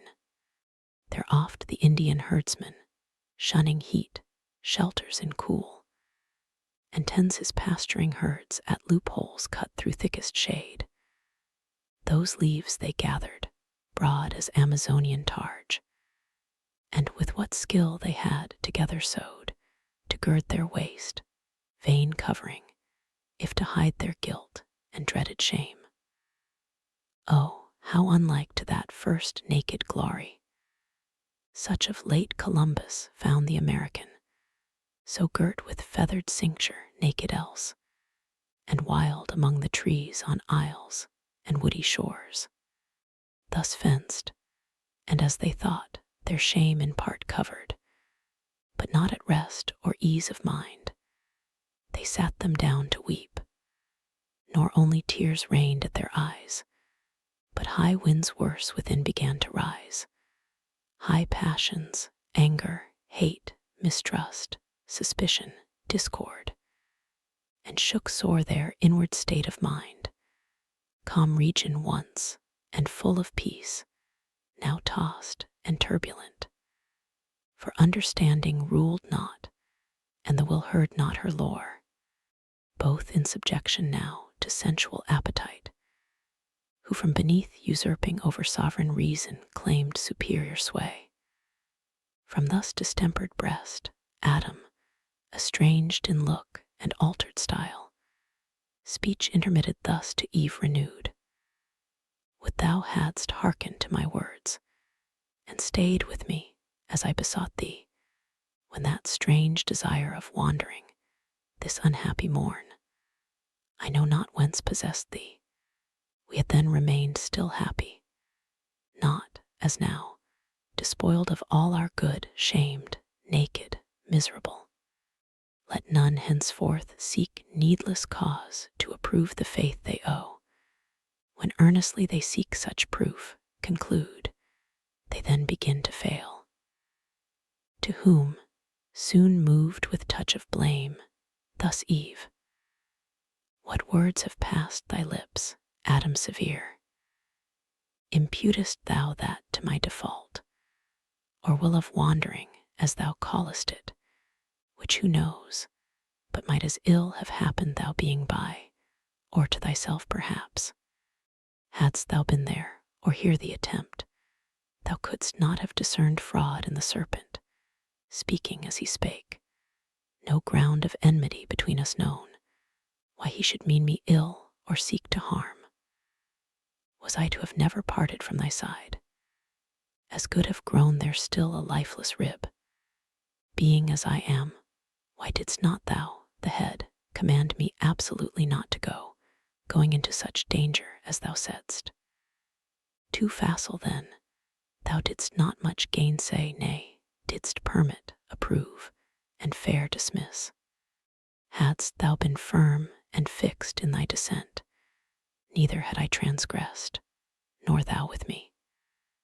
To whom then first incensed, Adam replied, Is this the love, is this the recompense of mine to thee, ingrateful Eve expressed immutable, when thou wert lost, not I, who might have lived, enjoyed immortal bliss, yet willingly chose rather death with thee?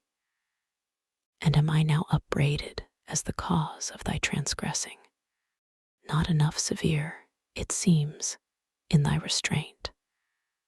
What could I more? I warned thee, I admonished thee, foretold the danger, and the lurking enemy that lay in wait beyond this had been force, and force upon free will hath here no place. Confidence then bore thee on, secure either to meet no danger or to find matter of glorious trial. And perhaps I also erred in overmuch admiring what seemed in thee so perfect, that I thought no evil durst attempt thee. But I rue the error now, which is become my crime, and thou the accuser. Thus it shall befall him, who, to worth in women overtrusting, lets her will rule.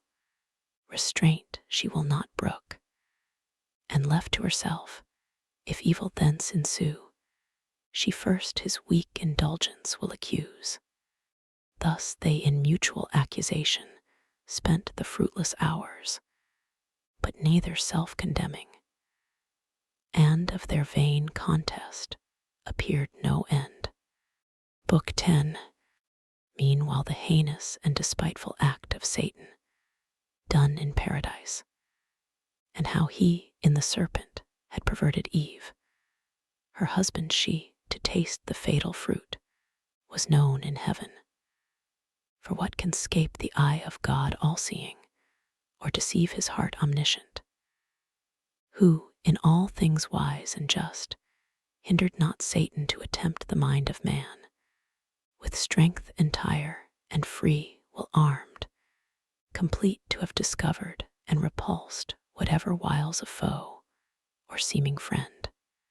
For still they knew, and ought to have still remembered, the high injunction, not to taste that fruit, whoever tempted, which they not obeying, incurred what could they less, the penalty, and manifold in sin deserved to fall.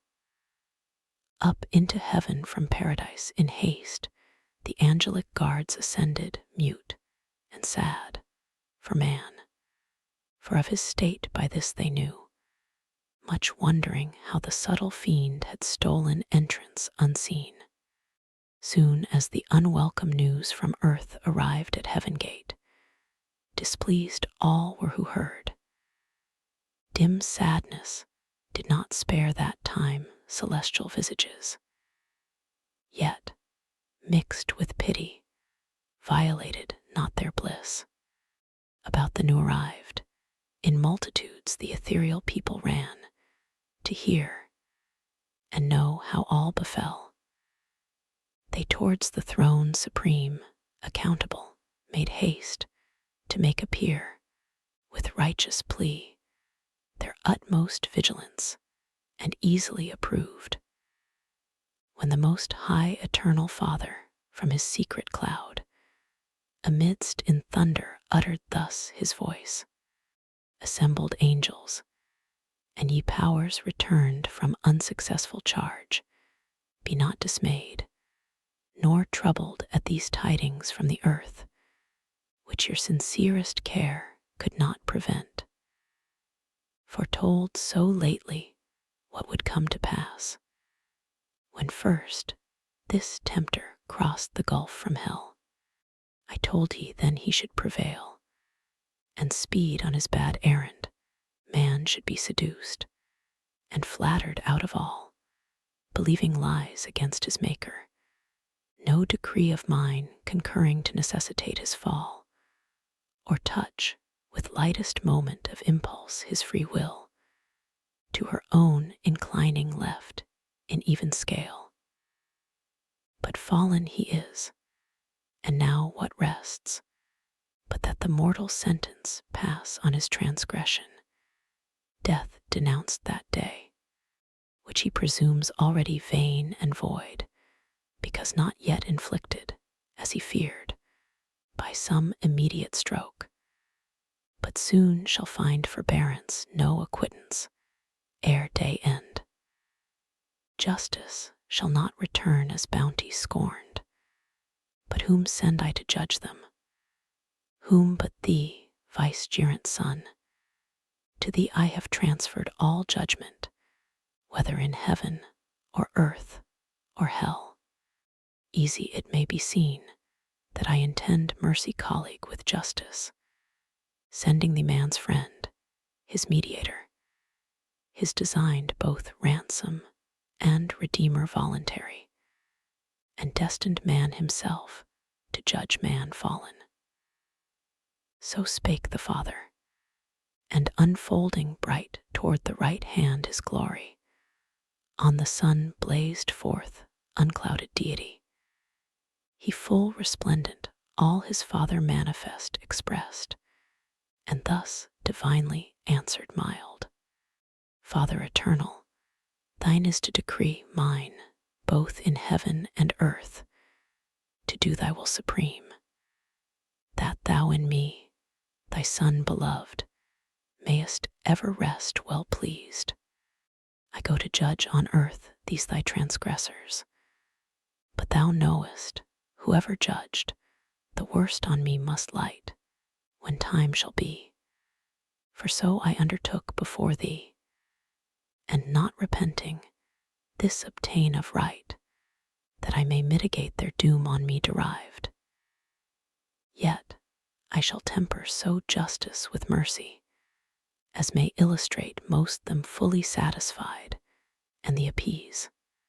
Attendants none shall need, nor train, where none are to behold the judgment. But the judged, those two, the third best absent is condemned, convict by flight, and rebel to all law.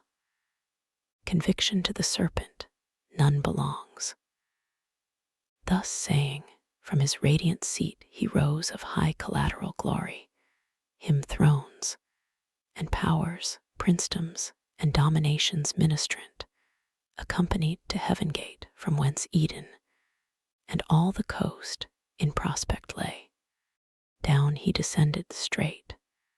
The speed of God's time counts not, though with swiftest minutes winged. Now was the sun in western cadence low from noon, and gentle airs due at their hour to fan the earth now waked, and usher in the evening cool. When he, from wrath more cool, came the mild judge and intercessor both to sentence man. The voice of God they heard now walking in the garden, by soft winds brought to their ears, while day declined they heard, and from his presence hid themselves among the thickest trees, both man and wife, till God, approaching, thus to Adam called aloud, "Where art thou, Adam? Want with joy to meet my coming seen far off. I miss thee here, not pleased, thus entertained with solitude, where obvious duty ere while appeared unsought. Or come I less conspicuous, or what change absents thee, or what chance detains? Come forth." He came, and with him Eve more loth, though first to offend discountenanced both, and discomposed. Love was not in their looks, either to God or to each other, but apparent guilt and shame and perturbation, and despair, anger and obstinacy, and hate and guile. Whence Adam, faltering long, thus answered brief, "I heard thee in the garden, and of thy voice afraid, being naked, hid myself." To whom the gracious judge without revile replied, "My voice thou oft hast heard, and hast not feared, but still rejoiced. How is it now become so dreadful to thee? That thou art naked, who hath told thee? Hast thou eaten of the tree, whereof I gave thee charge thou shouldst not eat?"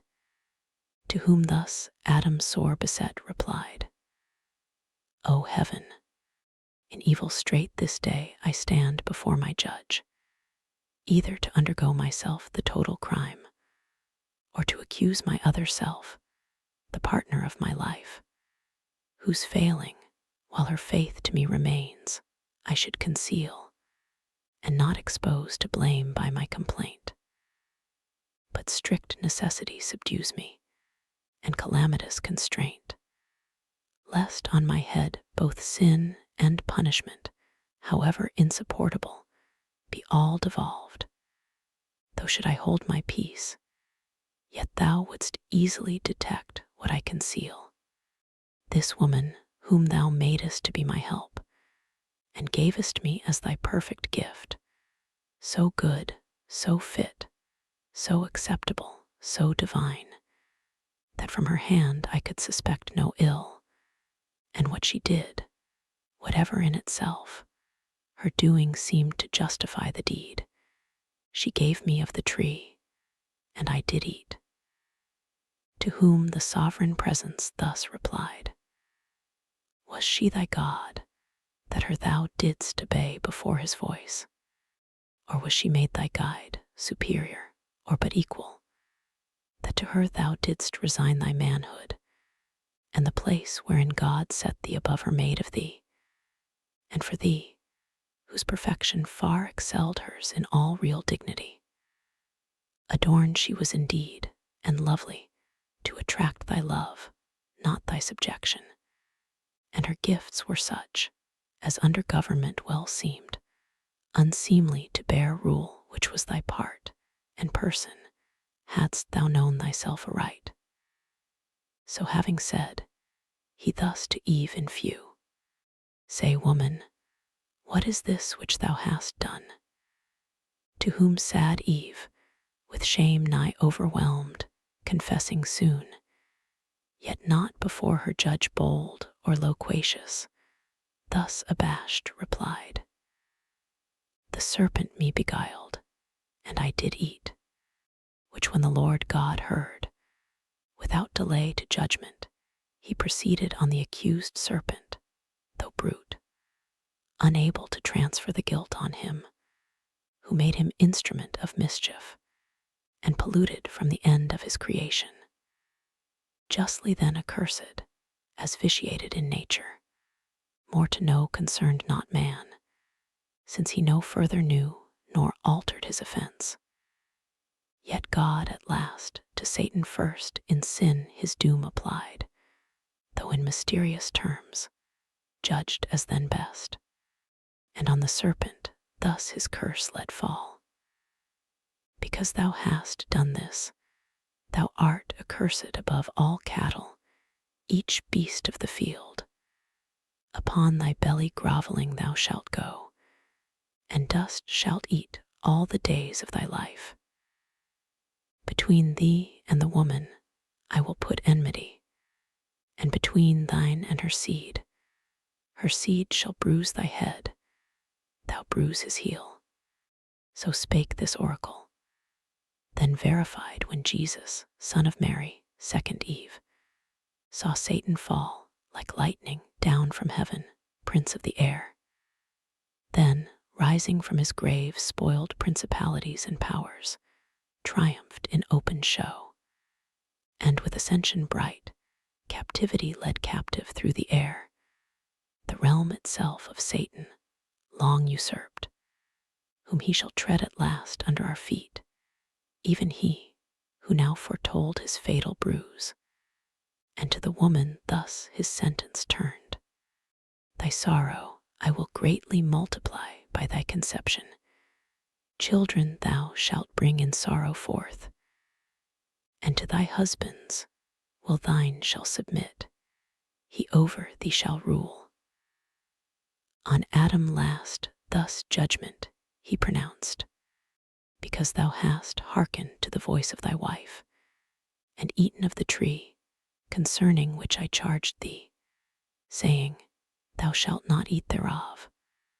Cursed is the ground for thy sake, thou in sorrow shalt eat thereof all the days of thy life. Thorns also and thistles it shall bring thee forth unbid. And thou shalt eat the herb of the field, in the sweat of thy face shalt thou eat bread, till thou return unto the ground, for thou out of the ground wast taken. Know thy birth, for dust thou art, and shalt to dust return. So judged he man, both judge and Saviour sent, and the instant stroke of death denounced that day, removed far off then, pitying how they stood before him naked to the air, that now must suffer change, disdained not to begin thenceforth the form of servant to assume, as when he washed his servants' feet. So now, as father of his family, he clad their nakedness with skins of beasts, or slain, or as the snake with youthful coat repaid, and thought not much to clothe his enemies, nor he their outward only with the skins of beasts, but inward nakedness much more. Opprobrious, with his robe of righteousness arraying, covered from his father's sight. To him with swift ascent he up returned, into his blissful bosom reassumed in glory, as of old, to him appeased all, though all-knowing, what had passed with man recounted, mixing intercessions sweet. Meanwhile, ere thus was sinned and judged on earth, within the gates of hell sat sin and death, in counterview within the gates, that now stood open wide, belching outrageous flame far into chaos, since the fiend passed through, sin opening, who thus now to death began. O Son, why sit we here each other viewing idly, while Satan, our great author, thrives in other worlds, and happier seat provides for us, his offspring dear? It cannot be but that success attends him, if mishap, ere this he had returned, with fury driven by his avengers, since no place like this can fit his punishment, or their revenge. Methinks I feel new strength within me rise, wings growing, and dominion given me large beyond this deep, whatever draws me on, or sympathy, or some connatural force, powerful at greatest distance to unite, with secret amity, things of like kind, by secretest conveyance. Thou, my shade inseparable, must with me along, for death from sin no power can separate. But lest the difficulty of passing back stay his return perhaps over this gulf impassable, impervious, let us try adventurous work, yet to thy power and mine not unagreeable, to found a path over this main from hell to that new world, where Satan now prevails, a monument of merit, high to all the infernal host, easing their passage hence, for intercourse, or transmigration, as their lot shall lead. Nor can I miss the way, so strongly drawn by this new-felt attraction and instinct. Whom thus the meager shadow answered soon, Go, whither fate and inclination strong leads thee, I shall not lag behind, nor err the way thou leading. Such a scent I draw of carnage, prey innumerable, and taste the savor of death from all things there that live. Nor shall I to the work thou enterprisest be wanting, but afford the equal aid. So saying, with delight, he snuffed the smell of mortal change on earth, as when a flock of ravenous fowl, though many a league remote against the day of battle, to a field where armies lie encamped, come flying, lured with scent of living carcasses designed for death, the following day in bloody fight. So scented the grim feature, and upturned his nostril wide into the murky air, sagacious of his quarry from so far. Then both from out hell gates into the waste-wide anarchy of chaos, damp and dark, flew diverse, and with power, their power was great, hovering upon the waters, what they met solid or slimy, as in raging sea tossed up and down, together crowded drove, from each side shoaling towards the mouth of hell, as when two polar winds, blowing adverse upon the Cronian sea, together drive mountains of ice, that stop the imagined way beyond Petsora eastward, to the rich Cathan coast.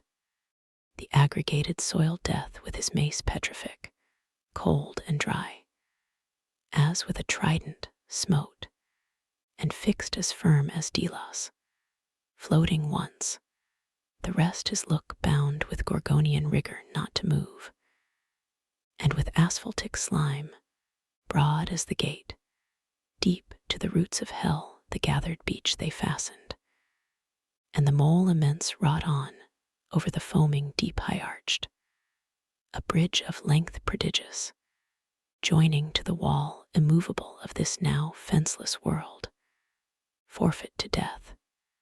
From hence a passage broad, smooth, easy, inoffensive, down to hell. So, if great things to small may be compared, Xerxes, the liberty of Greece to yoke, from Susa, his Memnonian palace high, came to the sea, and over Hellespont bridging his way, Europe with Asia joined, and scourged with many a stroke the indignant waves.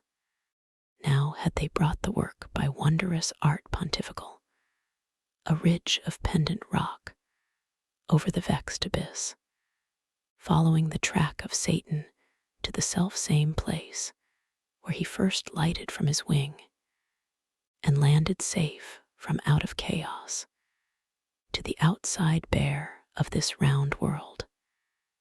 With pins of adamant and chains they made all fast, too fast they made, and durable.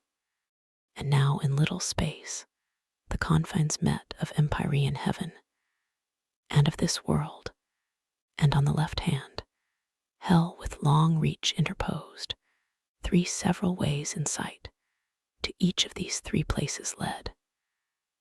And now their way to earth they had disgrayed, to paradise first tending, when, behold, Satan, in likeness of an angel bright, betwixt the centaur and the scorpion steering his zenith, while the sun in Aries rose, disguised he came. But those his children dear their parent soon discerned, though in disguise. He, after Eve seduced, unminded slunk into the wood fast by, and changing shape, to observe the sequel, saw his guileful act by Eve, though all unweeting, seconded upon her husband, saw their shame that sought vain covertures.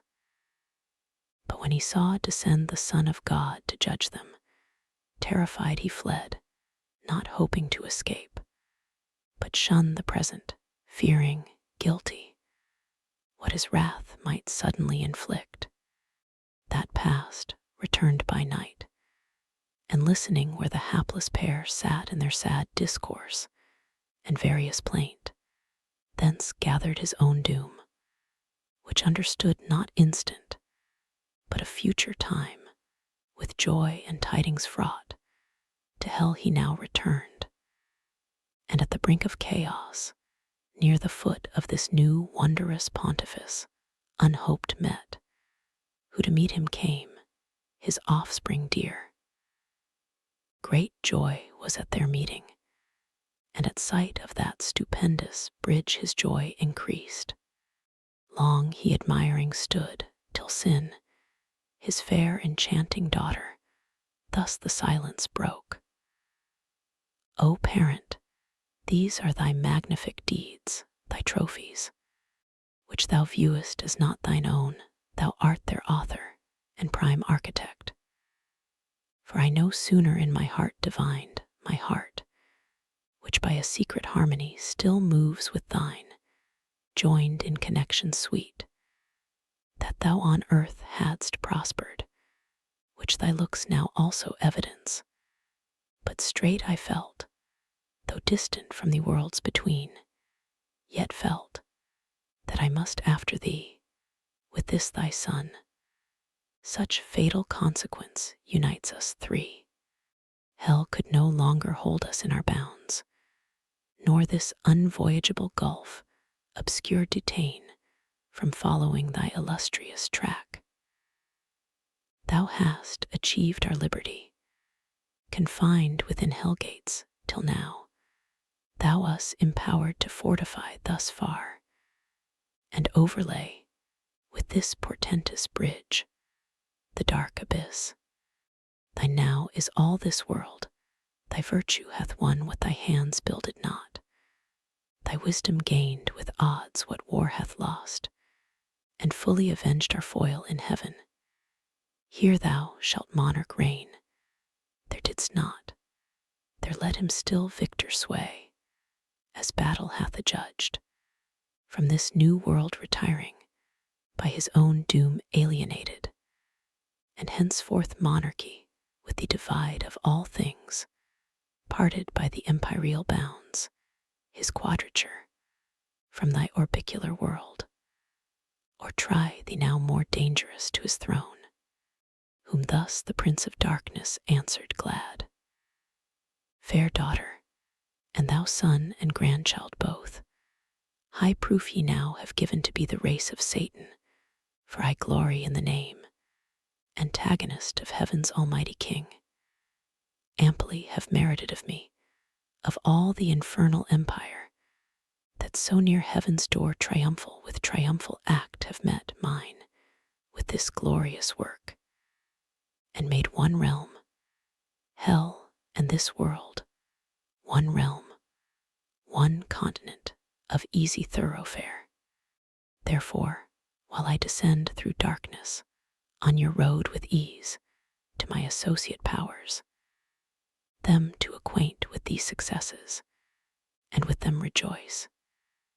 You too this way, among these numerous orbs, all yours, right down to paradise descend, there dwell, and reign in bliss, thence on the earth dominion exercise, and in the air, chiefly on man. Sole Lord of all declared him first make sure your thrall, and lastly kill. My substitutes I send ye, and create plenipotent on earth, of matchless might issuing from me. On your joint vigor now my hold of this new kingdom all depends, through sin to death exposed by my exploit. If your joint power prevail, the affairs of hell no detriment need fear. Go and be strong. So saying, he dismissed them. They with speed their course through thickest constellations held, spreading their bane. The blasted stars looked wan, and planets, planet-struck, real eclipse then suffered. The other way Satan went down the Caussee to Hellgate. On either side disparted chaos overbuilt exclaimed, and with rebounding surge the bars assailed, that scorned his indignation. Through the gate, wide open and unguarded, Satan passed, and all about found desolate. For those, appointed to sit there, had left their charge, flown to the upper world. The rest were all far to the inland retired, about the walls of Pandemonium, city and proud seat of Lucifer. So by illusion called of that bright star to Satan paragoned, there kept their watch the legions, while the grand in council sat, solicitous what chance might intercept their emperor sent. So he departing gave command, and they observed, as when the Tartar from his Russian foe, by Astrakhan, over the snowy plains retires, or Bactrian Sophi, from the horns of Turkish Crescent, leaves all waste beyond the realm of Elagil, in his retreat to Taurus or Caspian. So these, the late heaven-banished host, left Dessart utmost hell many a dark league, reduced in careful watch round their metropolis, and now expecting each hour their great adventurer from the search of foreign worlds, he through the midst unmarked, in show plebeian angel militant of lowest order, passed, and from the door of that Plutonian hall, invisible ascended his high throne, which, under state of richest texture spread, at the upper end was placed in regal luster. Down a while he sat, and round about him saw unseen. At last, as from a cloud, his fulgent head and shape star-bright appeared, or brighter, clad with what permissive glory since his fall was left him, or false glitter. All amazed at that so sudden blaze, the Stygian throng bent their aspect, and whom they wished beheld, their mighty chief returned. Loud was the acclaim. Forth rushed in haste the great consulting peers, raised from their dark divan, and with like joy congratulant approached him, who with hand silence, and with these words attention, 1. Thrones, dominations, princedoms, virtues, powers, for in possession such, not only of right I call ye, and declare ye now, returned successful beyond hope, to lead ye forth triumphant out of this infernal pit abominable, accursed, the house of woe, and dungeon of our tyrant. Now possess, as lords, a spacious world, to our native heaven little inferior, by my adventure hard, with peril great achieved. Long were to tell what I have done, what suffered, with what pain voyaged unreal, vast, unbounded deep of horrible confusion, over which by sin and death a broad way now is paved, to expedite your glorious march.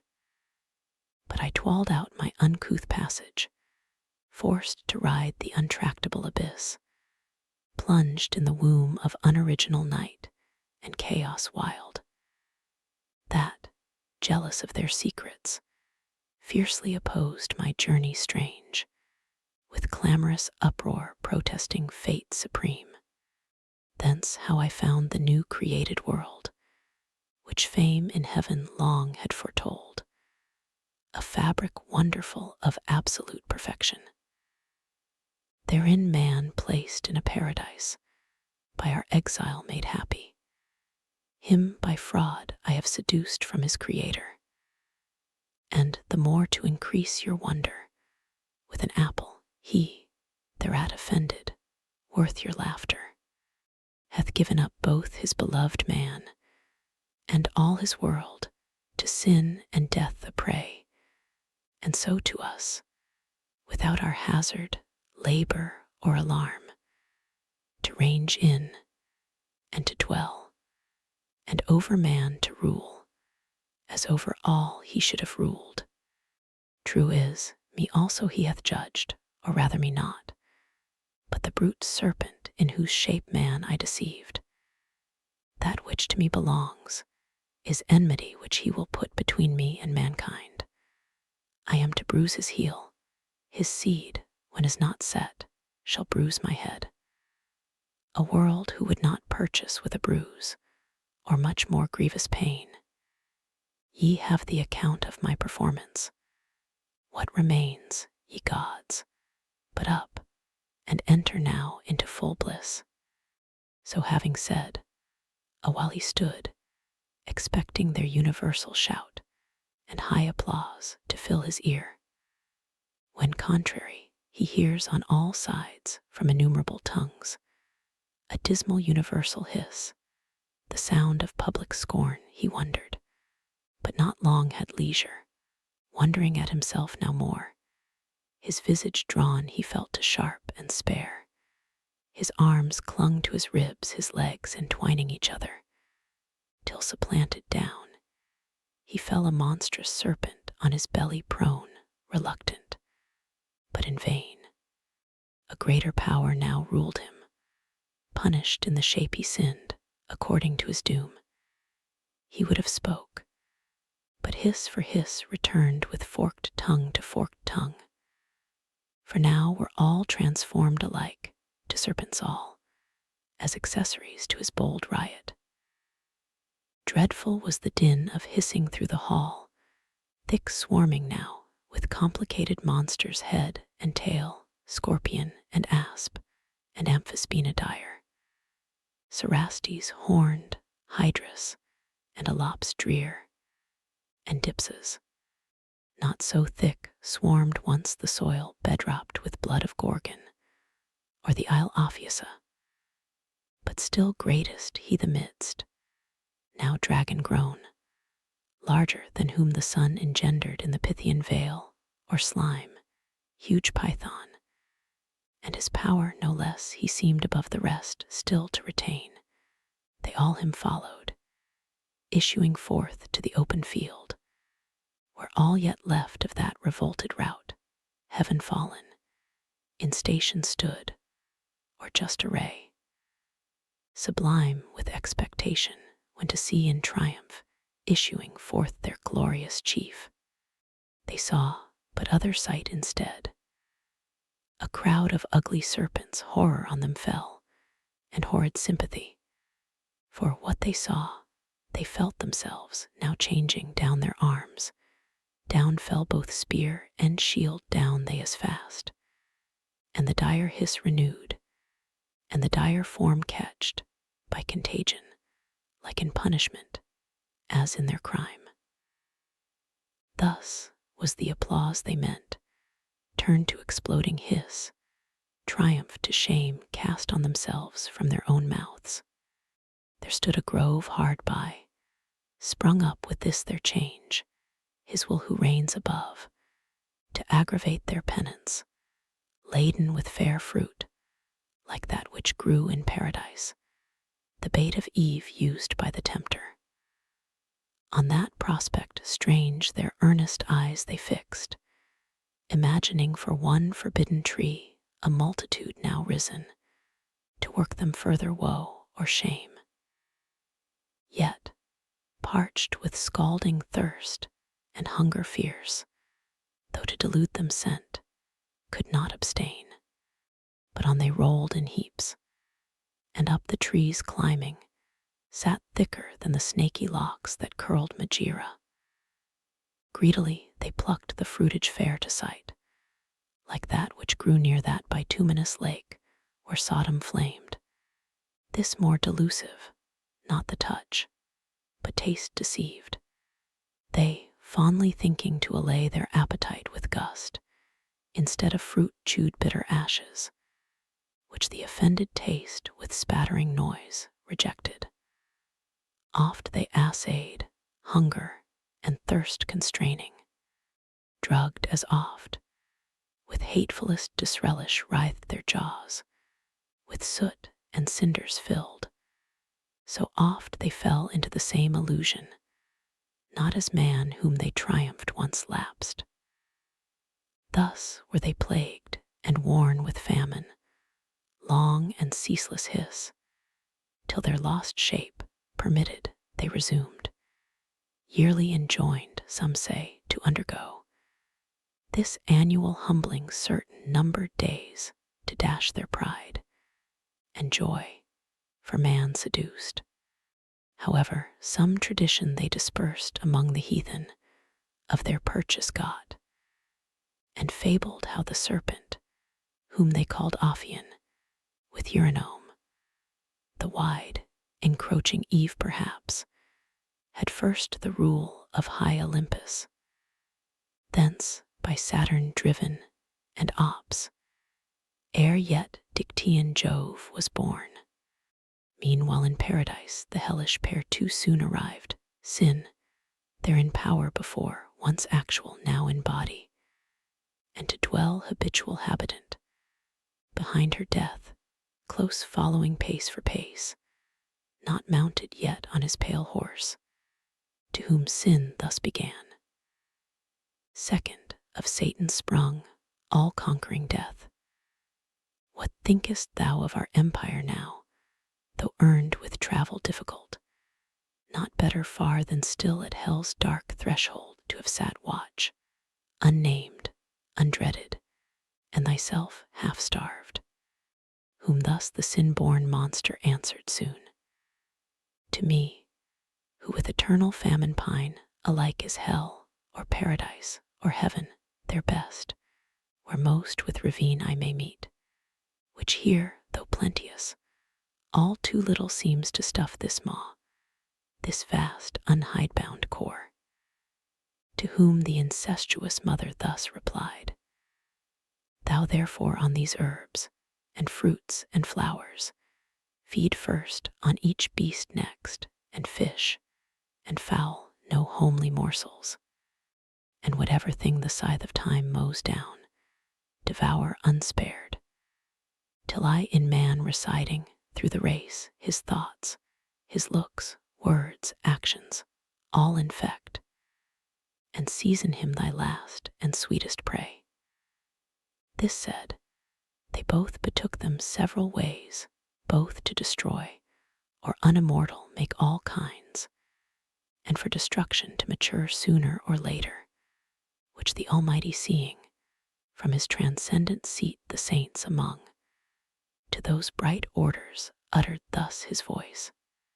See, with what heat these dogs of hell advance to waste and havoc yonder world, which I so fair and good created, and had still kept in that state, had not the folly of man let in these wasteful furies, who impute folly to me.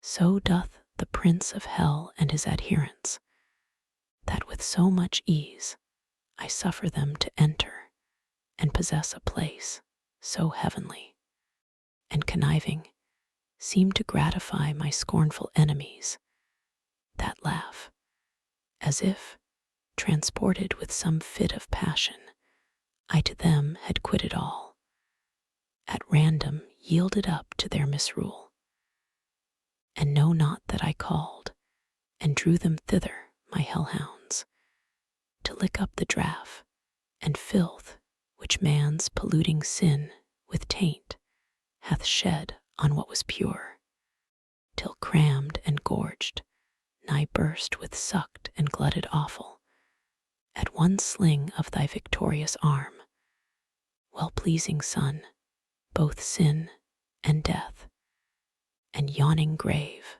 at last, through chaos hurled, obstruct the mouth of hell forever, and seal up his ravenous jaws. Then heaven and earth renewed shall be made pure to sanctity, that shall receive no stain. Till then, the curse pronounced on both proceeds.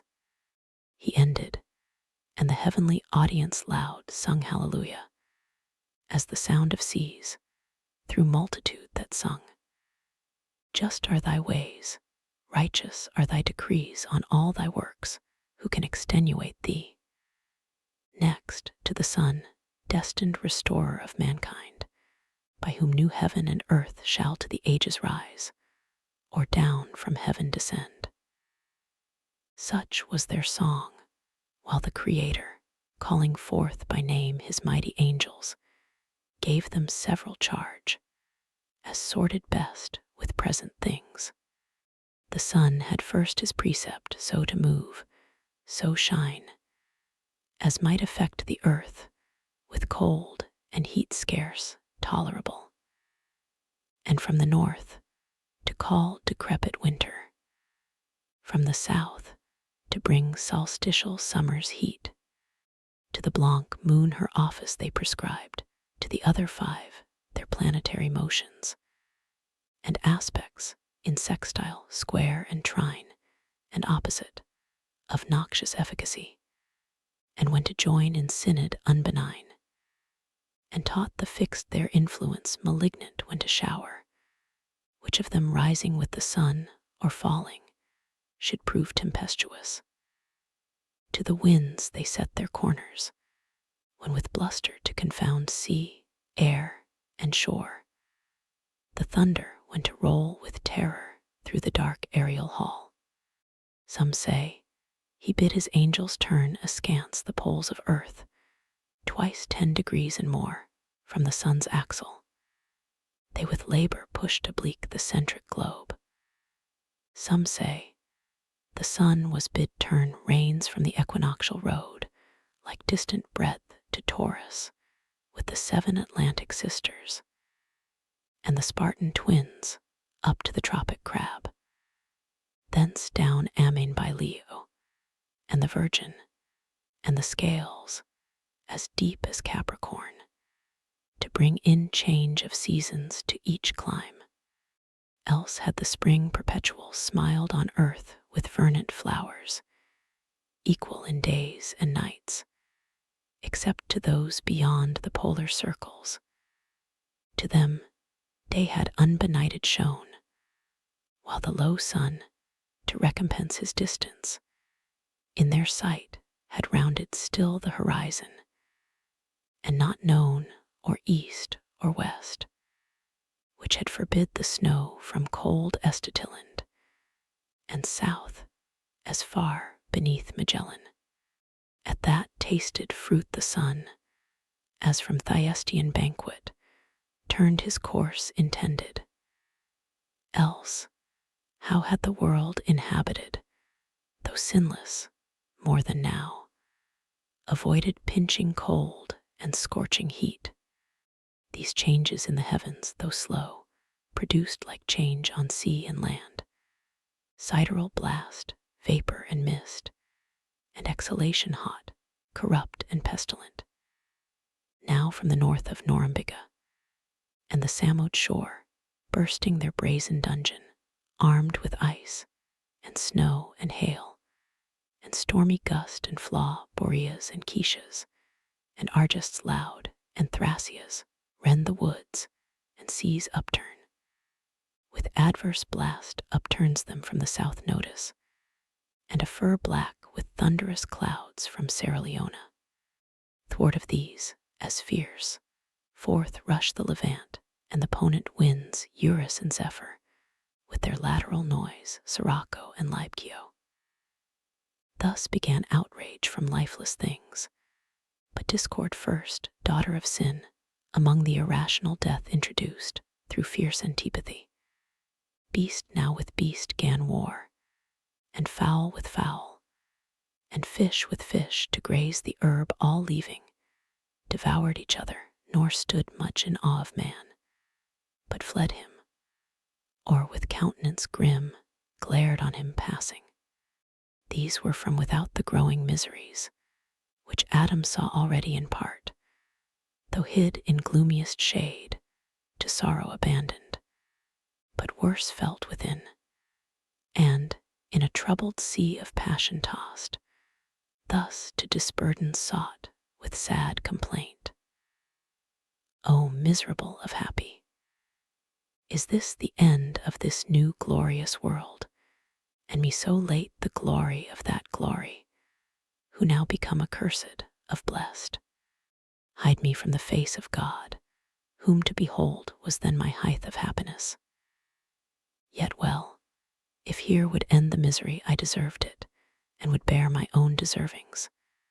But this will not serve. All that I eat or drink or shall beget is propagated curse. O voice, once heard delightfully, increase and multiply, now death to hear. For what can I increase or multiply but curses on my head? Who of all ages to succeed, but feeling the evil on him brought by me, will curse my head? Ill fare our ancestor impure, for this we may thank Adam, but his thanks shall be the execration.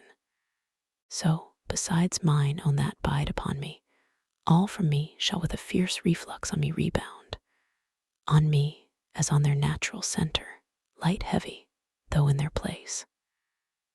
O fleeting joys of paradise, dear bought with lasting woes, did I request thee, Maker, from my clay to mold me man? Did I solicit thee from darkness to promote me, or here place in this delicious garden? As my will concurred not to my being, it were but right and equal to reduce me to my dust, desirous to resign and render back all I received, unable to perform thy terms too hard, by which I was to hold the good I sought not. To the loss of that sufficient penalty, why hast thou added the sense of endless woes? Inexplicable thy justice seems, yet to say truth, too late I thus contest. Then should have been refused those terms whatever, when they were proposed. Thou didst accept them. Wilt thou enjoy the good, then cavil the conditions? And though God made thee without thy leave, what if thy son prove disobedient, and reproved retort, wherefore didst thou beget me? I sought it not. Wouldst thou admit for his contempt of thee that proud excuse? Yet him not thy election, but natural necessity begot. God made thee of choice his own, and of his own to serve him.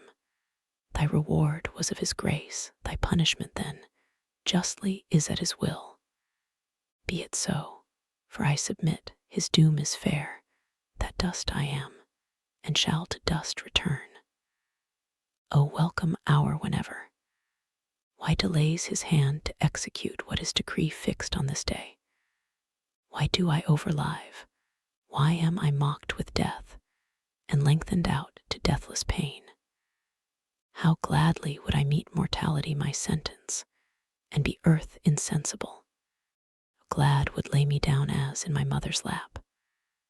There I should rest, and sleep secure. His dreadful voice no more would thunder in my ears, no fear of worse to me, and to my offspring would torment me with cruel expectation.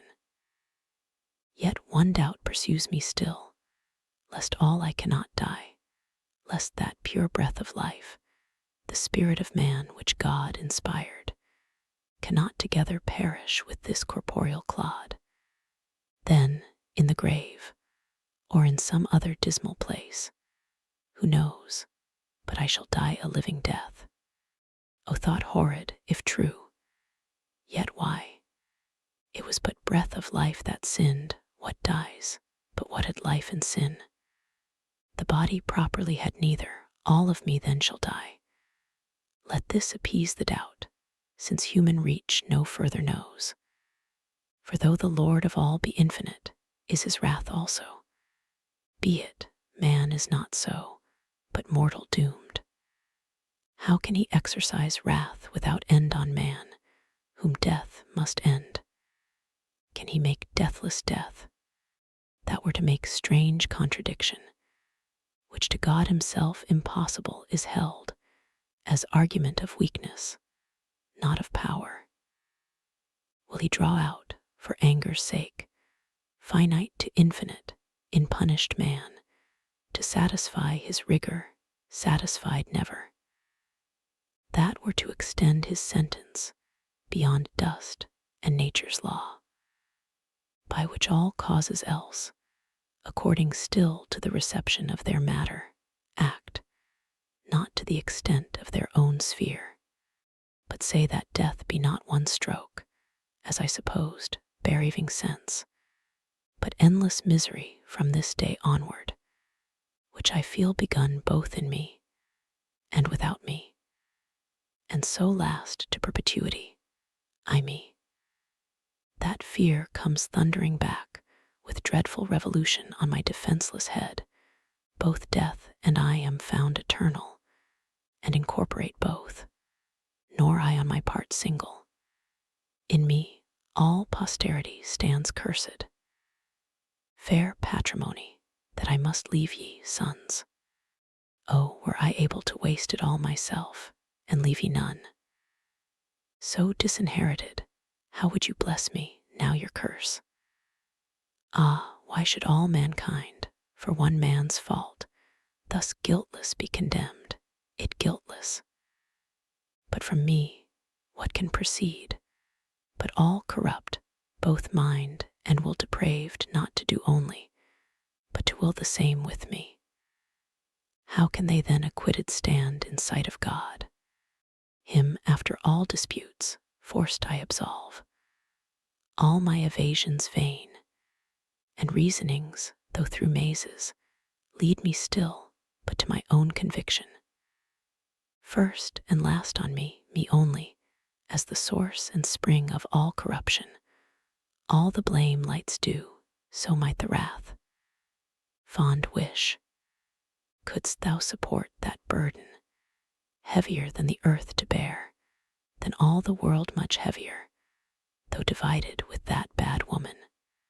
Thus what thou desirest, and what thou fearest, alike destroys all hope of refuge, and concludes thee miserable beyond all past example and future, to Satan only like both crime and doom.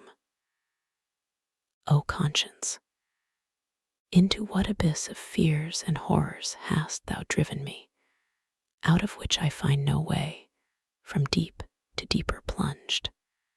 Thus Adam to himself lamented loud, through the still night, not now, as ere man fell, wholesome and cool and mild, but with black air accompanied, with damps and dreadful gloom, which to his evil conscience represented all things with double terror.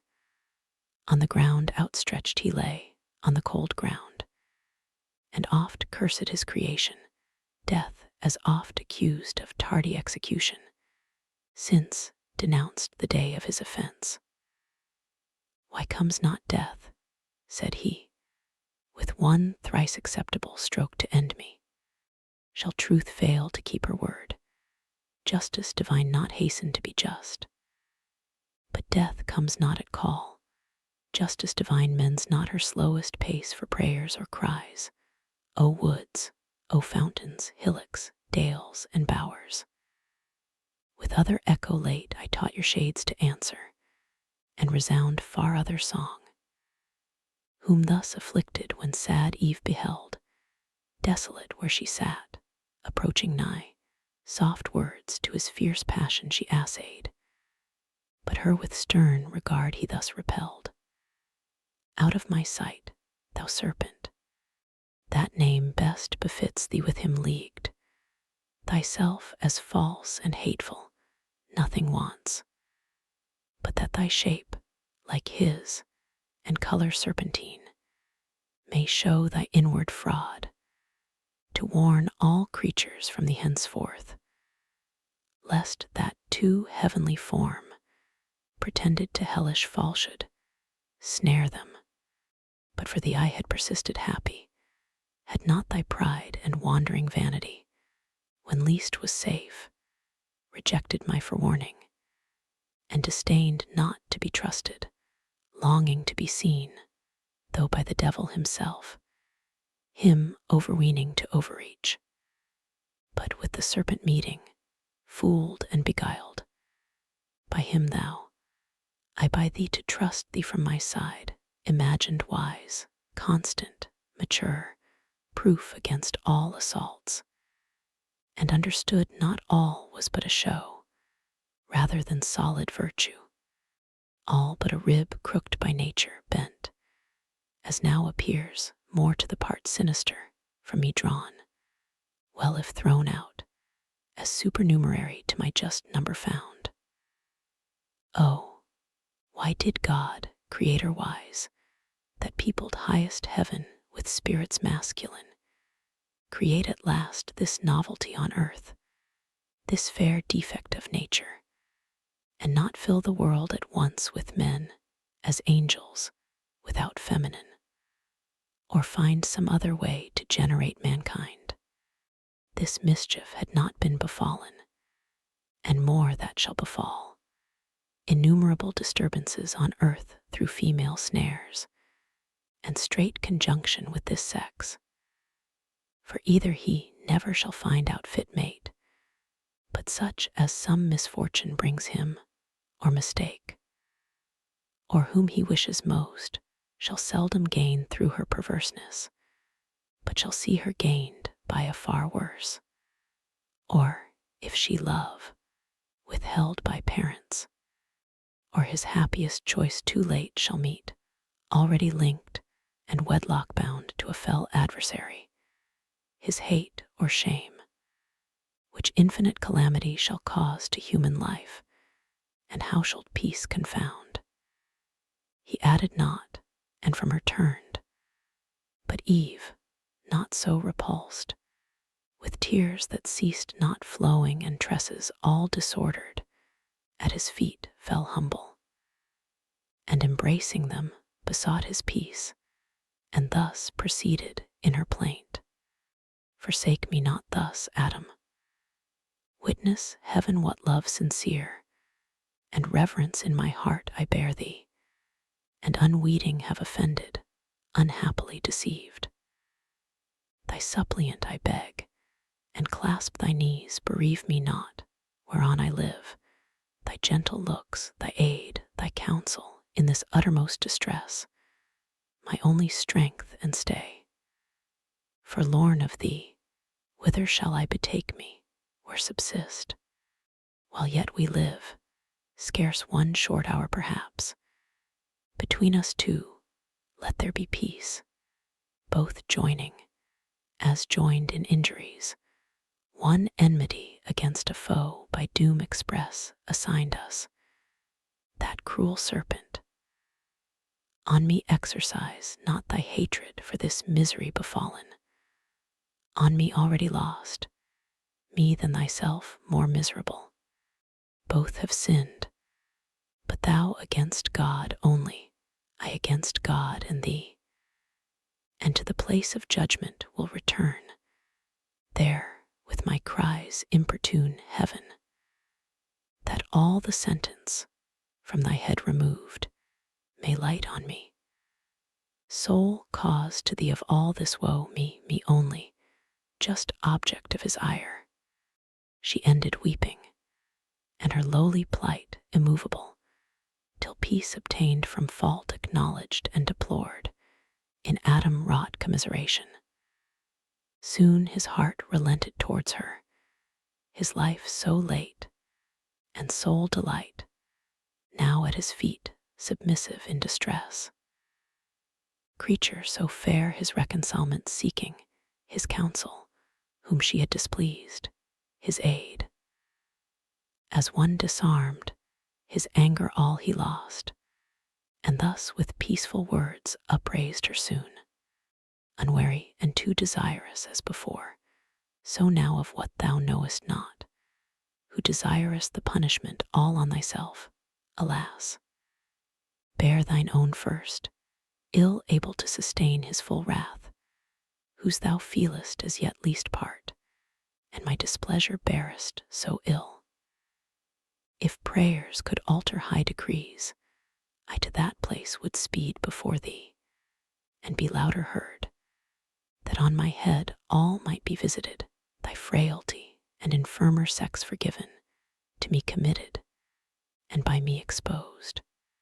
But rise, let us no more contend, nor blame each other, blamed enough elsewhere, but strive in offices of love, how we may lighten each other's burden in our share of woe.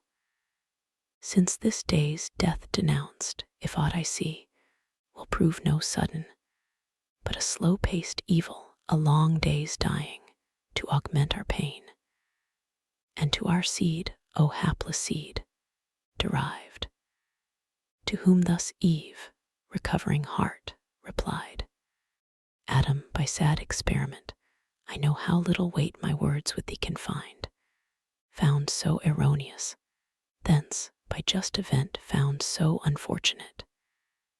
Nevertheless, restored by thee, vile as I am, to place of new acceptance, hopeful to regain thy love, the sole contentment of my heart living or dying, from the eye will not hide what thoughts in my unquiet breast are risen, tending to some relief of our extremes, or end, though sharp and sad, yet tolerable, as in our evils, and of easier choice, if care of our descent perplex us most, which must be borne to certain woe, devoured by death at last.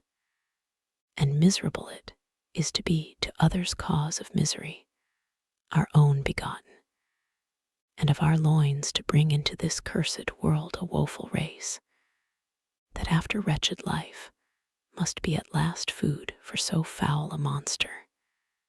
In thy power it lies, yet ere conception, to prevent the race unblessed, to being yet unbegot. Childless thou art, childless remain. So death shall be deceived his glut, and with us too be forced to satisfy his ravenous maw. But if thou judge it hard and difficult, conversing, looking, loving, to abstain from love's due rites, nuptial embraces sweet, and with desire to languish without hope, before the present object languishing with like desire, which would be misery and torment less than none of what we dread. Then, both ourselves and seed at once to free from what we fear for both, let us make short, let us seek death, or he not found, supply with our own hands his office on ourselves. Why stand we longer shivering under fears that show no end but death, and have the power of many ways to die the shortest choosing, destruction with destruction to destroy? She ended here, or vehement despair broke off the rest. So much of death her thoughts had entertained, as dyed her cheeks with pale. But Adam, with such counsel nothing swayed, to better hopes his more attentive mind laboring had raised, and thus to Eve replied, Eve, thy contempt of life and pleasure seems to argue in thee something more sublime and excellent than what thy mind contemns. But self-destruction therefore sought, refutes that excellence thought in thee, and implies not thy contempt, but anguish and regret for loss of life and pleasure overloved. Or if thou covet death as utmost end of misery, so thinking to evade the penalty pronounced, doubt not, but God hath wiselier armed his vengeful ire, than so to be forestalled. Much more I fear lest death, so snatched, will not exempt us from the pain we are by doom to pay.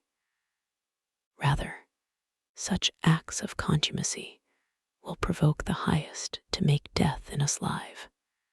Then let us seek some safer resolution, which methinks I have in view, calling to mind with heed part of our sentence, that thy seed shall bruise the serpent's head, piteous amends.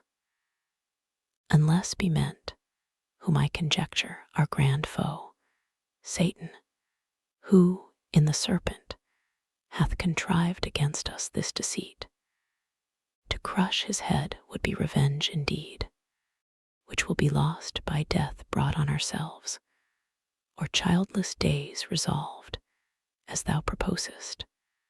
So our foe shall 'scape his punishment ordained, and we instead shall double ours upon our heads. No more be mentioned then of violence against ourselves, and wilful barrenness, that cuts us off from hope, and savors only rancor and pride, impatience and despite, reluctance against God, and his just yoke laid on our necks. Remember with what mild and gracious temper he both heard and judged, without wrath or reviling. We expected immediate dissolution, which we thought was meant by death that day, when lo, to thee pains only in childbearing were foretold, and bringing forth, soon recompensed with joy, fruit of thy womb. On me the curse aslope glanced on the ground. With labor I must earn my bread, what harm? Idleness had been worse, my labor will sustain me. And lest cold or heat should injure us, his timely care hath, unbesought, provided, and his hands clothed us unworthy, pitying while he judged. How much more, if we pray him, will his ear be open, and his heart to pity incline, and teach us further by what means to shun the inclement seasons, rain, ice, hail, and snow, which now the sky, with various face, begins to show us in this mountain, while the winds blow moist and keen, shattering the graceful locks of these fair spreading trees, which bids us seek some better shroud, some better warmth to cherish our limbs benumbed, ere this diurnal star leave cold the night.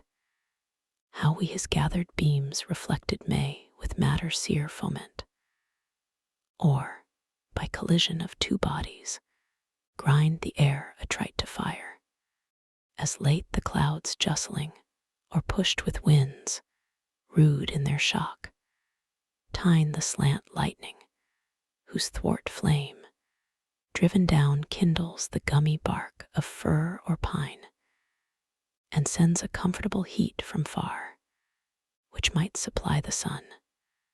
Such fire to use, and what may else be remedy or cure to evils which our own misdeeds have wrought, he will instruct us praying, and of grace beseeching him, so as we need not fear to pass commodiously this life, sustained by him with many comforts, till we end in dust, our final rest and native home.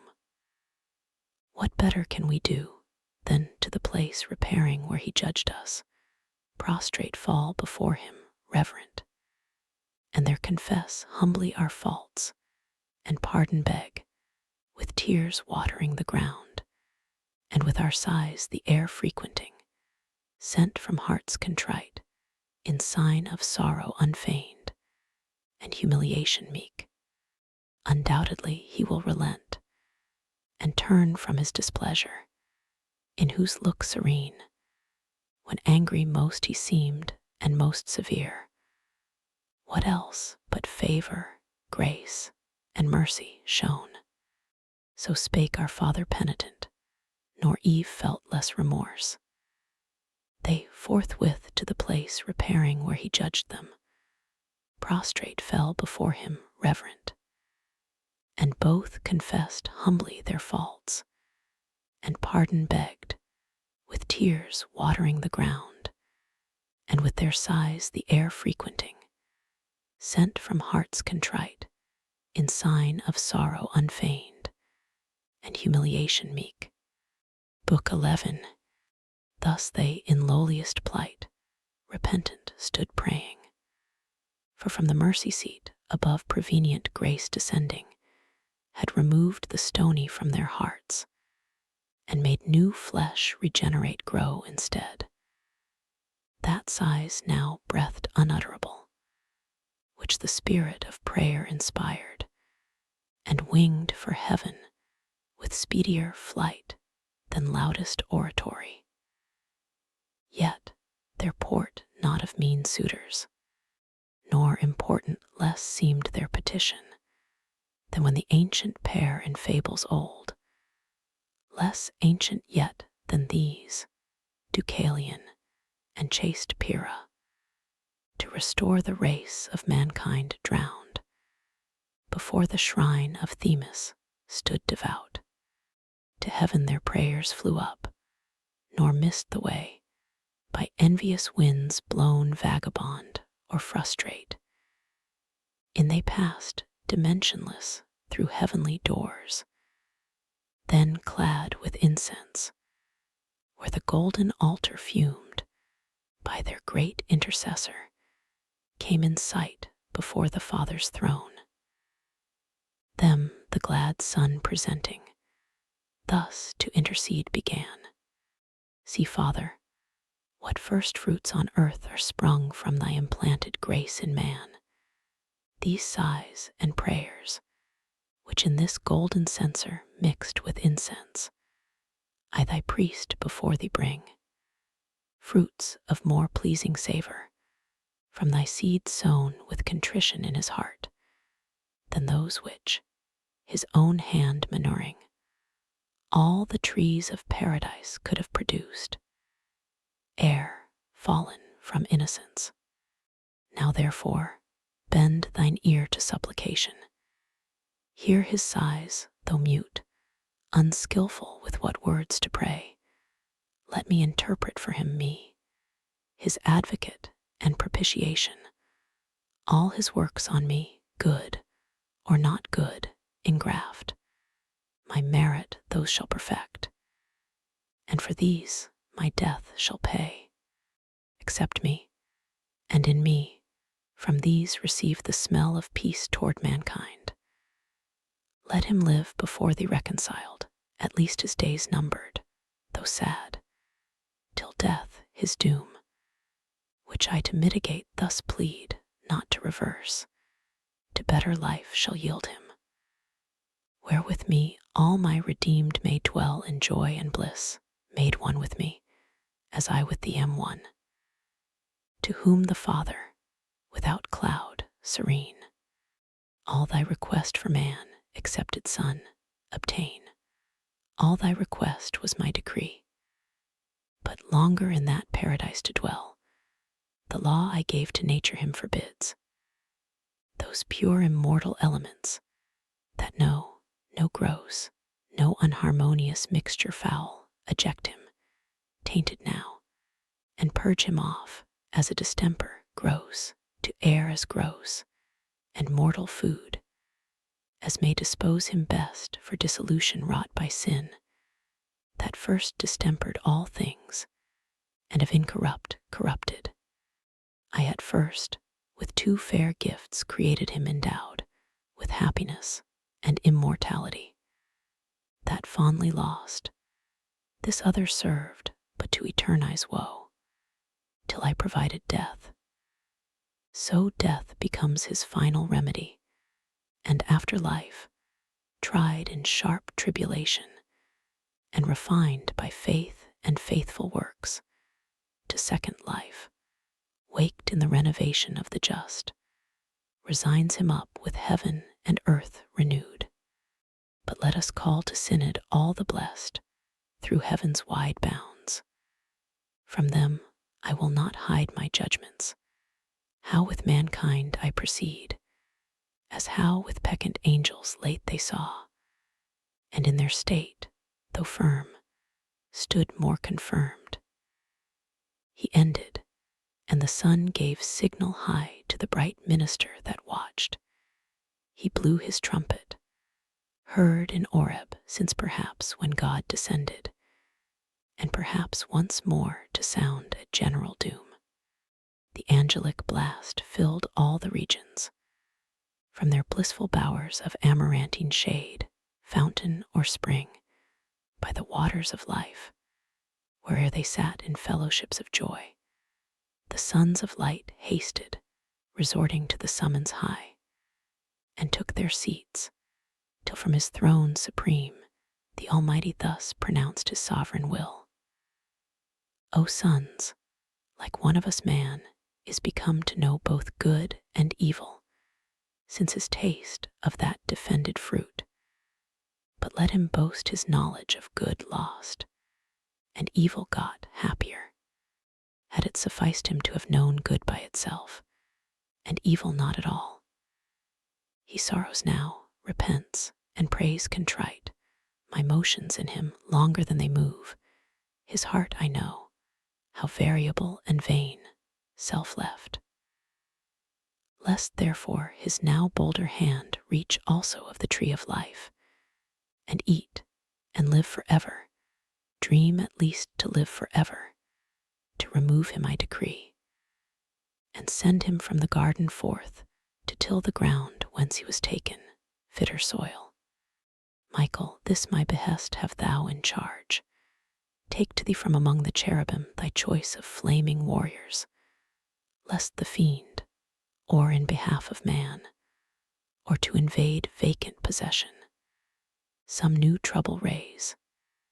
Haste thee, and from the paradise of God, without remorse drive out the sinful pair, from hallowed ground the unholy, and denounce to them, and to their progeny, from thence perpetual banishment.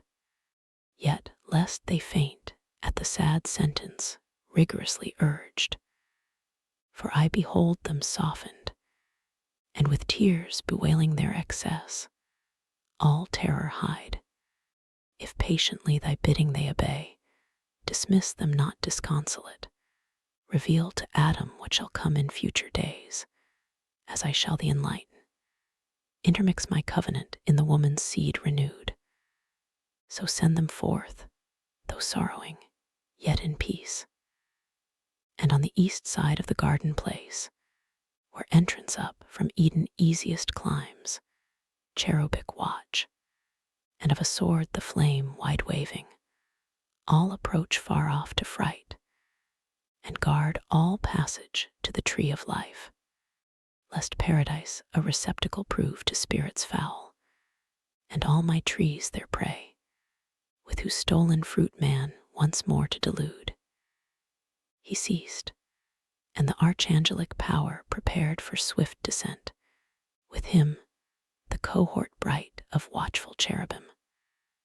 4 faces each had, like a double Janus, all their shape spangled with eyes more numerous than those of Argus, and more wakeful than to drowse, charmed with Arcadian pipe, the pastoral reed of Hermes, or his opiate rod. Meanwhile, to resalute the world with sacred light, Leucothea waked, and with fresh dews embalmed the earth, when Adam and first matron Eve had ended now their orisons, and found strength added from above, new hope to spring out of despair, joy, but with fear yet linked, which thus to Eve his welcome words renewed. Eve, easily my faith admit, that all the good which we enjoy from heaven descends, but that from us aught should ascend to heaven so prevalent as to concern the mind of God high blessed, or to incline his will, hard to belief may seem. Yet this will prayer or one short sigh of human breath, upborne even to the seat of God. For since I sought by prayer the offended deity to appease, kneeled, and before him humbled all my heart, methought I saw him placable and mild, bending his ear. Persuasion in me grew that I was heard with favor. Peace returned home to my breast, and to my memory his promise that thy seed shall bruise our foe, which, then not minded in dismay, yet now assures me that the bitterness of death is past, and we shall live. Whence hail to thee, Eve rightly called, mother of all mankind, mother of all things living, since by thee man is to live, and all things live for man. To whom thus Eve with sad demeanor meek, ill-worthy I such title should belong to me transgressor, who, for thee ordained a help, became thy snare, to me reproach rather belongs, distrust, and all dispraise. But infinite in pardon was my judge, that I, who first brought death on all, am graced the source of life, next favorable thou, who highly thus to entitle me vouchsafest, far other name deserving. But the field to labor calls us, now with sweat imposed, though after sleepless night, for see, the morn, all unconcerned with our unrest, begins her rosy progress smiling. Let us forth, I never from thy side henceforth to stray, where'er our day's work lies, though now enjoined laborious, till day droop. While here we dwell, what can be toilsome in these pleasant walks? Here let us live, though in fallen state, content. So spake, so wished much humbled Eve, but fate subscribed not. Nature first gave signs, impressed on bird, beast, air suddenly eclipsed. After short blush of morn, nigh in her sight the bird of Jove stooped from his airy tour. Two birds of gayest plume before him drove. Down from a hill the beast that reigns in woods, first hunter then, pursued a gentle brace, goodliest of all the forest, hart and hind. Direct to the eastern gate was bent their flight. Adam observed, and with his eye the chase pursuing, not unmoved, to Eve thus spake. O Eve, some further change awaits us nigh, which heaven by these mute signs in nature shows forerunners of his purpose, or to warn us, haply too secure, of our discharge from penalty, because from death released some days. How long, and what till then our life, who knows? Or more than this, that we are dust, and thither must return and be no more. Why else this double object in our sight of flight pursued in the air, and o'er the ground, one way the self-same hour? Why in the east darkness air, day's mid-course, and morning light more orient in yon western cloud, that draws o'er the blue firmament a radiant white, and slow descends with something heavenly fraught? He erred not, for by this the heavenly bands down from a sky of jasper lighted now in paradise, and on a hill made halt, a glorious apparition.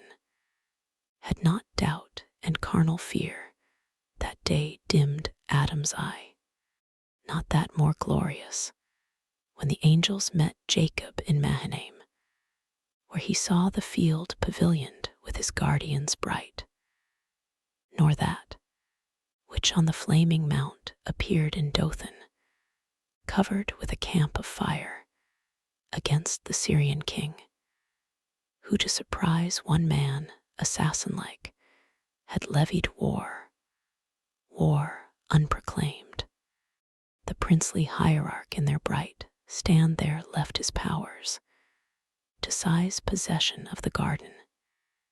He alone, to find where Adam sheltered, took his way, not unperceived of Adam, who to Eve, while the great visitant approached, thus spake, Eve, now expect great tidings, which perhaps of us will soon determine, or impose new laws to be observed. For I descry, from yonder blazing cloud that veils the hill, one of the heavenly host, and by his gate, none of the meanest, some great potentate or of the thrones above, such majesty invests him coming. Yet not terrible, that I should fear, nor sociably mild as Raphael, that I should much confide, but solemn and sublime, whom not to offend, with reverence I must meet, and thou retire. He ended, and the archangel soon drew nigh, not in his shape celestial, but as man clad to meet man. Over his lucid arms a military vest of purple flowed, livelier than Meliboan, or the grain of Sarah, worn by kings and heroes old in time of truce. Iris had dipped the woof, his starry helm unbuckled showed him prime in manhood where youth ended by his side, as in a glistering zodiac hung the sword, Satan's dire dread, and in his hand the spear. Adam bowed low, he kingly, from his state inclined not, but his coming thus declared. Adam, heaven's high behest no preface needs, sufficient that thy prayers are heard, and death, then due by sentence when thou didst transgress, defeated of his seizure, many days given thee of grace, wherein thou mayest repent, and one bad act with many deeds, well done mayest cover. Well may then thy Lord, appeased, redeem thee quite from death's rapacious claim, but longer in this paradise to dwell permits not, to remove the I am come, and send thee from the garden forth to till the ground whence thou wast taken fitter soil. He added not, for Adam at the news heart struck with chilling gripe of sorrow stood, that all his senses bound Eve, who unseen yet all had heard, with audible lament discovered soon the place of her retire. O unexpected stroke, worse than of death! Must I thus leave thee paradise, thus leave thee native soil, these happy walks and shades, fit haunt of gods, where I had hoped to spend, quiet though sad, the respite of that day that must be mortal to us both? O flowers, that never will in other climate grow, my early visitation, and my last at even, which I bred up with tender hand from the first opening bud, and gave ye names, who now shall rear ye to the sun, or rank your tribes, and water from the ambrosial fount. The lastly, nuptial bower, by me adorned with what to sight or smell was sweet. From thee how shall I part, and whither wander down into a lower world, to this obscure and wild? How shall we breathe in other air less pure, accustomed to immortal fruits? Whom thus the angel interrupted mild. Lament not, Eve, but patiently resign what justly thou hast lost, nor set thy heart thus overfond on that which is not thine. Thy going is not lonely, with thee goes thy husband, whom to follow thou art bound, where he abides. Think there thy native soil. Adam by this from the cold sudden damp recovering, and his scattered spirits returned, to Michael thus his humble words addressed. Celestial, whether among the thrones, or named of them the highest, for such of shape may seem prince above princes, gently hast thou told thy message, which might else in telling wound, and in performing end us. What besides of sorrow and dejection and despair our frailty can sustain, thy tidings bring departure from this happy place, our sweet recess, and only consolation left familiar to our eyes.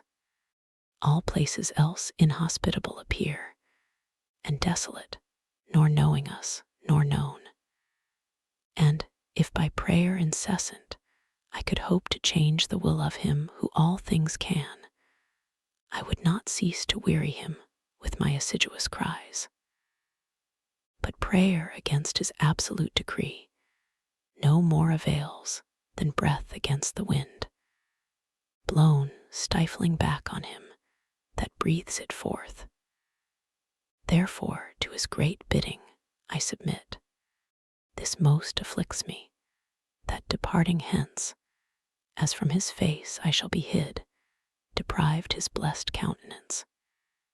Here I could frequent with worship place by place where he vouchsafed presence divine, and to my sons relate, on this mount he appeared, under this tree stood visible, among these pines his voice I heard, here with him at this fountain talked.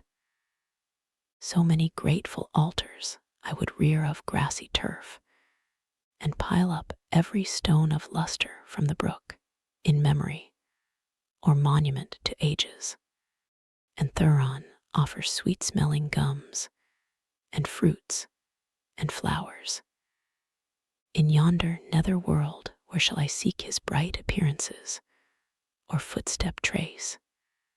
For though I fled him angry, yet recalled to life prolonged and promised race, I now gladly behold though but his utmost skirts of glory, and far off his steps adore. To whom thus Michael with regard benign, Adam, thou knowest heaven his, and all the earth, not this rock only. His omnipresence fills land, sea, and air, and every kind that lives, fomented by his virtual power, and warmed. All the earth he gave thee to possess, and rule, no despicable gift. Surmise not then his presence to these narrow bounds confined of paradise, or Eden. This had been perhaps thy capital seat, from whence had spread all generations, and had hither come from all the ends of the earth, to celebrate and reverence thee, their great progenitor. But this preeminence thou hast lost, brought down to dwell on even ground now with thy sons. Yet doubt not, but in valley and in plain God is as here, and will be found alike present.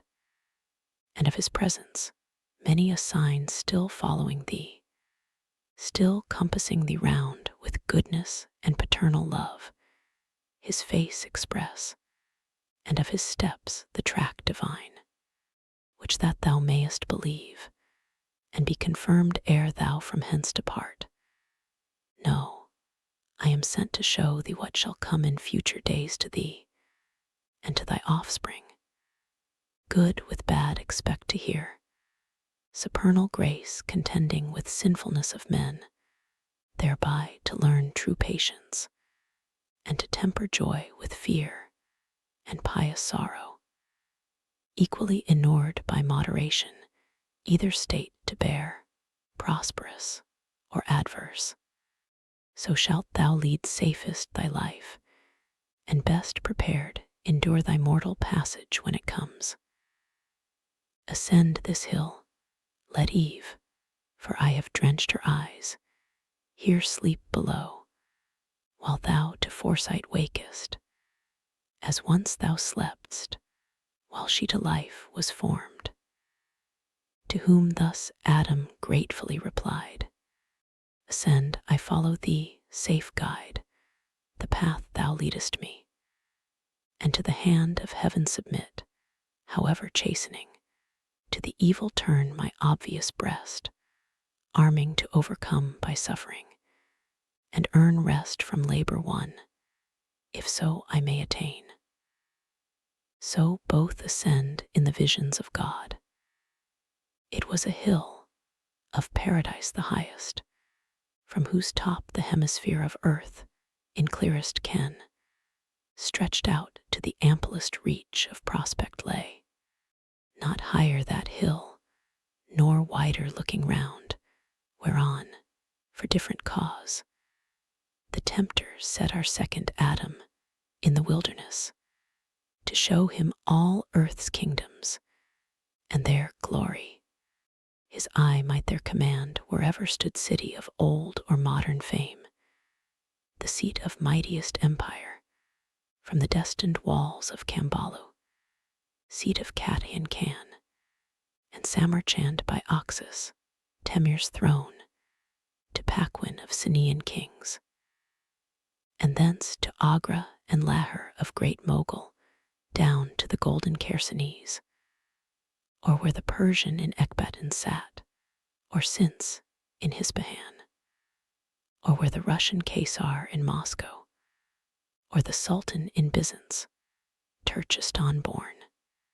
Nor could his eye not ken the empire of Negus to his utmost port or Cocoa, and the less maritime kings Mombasa, and Quiloa, and Melland, and Sofala, thought over to the realm of Congo, and Angola farthest south, or thence from Niger flood to Atlas mount the kingdoms of Almansor, Fez and Sus, Morocco and Algiers, and Tremason on Europe thence, and where Rome was to sway the world. In spirit, perhaps, he also saw rich Mexico, the seat of Montezuma, and Cusco in Peru, the richer seat of Atabalpa, and yet unspoiled Guyana, whose great city Drion's sons call El Dorado. But to nobler sights Michael from Adam's eyes the film removed, which that false fruit that promised clearer sight had bred, then purged with euphrasy, and rue the visual nerve, for he had much to see, and from the well of life 3 drops instilled.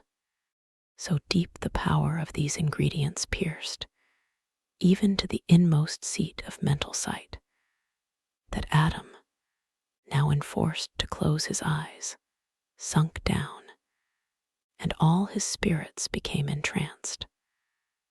But him the gentle angel by the hand soon raised, and his attention thus recalled.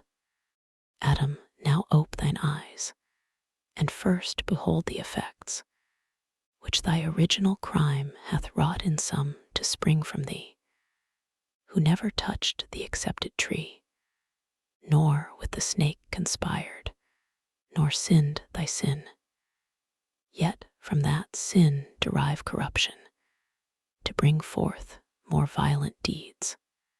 His eyes he opened, and beheld a field, part arable and tilth, whereon were sheaves new reaped, the other part sheepwalks and folds. I the midst an altar, as the landmark stood, rustic, of grassy sward. Thither anon a sweaty reaper from his tillage brought first fruits, the green ear, and the yellow sheaf, unculled, as came to hand. A shepherd next, more meek, came with the firstlings of his flock, choicest and best. Then sacrificing, laid the inwards and their fat, with incense strode on the cleft wood, and all due rites performed. His offering soon propitious fire from heaven consumed with nimble glance, and grateful steam the others not, for his was not sincere, whereat he inly raged, and as they talked, smote him into the midriff with a stone that beat out life. He fell, and deadly pale, groaned out his soul, with gushing blood effused. Much at that sight was Adam in his heart dismayed, and thus in haste to the angel cried, O teacher, some great mischief hath befallen to that meek man, who well had sacrificed, is piety thus, and pure devotion paid? To whom Michael thus, he also moved, replied, These two are brethren, Adam, and to come out of thy loins the unjust the just hath slain, for envy that his brother's offering found from heaven acceptance. But the bloody fact will be avenged, and the other's faith approved, lose no reward, though here thou see him die, rolling in dust and gore. To which our sire, alas, both for the deed and for the cause, but have I now seen death? Is this the way I must return to native dust? O sight of terror, foul and ugly to behold, horrid to think, how horrible to feel. To whom thus Michael, Death thou hast seen in his first shape on man, but many shapes of death, and many are the ways that lead to his grim cave, all dismal, yet to sense more terrible at the entrance than within. Some, as thou saw'st, by violent stroke shall die, by fire, flood, famine, by intemperance more in meats and drinks, which on the earth shall bring diseases dire, of which a monstrous crew before thee shall appear, that thou mayest know what misery the inabstinence of Eve shall bring on men. Immediately a place before his eyes appeared, sad, noisome, dark, a lazar house it seemed, wherein were laid numbers of all diseased, all maladies of ghastly spasm, or racking torture, qualms of heartsick agony, all fevers kinds, convulsions, epilepsies, fierce catarrhs, intestine stone and ulcer, colic pangs, demoniac frenzy, moping melancholy, and moonstruck madness, pining atrophy, marasmus, and wide-wasting pestilence, dropsies and asthmas, and joint-racking rheums. Dire was the tossing, deep the groans, despair tended the sick busiest from couch to couch, and over them triumphant death his dart shook, but delayed to strike, though oft invoked with vows as their chief good and final hope. Sight so deform what heart of rock could long dry-eyed behold. Adam could not, but wept, though not of woman born, compassion quelled his best of man, and gave him up to tears a space, till firmer thoughts restrained excess, and scarce recovering words, his plaint renewed. O miserable mankind, to what fall degraded, to what wretched state reserved? Better end here unborn. Why is life given to be thus wrested from us? Rather, why obtruded on us thus? Who, if we knew what we receive, would either not accept life offered, or soon beg to lay it down, glad to be so dismissed in peace? Can thus the image of God and man, created once so goodly and erect, though faulty since, to such unsightly sufferings be debased under inhuman pains? Why should not man, retaining still divine similitude in part, from such deformities be free, and for his Maker's image sake exempt? Their Maker's image, answered Michael, then forsook them, when themselves they vilified to serve ungoverned appetite, and took his image whom they served, a brutish vice, inductive mainly to the sin of Eve. Therefore so abject is their punishment, disfiguring not God's likeness, but their own, or if his likeness, by themselves defaced, while they pervert pure nature's healthful rules to loathsome sickness, worthily, since they God's image did not reverence in themselves. I yield it just, said Adam, and submit. But is there yet no other way, besides these painful passages, how we may come to death, and mix with our connatural dust. There is, said Michael, if thou well observe the rule of not too much, by temperance taught, in what thou eatest and drinkest, seeking from thence due nourishment, not gluttonous delight, till many years over thy head return. So mayest thou live, till, like ripe fruit, thou drop into thy mother's lap, or be with ease gathered, nor harshly plucked, for death mature. This is old age. But then thou must outlive thy youth, thy strength, thy beauty, which will change to withered, weak, and gray. Thy senses then obtuse, all taste of pleasure must forgo to what thou hast, and for the air of youth, hopeful and cheerful, in thy blood will reign a melancholy damp of cold and dry to weigh thy spirits down, and last consume the balm of life. To whom our ancestor, henceforth I fly not death, nor would prolong life much, bent rather how I may be quit, fairest and easiest, of this cumbrous charge, which I must keep till my appointed day of rendering up, and patiently attend my dissolution. Michael replied, Nor love thy life, nor hate, but what thou livest live well, how long or short, permit to heaven. And now prepare thee for another sight. He looked and saw a spacious plain, whereon were tents of various hue. By some were herds of cattle grazing, others, whence the sound of instruments that made melodious chime was heard, of harp and organ, and who moved their stops and chords, was seen his volant touch, instinct through all proportions, low and high, fled and pursued, transverse the resonant fugue.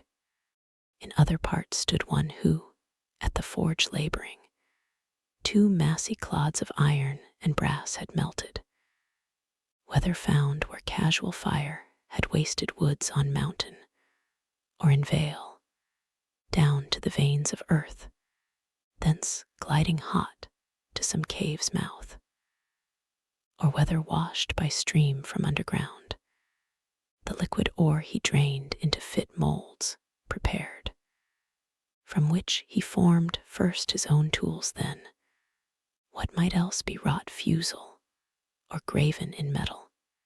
After these, but on the hither side, a different sort from the high neighboring hills, which was their seat, down to the plain descended.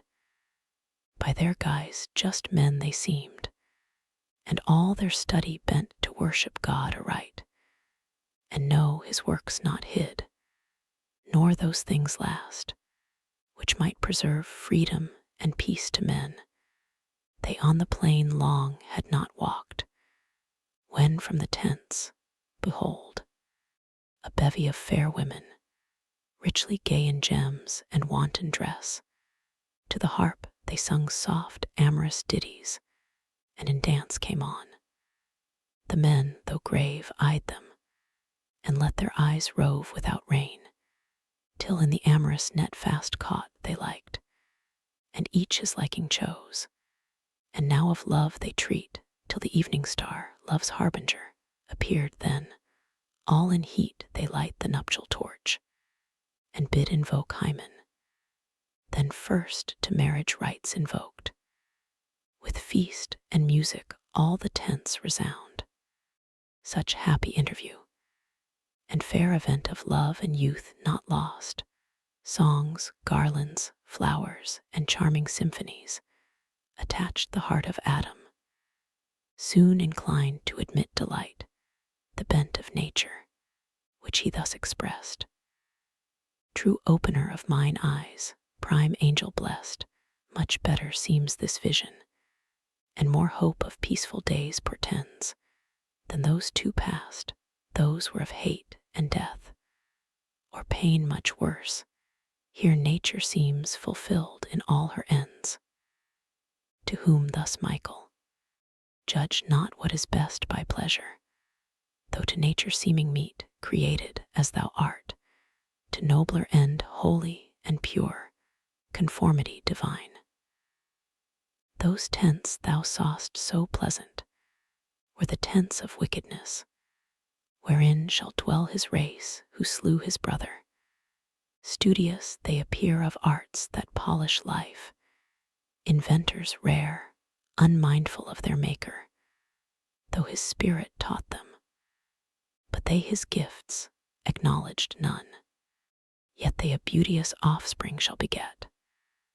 For that fair female troop thou saw'st, that seemed of goddesses, so blithe, so smooth, so gay, yet empty of all good wherein consists woman's domestic honor and chief praise, bred only and completed to the taste of lustful appetence, to sing, to dance, to dress, and troll the tongue, and roll the eye, to these that sober race of men, whose lives religious titled them the sons of God, shall yield up all their virtue, all their fame ignobly, to the trains and to the smiles of these fair atheists, and now swim in joy, ere long to swim at large, and laugh, for which the world ere long a world of tears must weep, to whom thus Adam of short joy bereft. O pity and shame, that they, who to live well entered so fair, should turn aside to tread paths indirect, or in the midway faint. But still, I see the tenor of man's woe holds on the same, from woman to begin.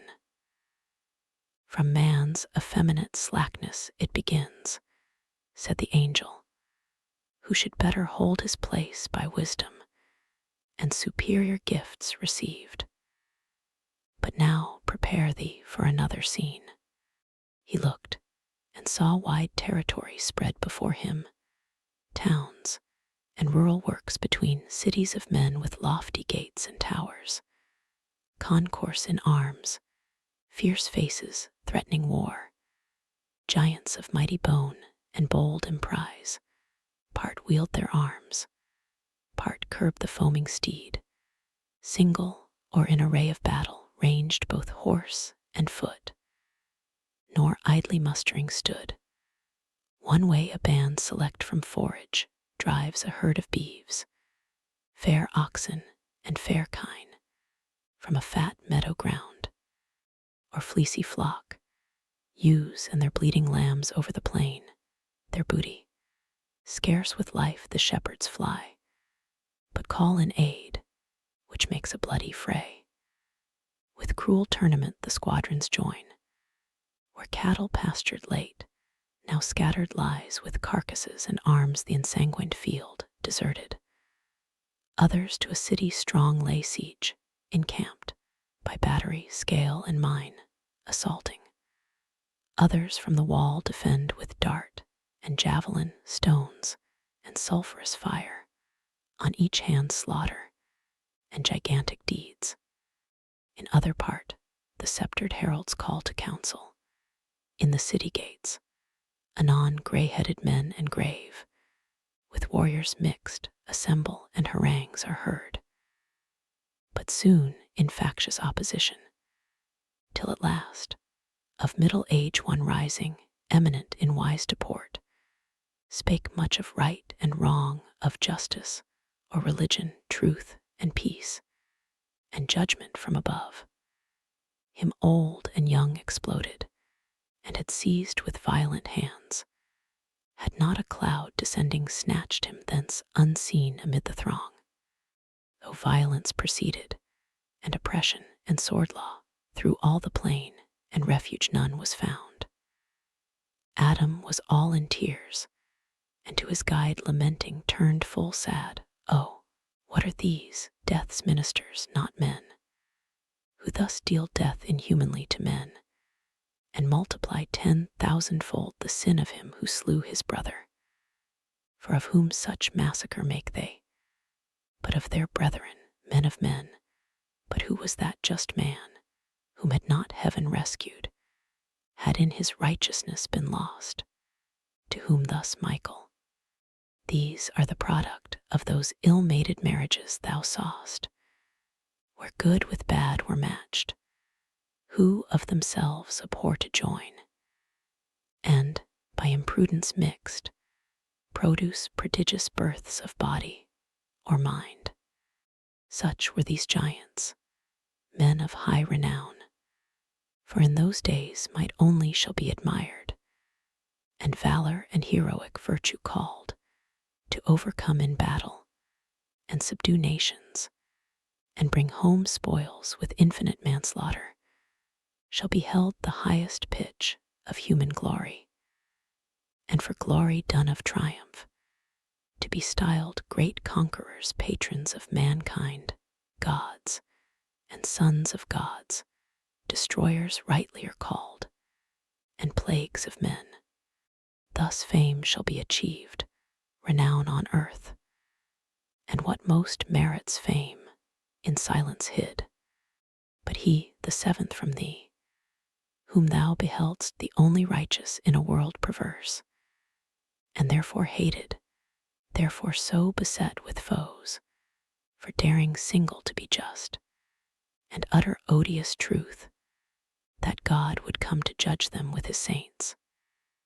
Him, the Most High wrapped in a balmy cloud with winged steeds, did, as thou saw'st, receive, to walk with God high in salvation, and the climes of bliss, exempt from death, to show thee what reward awaits the good, the rest, what punishment, which now direct thine eyes, and soon behold.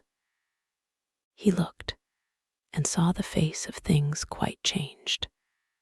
The brazen throat of war had ceased to roar. All now was turned to jollity and game, to luxury and riot, feast and dance, marrying or prostituting, as befell, rape or adultery, where passing fair allured them, thence from cups to civil broils. At length a reverend sire among them came, and of their doings great dislike declared, and testified against their ways. He oft frequented their assemblies, where so met, triumphs or festivals, and to them preached conversion and repentance, as to souls in prison, under judgments imminent. But all in vain, which when he saw, he ceased contending, and removed his tents far off. Then, from the mountain hewing timber tall, began to build a vessel of huge bulk, measured by cubit, length, and breadth, and height smeared round with pitch, and in the side a door contrived, and of provisions laid in large, for man and beast, when lo, a wonder strange.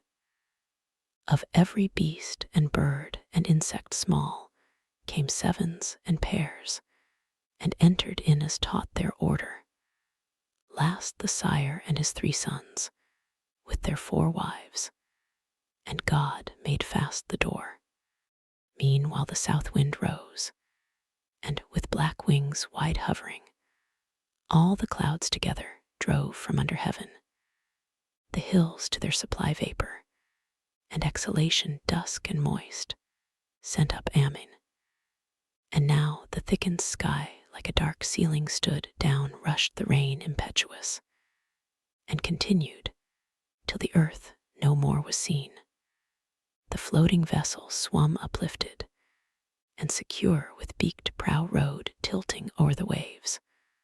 All dwellings else flood overwhelmed, and them, with all their pomp deep under water rolled. Sea-covered sea, sea without shore, and in their palaces, where luxury late reigned, sea monsters whelped and stabled, of mankind, so numerous late, all left, in one small bottom swum embarked.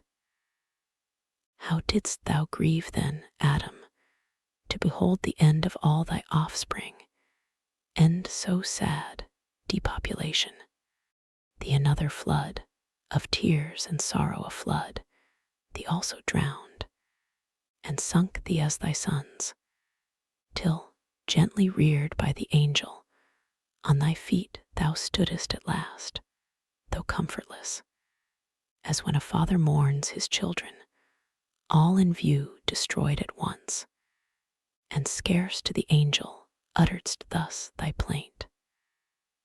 O visions ill foreseen! Better had I lived ignorant of future, so had borne my part of evil only, each day's lot enough to bear, those now, that were dispensed the burden of many ages, on me light at once, by my foreknowledge gaining birth abortive, to torment me ere their being, with thought that they must be. Let no man seek henceforth to be foretold what shall befall him or his children. Evil he may be sure, which neither his foreknowing can prevent. And he the future evil shall no less in apprehension than in substance feel grievous to bear. But that care now is past, man is not whom to warn. Those few escaped famine and anguish will at last consume, wandering that watery desart. I had hope, when violence was ceased, and war on earth, all would have then gone well. Peace would have crowned with length of happy days the race of man. But I was far deceived, for now I see peace to corrupt no less than war to waste. How comes it thus? Unfold, celestial guide, and whether here the race of man will end. To whom thus, Michael? Those whom last thou saw'st in triumph and luxurious wealth, are they first seen in acts of prowess eminent and great exploits, but of true virtue void, who, having spilt much blood, and done much whilst subduing nations, and achieved thereby fame in the world, high titles, and rich prey, shall change their course to pleasure, ease, and sloth, surfeit, and lust, till wantonness and pride raise out of friendship hostile deeds in peace. The conquered also, and enslaved by war, shall, with their freedom lost, all virtue lose and fear of God, from whom their piety feigned in sharp contest of battle, found no aid against invaders, therefore, cooled in zeal, thenceforth shall practice how to live secure, worldly or dissolute, on what their lords shall leave them to enjoy. For the earth shall bear more than enough, that temperance may be tried. So all shall turn degenerate, all depraved, justice and temperance, truth and faith, forgot.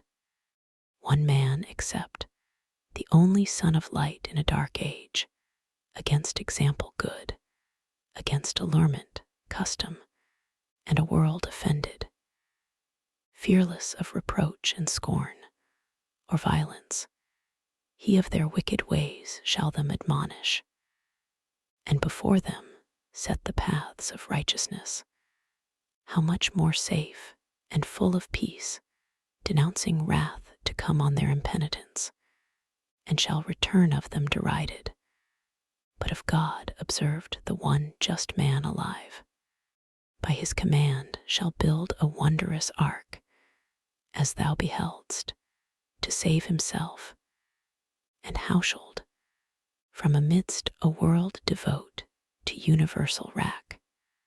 No sooner he, with them of man, and beast select for life, shall in the ark be lodged, and sheltered round.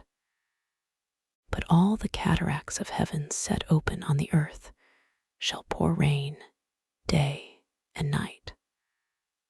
All fountains of the deep, broke up, shall heave the ocean to usurp beyond all bounds, till inundation rise above the highest hills.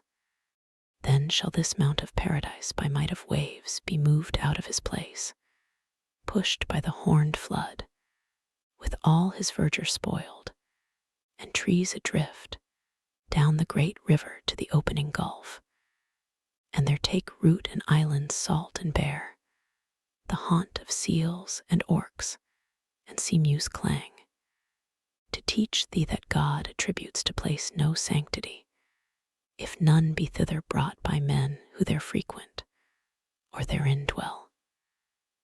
And now, what further shall ensue, behold. He looked, and saw the ark hull on the flood, which now abated, for the clouds were fled, driven by a keen north wind, that, blowing dry, wrinkled the face of deluge, as decayed. And the clear sun on his wide watery glass gazed hot, and of the fresh wave largely drew, as after thirst, which made their flowing shrink from standing lake to tripping ebb, that stole with soft foot towards the deep, who now had stopped his sluices, as the heaven his windows shut. The ark no more now floats, but seems on ground, fast on the top of some high mountain fixed. And now the tops of hills, as rocks, appear, with clamor thence the rapid currents drive towards the retreating sea, their furious tide. Forthwith from out the ark a raven flies, and after him the surer messenger, a dove sent forth once and again to spy green tree or ground, whereon his foot may light. The second time returning, in his bill an olive leaf he brings, pacific sign. Anon dry ground appears, and from his ark the ancient sire descends, with all his train. Then with uplifted hands, and eyes devout, grateful to heaven, over his head beholds a dewy cloud, and in the cloud a bow conspicuous with 3 lifted colors gay, betokening peace from God and covenant new. Whereat the heart of Adam, erst so sad, greatly rejoiced, and thus his joy broke forth. O thou, who future things canst represent as present, heavenly instructor, I revive at this last sight, assured that man shall live with all the creatures and their seed preserve. Far less I now lament for one whole world of wicked sons destroyed, than I rejoice for one man found so perfect and so just that God vouchsafes to raise another world from him, and all his anger to forget. But say, what mean those colored streaks in heaven distended, as the brow of God appeased?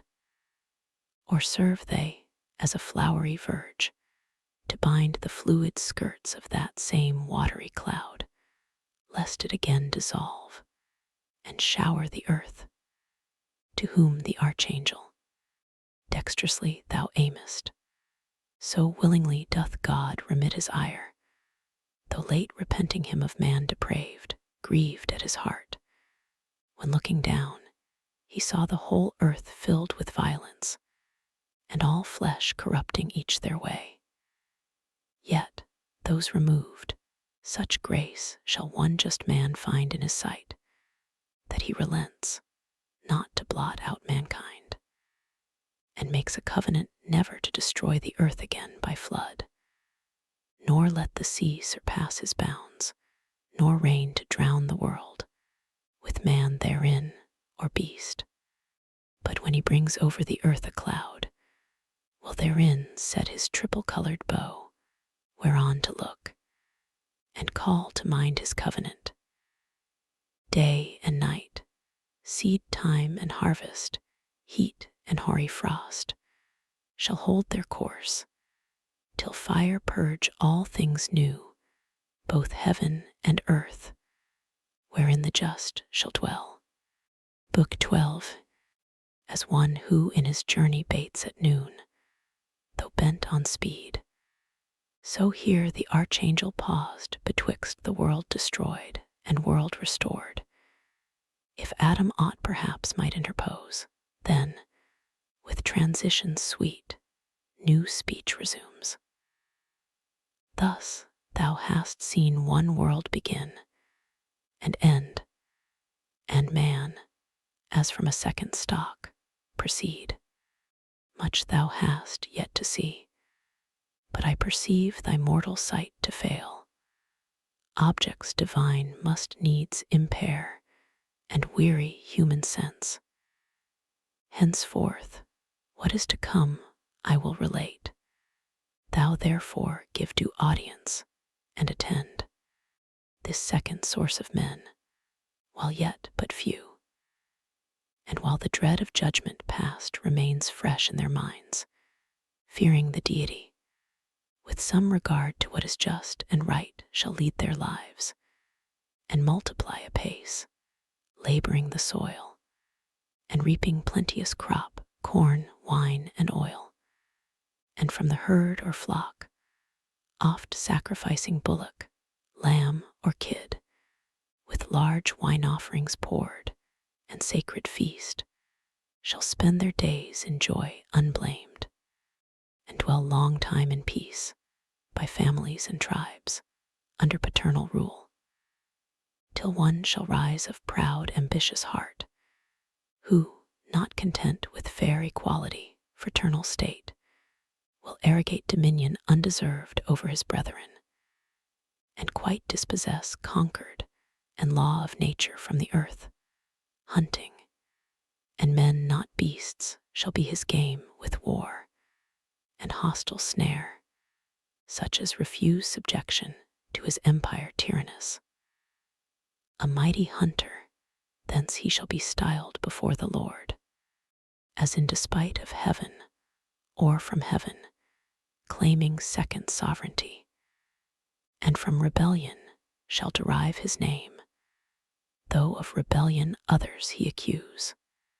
He with a crew, whom like ambition joins with him or under him to tyrannize, marching from Eden towards the west, shall find the plain, wherein a black bituminous gurge boils out from underground, the mouth of hell, of brick, and of that stuff they cast to build a city and tower, whose top may reach to heaven, and get themselves a name, lest, far dispersed in foreign lands, their memory be lost, regardless whether good or evil fame. But God, who oft descends to visit men unseen, and through their habitations walks to mark their doings, them beholding soon, comes down to see their city, ere the tower obstruct heaven towers, and in derision sets upon their tongues a various spirit, to raise quite out their native language, and instead to sow a jangling noise of words unknown. Forthwith a hideous gabble rises loud among the builders, each to other calls not understood, till hoarse and all in rage, as mocked they storm. Great laughter was in heaven, and looking down to see the hubbub strange, and hear the din. Thus was the building left ridiculous, and the work confusion named. Whereto thus Adam, fatherly displeased, O execrable son, so to aspire above his brethren, to himself, assuming authority usurped, from God not given. He gave us only over beast, fish, fowl, dominion absolute, that right we hold by his donation. But man over men he made not lord, such title to himself reserving, human left from human free. But this usurper his encroachment proud stays not on man, to God his tower intends siege and defiance. Wretched man, what food will he convey up thither, to sustain himself and his rash army, where thin air above the clouds will pine his entrails gross, and famish him of breath, if not of bread? To whom thus Michael, justly thou abhorrest that son, who on the quiet state of men such trouble brought, affecting to subdue rational liberty. Yet know withal, since thy original lapse, true liberty is lost, which always with right reason dwells twinned, and from her hath no dividual being. Reason in man obscured, or not obeyed, immediately inordinate desires, and upstart passions, catch the government from reason, and to servitude reduce man, till then free.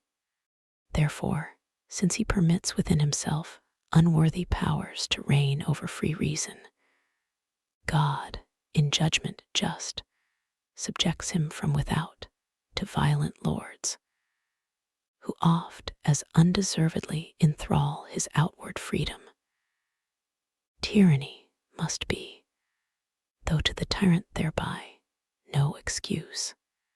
Yet sometimes nations will decline so low from virtue, which is reason, that no wrong, but justice, and some fatal curse annexed, deprives them of their outward liberty, their inward lost.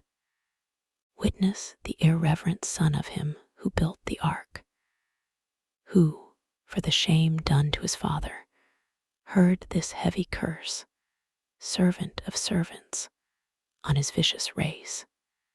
Thus will this latter, as the former world, still tend from bad to worse, till God at last, wearied with their iniquities, withdraw his presence from among them, and avert his holy eyes, resolving from thenceforth to leave them to their own polluted ways, and one peculiar nation to select from all the rest, of whom to be invoked, a nation from one faithful man to spring. Him on this side Euphrates, yet residing, bred up in idol worship. Oh, that men, canst thou believe, should be so stupid grown, while yet the patriarch lived, who 'scaped the flood, as to forsake the living God, and fall to worship their own work in wood and stone for gods.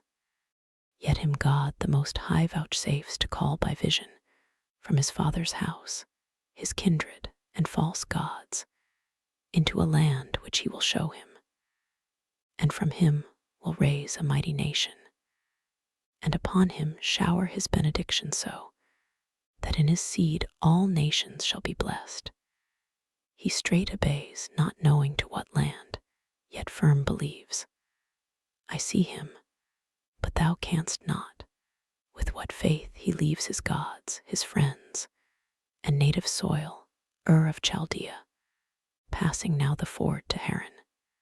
After him, a cumbrous train of herds and flocks, and numerous servitude, not wandering poor, but trusting all his wealth with God, who called him, in a land unknown. Canaan he now attains. I see his tents pitched about Shechem, and the neighboring plain of More there. By promise he receives gift to his progeny of all that land, from Hamath northward to the Desart south.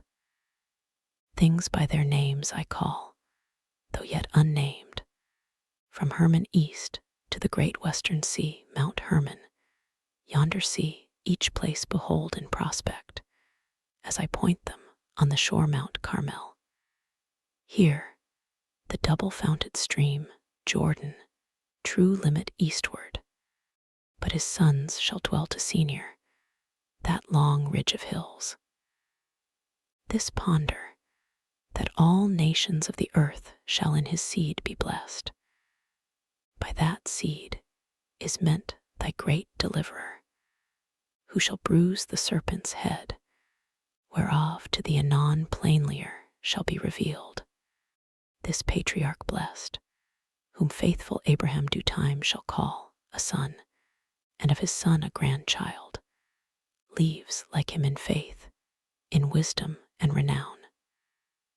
The grandchild with 12 sons increased, departs from Canaan to a land hereafter called Egypt, divided by the river Nile Sea where it flows, disgorging at 7 mouths into the sea. To sojourn in that land, he comes, invited by a younger son in time of dearth, a son whose worthy deeds raise him to be the second in that realm of Pharaoh. There he dies, and leaves his race growing into a nation, and now grown suspected to a sequent king, who seeks to stop their overgrowth, as inmate guests too numerous, whence of guests he makes them slaves inhospitably, and kills their infant males, till by these two brethren call Moses and Aaron, sent from God to claim his people from enthrallment, they return with glory and spoil back to their promised land. But first, the lawless tyrant, who denies to know their God or message to regard, must be compelled by signs and judgments dire. To blood unshed the rivers must be turned. Frogs, lice, and flies must all his palace fill with loathed intrusion, and fill all the land. His cattle must of rot and murrain die. Botches and blains must all his flesh emboss, and all his people, thunder mixed with hail, hail mixed with fire, must rend the Egyptian sky, and wheel on the earth, devouring where it rolls what it devours not, herb or fruit or grain. A darksome cloud of locusts swarming down must eat, and on the ground leave nothing green. Darkness must overshadow all his bounds, palpable darkness, and blot out 3 days last, with one midnight stroke. All the firstborn of Egypt must lie dead. Thus, with 10 wounds, the river dragon tamed at length submits to let his sojourners depart, and oft humbles his stubborn heart. But still, as ice more hardened after thaw, till, in his rage pursuing whom he late dismissed, the sea swallows him with his host. But them lets pass, as on dry land, between 2 crystal walls, awed by the rod of Moses, so to stand divided, till his rescued gain their shore. Such wondrous power God to his saint will lend, though present in his angel, who shall go before them in a cloud and pillar of fire, by day a cloud, by night a pillar of fire, to guide them in their journey, and remove behind them, while the obdurate king pursues. All night he will pursue, but his approach darkness defends between till morning watch, then through the fiery pillar, and the cloud, God looking forth, will trouble all his host, and craze their chariot wheels. When by command Moses once more his potent rod extends over the sea his rod obeys. On their embattled ranks the waves return, and overwhelm their war. The race elect safe toward Canaan, from the shore advance through the wild Desert, not the readiest way, lest, entering on the Canaanite alarmed, war terrify them inexpert, and fear return them back to Egypt, choosing rather inglorious life with servitude. For life to noble and ignoble is more sweet untrained in arms, where rashness leads not on. This also shall they gain by their delay in the wide wilderness. There they shall found their government, and their great senate choose through the 12 tribes, to rule by laws ordained. God from the Mount of Sinai, whose gray top shall tremble, he descending, will himself in thunder, lightning, and loud trumpets sound, ordain them laws part, such as appertain to civil justice, part, religious rites of sacrifice, informing them by types and shadows of that destined seed to bruise the serpent, by what means he shall achieve mankind's deliverance. But the voice of God to mortal ear is dreadful. They beseech that Moses might report to them his will, and terror cease. He grants what they besought, instructed that to God is no access without mediator, whose high office now Moses in figure bears, to introduce one greater, of whose day he shall foretell. And all the prophets in their age the times of great Messiah shall sing. Thus laws and rights established, such delight hath God in men obedient to his will, that he vouchsafes among them to set up his tabernacle, the Holy One with mortal men to dwell. By his prescript, a sanctuary is framed of cedar, overlaid with gold, therein an ark, and in the ark his testimony, the records of his covenant. Over these a mercy seat of gold, between the wings of two bright cherubim. Before him burn 7 lamps, as in a zodiac representing the heavenly fires. Over the tent a cloud shall rest by day, a fiery gleam by night, save when they journey, and at length they come, conducted by his angel, to the land promised to Abraham and his seed. The rest were long to tell, how many battles fought, how many kings destroyed, and kingdoms won, or how the sun shall in mid-heaven stand still a day entire, and night's due course adjourn, man's voice commanding, Sun, in Gibon stand, and thou moon in the vale of Aelon, till Israel overcome. So call the third from Abraham, son of Isaac, and from him his whole descent, who thus shall Canaan win. Here Adam interposed, O sent from heaven, enlightener of my darkness, gracious things thou hast revealed, those chiefly which concern just Abraham and his seed. Now first I find mine eyes true opening, and my heart much eased, erewhile perplexed with thoughts, what would become of me and all mankind. But now I see his day, in whom all nations shall be blessed, favor unmerited by me, who sought forbidden knowledge by forbidden means. This yet I apprehend not, why to those among whom God will deign to dwell on earth so many and so various laws are given. So many laws argue so many sins among them. How can God with such reside? To whom thus Michael, doubt not but that sin will reign among them, as of the begot.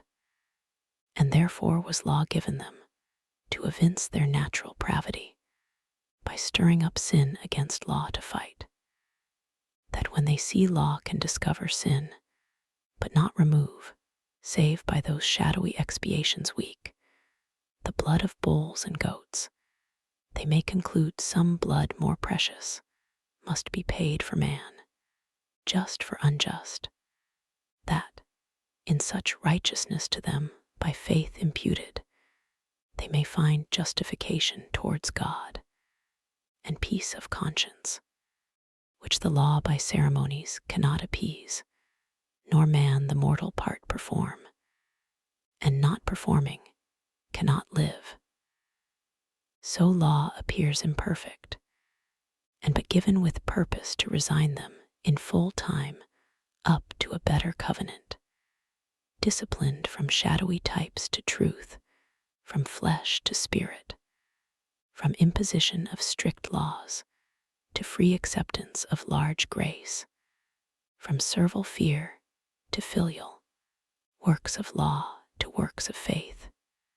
And therefore shall not Moses, though of God highly beloved, being but the minister of law, his people into Canaan lead, but Joshua, whom the Gentiles Jesus call, his name and office bearing, who shall quell the adversary serpent, and bring back through the world's wilderness long wandered man safe to eternal paradise of rest. Meanwhile they, in their earthly Canaan placed, long time shall dwell and prosper. But when sins national interrupt their public peace, provoking God to raise them enemies, from whom as oft he saves them penitent by judges first, then under kings, of whom the second, both for piety renowned and puissant deeds, a promise shall receive irrevocable, that his regal throne for ever shall endure. The like shall sing all prophecy, that of the royal stock of David. So I name this king shall rise a son, the woman's seed to thee foretold to Abraham, as in whom shall trust all nations, and to kings foretold, of kings the last, for of his reign shall be no end. But first a long succession must ensue, and his next son, for wealth and wisdom famed, the clouded ark of God, till then intense wandering, shall in a glorious temple enshrine. Such follow him, as shall be registered part good, part bad, of bad the longer scroll, whose foul idolatries, and other faults heaped to the popular sum, will so incense God as to leave them, and expose their land, their city, his temple, and his holy ark, with all his sacred things, a scorn and prey to that proud city, whose high walls thou saw'st left in confusion, Babylon thence called.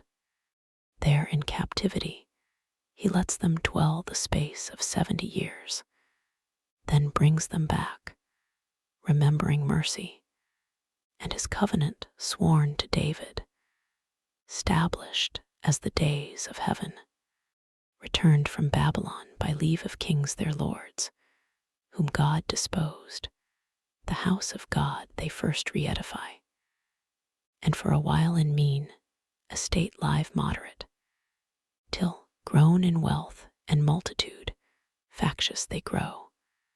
But first among the priests dissension springs, men who attend the altar, and should most endeavor peace. Their strife pollution brings upon the temple itself. At last they seize the scepter, and regard not David's sons, then lose it to a stranger, that the true anointed King Messiah might be born bard of his right. Yet at his birth a star, unseen before in heaven, proclaims him come, and guides the eastern sages who inquire his place, to offer incense, myrrh, and gold. His place of birth a solemn angel tells to simple shepherds, keeping watch by night, they gladly thither haste, and by a choir of squadroned angels hear his carol sung. A virgin is his mother, but his sire the power of the Most High. He shall ascend the throne hereditary, and bound his reign with earth's wide bounds, his glory with the heavens. He ceased, discerning Adam with such joy surcharged, as had like grief been dewed in tears, without the vent of words, which these he breathed. O prophet of glad tidings, finisher of utmost hope, now clear I understand what oft my steadiest thoughts have searched in vain, why our great expectation should be called the seed of woman. Virgin Mother, hail, high in the love of heaven, yet from my loins thou shalt proceed, and from thy womb the Son of God Most High. So God with man unites. Needs must the serpent now his capital bruise expect with mortal pain. Say where and when their fight, what stroke shall bruise the victor's heel? To whom thus Michael, dream not of their fight, as of a duel, or the local wounds of head or heel. not therefore joins the Son manhood to Godhead, with more strength to foil thy enemy. Nor so is overcome Satan, whose fall from heaven, a deadlier bruise, disabled, not to give thee thy death's wound, which he, who comes thy Saviour, shall recure, not by destroying Satan, but his works in thee and in thy seed. Nor can this be, but by fulfilling that which thou didst want, obedience to the law of God, imposed on penalty of death, and suffering death, the penalty to thy transgression due, and due to theirs, which out of thine will grow. So only can high justice rest appaid. The law of God exact he shall fulfill both by obedience and by love, though love alone fulfill the law. Thy punishment he shall endure, by coming in the flesh to a reproachful life, and cursed death, proclaiming life to all who shall believe in his redemption. And that his obedience imputed becomes theirs by faith, his merits to save them, not their own, though legal, works. For this he shall live hated, be blasphemed, seized on by force, judged, and to death condemned a shameful and accursed, nailed to the cross by his own nation, slain for bringing life. But to the cross he nails thy enemies, the law that is against thee, and the sins of all mankind, with him they're crucified, never to hurt them more who rightly trust in this his satisfaction. So he dies, but soon revives. Death over him no power shall long usurp. Ere the third dawning light return, the stars of morn shall see him rise out of his grave, fresh as the dawning light, thy ransom paid, which man from death redeems.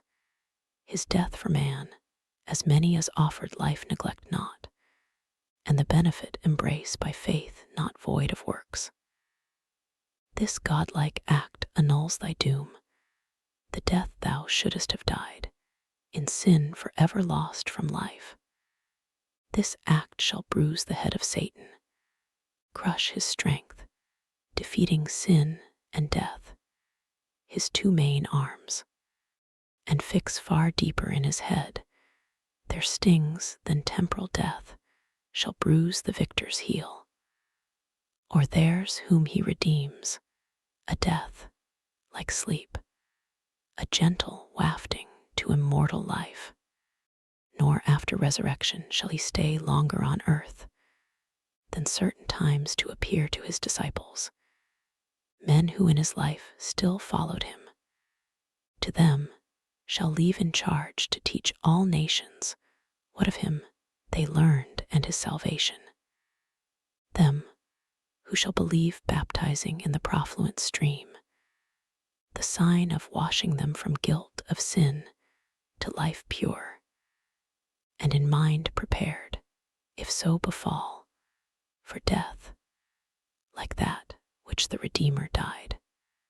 All nations they shall teach, for from that day, not only to the sons of Abraham's loins salvation shall be preached, but to the sons of Abraham's faith wherever through the world. So in his seed all nations shall be blessed. Then to the heaven of heavens he shall ascend with victory, triumphing through the air over his foes and thine.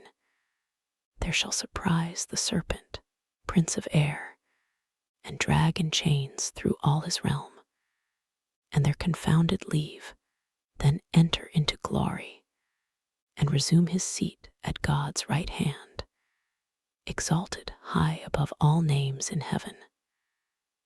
And thence shall come, when this world's dissolution shall be ripe, with glory and power to judge, both quick and dead, to judge the unfaithful dead, but to reward his faithful, and receive them into bliss, whether in heaven or earth, for then the earth shall all be paradise, far happier place than this of Eden, and far happier days.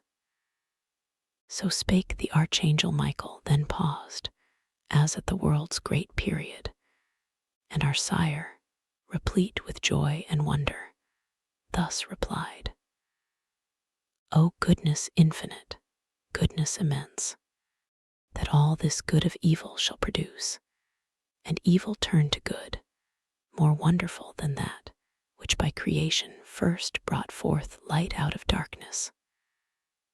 Full of doubt I stand, whether I should repent me now of sin by me done and occasioned, or rejoice much more, that much more good thereof shall spring, to God more glory, more goodwill to men from God, and over wrath grace shall abound.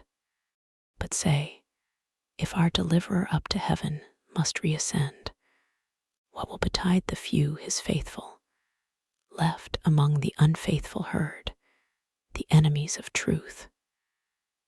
Who then shall guide his people, who defend?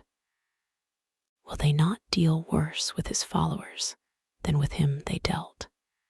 Be sure they will, said the angel. But from heaven he to his own a comforter will send, the promise of the Father, who shall dwell his spirit within them. And the law of faith, working through love, upon their hearts shall write, to guide them in all truth, and also arm with spiritual armor, able to resist Satan's assaults, and quench his fiery darts. What man can do against them, not afraid, though to the death? Against such cruelties, with inward consolations recompensed, and oft supported, so as shall amaze their proudest persecutors.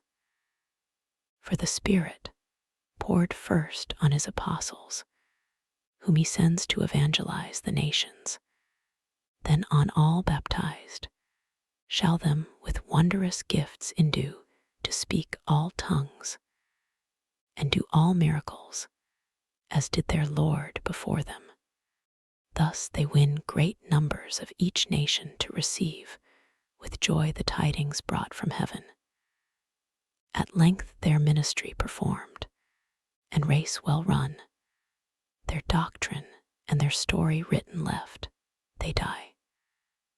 But in their room, as they forewarn, wolves shall succeed for teachers, grievous wolves, who all the sacred mysteries of heaven to their own vile advantages shall turn of lucre and ambition, and the truth with superstitions and traditions taint, left only in those written records pure, though not, but by the Spirit, understood.